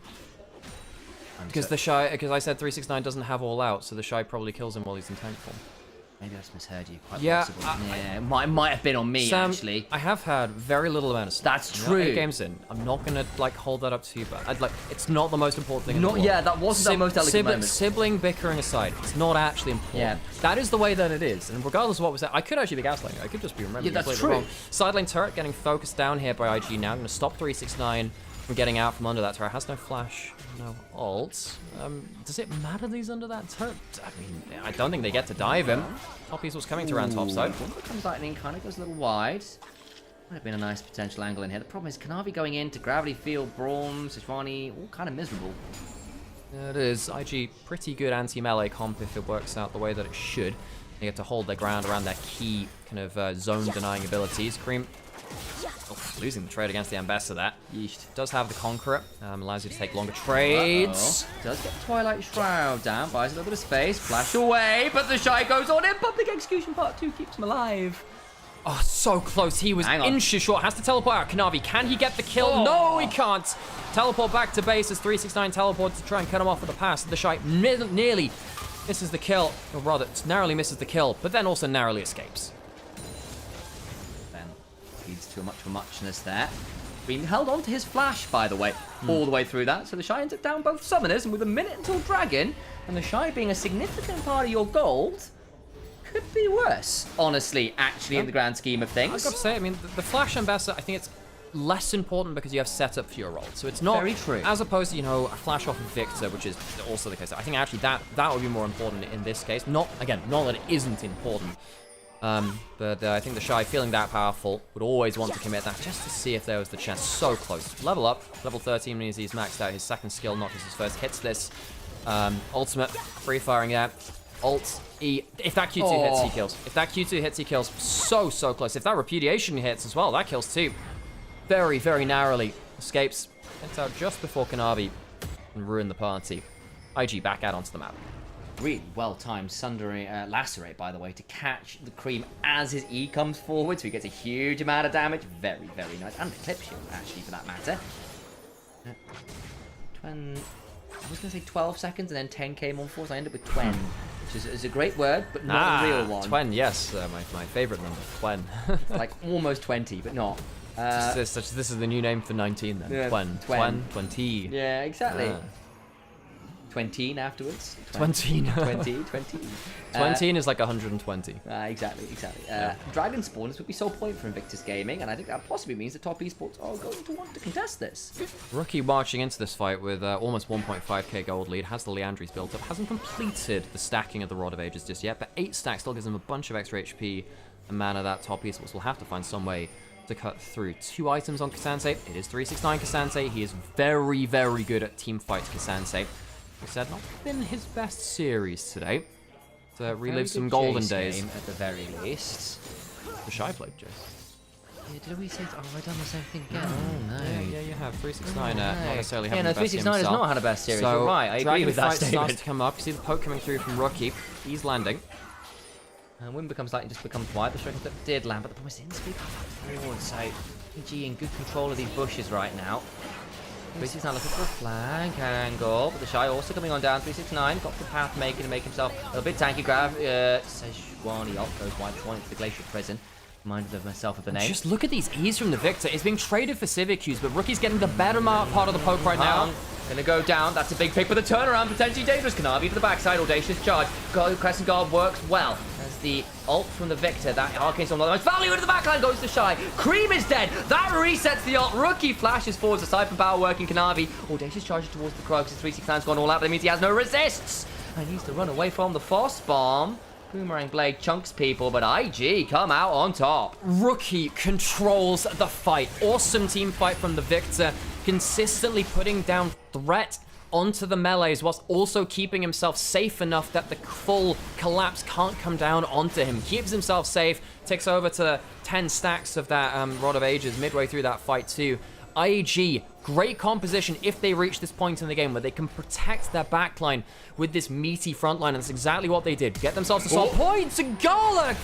He's got no Valkyrie, he got pulled out of it, he's being exhausted. Kanavi hits the win, becomes lightning, he's going to die, and that actually means without a Khan available, it's going to go the way of top esports. Devastating mistake from the previously 5-1 Corky. Gala not only caught out by the hook, but also cancelled in that Valkyrie. You're completely right. That leaves IG in a difficult position.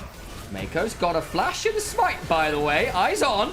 Teleport behind. Watch the Braum. Watch the Braum. Can he get it? No, he can't. Kanavi secures. Fight the backline as the Shy comes on in. Begins to Drake Hound step his way through some damage. Backline goes Queen. But again, he just hasn't picked up the kills until just now. Important for him. Q3 onto Mako. He goes down. Crescent Guard forces way in the wrong direction. It's a top esports way on the highway. Rookie at least gets one back, but that's all you'll find. Gala throws his team into the worst position. Rookie tries to do the carrying business, but can't do it while the Chaos Storm was on cooldown. And Top Esports find a way back into the game and actually into a gold lead from this too. Oh my god. Atakan gives them good amount of stats from those battles on top of that too, which won't be shown in the gold itself. Top Esports, if they walk away with this game, I am going to be so annoyed for Invictus Gaming. The team, going back to the team fight before this for the Dragon, well, again, Rookie really just controls the fight. Hung's been looking for that hook into the front line for a long time now, and he only really gets it just onto the front line, gets it onto the Sejuani. It's not your target. Immediately dies. Rookie walks back from the Northwest ultimate. And you see how difficult it is to try and get onto this guy. Mega puts up the shield in front of him. The ricochets don't get through to him. And Rookie gets to reset around his second round of cooldowns and starts to roll forwards. Public execution lands on Cream in his shroud. That's brutal.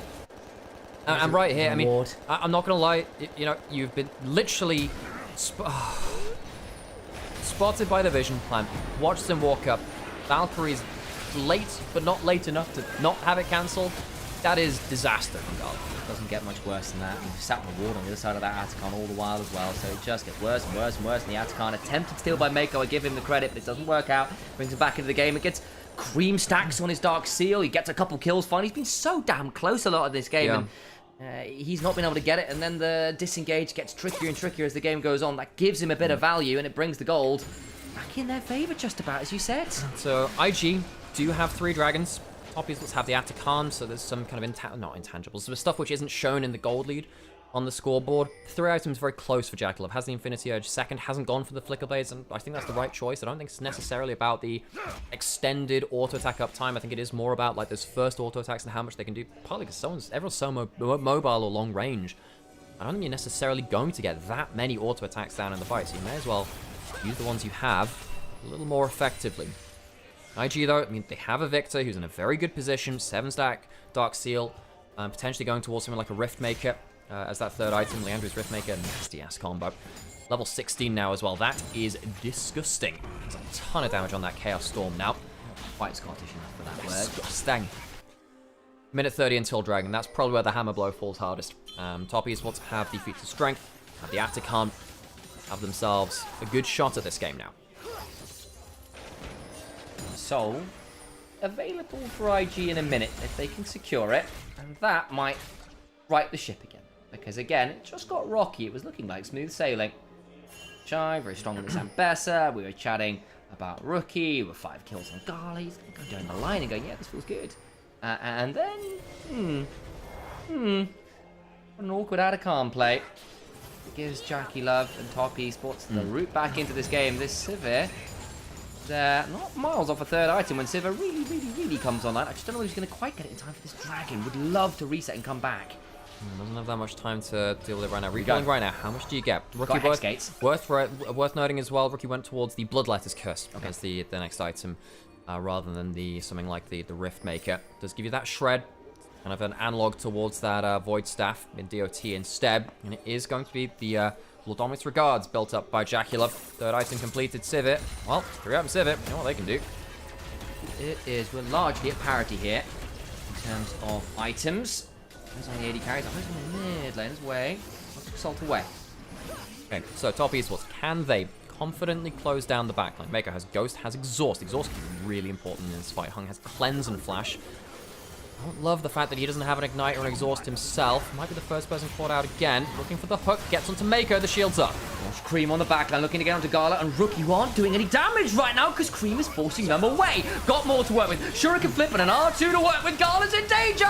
There it is. Cream goes golden. The Shy can't find it. Propagation using the backline will bring down Jackie though. Shy finally falls, and they won't get any more work with the Arcane Storm. They find 3 in trade for just 1. The hook works well because it lands onto the Braum. No, not the best target, but it stops him from defending the backline. Mako had Ghost and Exhaust, didn't use the Exhaust, and couldn't have Flash to get to his backline. Top Esports extend the game, pull into the lead, and Cream pays off on the Akali assassination potential. Gala really struggling in this game now, and mistake that led to the Atakan and the comeback for Top Esports into a difficult team fight because he walked too close to the Nautilus and then got finished off by the Akali. Braum TP's up, Baron's up. I'm seeing people heading towards it on pretty short order, maybe just for the Scuttle Crab.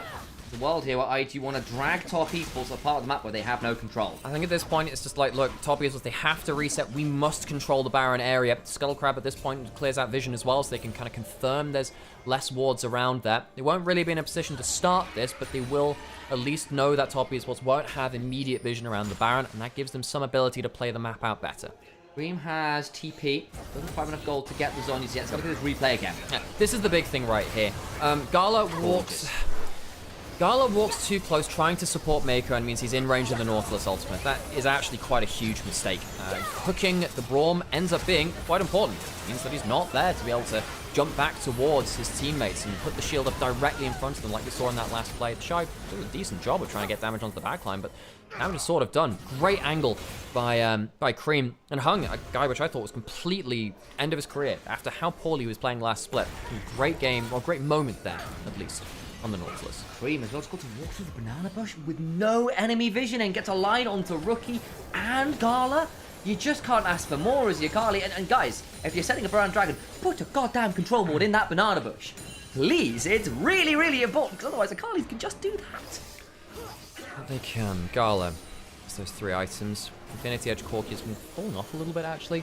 This is actually the kind of game where you wonder whether he maybe should have gone for something like Spear of Shojin, something like that. Shojin Black Cleaver, you know, that sort of kind of like more bruisery, higher cooldown for the 8-second Valkyrie rather than the 16-second or whatever it is, 12-second, I think it is the max rank. And a bit more HP to deal with. I suppose it doesn't matter the most towards the Akali. Akali's still going to do a ton of damage to you anyway, but just struggle to see how Gala can deal with the Akali. No magic resist, very little HP, only has that in the Triforce.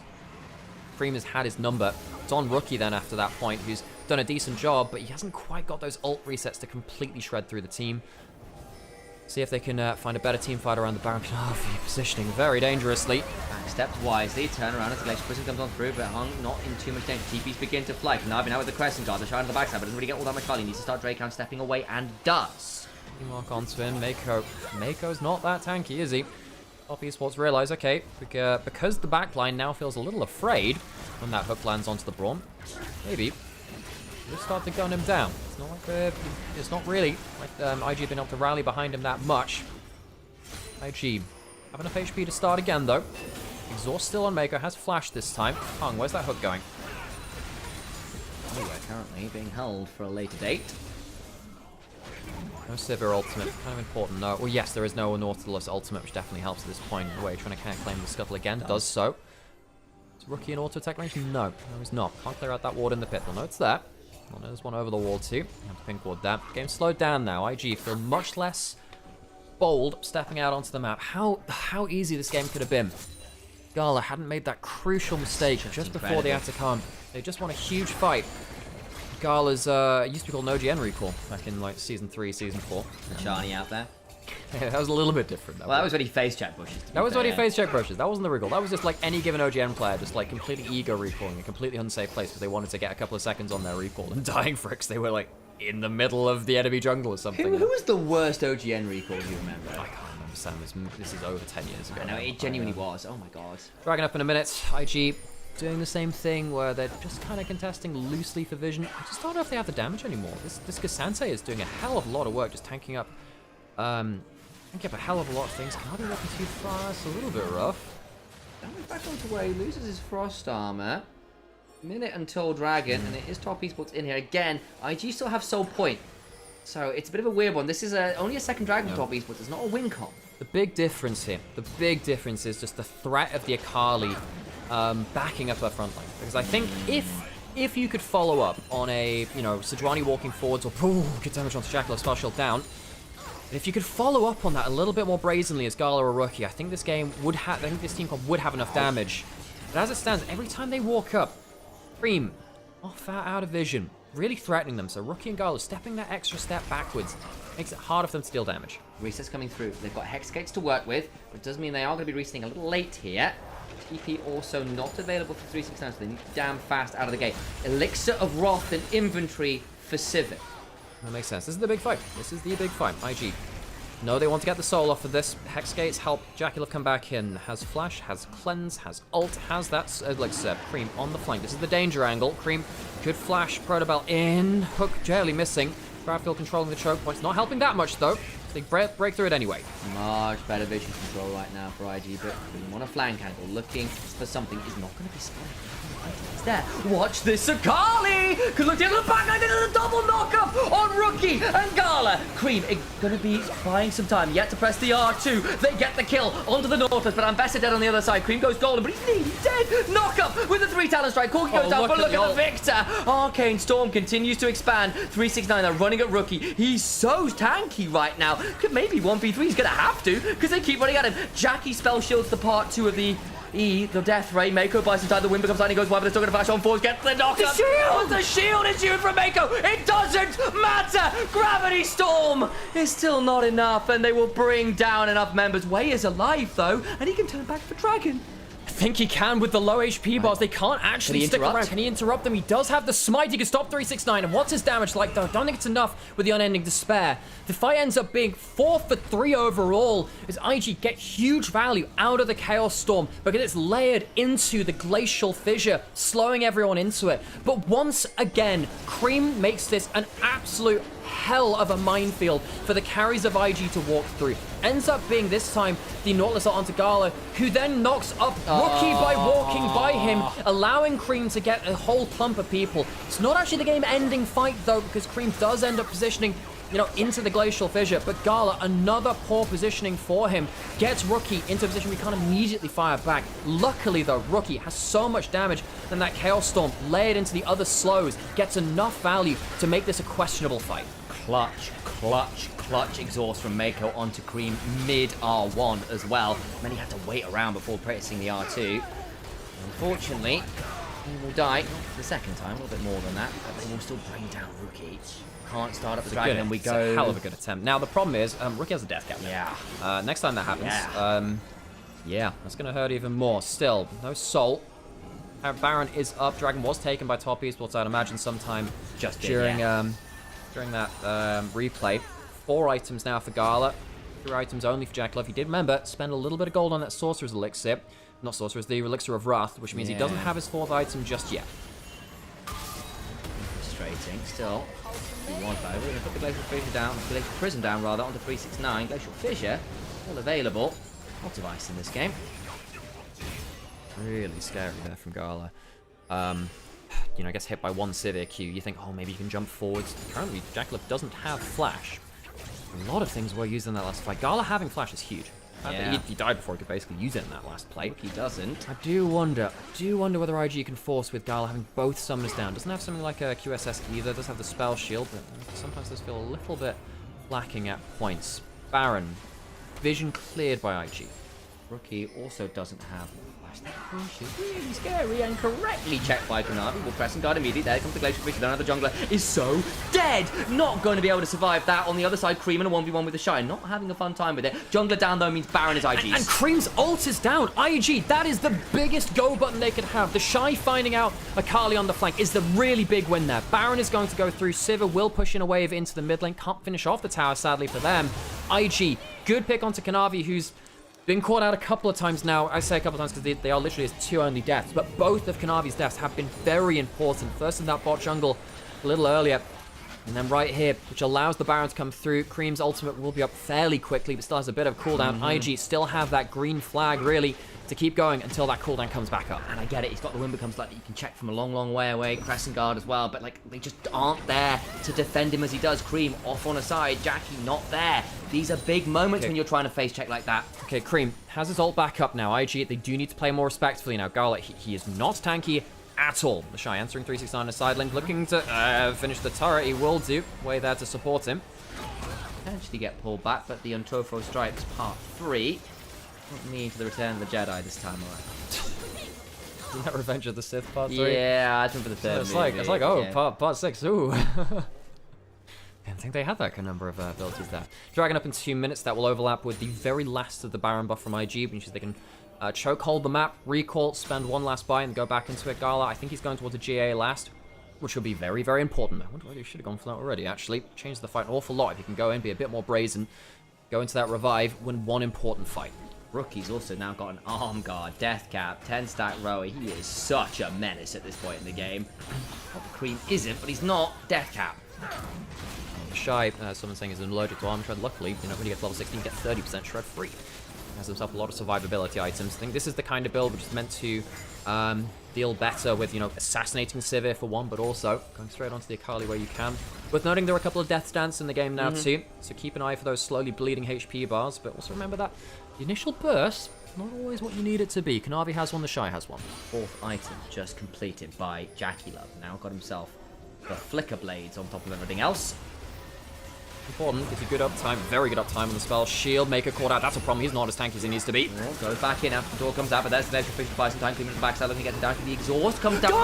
But Gala's gone really deep, not quite dead. Cream, flash, execution. Cream goes golden, buys time, 369, buy exposes, Rookie needs to run, hit by the flash, Whimper comes lightning in the audacious charge, knocked up, gravity field buys time, but there's another charge forwards, he's dead.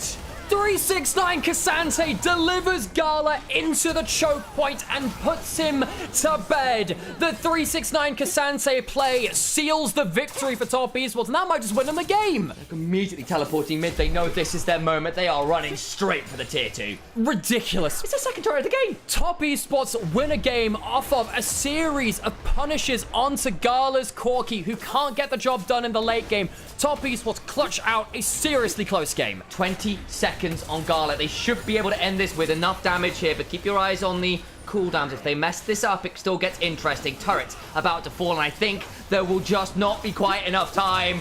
Top Esports clutch their way to a 2-1 victory. Invictus Gaming. Wonder how it all went wrong. How the hell did Invictus Gaming lose that? A recall stopped onto Gala right there at the end with flash up, still getting pounced on by the Cassante over the wall. Leads IG with a number of fights where they just don't have their AD carry. Gala, he's had his ups and downs, but we expect a lot out of this player right there. I really think, sadly, he was the difference maker because Top Esports found there's great ways to punish him. That is pretty insane. Hello guys, we are a little bit fried after that. We are first day back. It's already been a nice full-on 9 to 5 shift without too much of a break, but who needs that? We've got League of Legends and all of you back home watching. I love you, though. My shift started at 8. That's true. You came in at 9. But all the way, it's been a very long day. Thanks for all coming in. Hey, Adlast. Hey, enjoy. Always good to have you guys in here. And again, we have been live on 4 different places. Twitch, Alex's YouTube, over on Anivia's YouTube, live for the first time as well on TikTok. Hello to our initial TikTok viewers as well. A pleasure to have you all in here. We're brothers that cast League of Legends. We cast the LPL here. There is no longer any official broadcast for the LPL. It's all fan run. The LPL English isn't real. That's the wrong term. Isn't official. It is a fan run broadcast. That means we are reliant on all of you back home to keep us in business. So if you want to, please consider subscribing on the Twitch. We've got a Ko-fi out now as well. Consider donating to the Ko-fi. We'll get that link out in all the chats we can. And yeah, that would be amazing to keep us in business. Because we rely on all of you to keep doing what we do. And that's going to do it for today. You going to do anything like stream or anything like yourself today? I don't have time. I'm casting Deadlock this evening at 7 good. PM. Well, I hope it Deadlock. Very cool. Yeah. I haven't heard you cast that one before. So no, my first time casting it. Well, thank you for everyone that tuned in. Thank you for everyone that tuned in for our first LPL cast on TikTok as well. And yeah, for those of you who like this, please like, subscribe, do all the rest of the things. Follow Sam on his socials. Couldn't do it without him. Obviously couldn't do that. And tune in tomorrow. So it's going to be 2 hours later start time tomorrow, because there's only the 2 best of 3s rather than the 3. Saturday is the earliest start time because there are the 3 best of 3s. All the rest of the week, I believe, are just the 2. And yeah, what a great way to start off our split 3 top esports. I don't know who they prayed to get that win. Pray again. Give them your thanks, because that was crazy. Thanks again, everyone, for watching us. We will end the stream there, because honestly, it's been a hell of a stream. We've had 8 hours in. I'm warm as hell. I need to I'll probably take a shower after this. Yeah. And yeah, thank you, everyone, for watching. So we'll see you next time. Till then, bye-bye. I will do the same.